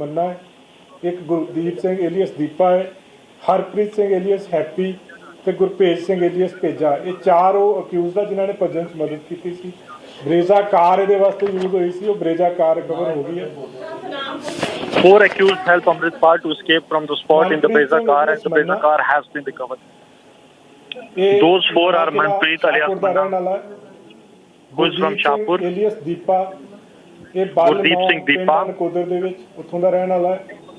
Harpreet Singh alias happy, ਇਹ ਕੋਟਲਾ ਹੁਸ਼ਿਆਰਪੁਰ ਦੇ ਵਿੱਚ ਉੱਥੋਂ ਦਾ ਰਹਿਣ ਵਾਲਾ ਹੈ। from Hoshiarpur, alias ਭੇਜਾ, ਇਹ ਗੁੰਦਾਰਾ ਪਿੰਡ and Gurpreet Singh, ਉੱਥੋਂ ਦਾ ਰਹਿਣ ਵਾਲਾ। ਇਹਨਾਂ ਚਾਰਾਂ ਦੇ ਖਿਲਾਫ ਕਿਉਂਕਿ ਜਦੋਂ ਇਹਨਾਂ ਨੂੰ ਫੜਿਆ ਗਿਆ, ਇਹਨਾਂ ਤੋਂ ਜਿਹੜੀ ਗੱਡੀ ਮਿਲੀ ਆ ਉਹਦੇ ਵਿੱਚੋਂ they all have been arrested and a Breza vehicle has been recovered from their possession. Coffee set ਮਿਲਿਆ ਵਾ ਇਹਨਾਂ ਦੇ ਉੱਤੇ, ਆਰਮਡ ਐਕਟ ਦਾ ਕੇਸ, ਤੇ ਇਹਨਾਂ ਦੇ ਉੱਤੇ ਉਹਨੂੰ ਕਸਟਡੀ ਚੋਂ ਮਤਲਬ ਪੁਲਿਸ ਦੀ ਗਿਰਫਤ ਤੋਂ ਭਜਾਉਣ ਵਾਸਤੇ ਜਿਹੜੇ ਸੈਕਸ਼ਨ ਹੁੰਦੇ ਆ ਉਹ ਵੀ ਐਡ ਕੀਤੇ ਜਾ ਰਹੇ ਇਹਦੇ ਵਿੱਚ ਐਫਆਈਆਰ ਵਿੱਚ। The sections under the Arms Act and also helping Amritpal to escape are being added. Nangal ਅੰਬੀਆਂ ਪਿੰਡ ਆ, ਉੱਥੇ ਗੁਰਦੁਆਰਾ ਸਾਹਿਬ ਦੇ ਵਿੱਚ ਗਿਆ, ਉੱਥੇ ਜਾ ਕੇ ਉਹਨੇ ਕੱਪੜੇ ਚੇਂਜ ਕੀਤੇ, ਉਹਨੇ shirt Amritpal changed his clothes at Nangal Ambia village Gurdwara. ਛੱਡ ਦਿੱਤੀ। ਇਹ ਇਹਨਾਂ ਦੀ ਪੁੱਛਗਿੱਛ ਤੋਂ ਇਹ ਗੱਲ ਸਾਹਮਣੇ ਆਈ ਹੈ। ਜਿਹੜੇ ਅਸੀਂ ਫੜੇ ਆ ਬੰਦੇ 4, it has came to 4 during their investigation. ਗੱਲ ਸਾਹਮਣੇ ਆਈ ਕਿ ਪਹਿਲਾਂ ਉਹ ਨੰਗਲ ਅੰਬੀਆਂ ਪਿੰਡ ਦੇ ਵਿੱਚ ਗੁਰਦੁਆਰਾ ਸਾਹਿਬ ਆ, ਉੱਥੇ ਗਿਆ ਸੀਗਾ। ਉਸ ਗੁਰਦੁਆਰਾ ਸਾਹਿਬ ਦੇ ਵਿੱਚ ਕੱਪੜੇ ਚੇਂਜ ਕਰਕੇ, ਪੈਂਟ ਸ਼ਰਟ ਪਾ ਕੇ, ਉਸ ਤੋਂ ਬਾਅਦ ਦੇ ਵਿੱਚ 2 ਮੋਟਰਸਾਈਕਲ ਦੇ ਉੱਤੇ 3 ਬੰਦੇ ਹੋਰ ਇਹਦੇ ਨਾਲ ਸੀਗੇ। 2 motorcycle Amritpal changed his attire at Gurdwara Sahib and then flee in 2 vehicles, 2 motorcycles. ਮੈਂ ਅਪੀਲ ਕਰਨਾ ਚਾਹੂੰਗਾ ਸਾਰੇ ਪੰਜਾਬੀਆਂ ਨੂੰ, accompanied by 3 people. ਮਾਨਯੋਗ ਮੁੱਖ ਮੰਤਰੀ ਸਾਹਿਬ ਵੱਲੋਂ, ਪੰਜਾਬ ਪੁਲਿਸ ਵੱਲੋਂ, ਕਿ ਸਾਰੇ ਯੋਗਦਾਨ ਦਿਓ ਇਹਦੇ 'ਚ, ਸਾਰਿਆਂ ਦੇ ਕੰਟਰੀਬਿਊਸ਼ਨ ਦੀ ਲੋੜ ਆ। ਇਹ ਜਿਹੜੇ contribution of people of Punjab ਰਾਜਕਤਾ ਫੈਲਾਉਂਦੇ ਉਹਨਾਂ ਨੂੰ ਫੜਨ ਵਾਸਤੇ। ਸੋ ਸਾਰਿਆਂ ਨੂੰ ਹੀ ਅਸੀਂ ਅਪੀਲ ਕਰਾਂਗੇ ਕਿ ਸਾਰੇ ਸਹਿਯੋਗ ਦੇਣ, ਚਾਹੇ ਉਹ ਕੋਈ ਪਬਲਿਕ ਸੰਸਥਾਵਾਂ ਹੋਣ, ਚਾਹੇ ਪਿੰਡਾਂ ਦੇ ਸਰਪੰਚ, ਪੰਚ, ਕੋਈ ਮੋਤਬਾਰ ਬੰਦੇ ਆ, ਕਿਉਂਕਿ ਹਰ ਇੱਕ ਬੰਦਾ ਇਹਦੇ ਵਿੱਚ ਆਪਣਾ ਯੋਗਦਾਨ ਪਾ ਸਕਦਾ ਵਾ। ਦੂਸਰੀ ਗੱਲ ਆ, ਜਦੋਂ ਵੀ ਕੋਈ ਕ੍ਰਿਮੀਨਲ ਆਪਾਂ ਨੂੰ ਵਾਂਟਡ ਹੁੰਦਾ ਵਾ, ਉਹਦੇ ਵਿੱਚ ਆਪਾਂ ਹਮੇਸ਼ਾ ਹਰ ਤਰ੍ਹਾਂ ਦੀ ਪ੍ਰੋਬੇਬਿਲਿਟੀ ਨੂੰ ਮੱਦੇਨਜ਼ਰ ਰੱਖਦੇ ਹੋਏ normally we are keeping every probability in mind. ਹੋ ਸਕਦਾ ਵਾ। ਸੋ ਇਸ ਕੇਸ ਦੇ ਵਿੱਚ ਸਾਡੇ ਕੋਲੇ ਜਿਹੜੀਆਂ ਇਹਦੀਆਂ ਕੁਝ ਪੁਰਾਣੀਆਂ ਫੋਟੋਗ੍ਰਾਫਸ ਆ, ਕੁਝ ਨਵੀਆਂ ਫੋਟੋਗ੍ਰਾਫਸ ਆ ਜਿਹੜੀਆਂ ਅਸੀਂ ਸੋਸ਼ਲ ਮੀਡੀਆ ਤੋਂ ਬਾਕੀ ਜਗ੍ਹਾ ਤੋਂ ਸਾਡੇ ਕੋਲੇ ਆਈਆਂ, ਉਹ ਅਸੀਂ ਜ਼ਰੂਰ ਰਿਲੀਜ਼ ਕਰਨਾ ਚਾਹਾਂਗੇ। We want to release those photographs channels ਤੇ ਜ਼ਰੂਰ ਜਾਣ, ਕਿਉਂਕਿ so that they can go into media। ਜਦੋਂ ਫੜਿਆ ਜਾਏਗਾ ਉਦੋਂ ਹੀ ਪਤਾ ਲੱਗੇਗਾ ਕਿ ਬੰਦਾ ਕਿਸ ਪੁਲੀਏ ਚ ਹੈ, ਪਰ ਰੂਲ ਆਊਟ ਨਹੀਂ ਕੀਤਾ ਜਾ ਸਕਦਾ ਇਸ ਚੀਜ਼ ਨੂੰ। ਸੋ ਇਹ ਮੈਂ ਫੋਟੋਆਂ ਜਿਹੜੀਆਂ ਅਸੀਂ ਕੁਝ ਜਿਹੜੀਆਂ ਲੱਭੀਆਂ ਆਉਂਦੀਆਂ ਅਲੱਗ-ਅਲੱਗ ਜਗ੍ਹਾ ਤੋਂ, ਉਹ ਫੋਟੋਆਂ ਤੁਹਾਨੂੰ ਸਾਰਿਆਂ ਨੂੰ ਰਿਕੁਐਸਟ ਕਰਾਂਗਾ ਇਹਨਾਂ ਨੂੰ ਸਰਕੂਲੇਟ ਕੀਤਾ ਜਾਵੇ ਵੱਧ ਤੋਂ ਵੱਧ। I'm sharing the photos and we request for the wider circulation of these photos to nab the accused। ਜਿਹੜੇ ਅਰੈਸਟ ਹੋ ਚੁੱਕੇ ਆ ਅੰਮ੍ਰਿਤਪਾਲ ਸਿੰਘ ਦੇ ਖਿਲਾਫ 153 have been arrested so far। ਜਿਹਦਾ ਤੁਹਾਨੂੰ ਪਤਾ ਐਨਐਸਏ ਐਕਟ ਲਗਾਇਆ ਜਾ ਚੁੱਕਿਆ ਵਾ, ਉਹਦੇ ਵਿੱਚ ਐਨਐਸਏ ਦੇ ਵਿੱਚ national security NSA has been imposed Amritpal ਦੇ ਖਿਲਾਫ on Amritpal। ਉਹ ਲੱਗ ਚੁੱਕਿਆ, ਕੱਲ ਦਾ ਲੱਗ ਚੁੱਕਿਆ ਹੈ। ਠੀਕ ਹੈ, ਮੇਰੀ ਗੱਲ ਪੂਰੀ ਮੈਂ ਕਰ ਦੱਸਦਾ ਜੀ। ਉਹ ਐਕਟ ਲੱਗਣ ਤੋਂ ਬਾਅਦ ਦੇ ਵਿੱਚ ਜਿਹੜੇ ਕੰਸਰਨਡ ਡਿਪਟੀ ਕਮਿਸ਼ਨਰ ਹੁੰਦੇ ਆ, ਉਹ ਇੱਕ ਰਿਕੁਐਸਟ ਭੇਜਦੇ ਆ ਜਦੋਂ ਬੰਦਾ ਸਕੇਪ ਕਰ ਰਿਹਾ ਹੁੰਦਾ, ਜਦੋਂ ਉਹ ਆਰਡਰ ਦਾ ਪ੍ਰੋਪਰ ਫੋਲੋ ਨਹੀਂ ਹੁੰਦਾ, ਤਾਂ ਉਹ ਜੁਡੀਸ਼ੀਅਲ ਮੈਜਿਸਟ੍ਰੇਟ ਨੂੰ ਰਿਕੁਐਸਟ ਭੇਜਦੇ ਆ ਕਿ ਬੰਦਾ ਉਹ ਫਿਰ ਮੈਜਿਸਟ੍ਰੇਟ ਸਾਹਿਬ ਉਸ ਤੋਂ ਬਾਅਦ ਉਹਦਾ ਅਰੈਸਟ ਵਾਰੰਟ ਜਿਹੜਾ ਹੈ ਉਹ ਜਾਰੀ ਕਰਦੇ ਆ। ਸੋ ਇਸ ਕੇਸ ਦੇ ਵਿੱਚ ਜਿਹੜਾ ਨਾਨ ਅਵੇਲੇਬਲ ਵਾਰੰਟ ਆ ਅੰਮ੍ਰਿਤਪਾਲ ਸਿੰਘ ਦਾ, ਉਹ ਜਾਰੀ ਜਿਹੜਾ ਕਿ 18 non available warrant has been issued.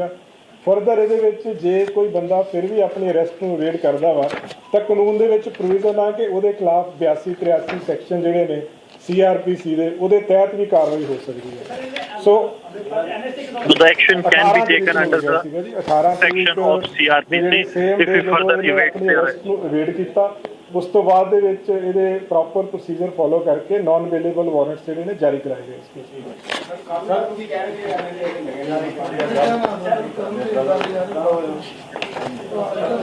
ਹਾਂਜੀ, जो पंजाब में जो सिचुएशन है बिल्कुल स्टेबल है। The situation is stable in Punjab, जिनके जैसे खुद आप आज पंजाबियों से बात की, पूरी स्थिति पे वो खुद नजर रखे हुए हैं इस पूरी स्थिति पे, और लगातार फीडबैक ले रहे हैं ऑफिसर से पूरे पंजाब में क्या सिचुएशन है, और पूरी तरह से हर तरफ पूरी तरह शांति है। आज CM साहब ने जैसे बताया, उनको बहुत सारी पंजाब से, पंजाब के बाहर से बहुत सारी कॉल्स आई जिनमें लोगों ने उनको धन्यवाद किया, क्योंकि सारे लोग इस कार्रवाई से बिल्कुल संतुष्ट हैं। जो बैड एलिमेंट्स के खिलाफ पूरा ये ऑपरेशन हुआ है उसमें सारे बहुत खुश हैं, और पंजाब के जो लोग हैं और पूरे इंडिया के जो लोग हैं उनको CM साहब ने भी धन्यवाद किया है, क्योंकि सबसे बहुत कोऑपरेशन मिली इस पूरे ऑपरेशन में, और बाकी एजेंसी से, बाकी स्टेट से भी हमें फुल कोऑपरेशन मिल रहा है इस केस में, और पुलिस इसमें बिल्कुल कानून के अनुसार काम कर रही है। बहुत सारे लोगों को आशंका है, लेकिन अभी तक जो प्राइम अक्यूज्ड है वो अभी इस केस में अरेस्ट नहीं हुआ है। जैसे ही वो अरेस्ट होगा तुरंत इसकी जानकारी जो है दी जाएगी। एक और चीज सर, एक बात बताइए, जो आपने ब्रेजा रिकवर की है और जो 4 बंदों का आपने नाम लिया, वो ब्रेजा में ही थे या उन्होंने बाहर से आके अमृतपाल को मदद किया? नहीं, वो ब्रेजा कार में ही थे, जो मैं वही उसी पे आ रहा हूँ मैं। जो अभी तक हमने जो इसमें एक तो FIR नंबर 28 दर्ज की है 20 मार्च को, जिसमें जो सरपंच है मनप्रीत सिंह, उसकी स्टेटमेंट पे FIR दर्ज की है कि 2 लोग, जो एक हरजीत सिंह और हरप्रीत सिंह, उसने ये एलिगेशंस लगाए कि इन्होंने गन पॉइंट पे उसको रखा था, और उसके बाद ये लोग जो है पुलिस ने अरेस्ट किए इस केस में। दूसरा, गन पॉइंट पे सरपंच जो मनप्रीत सिंह है, जो उसको रखा था उसके रेजिडेंस पे, कि जबरदस्ती के हमें शेल्टर दिया जाए उसके रेजिडेंस पे, क्योंकि इनको शेल्टर देने के लिए कोई तैयार नहीं था, तो उसके एलिगेशन है कि इन्होंने जबरदस्ती गन पॉइंट पे मुझे रखा हुआ था। सरपंच मनप्रीत सिंह है, और जो अक्यूज्ड है 2, एक हरजीत सिंह है, एक हरप्रीत सिंह है, 2 अक्यूज्ड है इसमें।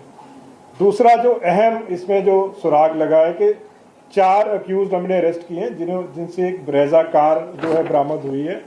ये Manpreet Singh alias Manna, Gurdeep Singh alias Deepa, Harpreet Singh alias Happy और गुरपेज सिंह एलियस पेजा, ये 4 वो अक्यूज्ड हैं जिन्होंने उसको एस्केप करने में मदद की। ब्रेजा गाड़ी इन्होंने यूज़ की जब ये चारों ने और अमृतपाल ने मिलकर जब वहाँ से दौड़े हैं। जो दूसरा जो अहम सुराग इसमें है उसके बाद ये गुरुद्वारा साहब है, दंगल अंबिया विलेज का गुरुद्वारा साहब, वहाँ पे गए, वहाँ पे कपड़े चेंज किए, पैंट और शर्ट डाली उसने, अमृतपाल ने। उसके बाद 2 मोटरसाइकिल्स पे 4 लोग जो थे 2 मोटरसाइकिल्स पे एस्केप किए हैं वहाँ से। तो इस केस में एक तो मैं सबसे अपील करना चाहूँगा कि इसकी अरेस्ट में और बाकी जो बैड एलिमेंट्स हैं उनकी अरेस्ट में पंजाब पुलिस को आपके सहयोग की ज़रूरत है। दूसरा, क्योंकि जैसे ही कोई अक्यूज्ड किसी केस में वांटेड होता है तो उसकी हम बहुत सारी पिक्चर्स जो भी हमारे पास अवेलेबल होती हैं वो पिक्चर्स हम रिलीज़ करते हैं। तो अमृतपाल की बहुत सारी पिक्चर्स हैं जो अलग अलग अटायर में हैं, अलग अलग तरह की पिक्चर्स हैं, वो हम लोग अभी रिलीज़ कर रहे हैं। वो पिक्चर्स मैं आपको रिक्वेस्ट करूँगा कि डिस्प्ले की जाए ताकि लोग इसको अरेस्ट करवाने में हमारी मदद कर सकें इस केस में। नहीं, ये कार हमने जो मनप्रीत मन्ना है इनसे हमने रिकवर की है, क्योंकि हमारे इन्वेस्टिगेशन में इसके रेजिडेंस से हमने की है जो नवा किला है, क्योंकि हमारे इन्वेस्टिगेशन में ये चीज़ एस्टेब्लिश हो गई थी कि वहाँ से ब्रेजा गाड़ी यूज़ हुई है। फर्दर आगे भी जैसे मैंने कहा कि हमने ये भी एस्टेब्लिश कर लिया कि वो गाड़ी में बैठ के ये गुरुद्वारा साहब तक गए हैं, वहां से चेंज करने के बाद फिर 2 मोटरसाइकिल्स में एस्केप किया इन्होंने। तो ये पूरी जो लड़ी है हमारी वो आपस में कनेक्ट हो रही है। सर, जो आपने फोटो दी है उसमें क्लींचर भी है।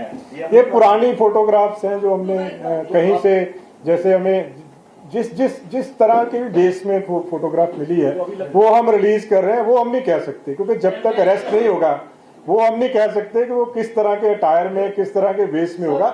बट लोगों की जानकारी के लिए उनके पास हर तरह की फोटोग्राफ होनी जरूरी है।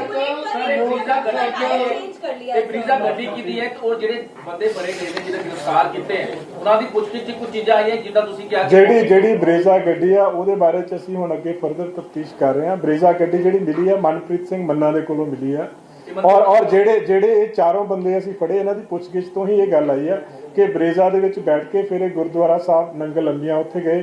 ਉੱਥੇ 4 ਬੰਦੇ ਸੀਗੇ, ਇਹਦੇ ਚ 3 ਬੰਦੇ ਹੋਰ ਆ, क्योंकि ये वाले 4 नहीं सी जिहड़े नाल एस्केप किए, 3 होर बंदे आ, मतलब 3 प्लस 1 नहीं। वो चीज़ अजे वेरीफाई कर रहे कौन लैके आया सी, क्योंकि उस जगह के उत्ते 3 बंदे होर सीगे, फिर 4 बंदे 2 मोटरसाइकिल का पता लगा कौन कौन मोटरसाइकिल नहीं वही मैं ਜਿਹੜੇ ਮੋਟਰਸਾਈਕਲ ਤੇ 4 ਬੰਦੇ 3 ਬੰਦੇ ਨਾਲ ਗਏ ਆ ਉਹ ਬੰਦੇ ਜੇ ਅਰੈਸਟ ਕਰਨੇ ਬਾਕੀ ਆ। ਜਿਹੜੇ ਬਰੇਜ਼ਾ ਕਾਰ ਚ ਬਿਠਾ ਕੇ ਉੱਥੇ ਤੱਕ ਲੈ ਕੇ ਗਏ ਸੀ ਉਹ 4 ਬੰਦੇ ऑन द बाइक की डिटेल्स अभी मैं वही कह रहा हूँ वो हम अभी चेक कर रहे हैं, क्योंकि आज ही इनको हमने अरेस्ट किया है। इनसे हमें प्रिलिमिनरी इन्वेस्टिगेशन में ये पता चला है कि ये 4 लोग वहाँ पे गए थे, वहाँ से फिर चेंज करके आगे गए। बाकी इन्वेस्टिगेशन कौन से बाइक पे कौन लेके आया था, लगातार कि उसके परिवार वाले आरोप लगा रहे हैं कि अमृतपाल पुलिस कस्टडी में है। क्या कहना सर आपका कि क्या कस्टडी में है या पंजाब के? देखो, मैं इसको बहुत पहले हम लोग स्पष्ट कर चुके हैं कि अमृतपाल आज तक पुलिस की कस्टडी में नहीं है। पुलिस बिल्कुल लॉ के मुताबिक काम कर रही है। जैसे ही अरेस्ट होगा तुरंत हम बताएंगे, बिकॉज हम इससे ज्यादा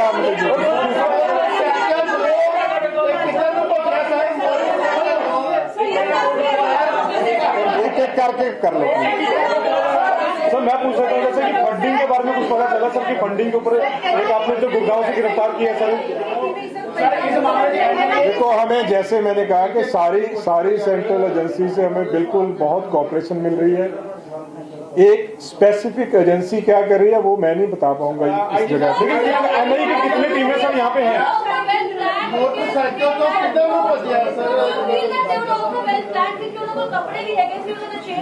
नहीं, देखो ये सारा ये जड़िया चीज़ा है ना कि वैल प्लान सीगा ਜਾਂ ਕੱਪੜੇ ਨਾਲ ਲੈ ਕੇ ਆਏ ਸੀ, ਇਹ ਚੀਜ਼ਾਂ ਅਜੇ ਵੈਰੀਫਾਈ ਹੋਣਗੀਆਂ ਤਫਤੀਸ਼ ਦੇ ਵਿੱਚ, क्योंकि एक एक करके पूछो जी सर क्या सर हाँ जी। ब्रीजा गाड़ी अभी हमारी कस्टडी में है, पुलिस स्टेशन शाहकोट है, वहाँ पे हमारी जिला जलंधर रूरल में। अच्छा सर क्या अमृतपाल ह्यूमन बम बनाने के भी विचार कर रहा है? ऐसा कोई अभी तक हमारी इन्वेस्टिगेशन में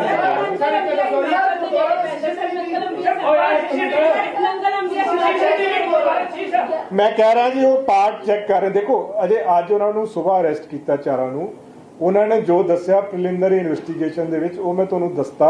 ਜਿਹੜੀ ਅੱਗੇ ਮੋਟਰਸਾਈਕਲ ਕਿੱਥੇ ਗਏ, ਕਿੱਦਾਂ ਗਏ, ਕੀ ਉਹਦੀ ਟ੍ਰੇਲ ਕੀ ਆ, ਉਹ ਪਾਰਟ ਅਜੇ ਸਾਰਾ ਅਸੀਂ ਚੈੱਕ ਕਰ ਰਹੇ ਹਾਂ। ਸੋ ਉਹ ਟਾਈਮ ਟੂ ਟਾਈਮ ਜਿਸ ਤਰ੍ਹਾਂ ਕੱਲ ਨਹੀਂ ਅੱਜ ਸਵੇਰ ਤਾਂ ਉਹਨਾਂ ਨੂੰ ਅਰੈਸਟ ਕੀਤਾ ਜੀ। ਹਾਂ ਨਹੀਂ ਉਹ ਸਾਰਾ ਅਜੇ ਕਰ ਰਹੇ ਹਾਂ ਜੀ। ਵੀ ਵਿਲ ਰਿਲੀਜ਼ ਜਬ ਆਏਗਾ।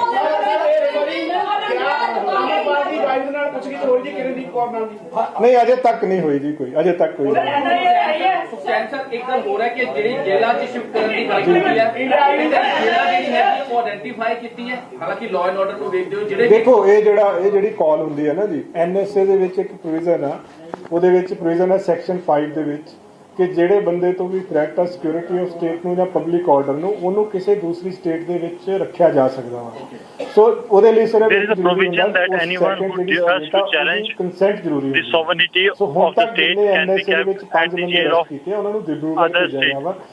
1-to-1 ਬੇਸਿਸ ਦੇ ਉੱਤੇ ਕਾਲ ਲਈ ਜਾਂਦੀ ਹੈ। ਇਹਦੇ ਵਿੱਚ ਇੱਕ ਬਲੈਂਕਟ ਗੱਲ ਨਹੀਂ ਮੈਂ ਕਰ ਸਕਦਾ। ਜਿਉਂ ਅਰੈਸਟ ਹੋਏਗੀ ਤਿਉਂ ਤੋਂ ਕਾਲ ਲਈ जाएगी किन्नू किथे रखना।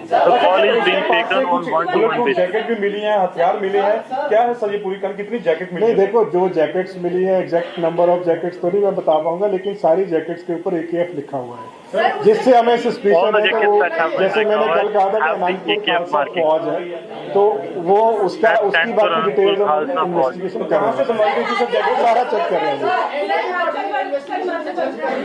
अजय तक नहीं जी, NIA अजय तक नहीं है, बट फर्दर जो जेडी सेंट्रल एजेंसी की सानू जरूरत होएगी शेयर की जाएगी।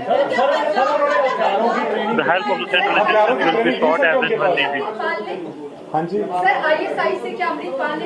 देखो ये चीज़ा जी है ना जो फड़िया जाएगा ना जी उदों सारियां पर जेड़ा जिन्ना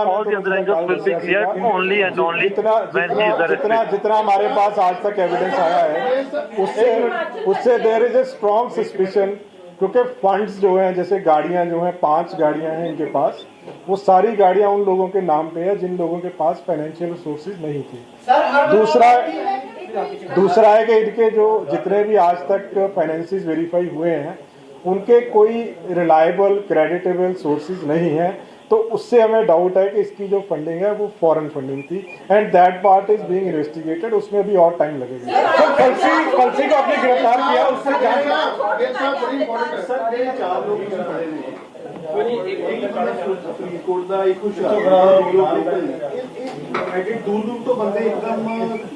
नहीं ਜਿਹੜਾ ਜਦੋਂ ਇਹ ਜਾ ਰਹੇ ਸੀਗੇ ਨਾ, ਜਦੋਂ ਇਹਨੂੰ ਰੋਕਿਆ ਹੈ ਉਹਦੇ ਵਿੱਚ ਬਹੁਤ ਸਾਰੇ ਬੰਦੇ ਸੀ ਜਿਹੜੇ ਪਿੱਛੋਂ escape ਕੀਤੇ ਆ, क्योंकि अगले पासे ਜਿਹੜੇ ਬੰਦੇ ਸੀ क्योंकि एकदम बैक साइड तो जिस तरह उतर के अपनी ਗੱਡੀ ਚੋਂ ਗਿਆ ਹੈ ਨਾਲ ट्रैवल कर रहे ਸੀ ਨਾ, ਇਹ ਆਪਣੀ ਗੱਡੀ ਚੋਂ ਉਤਰ ਕੇ ਜਿੱਦਾਂ ਕੱਲ ਤੁਹਾਨੂੰ ਦੱਸਿਆ ਸੀਗਾ ਕਿ ਇਹ ਜਿਹੜੀ ਗੱਡੀ 'ਚ ट्रैवल ਕਰ ਰਿਹਾ ਸੀ ਉੱਥੋਂ ਇੱਕਦਮ ਉਤਰ ਕੇ ਦੂਜੀ ਕਿਸੇ ਗੱਡੀ 'ਚ ਚਲਾ ਗਿਆ। ਹੁਣ ਕੱਲ ਤੱਕ ਇਹ ਪਤਾ ਨਹੀਂ ਲੱਗ ਰਿਹਾ ਫਰਦਰ ਇਨਵੈਸਟੀਗੇਸ਼ਨ 'ਚ ਹੋਣਾ ਹੈ ਕਿ ਉੱਥੋਂ ਉਤਰ ਕੇ ਇੱਕ ਬਰੇਜ਼ਾ ਕਾਰ ਦੇ ਵਿੱਚ ਗਿਆ ਸੀ ਜਿਹੜੀ ਕਿ ਅੱਜ ਬਰੇਜ਼ਾ ਕਾਰ ਰਿਕਵਰ ਕੀਤੀ ਹੈ। ਦੋ ਯੂਜ਼ ਹੋਏ ਆ। ਹੁਣ ਉਸ ਪਾਸੇ ਨੂੰ ਸਾਡੀ ਇਨਵੈਸਟੀਗੇਸ਼ਨ ਸਟੈਪ ਬਾय ਸਟੈਪ ਚੱਲ ਰਹੀ ਹੈ। 2 motorcycles have also been used and now our investigation is looking into that angle. वो पार्ट अभी हम पूरा इन्वेस्टिगेट कर रहे हैं। मोटरसाइकिल लेके किस दिशा में गए? मैं कह रहा हूँ वही चीज है। देखो आपको अपडेट करते रहेंगे, अभी तक हमारे पास एविडेंस नहीं है। सर सवाल ये कि जो आपने कलसी को गिरफ्तार किया है, क्या उसके फंडिंग के क्या सबूत कुछ मिले सर? वो अभी हम उसको इंटेरोगेट पंजाब पुलिस का करना अभी बाकी है। तो करें सर, तो इनको मैं वही कह रहा हूँ जब उसको करेंगे तब ये सारी चीजें सामने आएंगी। कपड़े रिकवर हुए हैं, वो ब्रीजा गड्डी च रिकवर हुए या किसी और नाम? नहीं कपड़े ਅਸੀਂ ਨਹੀਂ ਰਿਕਵਰ ਕੀਤੇ ਜੀ, ਅਸੀਂ ਗੱਡੀ ਰਿਕਵਰ ਕੀਤੀ ਹੈ। ਗੱਡੀ ਚੋਂ ਵੈਪਨ ਰਿਕਵਰ ਹੋਏ ਆ।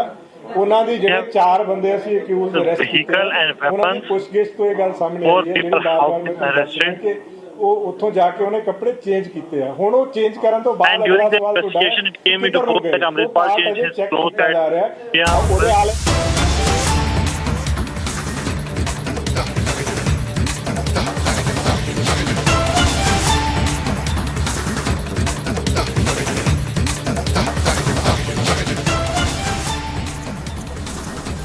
Breaking news, we are learning Indians in London have come out in huge numbers to protest against the attack on the Indian tricolour. The Indians have gathered outside the High Commission.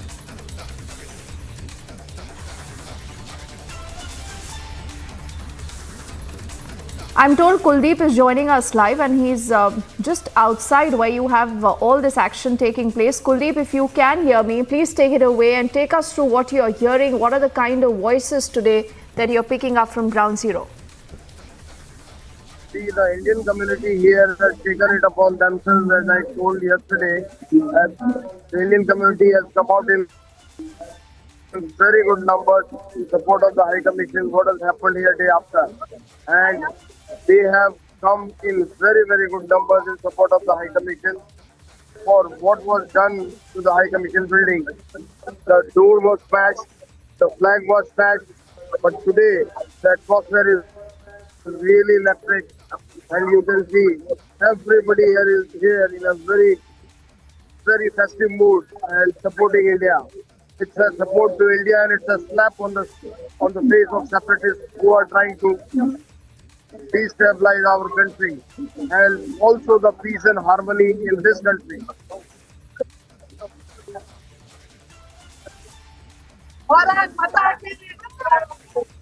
Kuldeep, would it be possible for you to speak to people around you?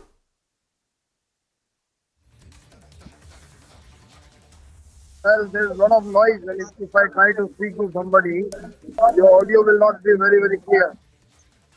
Because there's lots of crowd, and they are chanting Bharat Mata Ki Jai, and they have been very, very vocal today. They have come out in great numbers, and they are showing their full support to the High Commission.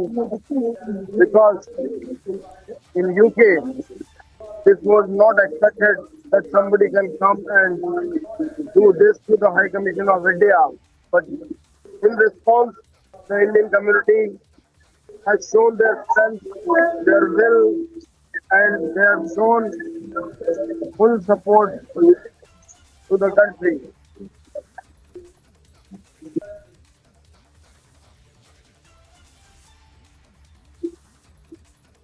And Kuldeep, there have been concerns, saying that if there is so much that India and UK otherwise are doing, and you do see India reaching out to UK, why is the UK not responding in equal measure, and why there has been a rather meek response from the authorities there? Like there have been questions on the police, on a lot of other agencies there, Kuldeep, who did not act in time. What I have been told is that they are trying to allow the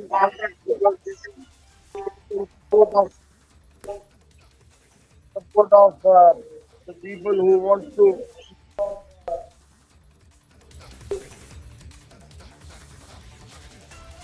So I'm told we have a bad audio line with Kuldeep, but he's getting us these live images, and these are Indians in London who've come out in huge numbers to protest against the attack on the tricolour. They are right now protesting outside the High Commission.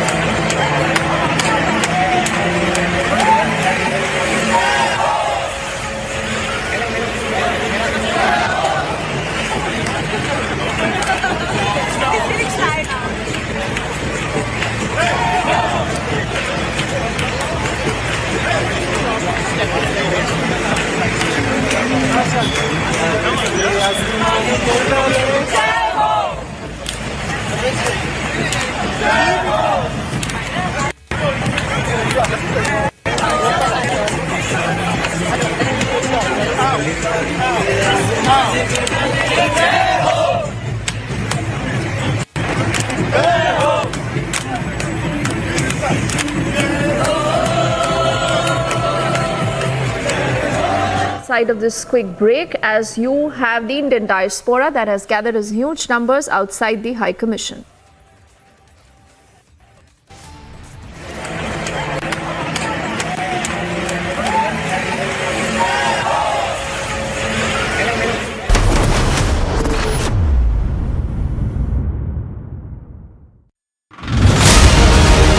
आज का ये रसूलाबाद इलाका, दोनों दुकानें मोहम्मद गुलाम की ही हैं, उसको तोड़ने का जो काम है वो यहाँ पर किया जा रहा है। इस पूरी इमारत को मोहम्मद गुलाम ने अवैध रूप से खड़ा किया। काम को तेजी के साथ अंजाम देने के लिए एक और बुलडोजर यहाँ पर आ गया है और ये देखिए, ये आगे पूरा सब कुछ मिट्टी में मिला दिया गया है। जो कहा गया था कि मिट्टी में मिला देंगे, वही आज होता हुआ नजर भी आ रहा है।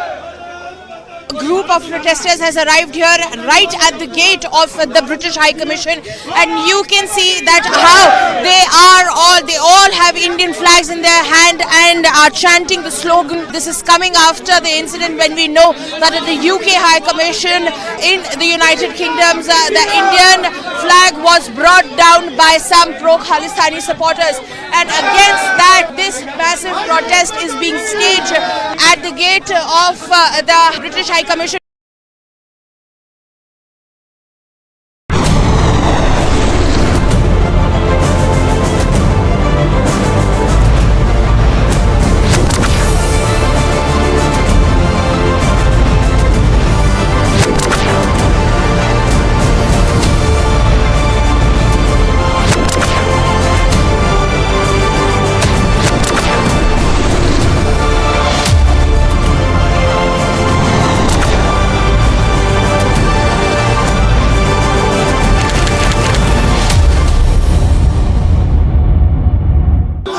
Sloganeering has begun here at the residence of K. Kavita, where the Telangana workers over here of the BRS are sloganeering favor of K. Kavita as the security is heightened at the residence, as K. Kavita has just left for the Enforcement Directorate office in the National Capital. According to the Enforcement Directorate, is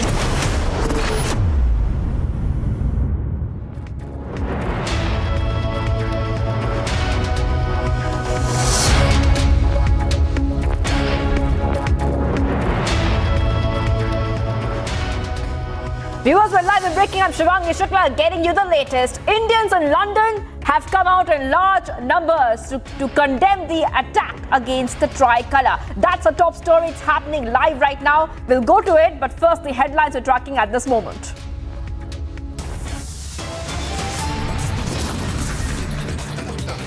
Sensational CCTV access shows Amritpal escaping in a Brezza car at a Jalandhar toll plaza. इतिहास गवाह है, जिसने भी पंजाब के social भाईचारक सांझ को, जिसने भी पंजाब की अमन शांति को तोड़ने की रत्ती भर भी कोशिश की, तो पंजाबियों ने उसका मुंह तोड़ना जवाब दिया। Khalistani preacher still at large, but Oman government praises itself for law and order, says there is nothing to worry about.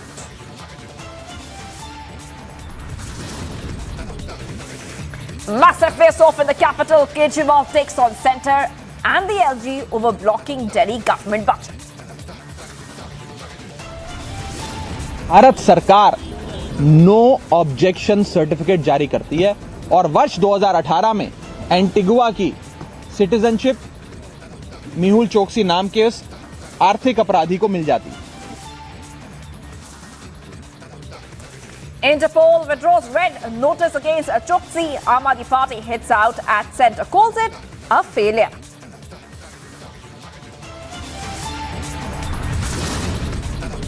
BRS leader K. Kavita's third round of questioning underway in connection with Liquorgate.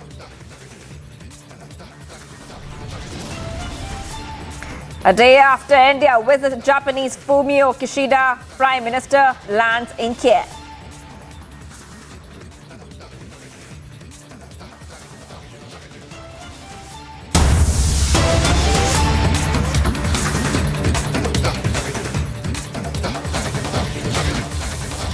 Viewers, as we speak right now, it's happening live as we speak. Indians in London have come out in huge numbers to protest against the attack on Indian tricolour. Indians have gathered outside High Commission. They're singing patriotic songs, and they're fighting back the Khalistan elements. This coming in after Khalistan supporters are creating havoc all around the globe. Supporters of Khalistan had started causing havoc around the globe. Khalistan supporters had stormed the Indian consulate in San Francisco following vandalism in London. Now remember that the videos of supporters breaking the doors and barging into the office surfaced on social media. Now, Indians in London, they're taking matters and they are in fact going ahead and they're protesting. They're protesting what happened. They're protesting the attack on the tricolour, viewers, and that is happening as we speak. Those visuals coming in on the right side of your screen are the Indians fighting back. Now, these Indians are in London. They're coming out in huge numbers. You can see that many Indians have gathered there in London and they're protesting the attack on the Indian tricolour. The Indians have gathered outside the High Commission and they're singing patriot songs. Those are the visuals coming in. On the left-hand side, you see the attack on the tricolour, where Khalistan supporters had tried to attack the Indian tricolour, viewers. Those are the visuals coming in right over there. And right now, Indians fighting back after those videos had also emerged on social media. The social media was flooded, in fact, with footage of the San Francisco consulate being vandalized and the London consulate as well being vandalized. It is, in fact, a very, very big story which had broken out when we saw that the Indian embassy there was being attacked. The High Commission was being attacked, not just in London, but we have seen time and again how Khalistan supporters have not just attacked the Indian High Commissions, they have also gone ahead and vandalized temples in multiple locations all over the world. But right now we are seeing a strong message coming in from the Indians, where the Indians are fighting back and they are saying that these kind of incidents are completely unacceptable, viewers. We can see that those visuals coming in. We can see how many Indians have gathered there. It looks like a large number of people have come out on the streets of London. They all are holding the Indian flag, the Indian tricolour, waving it in the air to show solidarity and to show that they are together as a community. And these kind of attacks, Khalistan terror, will not be tolerated. I'm getting these visuals coming in right now where we can see that the Indians have hit the street in London after that attack that we saw. Remember that yesterday itself, Khalistan protesters, they had vandalized, they had smashed the windows of the Indian High Commission. Many people were, in fact, one person was arrested after Khalistan supporters removed the tricolour from the Indian High Commission in London, viewers. So we're getting these visuals coming in at this point of time where the Khalistan supporters had tried to desecrate, they had tried to vandalize the High Commission. Remember that the London Mayor, Sadiq Khan, has already condemned the violent attack, said that the violent disorder and vandalism that took place was absolutely unacceptable.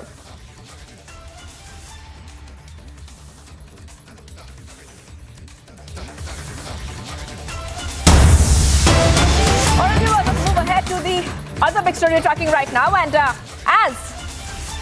there's a big hot chase right now to find Amritpal, who has been declared a fugitive. In the latest, we are picking up in the Amritpal Singh chase story. Punjab Police have found Amritpal's clothes in the Brezza car. Now, this is the visual of that you can see on your screen. Now, these clothes and these items of Amritpal have been found in Jalandhar. The clothes which Amritpal wore on 18 March. When he had escaped from the police is now found by Punjab Police.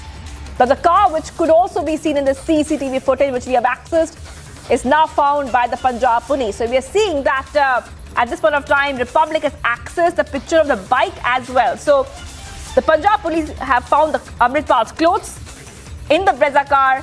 They have also, in fact, found that car, which was in the CCTV footage which we showed you, where we could see 5 cars moving across a toll plaza. Now, the bike on which Amritpal is supposed to have escaped, because remember the police had held a press conference a short while back. The police said that Amritpal had escaped on a bike. Now, that is the visual right over there, where you can see on the right hand of your screens, where he left the car, he left his convoy, and he tried to escape on a bike. So visuals coming in at this point of time, viewers, here on Republic TV. So we're getting these back-to-back updates coming in. It's been more than 78 hours right now, and still the hunt for Amritpal continues. Now, at the same time, the CM has said that Punjab is in safe hands, but a lot of vigilance in the state of Punjab, where internet services remain suspended, viewers.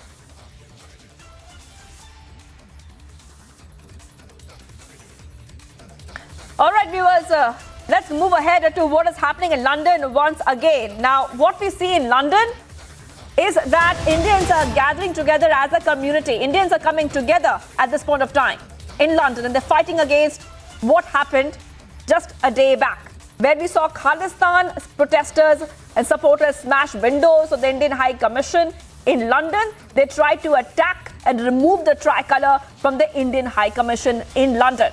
And what we see are Indians gathering there and saying that this kind of a violent act, which put the society's fabric in danger, they cannot be tolerated. Republic is live from the protest site in London as we speak, viewers, and very soon we will be joined by our reporters as well. Okay, right now being joined by Rashmi Samant, activist, former president of Oxford University, joining us live from London.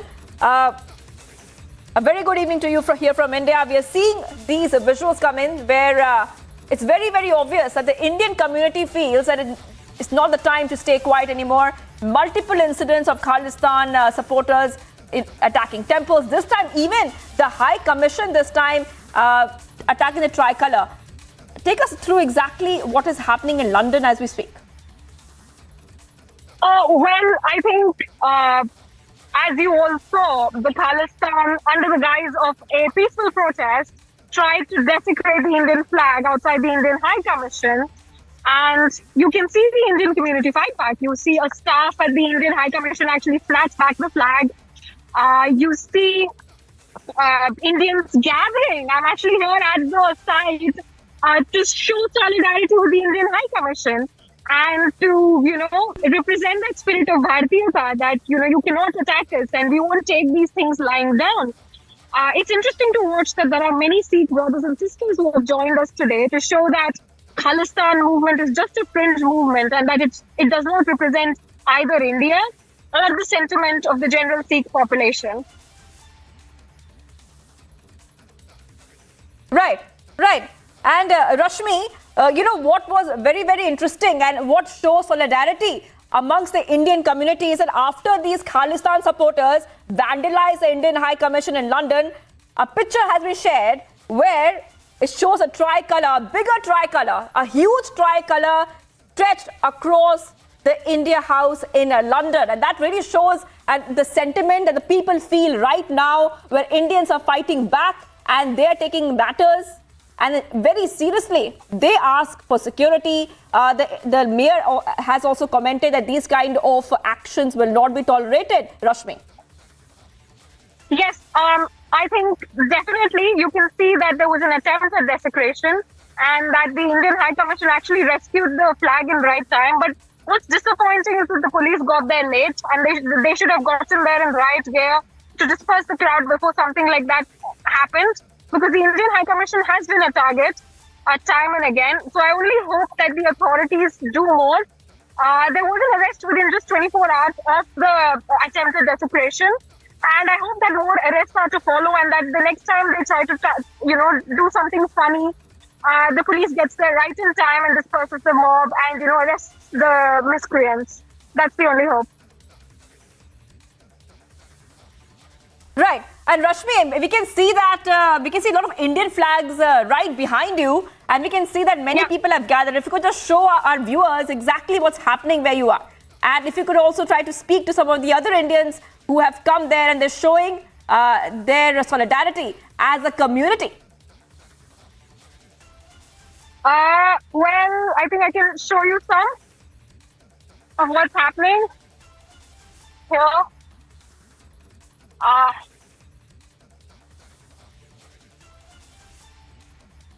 And there's your big flags